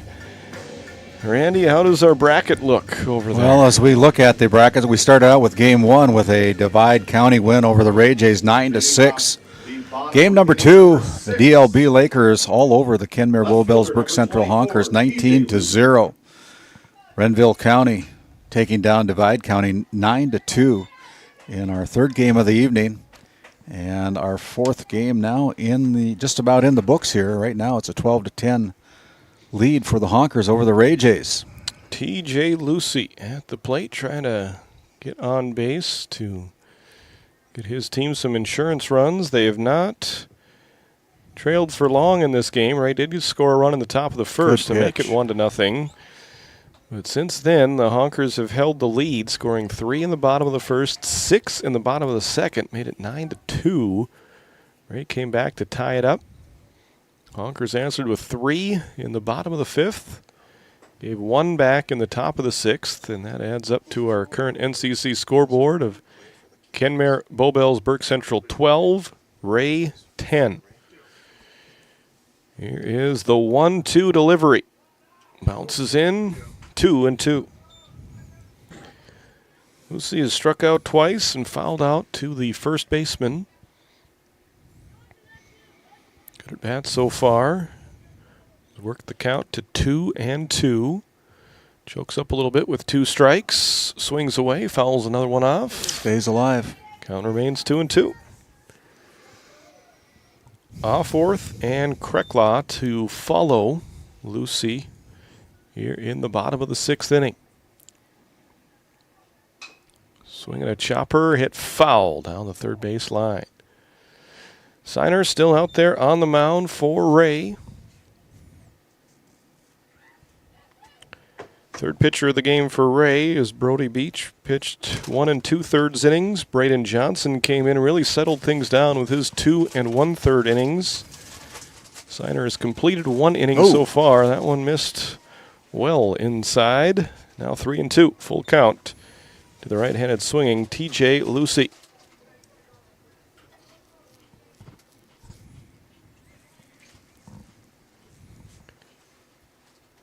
Payoff pitch, hit foul down the first base line, and we'll do it again. Good at bat here by TJ Lucy.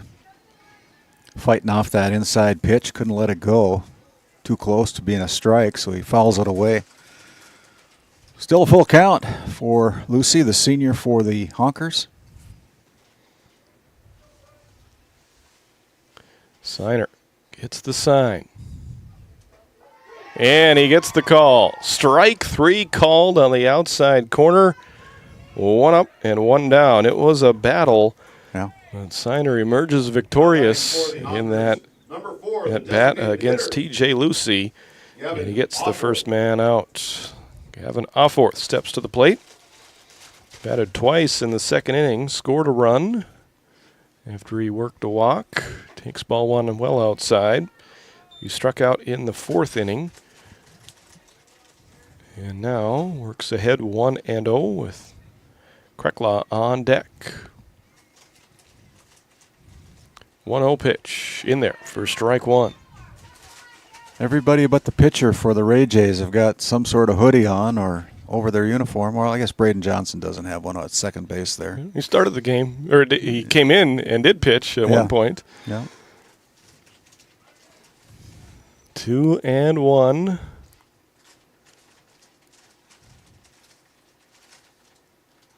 And that pitch stays outside. Now 3-1. 1 down here in the bottom of the 6th inning. Got all kinds of base runners today for both teams, and we'll get another one here as Offorth, the number 9 hitter, works the 1-out walk. And that'll bring Krekla to the plate. Started the game at shortstop, moved over to the pitcher. Number 1, Trevor Krekla. At the plate, he has doubled and scored, walked and scored, and walked and scored again. So officially 1 for 1 with 3 runs scored. No, he's 2 for 2. He also singled in that second inning. So 2 plate appearances in the second inning. So he's 2 for 2 with 3 runs scored, and he's worked 2 walks. See if he can extend his perfect day at the plate. He swings through the first offering. Off-speed pitch from Signer makes it 0-1. And I would imagine he'd probably come out and pitch the top of the 7th inning after getting the final out in the 6th. 0-1, swung on and missed. 0-2.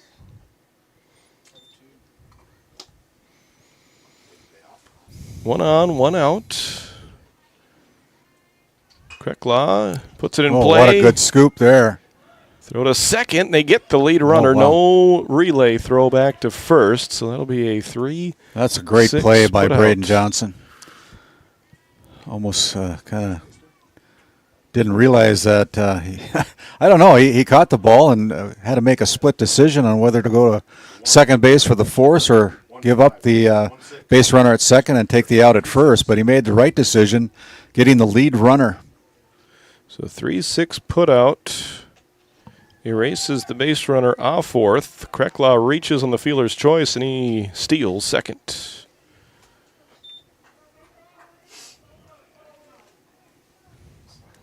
Cohen Syme batting with a 1-0 count. Shortstop, number 6, Cohen Syme.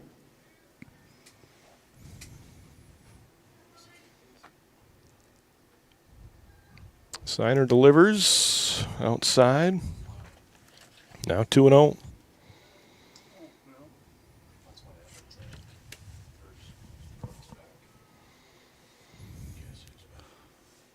The 2-0 pitch, swing and a miss, strike 1. Thanks for sticking with us here on Game Day Media. Appreciate your viewership here this evening on this Region 7 baseball game, tournament game. Fall back. 12 runs, 4 hits, 3 errors for Kenmare Bowbells Burke Central. 10 runs, 5 hits, 4 errors for Ray. Playing here in the bottom of the 6th inning. Honkers clinging to a 12-10 lead. Looking to add on to it with Syme at the plate.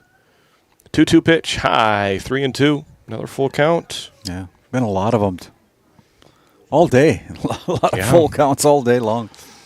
A lot of pitches.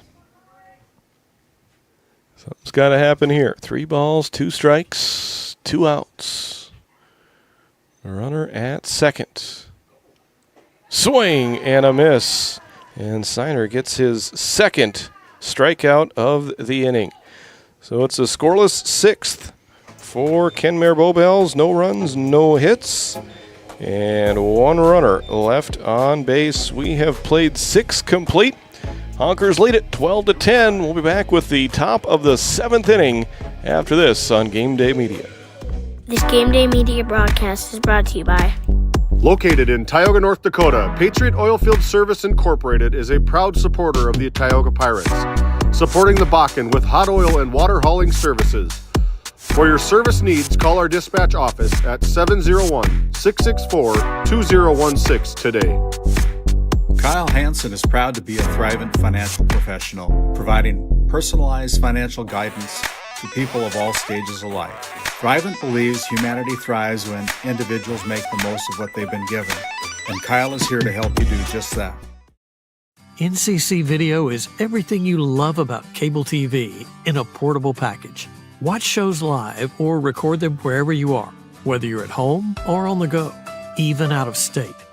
No more fighting over what's on TV, because everyone can watch what they want, when they want, on their own devices, all for the same price or less than you're paying today. We'll even get you set up at home and show you how to use it. NCC Video. Take your TV with you.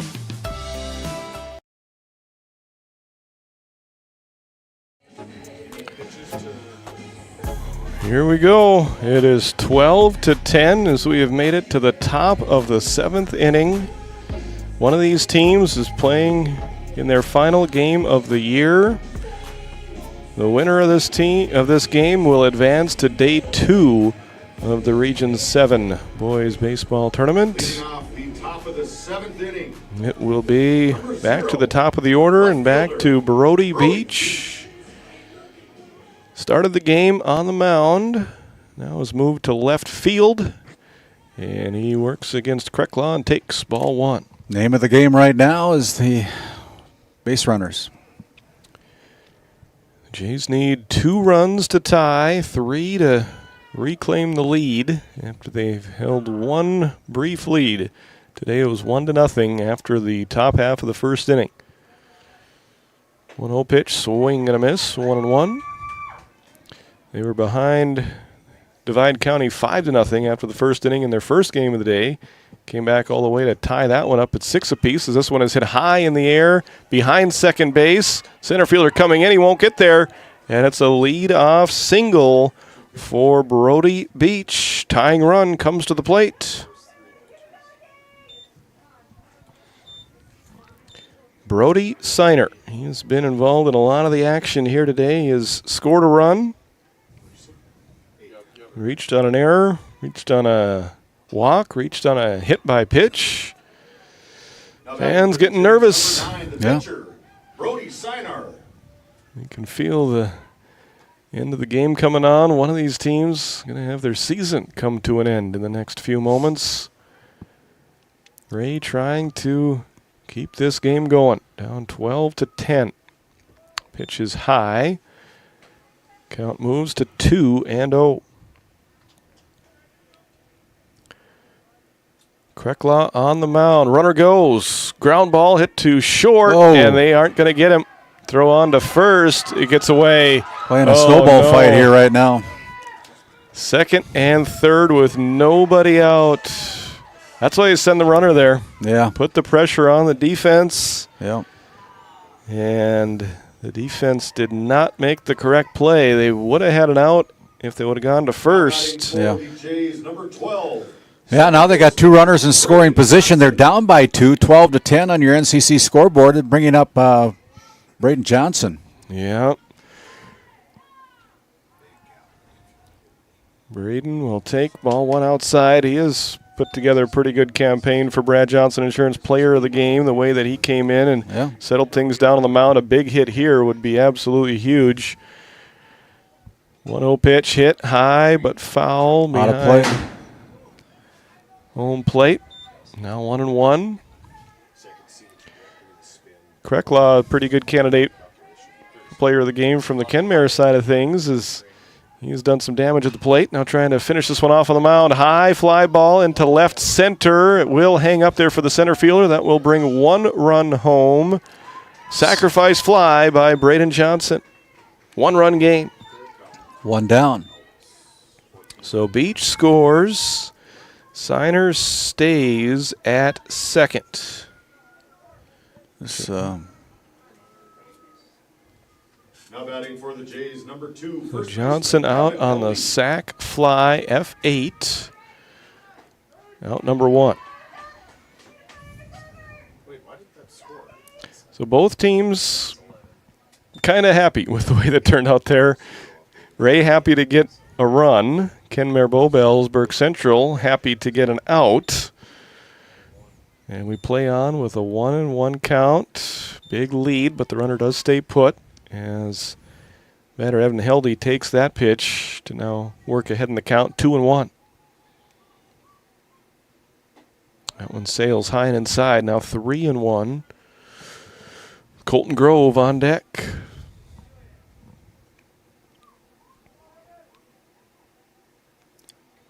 Krecklaw checks the runner, delivers home, low, ball 4. So runners now at first and second with 1 down.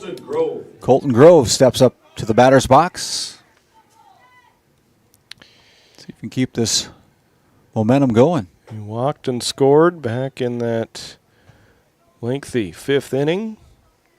And then reached base again in the 6th. Did not score after reaching on a fielder's choice. Swing and a miss. Throw down to third.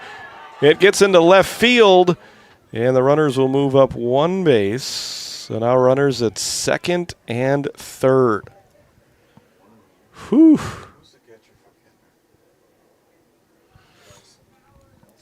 So second and third with 1 out.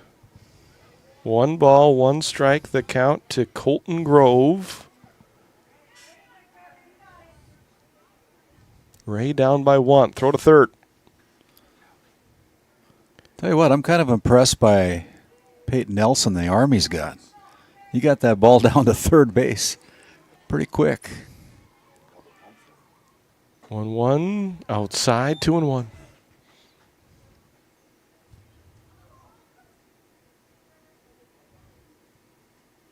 Two on, 1 out. Strike 2 on the outside corner. So Grove has to be swinging at a strike here with 2 strikes. The potential game-tying run, 90 feet away, takes a whack at that one and hits it foul. Count remains 2-2. Krecklaw trying to give his team the second and third outs of the inning. Delivers that one low and outside. The count goes full. Here comes the payoff pitch. Hit foul down the left field line.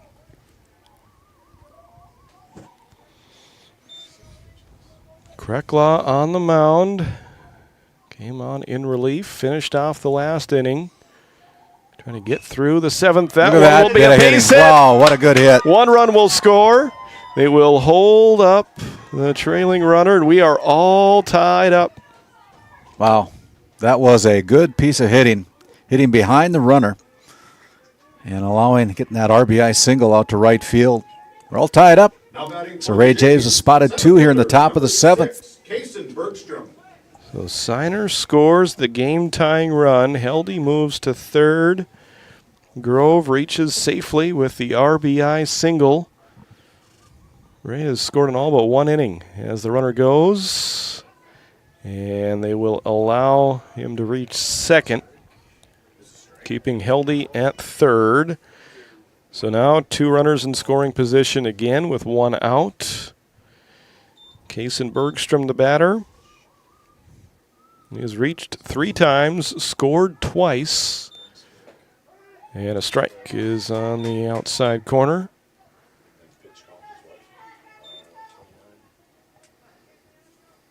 Oh, and 2. That pitch. Chopper hit high.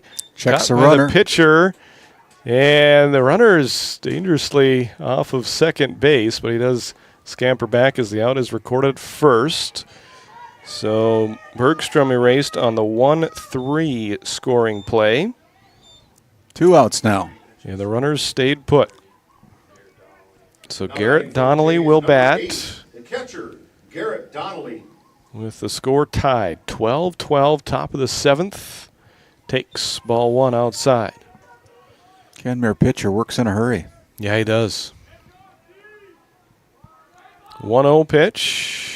Taken low and outside, 2-0.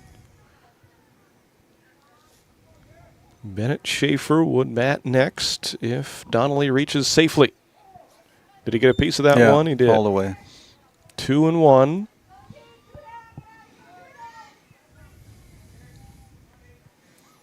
Boy, give Ray a lot of credit. The way that they've battled back in both of their games today. Whoever loses this one, it's going to sting. Yeah. To have your season end on a game like this, but both teams have given a great effort here in their second game of the day, and that will be a walk to Donnelly to reload the bases. Now batting for the Jays, number 11, the designated hitter, Bennett Schaefer. Bennett Schaefer comes to the plate. 7th grader. He has walked 3 times, has a run, has an RBI, also struck out once. And the bases full of Jays. He swings away, hit towards the right side of the infield, and the first baseman will make the catch and end the top of the 7th inning. Ray scores twice. They get 2 runs on 2 hits, no errors, 3 runners left on base. We go to the bottom of the 7th, all tied up at 12-12. This Game Day media broadcast is brought to you by At DA Land LLC, our vision is to provide for the community in which we live and operate, providing a full line of skid steer attachments, farm and ranch, equine equipment, and much more. Shop our store in Tioga, North Dakota, or visit us online at daland-llc.com. At Ray Farmers Union Elevator, we carry a variety of seed, fertilizer, and crop protection products. We can assist you with everything from buying the seed in the spring to burn down in the fall. Stop in or call 701-568-3343 to see how we can help you today. At Tioga Ace Hardware, our store is a member of the largest retailer-owned hardware cooperative in the industry. We are all committed to being the helpful place by offering our customers knowledgeable advice, helpful service, and quality products. As the helpful hardware folks in your community, we promise that helping you is the most important thing we have to do today. Shop the biggest brands all under one roof at 119 North Main Street in Tioga, or shop online at acehardware.com.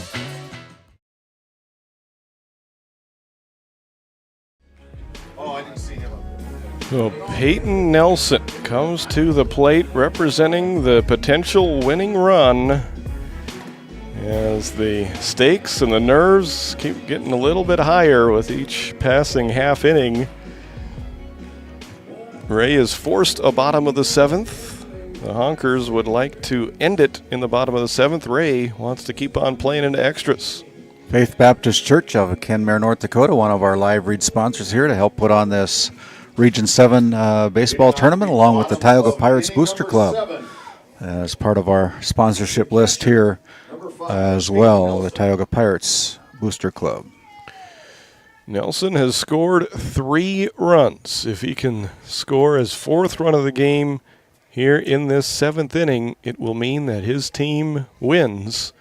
But first things first, he's got to get on base. 1-0 pitch, hit foul.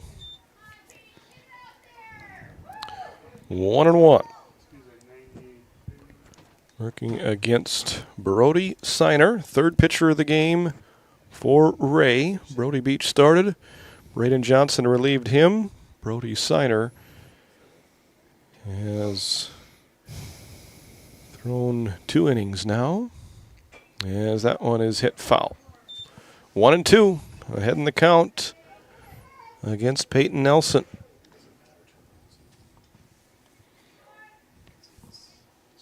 Lallam and Handeland to follow Nelson as he awaits the 1-2 delivery. Swing and a miss. Strikeout to start the 7th inning. Good pitch there. Ray Jays with the first out here in the bottom of the 7th inning. All tied up. Number 9, the third baseman, Cannon Lallam. Cannon Lallam steps into the batter's box, bats from the right side. He's walked, reached on an error and scored and struck out twice. Takes ball 1 outside, 1-0.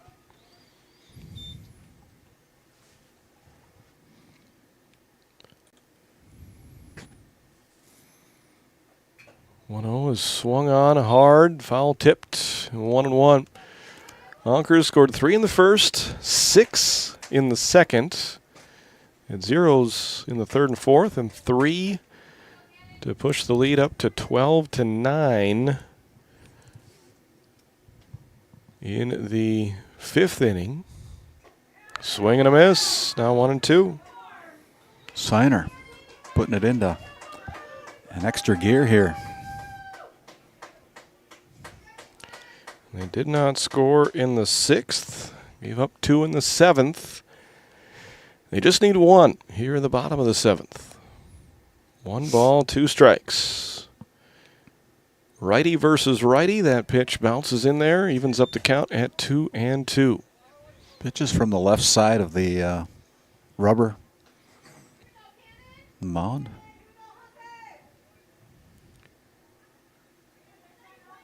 That was part of the action as well today. Is I think it was Brody who was complaining about the pitcher's mound there shortly after he came into the game. Yeah, hasn't been an issue since then. As the count goes full to Cannon Lallam.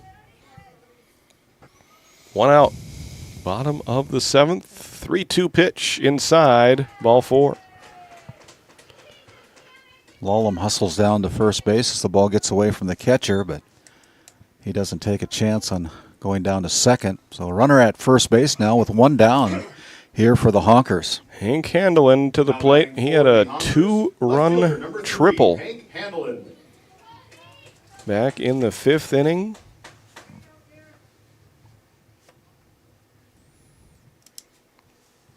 A triple here would end the game. He hits it hard into right field. It'll drop for a base hit. Hold the runner up at second. So another hit for Handelin. Yeah. And the Honkers have 2 on with 1 out. Now it becomes very important for your catcher to knock down anything that may be in the dirt or away or whatever, to keep the runners at first and second rather than at second and third. Absolutely.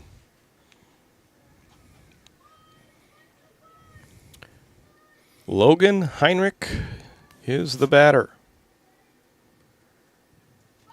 He shows bunt, and he puts it down the third base line. Everybody is going to be safe. Perfect bunt. Bases loaded for the Honkers. Number 10. Lallam up to third, Handelin up to second. Heinrich reaches with the bunt single. Now they got to play in. Now they got to play in.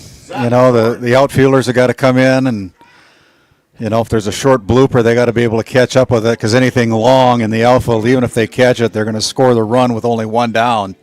The infielders are going to have to move in, try to cut them down at the plate. You know, there's no sense of going to first. You got to cut them down at the plate. Yep. And kind of a tough spot. It is. It puts a lot of pressure on the defense. Will there be a squeeze? Yeah. Zach Zorn will be the batter.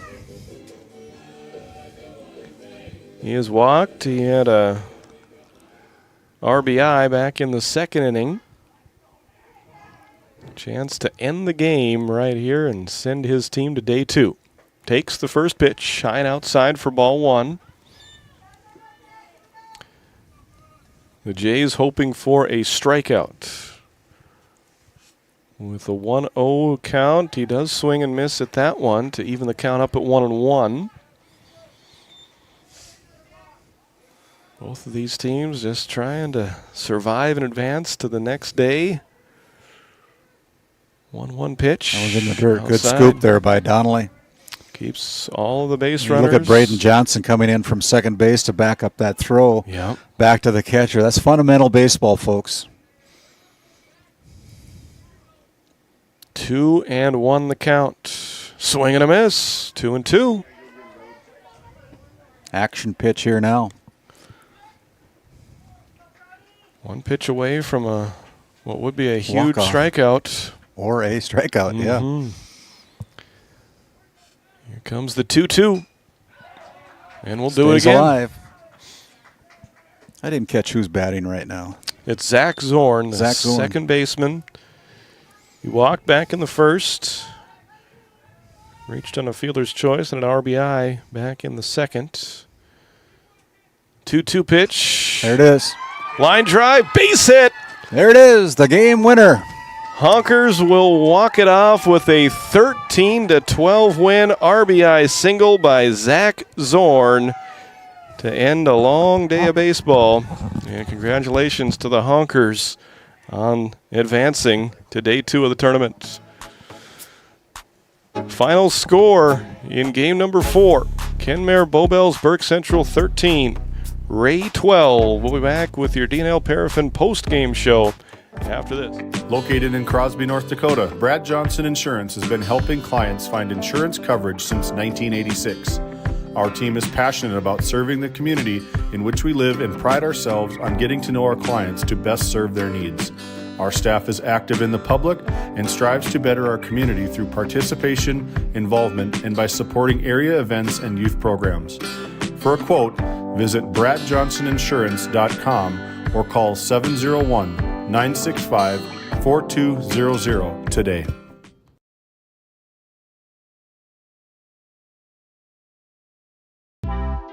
D&L Paraffin Incorporated is a local family-owned hot oil company that has been in operation since 1981. We work hard to develop good business relationships with the oil field companies in the Tioga area. While offering services north of Lake Sakakawea, we focus on integrity, hard work, and safety. For all hot oil services, call dispatch at 701-641-3065 or 701-641-6310. And for hiring information, be sure to follow us on Facebook at DL Paraffin. At Tioga Ace Hardware, our store is a member of the largest retailer-owned hardware cooperative in the industry. We are all committed to being the helpful place by offering our customers knowledgeable advice, helpful service, and quality products. As the helpful hardware folks in your community, we promise that helping you is the most important thing we have to do today. Shop the biggest brands all under one roof at 119 North Main Street in Tioga or shop online at acehardware.com.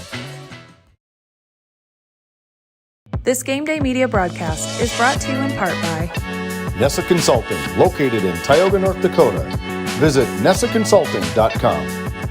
Community Rewards checking account not only offers cash back, but also gives you... Rivera Bank is an employee and director-owned community bank, here to serve you as you forge your path ahead, offering the robust digital services you want with the warm local feel you expect.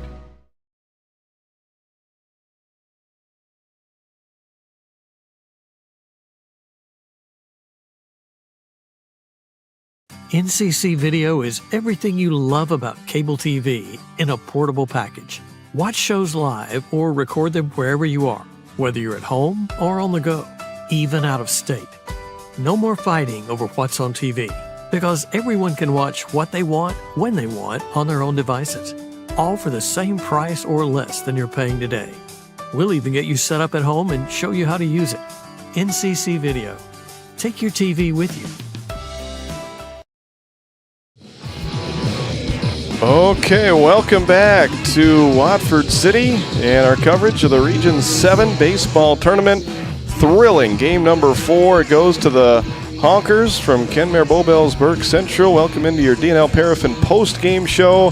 I'm going to toss it down to the field as Randy Peterson is caught up with our Brad Johnson Insurance Player of the Game. It's Hank Hanlon from the Honkers. Randy, take it away. Thank you, Titus. And Hank Hanlon, our Brad Johnson Insurance Player of the Game. That's a one for the record books, playing in a misty fog and coming away with a one-run win. The freshman Hank Hanlon, our Brad Johnson Insurance Player of the Game. Congratulations on a great win here tonight. Thank you. Yeah, and as you you started out with 9 runs in the first 2 innings, and then kind of went stale there for a little while. Let the AJs get back into it, but good effort by your teammates here this afternoon. Or this evening? What do you think was the key to the victory here tonight? Really just not giving up. Like when Ray came back there, we came in, got runs, and got us a lead for our pitcher. We're going to let you get back. Thanks for the time, Hank. We'll let you get back with your teammates and celebrate this win as your season continues.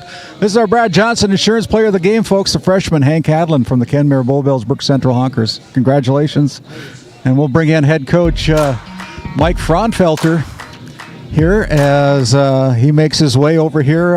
Mike, wow, what a game. This is more like football weather than it is baseball weather, right? It was a heck of a day. I mean, we started out with 3 starters out, so we were trying to piece things together, and then you play the best team in the region, and things just didn't go our way. But that's the thing I love about this group is that they just believe in themselves, and we get a big lead today, and then we play a good team that's job over there, and they fight back, but there was no panic in the dugout. And that 7th inning, they came in, their attitude was, let's go win it, and that's what they did. Yeah, well, you guys had an effort, good pitching, timely hitting. It all comes into play. The little things make a difference in this game of baseball. I've coached baseball for many years, and I know that the little things make a difference, and it truly paid off.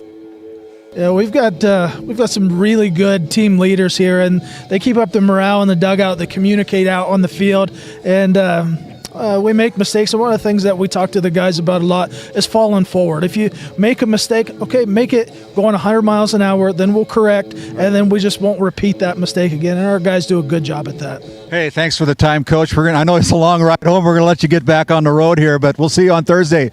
That's the head coach for the Kenmare Bullbills, Brook Central Honkers, Pastor Mike Fraunfelter, also the head football coach for the Honkers, as we send it back to the Tioga Medical Center sports desk and to Titus Stenberg to finish it up here. Thank you very much, Randy. Great information down there on the field. As we continue along with our DNL Paraffin post-game show, what a game, what a way to end our coverage of 4 games here tonight from Watford City. Kenmare Bullbills, Brook Central gets the win. Let's run over the final numbers of this one. They finished the game with 13 runs. They scored those on 8 hits. They did commit 4 errors. They let Ray back into the game, but they come up with the last at bat, and they get the run in that last at bat in the 7th inning to keep their season alive as they win it here today, 13-12. For Ray, they finished with 12 runs on 7 hits. They also committed 4 errors. Well, I give Ray a lot of credit. They fell behind early in both of their games today. They didn't give up. They didn't quit. They came back from a 5-0 deficit to tie the game against Divide County before falling in that one 9-6. Here they fall behind 9-2. They score a run in the 4th inning and then 6 in the 5th inning to tie it up at 9 apiece. They fall behind again after giving up 3 runs in the 5th inning, 2 of those coming in on the big triple by our Brad Johnson Insurance Player of the Game, Hank Handeland. He made it 12-9. Ray fought back again to score 1 in the 6th, 2 more in the 7th to send us to the bottom of the 7th. But in the bottom of the 7th inning, Zach Zorn gets the game-winning base hit.